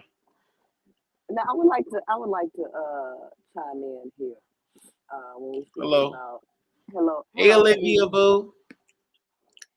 Hey, your name is Yusef? Yes, Yusef from Ratchet Today. Okay, nice to meet you, Yusef. I'm Prince Seller from the High Power Podcast. Okay, so I wanted to chime in on your perspective on divine masculinity or just masculinity and femininity in regards to gender roles. In reality, all of these things are separate. However, humans typically attempt to intermingle all of this stuff to the point where you can't even decipher what is what. Now, gender roles, these are obviously social constructs. Masculinity and femininity are not things that people decide to have. Every human on the planet has both masculine and feminine energy. Now, depending on which one is more pronounced in that person, is determined not so much so by society. You're born in with one being more dominant than the other, based on your astrological makeup. Okay. Within society, you can develop quote unquote more feminine traits, but a lot of the time you are born with these traits. Masculine and femininity, masculine energy and feminine energy are completely separate from sexual orientation. However, society tries to intermingle them all together as if you masculine, that means you straight and you don't like women and you like to pick up, boxes and take them to the car. All of that's a social construct, which is total bullshit. You know what I'm saying? And so when people believe these things and they begin to behave in ways as if these things are true, they tend to create biases, and this is how you end up with the issues that we even talk about now, where people fighting each other, fighting over man and woman and all of that kind of crap. For people to really even understand what masculinity and femininity is, they would have to go beyond the social construct of what it is. And since every human has a left hemisphere and a right hemisphere in their brain, that is the beginning of that's the start of even understanding what masculine and feminine is anyway. In sacred geometry, you have, if anybody's heard of it, you got supposedly 360 degrees of knowledge, wisdom, and understanding, right? But when you go sacred geometry and you combine these two, you have the circle and then you have the square. When you combine the two, you end up with 720 degrees of knowledge, wisdom, understanding. And that is the masculine and the feminine aspect combined together to create the whole of what knowledge, wisdom, and understanding truly is. So in the human makeup, you have the left hemisphere and the right hemisphere. The right hemisphere is the creative part of the brain. This is where you're cooking, your piano playing, you're painting. This is where all of that, which are feminine aspects. So any man that you see out there cooking, creating beautiful dishes, being a chef, creating beautiful music, art, and all of that, he's operating in his feminine energy. Where gays have a automatic. Gays have an automatic heightened ability because they're operating naturally in their feminine creative place. So this is why you see a lot of wardrobe designers or what fashion designers, a lot of them are gay because they are uninhibitedly operating in their highest feminine energy, which is total creativity. Then you have the left hemisphere, which is analytical. This deals with computation. This is the masculine side. Every single human being on planet Earth has masculine and feminine energy in them. Either you're operating more dominantly from an analytical point of view or side, which is that means you're dominant in the left hemisphere, or you're dominant in the right hemisphere with your creativity. High powered, but isn't that showing that it's a obligation of each human vessel to balance their masculine and feminine energy? It's not an obligation. It is a choice that everyone has. And here's the thing, and it's a divinity. It's a divinity, isn't it? Well, it is, but here's the thing. You just came in. Earlier we talked about Maslow's hierarchy of human needs, which is the divine, one of the most powerful symbols in the universe is what? The pyramid, the triangle, okay? Because this basically speaks about the structure of life, hierarchical wise. So when we talk about self-actualized people, and then you look at the chakra system, which you have 7 chakras. You have a higher self, a lower self, and then you have the balancing of the heart that balances the higher and lower self. So you're dealing with, from the lower self, you're dealing with all of the things animal nature: eat, sleep, sex, and all of that stuff. Your higher self, which is above the heart, deals with intellect, speaking, and your third eye, your vision, when you line that up with Maslow's hierarchy of human needs, when you're above the heart chakra, we are dealing with higher level being as a human. You're operating in your God self when you operate from the higher self above the heart. Well, it takes time, and it takes the understanding of freedom. You got to have resources and all this stuff to be able to build oneself up to that. That does not come automatic, and it is not an obligation. It is a divine journey that some people choose to walk on and others do not. Now, if you believe in That's a all things calling. spirit, but here's the thing. That's not everybody's calling at everybody's time, because if you really are into spirituality, then there is a place for life cycles. If you truly believe in life cycles, you'll believe that everybody has been here at least once, but some souls have been here more times than other souls. So you don't expect a brand new soul to have the same level of spiritual acuity as a soul that's been here 99 times. So I believe Well, it's memories. It's memories. And there's so many layers to that. And I do think that what you're saying is very profound and accurate, because at the end of the day, it don't matter. You have to master, like I said earlier, you got to master that masculine and feminine. And it's up to you whether it's through your calling or through observing and seeing and through your integrity or whatever it is that calls you into action.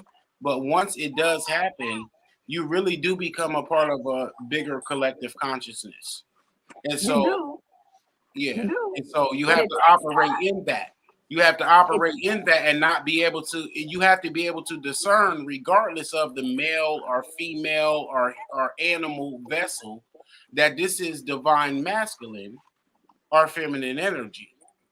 That's assuming that the soul that you're talking to is at that level to understand. See, you don't I think it's good faith, and it's hoping and inspiration that they wake up and listen to that and respond to that. Because you want that connection. Yes, but here's the thing. A kindergarten, no matter how much they want something, will never be on the same level as a person who just got their PhD out of college. Facts. We always have to understand that there are levels to every single thing in life, and every soul is not at the same level. So what we're talking about, there are some souls that are 80 years old that will not comprehend. It ain't their life cycle too. But do you see how it's levels? It's levels to it, because literally what you're saying, it takes a certain level of consciousness that's going to be able to, connect you to that wavelength. So if you're not aware of that, you're never operating in that experience, in that essence. That is true. But the reason I bring that up is to let you understand that it ain't an obligation for people to be at a certain level of understanding, because they ain't got there yet. Like, I don't expect a fifth grader to understand linear math. You ain't at that level yet. So when we talking about what people don't understand, and isn't it for them to balance it? Family. Because a lot of these say people one thing, ain't at but that you level. can't expect people who are at a certain higher level of consciousness to continue to deal and socialize with people who are keeping their vibration at a lower level just by association. Oh, I'm never saying that they had to do that. No, not you. I just wanted to say that because I feel like somebody hearing that won't understand it the way we do with this exchange. Mm-hmm. Yeah, nobody. Here's the thing. Nobody is going to like attracts like all the time. Like attracts like all the time. So people are always going to gravitate and socialize or mingle amongst those who are on the same frequency. So what you're always going to end up with, mama,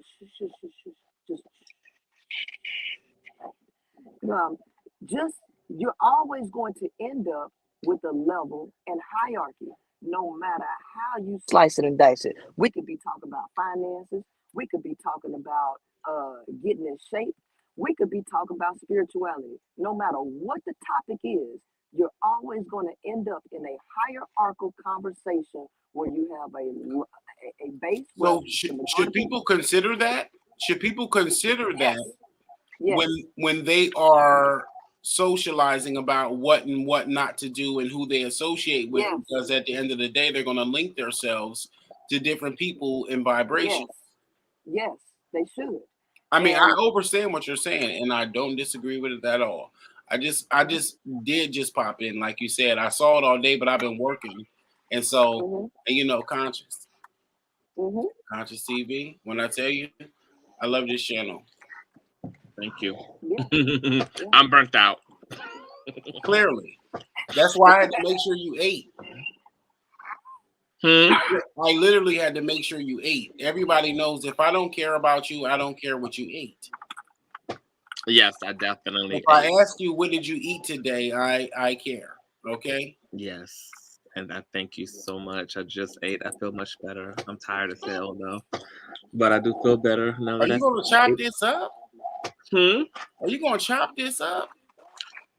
No, it's something that I need to do because I have a lot of epic panels that be like it you know, it transformed into other conversations, so it should be chopped up. So that's something I'm gonna have to start doing for sure, because obviously nobody's gonna watch a 9-hour live back. And there were some beautiful gems and wisdoms and conversation pieces within this 9-hour dialogue. So yeah, a lot of people won't even know it's the same video when you hitting key points.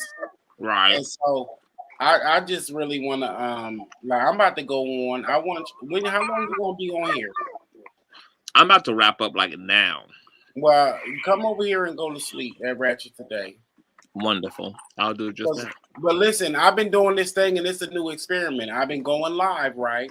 Because I'm having an issue with my editing software, so I'm just going live, right? Okay. And I've been going live and then sharing it on another channel and just hoping that people come up. So yeah. And I gotta stop it. So once people finally start getting there, I stop it, and then I gotta do the next topic because I'm trying to keep the topic separate. So I'm wondering if I should continue to just do the very long live streams and then separate all the topics, or just continue to come on live and leave. It does make it a little less interpersonal, but at times we do need that. I just want you to consider that. Coming on, and I'm not saying that just because you on here on the 8-hour live. Come on here and talk about your topic and leave and come back.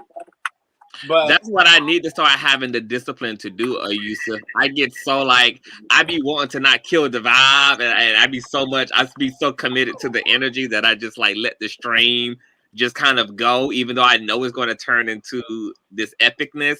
But I do need to develop the like discipline to be like, when I see that we kind of jumped into something else, I'm like, let's stop right here. Let me restart a stream and then get into those teams. But that's why I said edit it down, because at this point ain't nothing left to do but break down key points. Yeah, pretty much. You know, but it's very powerful and epic and keep it moving. And I gotta watch it all back. So break it down for me. We have literally been on here for like 12 hours before. Like we have literally like I had a debate with this guy named Jay Lethal. He's kind of like a woke conscious hotel guy. We debated about sexuality. We started at like 8 at night. We weren't. It was like the sun rose when we were done. I still watched the Storm Monroe video. Did he hit the link? Did he hit the link and come out the closet?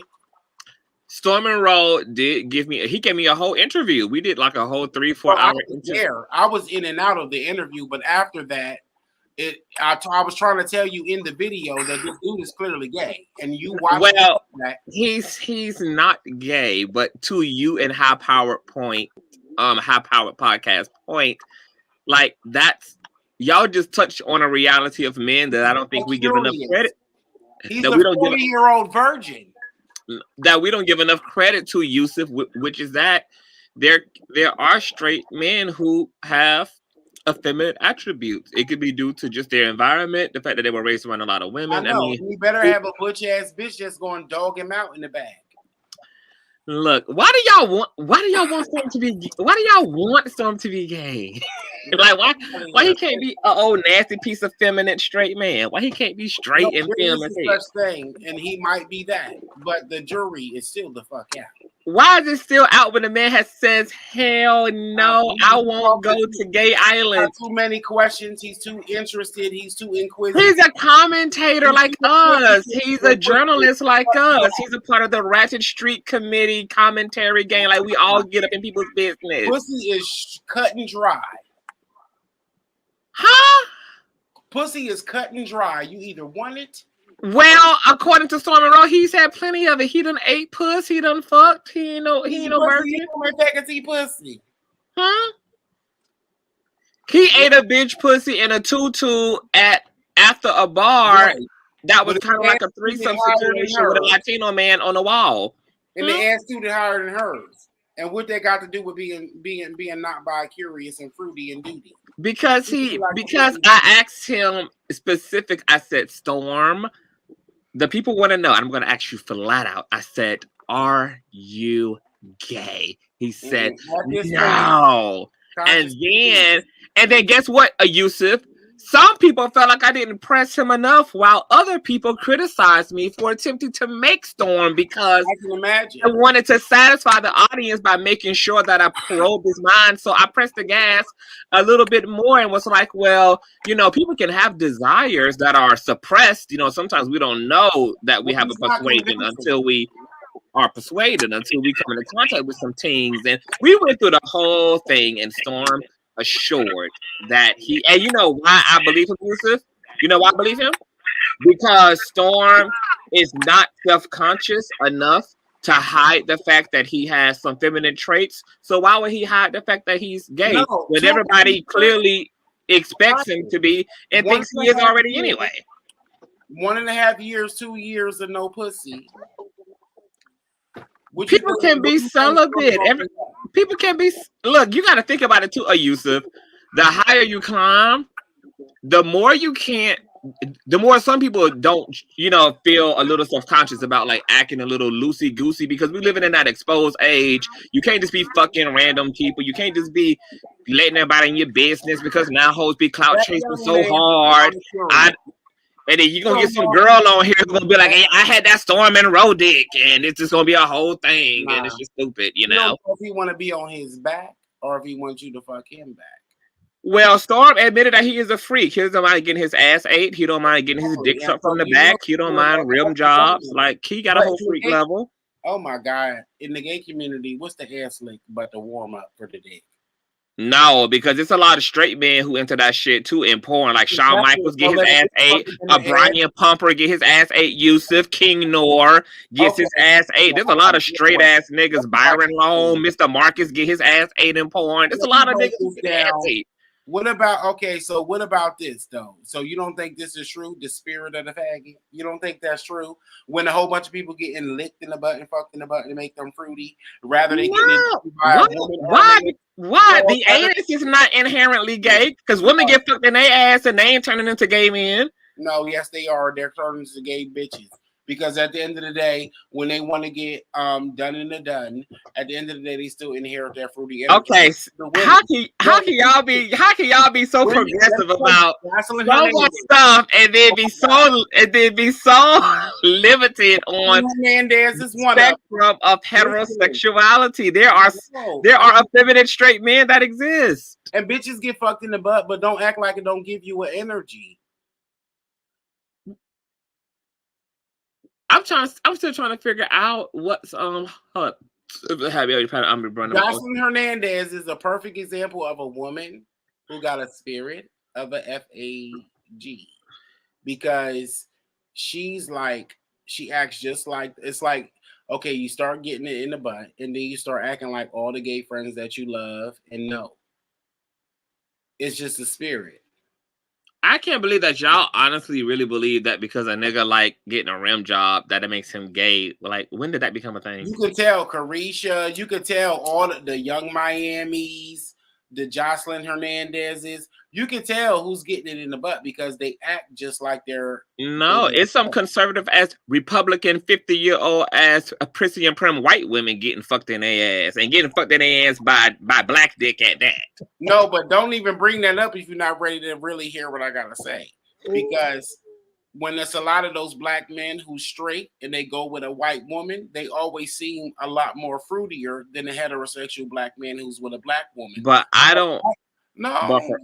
But for me, I don't make fruity synonymous with sexuality. No, like but a lot of black dudes who's walking around with oval-shaped pale females and twig-shaped pale females, they really do look like they walk around getting fucked in the butt by their Becky. Okay.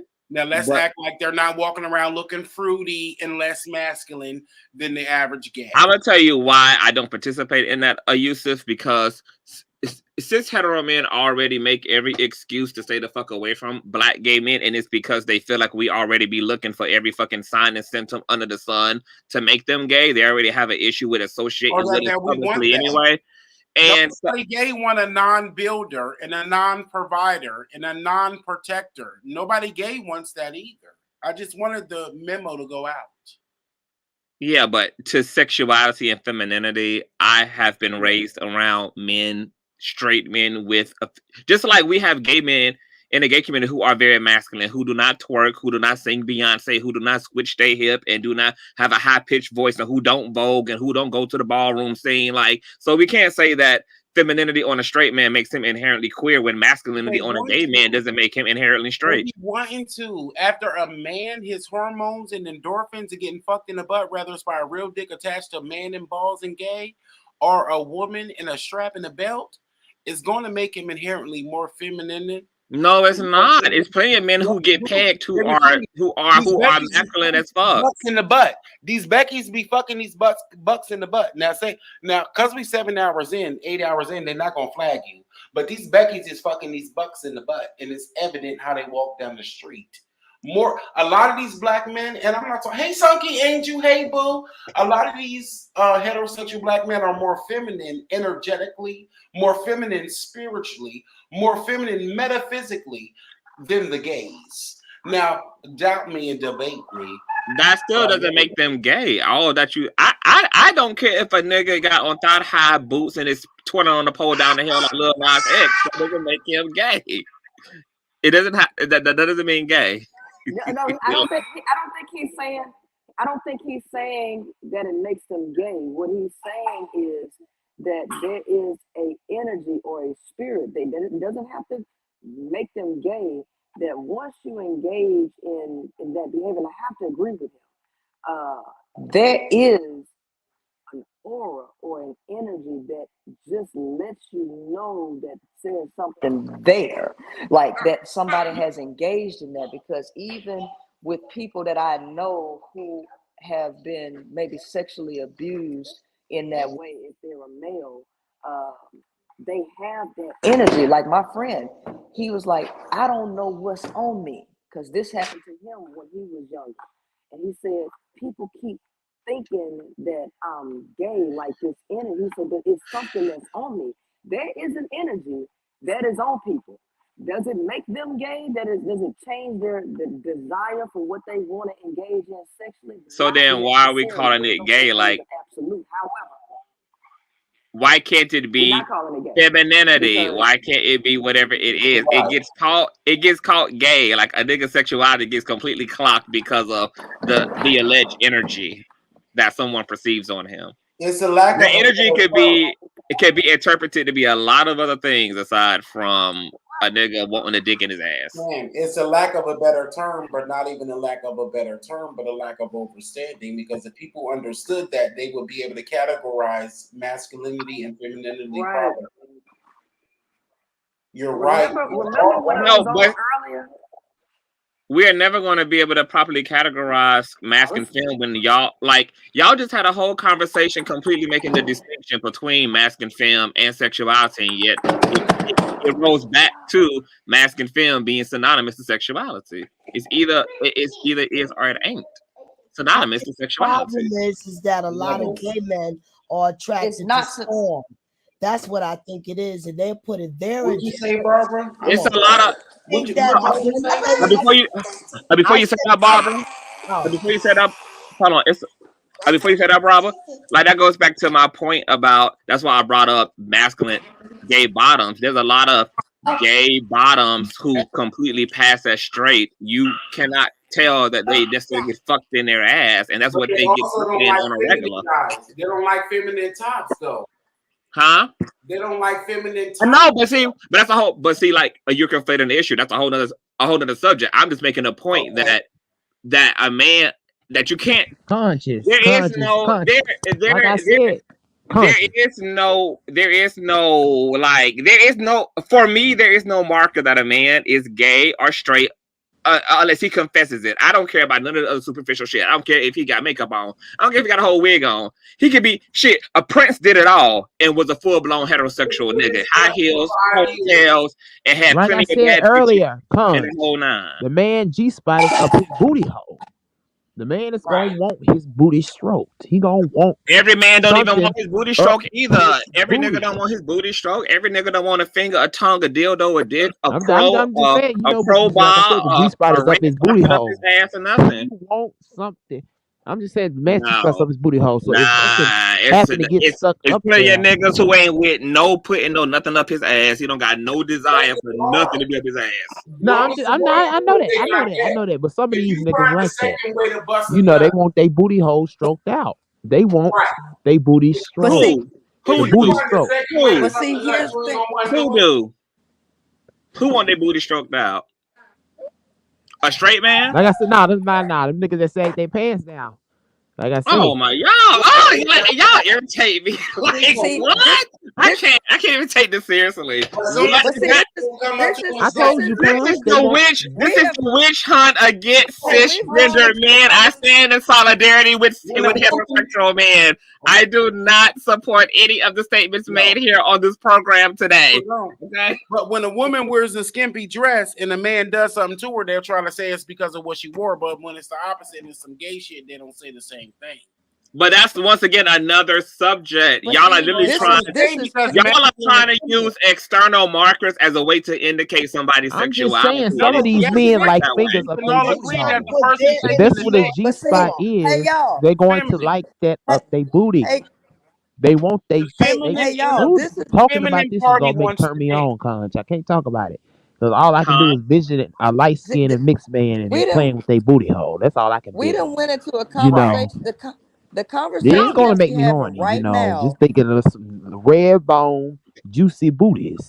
That's I'm gonna tell you what all y'all full of shit because y'all let straight women get away with gender bending aesthetically. They get away with being athletes, football players, and then being able to put on a fitted freaking dress and get them some dick tonight. And there's nothing. A nigga can't even put on some form-fitting pants without him being considered gay and stuff. Like he gets on my nerves. If his ass is organically fat, he's gay.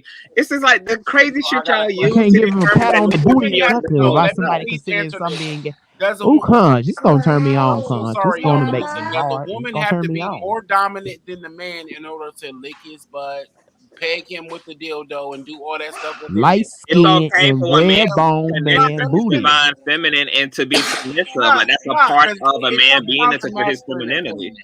It comes down to masculine and feminine. Does a woman have to be more dominant and masculine than a man to have to lick his butt and fuck him? Nah, she don't. It be some badass bitches on their knees eating ass. Ooh, I just love. Ooh, y'all gonna turn me on. Cause all I can do is do it to some light skinned mixed man, honey. Licking their booty holes out and stuff. Even after that, I like sucking feet and eating booty. I like doing all that. Nah, but the woman. I will suck it. I'm nasty. I'm a freak. I am a freak. I like doing all that type of fruity shit to you, but you. I like. I will lick booty. I will fuck booty and all that. Light skin and mixed man booty. I can't stop talking about it. I like them darker. Now I like light. Fuck dark. Light skin and mixed for me. People honey. like the contrast. I thank God for not burning in the sun without a 50-cent piece amount of sunscreen on every limb. I swear, that's all I can just vision. Fucking the light skinned mixed man in the booty and sucking on their toes and stuff. Right, and Licking their eventually you'll grow out of souls it. and stuff. I like that. I'm nasty. I'm a nasty freak. I don't give A lot of people, I think, in my mind, and not judging anybody, I think that normal is wanting the same thing as you. I like eating all that. I don't give a damn. I lick the booty clean. You know, eat it like it's groceries. You know. Monica, so you also feel that Storm Monroe is gay? I said, so you also believe that Storm Monroe is gay? Storm Monroe? Mm-hmm. You believe he's gay? Maybe. Too? I don't know. I mean, he if he hasn't said it, I'm not going to assume it. He's up for grabs. Because it's this, I don't know if y'all heard, it's this YouTuber. You know, like, I want to tell you, but it's this YouTuber. He's a nice, sexy, light-skinned man. He married to a black woman. He's not gay. I don't know his name. He does hair. I don't know his name. Oh, you talking about he got a channel called Glam something? Yeah. I think him and his wife are actually going through a divorce right now. You know who I'm talking about? Yes. Yes, that man is fine. I thought he was gay too at first, and then he was married, got kids, and all. I'm like, oh my god! Yeah, this man got a whole family. Whole family. He's not gay. He does hair. He's a cosmetologist. Like his fingers are so manicured. He's so pretty, and yet he's fine. A whole fine man. And he got him a black woman too. I'm like, hey man, yes, voluptuous, round black woman, honey. Yes, God. I gotta. It don't get no better than that. And they a husband and wife team. It's like they the best couple. They do their hair. He does her hair and everything. And his wife like the also best friends. See, those are goals right there. And remember, his wife also. I think his wife had talked about like a lot of the shit that she got for her husband because so many people was like, "Girl, he gay. You gonna marry a gay man?" And like all the heat man, she fuck took them people. Tell them no. They have gay. their own unique relationship. Fuck what they I don't like that shit. I can't deal with it. Like I don't like projecting onto people. If a motherfucker, I don't give a fuck how feminine a motherfucker is. If a motherfucker say they straight, they goddamn straight. Like that's it for me. Right. Thank you very much. I thought he was gay at first too, but he got a black woman, and it made me proud. I'm like, hey, it's a night because I know how these niggas. You know what I'm talking about, though, Monica. You know what I'm talking about? How when they be with the white women, they be looking fruity. Never mind. Listen, let me say because I feel like I know everybody over here. Not everybody, but a lot of people over here. You know how these niggas do light skinned men, so it warms my heart to see a light skinned man with a black woman. That's sexy. I'm not arguing that men cannot be fruity. I just don't believe that every fruity acting man necessarily. And he is fruity and light skinned too. That's even sexy. But I feel like I don't. Like at the end of the day, it's different topics and different nights, and I feel like I love this channel and everything, and I come over here all the time and talk. And these people shoot my club up all the time. Yeah, I feel like everybody wants to come up tonight, though. You know what I'm saying? And Monica, if Monica is here, it means that the damage has already been done. Nah, I'm just saying because when Monica comes through, baby, shoot the club up, honey. Nah, even oh yes, I does it up now. Seven Girl Cave don't even remember me. Okay, how you know she don't remember you? How you asked her? She literally said, "Who's this guy?" Oh, and people are in the chat saying, "Oh, he this and he that," and what is he talking about? And I just came here and you were 7 hours and something in when I got here. Right now you're 8 He agreeing with you though. I think 7 Stars agrees with niggas who act fruity. Pretty much like it in the booty, especially light skinned fruity man. That's sexy to me. Let me go. It's this one light skinned man. It's this YouTube channel called Stick Mob. It's this one light skinned guy on there. It's too many people talking at once. It's too many folks talking at once. And we just met too, and everybody meet and they know each other already, and they know each other's history, and they've interacted with each other before. And then I'm just here, and I'm just new. I am a girl. Thank you very much. Yes, Miss Monica. About that. Can I ask you a question, please? No, Monica. She was talking about the guy you brought up. She was talking, the hairdresser. But to 7 Stars, since you here, boo, what are your thoughts? Do you feel like because Storm has some feminine attributes that he's gay? Like, what is your input on Storm? Like, or is it an indicator? Or is it an indicator Because I know straight men like Storm. Like I know plenty of straight men that act just like Storm and Me fuck too. And they all can get picked off. Women and don't have no interest in niggas at all. No, but they all like that. But it all depends on that perfect best friend that they meet in the man. No, that's not. Do you realize a Yusuf? Like I'm gonna tell you why I'm surprised that you're saying this, Yusuf. Because I turned out a lot of niggas. That's why I said that. No, I'm telling you why. Damn. I'm telling you why you. I'm surprised you are saying that because you know you can't turn them niggas out. They was already like no, hold on. Because you know that women do that. Or women do that to us. Oh, you're not really gay. You just ain't met the right one. You just need you some pussy. You just need. But some of the bitches be right. Because y'all some. And some of them don't. Not every gay man got the capacity for no pussy, and not every woman got the capacity for another damn woman. But if you heterosexuality is a real thing, just like homosexuality is and everything in between is a real thing too. Can y'all hear me good? Let me shut up. Yeah. Right, I wanted to talk about this YouTube channel called Stick Mob. It's this light skinned guy called Draco on there. I got the biggest crush on him. I follow him on Instagram and everything. Ooh, he got a juicy ass. I just want to go and girl, be careful. Slap on. I just want to go I just want to go touch his butt. Can I get in his booty? You know, he said he got a nice juicy booty. You know, and I want that. You know. 7 stars is here to answer my yes, Miss Barbara. Hi, 7. Hi. Ain't nobody tell us I like what I like. Before we get into anything else, I like what I like. It's about Storm. Hey, Yusuf, I am a trans woman. I like booty. Everybody can't talk at once. Booty and pussy. I like pussy too, but I like booty too. Right. Sorry for any like go ahead, because I do want 7. I do want 7 to speak to the Storm and Rose situation. But go ahead, Miss Barbara. Okay, Yusuf, do you think you putting your energy on Storm? Fuck no. Because I think that's what Storm problem is. A lot of gay men are putting their energy on him because they desire him, and because like this he's not my type though. He's not my type, so you can exclude me from that group. He's not light enough. No, he's not dark enough. You're wrong. He's not dark enough. He's not light enough for me. I can care less about him. I don't like dark. I don't like dark. That's my question I wanted to ask. Thank you for answering. Okay. I've been in a relationship with 8 years, and I've never dated a man lighter than me. Then you missing out, honey. You need you a light skin and lovely, man, honey. Yeah, because I'm a highly melanated being, and my racial preservation instinct is still intact. And should we be dying more than being born, like other groups of people? Yes, it creates more sexy mixed all means. dicks on deck. You know, and you know what I'm talking about, Conscious, when it's time to repopulate the earth. With a good booty. No, yes. Yusuf, I agree with that. All dicks on deck, honey. I don't give a fuck if you gotta shoot it in a. I don't give a fuck if you gotta go to the sperm bank and shoot it in a goddamn cup. Okay, I'm feeling you on it. That's all I gotta do. Light and lovely. I wouldn't give a fuck if you was the last baby on earth. You're not getting this motherfucking semen. You're not getting this motherfucking bloodline. You're not getting this genetic pool. You're sure the fuck they can get all this over here. Yes, God. Yes, God. Unleash I don't care if you gotta create a black sperm bank and put that shit in the cup. Goddamn it. Red bone booty. Calm down, class. Calm down. I don't like no dark. Try to trigger me.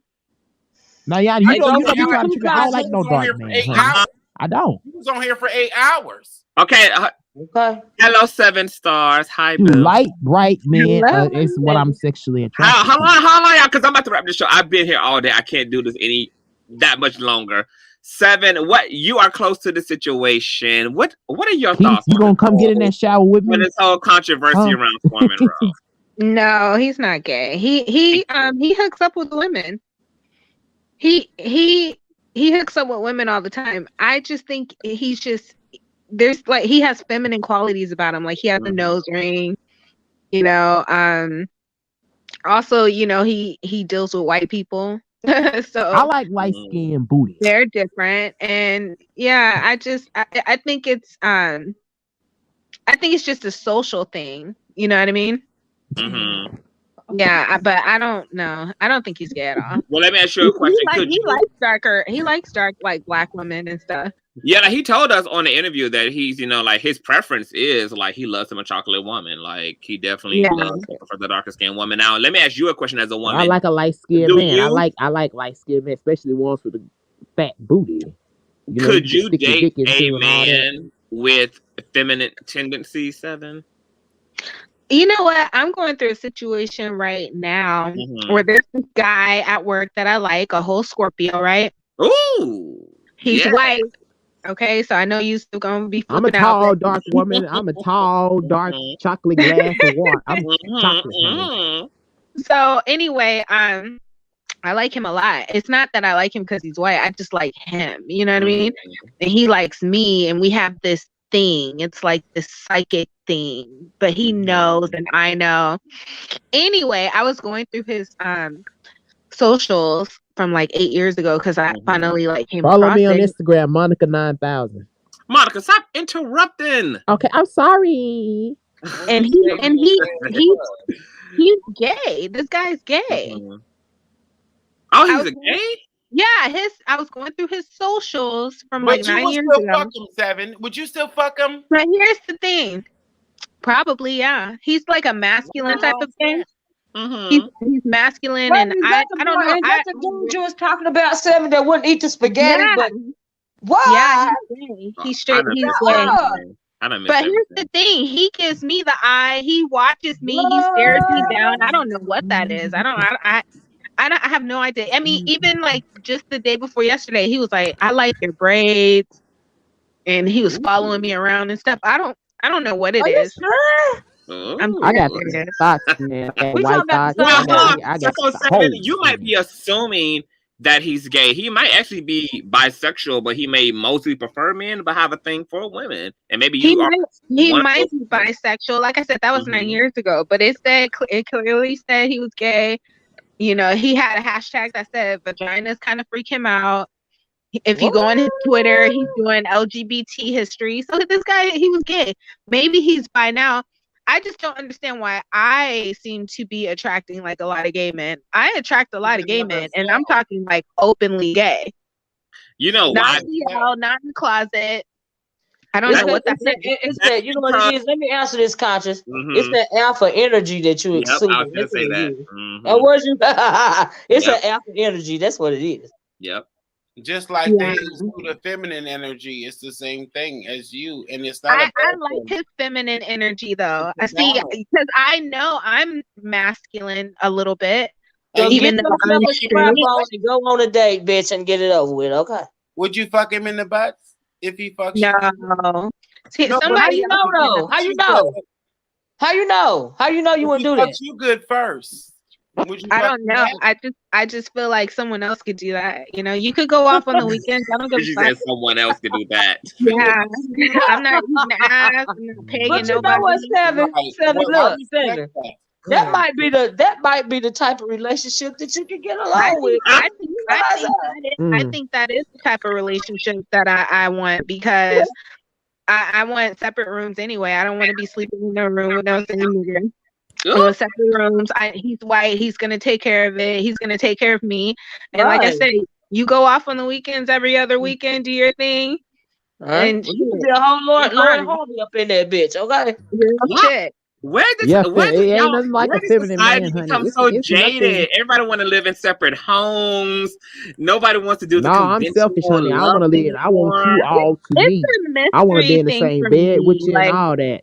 You know, I want to cuddle. I'm a cuddler. I like cuddling, kissing, Consciouztv. Here's the thing. I like all that. I feel like when you've been single for so long, that when you have like this weird single behavior, men pick up on that. See, like, okay, what I like to do is when I get home, I like to wash my face and I like to look in a magnifying mirror and like pop my zits and shit. Now, to me, that's completely normal. But if a guy was here, he might be looking like, what the fuck are you doing? You know what I mean? Like, that's weird shit to them. So, yeah, we have to have our own spaces. And that's how you also know that a nigga loves you unconditionally, because he loves all of that zit popping in the magnifying mirror. No, but he's gonna love like it. gushy shit coming out of your face. Real gonna niggas love like stinky pussy. You know he into you when he walk in the bathroom and you You know, shitting it's or some you folks that like Yeah, stinky pussy. and he You don't know, do love something you, like it's that. some seven. You know people that's your that man, like okay? Oh stinky my pussy. god! If When I the was pussy smell like God, fish, I would it's literally fucking sometimes it's a die. turn on. Sometimes it's a little bit turn on You when said you it's know, a it's a little turn bit of turn When on on. for it me smell like sometimes because you fish, got then that you need to go natural to the smell in it. doctor. It's that upper lip for You me. have a problem in your life. Y'all be Who trying to got a problem? avoid all. No. Y'all be trying to avoid Can I all the tell you scenarios that If you validate that a man loves going out you. You and know, they see here's you the Like you thing about want the him to pussy, see right? you Some without men the like that the wig. You natural want him to smell see you of bare the pussy naked. getting turning Monica, on. I'm It's gonna, the smell. Like Sometimes the let me smell for let me me tell you turns me something, on. Conscious. Sometimes, This guy you has know, when seen I me with smell fish or wigs. He's something, seen me Yep. or I think without the pussy, wigs. sometimes it turn me on as well. I'm not gonna I lie. like my privacy. I think No. privacy is a beautiful thing. I Y'all not really gonna get away do. with this. is it? Male Is or it? female. When you going around all day smelling your upper motherfucking lip, Can we your get ass been off? eating Can we pussy get and off butt a and fucking smell? sweaty balls And and titties. even a natural smell Can of All, we booty get off of sometimes. all You vaginal know, I like hygiene, clean please? booty. Can we You get off of know, conscious after vaginal dark. hygiene, please? You Okay. been you on know, I all like day. clean. I Get want your to. shit Monica, conscious But you after know, dark. at least the natural smell of booty turn But me on too, Conscious, I especially a think light it's a skinned man different booty. situation for you because Sometimes, you're a guy and you like guys, right? See, I'm a girl. You know, I might have an accident. I might, leave like a period stain in the bed one day or So something. Like what? You I want to don't use want that to. same blood to push his Love it. baby out with? No, some people like I fucking women on want. their period too. That's the turn Oh my on god! too. what Monica talking about? He's going to see that puss expand like a watermelon on the day the water breaks. He's going Don't to let him see. see it. He's Don't going let to him see see you in it. the Don't most let him But the see it. natural yeah. smell, He's going to see you I'm in your just most being real here. I'm not even vulnerable trying to be state funny. anyway. So who Don't let him cares? see it. I want you to know you are loved. Sometimes I think of a light skinned man booty smelling like fish too. That turned me I on as need to well. know that a motherfucker love me. I need him to see all the ugly shit. That's Me right. too. Me too, No. You Conscious. better take it. I need to know. Me Listen, too. I need to you better know. take it. That's what you No, do. Yeah. I feel like No, I he can mean still love That's it's a me. turn on. I I feel like it like he clean, can but still you love know, you if it and you can smell, still, oh. have your own thing sometimes you going know on. it's a Monica. turn on for me as well. Monica. Monica. Monica. Can I ask you a question? What? Monica. Can I ask you a question? Yeah, Why you gotta say what like it? yeah. You could ask me a question. What is it? I was just wanting to know if we we all having a conversation, right? Mm-hmm. We all want to know how how you really feel about. We know a little bit of how you feel about eating dirty booty, clean I booty, don't licking want the to hear nothing clean about no dirty booty. ass You know booty. what I mean? But if You you know, could just especially give when it smell somebody like else, cheese too. if you get booty smell like cheese, if you could just give Yeah, I mean, I somebody like else, especially a light skinned I'm just about say to man. what boot kind you. You of I'm know. booty about to they boot you like, from this love. panel, Monica. Hmm. What you say? I said I'm about to boot you from this panel. If you talk about cheesy booty and eating it Jesus. again, okay? Can we not? Oh, I'm But it's sorry, on Conch. your lip all So day. now Go that I On have your a lip. panel of people up here, Can I get a speak? It's on your lip all fucking day. When you eat some fucking ass or pussy, It's not on your lip all it's day. on your lip all fucking day. If you go Conch, wash Conch, yourself Conch, the fuck Conch. down like normal people do after a strong, good sex session, it's not going to be on your lip and on your hands and on your body all day. Conch. Was you being serious Second with and the me? third round, it's on your fucking No. It gets fucking sour. I'm going to bed. You so it's gross. That's too much. Peroxide. So, God. back to 7. Conch. I was So saying, was you being serious? you guys think he likes that masculine or no, the alpha energy in me because Yeah, I do. I don't know what this is, to be honest with I you. This do. is very strange. I've never experienced this. It's alpha energy. A lot of gay men, because I be talking about something called androphilia and genophilia. Androphilia are people who are attracted to masculinity. Sometimes a gay man, because he is attracted to masculine energy, and masculine energy can be like assertiveness, or like Miss Oracle said, an alphaness, like a I don't give a fuck factor, that bitch energy or like a thuggy energy, that I wish you would ass energy, like that, just embodying all of that fuck you ass energy. Gay men are turned on by that, even in women who personify that. That like baba-ness, that alpha-ness, that like I'm the big titty bitch in the room ass bitch shit. Like they live all heterosexual men are too, Conscious. Heterosexual men are too. Yeah, heterosexual men are too. So it's that energy. But Conch, can I say something? You being serious with me? Like, I'm sorry. That was too much. About what? Was you being like serious about booting me off? Oh no, because I would have booted you off. I don't give warnings to boot. No, I'm not going to boot you off. Oh, that's all you are the only reason why these panels get like turned upside down, which I kind of like. I don't mean to, but you know how graphic I can be sometimes, Conscious. Yes, I do, but you need to save some of that for the Mr. Nasty segment. Okay, I'm gonna save it on the platform, honey. All right, we can get into all of your feet fetishes and toe but you know, I sucking like light skinned men. I mean, I do. Mixed men, that's sexy to me. So let me ask Seven a Mr. Nasty question. Would you ever give a nigga a rim job, Seven? A rim? What is that? What's a rim job? Eat his cakes. Oh no. No. Why you say oh no? It's so judgmental. Why you say oh no? Because like a rim job is when he lays on his back. I'm just saying. Or his stomach. It's just in the ass. No, it's his back. He lays on his back and puts his legs up. Like Trick Daddy enjoys a good rim job. He loves his feet to the ceiling. I'll tell you what I will do. I will. Okay, so I know this is like not even rated X, but that little area between like the ass and what do they call that? The gooch or the yes. Okay. I'll play around with that a little, but you know, you might as well go. You might as well touch down. If you're gonna get close to the field goal, you might as well just go ahead and do a whole nasty piece of touchdown. My whole finger in there. Finger, tongue. I mean, you might as well just give it up. Sadly, give him a ring of 7 stars around his head afterward. Everybody's different, and depending on where you're from, you know how different terminology is different, but it's all the same. Now, depending on where you're from, people call it the gooch. That's like really southern and kind of midwestern. But when it comes to, it's called the taint. That's northern and where I'm from. Okay, I'm glad that y'all know the technical names for these regions of the bodies and stuff. But guess what? And it's all a matter of divine, masculine, or feminine.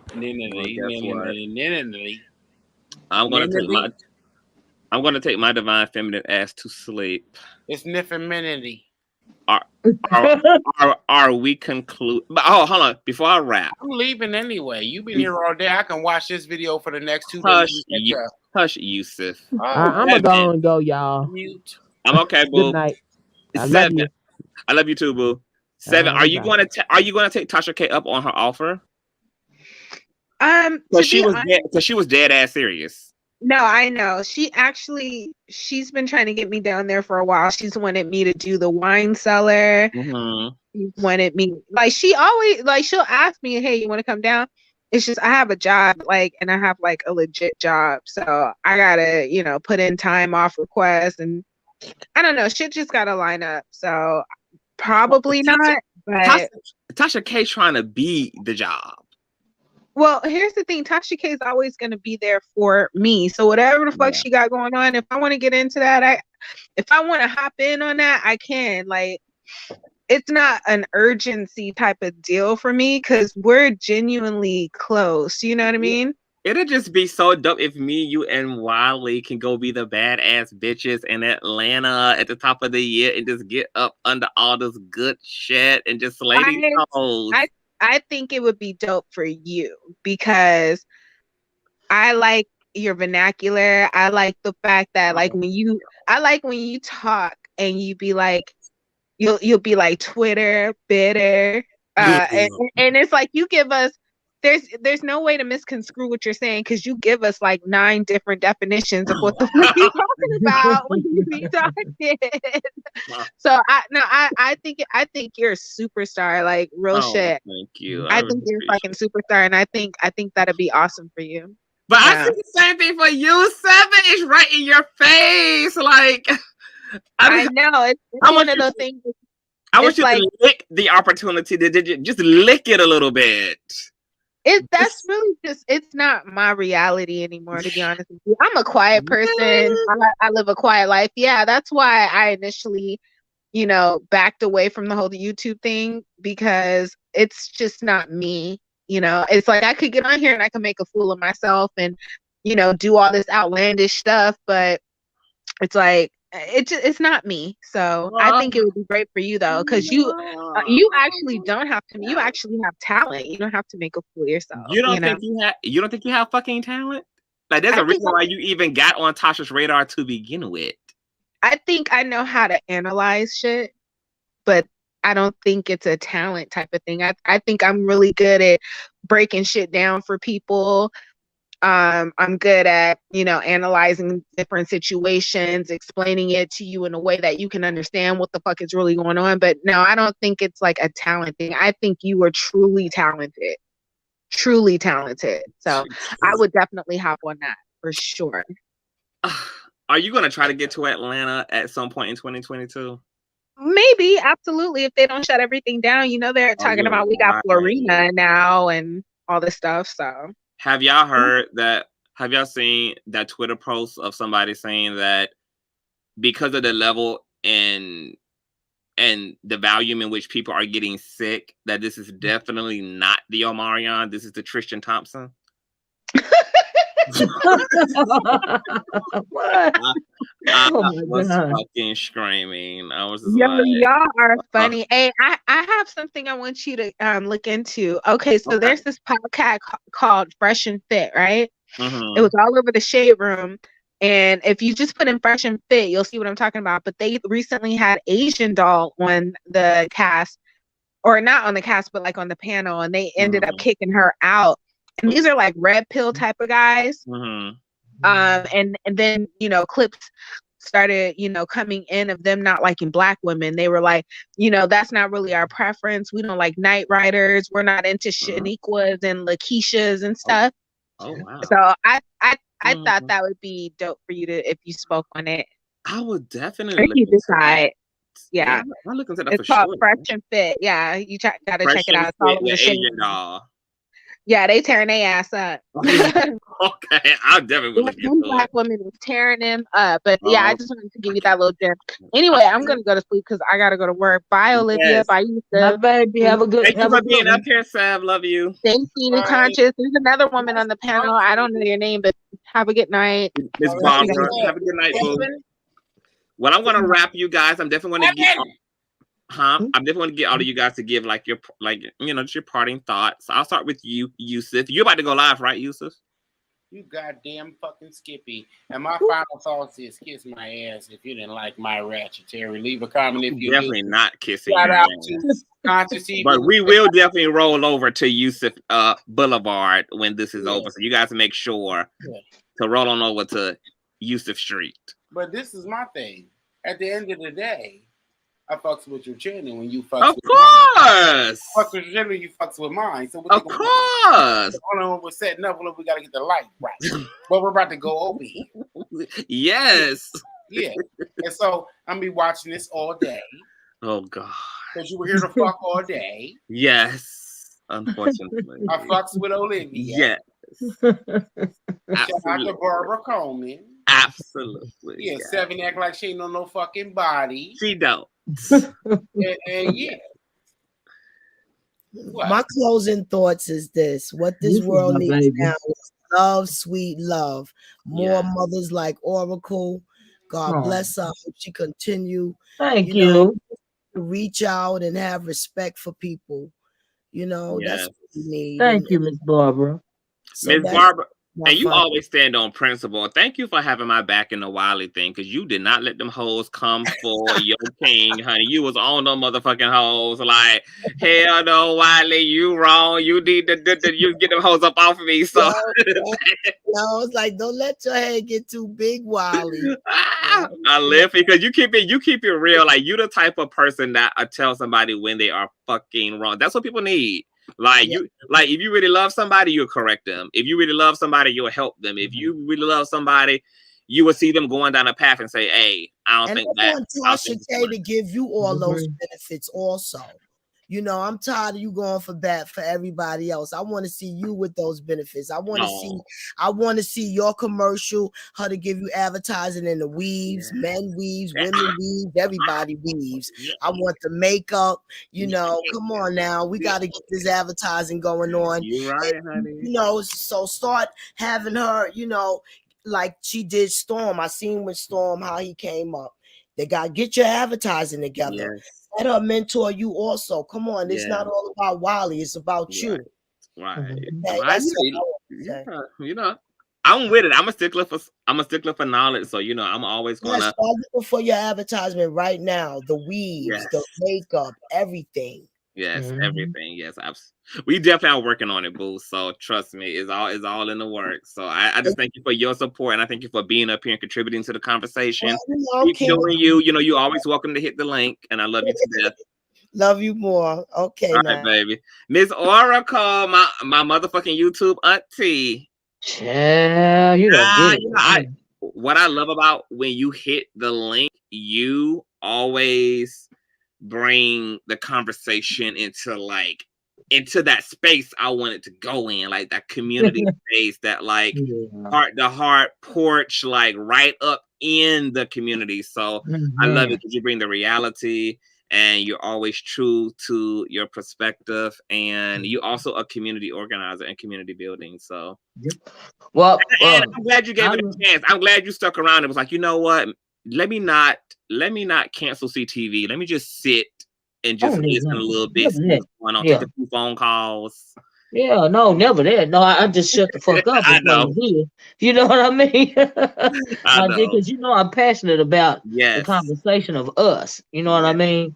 And I am set in my way, and I don't believe that we necessarily are acting with the majority operating in our lower selves. I believe that we are, whatever level we on, we are many of us are acting from a place of trauma, you know, and ancestral trauma, you know, trauma due to slavery, especially if you're ADOS. All right, you are a lot of the things that we do, we don't even know why we do it, you know, and so that is my stance always, you know, but it's never to the point to where I'm gonna get angry at another black person if they don't understand that. And or even if they don't agree. It's just that I get it, but I get triggered by I don't want to blame.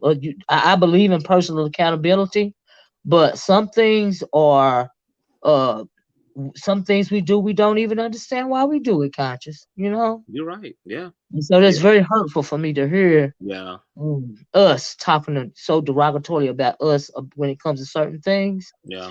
You know, because there's a reason for everything. But anyway, child, I love this live. You know, I love you. I love you. Please continue to hit the fucking link when you are inspired, auntie. You know, you're always welcome here. You know, I'm listening. I'll be listening. Sometimes I don't even drop down because you don't like to. I be feeling you in the bushes. I be feeling you in the outside. I'm like, I feel my auntie here, honey. She hovering above, honey.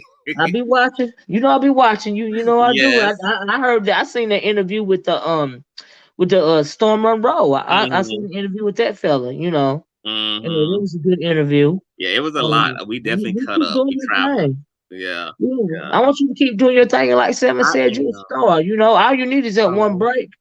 Yes, I have a big year ahead of me, auntie. Like, you know, I'll be working for Larry Reid this year, so I will be moving and relocating to Atlanta, actually starting my life in PR with his company, and I have a lot of big plans for my platform. I have a lot of amazing, crazy interviews coming in collaboration, so it's going to be a big year, you know, and I'm finally in a good place. I cut all of the dead weight out of my life over the last 4 months. I really went out of my way to prepare my energy for where I know God is taking me. So I feel really good. I feel really lit. Like, I just feel really excited. I have a lot of life in me, and I'm just ready for this. So I'm here for it. So you're going to the Black Mecca, huh? Going to the Black Mecca, yes. Well, that's where you gonna shine. You fist to shine. Yes, you know, it's the place for Black talent. Like it's a lot of good business there. You know, we have our own Black Hollywood there. There's a huge artistic industry, reality TV, modeling, photography, dance, art, like everything is in Georgia. And you know, you can live good for reasonably. So yes, you know, absolutely. Still in the South, you know. Yeah. I want you to go to Tyler Perry Studios. And I want you to apply for a job. I don't care what that job is. Do you hear me? I don't care what it is. I don't care if it's being a janitor, baby. As long as you get your foot in the door. But I want you to come in there. I want you to have your hair fixed, you know, the way I like it, with the weave on the one side, you know, the whole dude. I want you to be doing you when you walk in there, okay? But you already know that Tyler gonna have my wig tilted in one scene to the back on another scene. I've got 27 different hairstyles by the time that I was. That's right. That's why I'm saying I just want you to get your foot in the door, because as soon as he see you, bam, that's it. That's all. Yes. That's it. That's all. I promise you. I mean it, Conscious. I want whatever you're doing with Larry. That's fine. But I want you to go fill you out an application online at the place. I prefer in person that you go, because you know Tyler liking his bubbles right now, right? Because of the COVID, right? Yes. Fill you out an application for something. Yes. Food prep, whatever. Just get in the door and make sure he see you. Yes, ma'am. And when I get there, I'm gonna owe you all the credit. I'll send you the footage, honey. I'm out here working in the cafeteria of Tyler. Baby, I'm a couple of hours away. You don't never know when I pop up. Let me know when you get there, okay? Leave it in the comments. Okay. All right. I'm a couple of hours away, child. You just go down there almost every weekend for the dang on flea market. But was it the DEA, the FBI, HHS? Honey, they came through there and closed down my whole flea market. Oh my goodness! Wow. Yes, they took it all the handbags and everything. They took it all. Wow. All of it. Fucked up a good thing. My God. Ooh, fucked up a good thing for real, because I was making money off of that. Anyway, that's a story for another day. Okay, boo. I love you. Let me know. I can't wait. I'm so excited for you. Yeah, that is awesome. Too. Thank you. Just keep me in your prayers. Keep a candle lit for me and everything. Yeah, absolutely, Conscious. I'm going for it, so I'm gonna make y'all proud. I'm gonna make y'all proud. Oh yes, baby, but and then let everybody know. But I mean it. I'm not making a joke. Whatever you're doing for for whoever else, go fill you out an application around there to the Tyler Perry Studios. Okay, I don't know what you got to do. You are a star. You are standalone. Okay. Thank you. I'm gonna do it. But if you always in the corner, ain't nobody gonna see you, baby. Yes. I'm gonna do it just for you. I promise you. I give you my word. I'm doing it just for you. I'm gonna do it in your name. Do that. Yes. Please do it for me. I will. Oh my God! I'll be like, what about babies? All right. Stop now, let me get out here. You done got me hyped up. I love you, baby. Good luck. I love you too. Let me know. Let me know when you get to Atlanta. I will. I will definitely let you know. That's all right. Put it in the comments section. I don't come down there as much as I used to. Cause Omarion, they got that going on, and then the flu, whatever you call it, and all of this and all that. You really can't. Oh, child, but where there's a will, there's a way, child. Yes, and we are a people who provides a way. That's why we baby kids. We don't die, we multiply. I don't care nobody. That's it. Period. Okay, I talk to you later, love. Okay, thank you for having me. All right, bye-bye. Good luck. Okay. Thank you. Bye-bye. That's it, you guys. Wonderful live. Y'all guys know how we do it here, honey. We get into the teens, honey. Started off about Black women and gay Black men, and then rolled into the Black community, just how we love to do it, honey. Okay. You know why these lives last so long? Because this is really what the platform is really about. We really here for these conversations.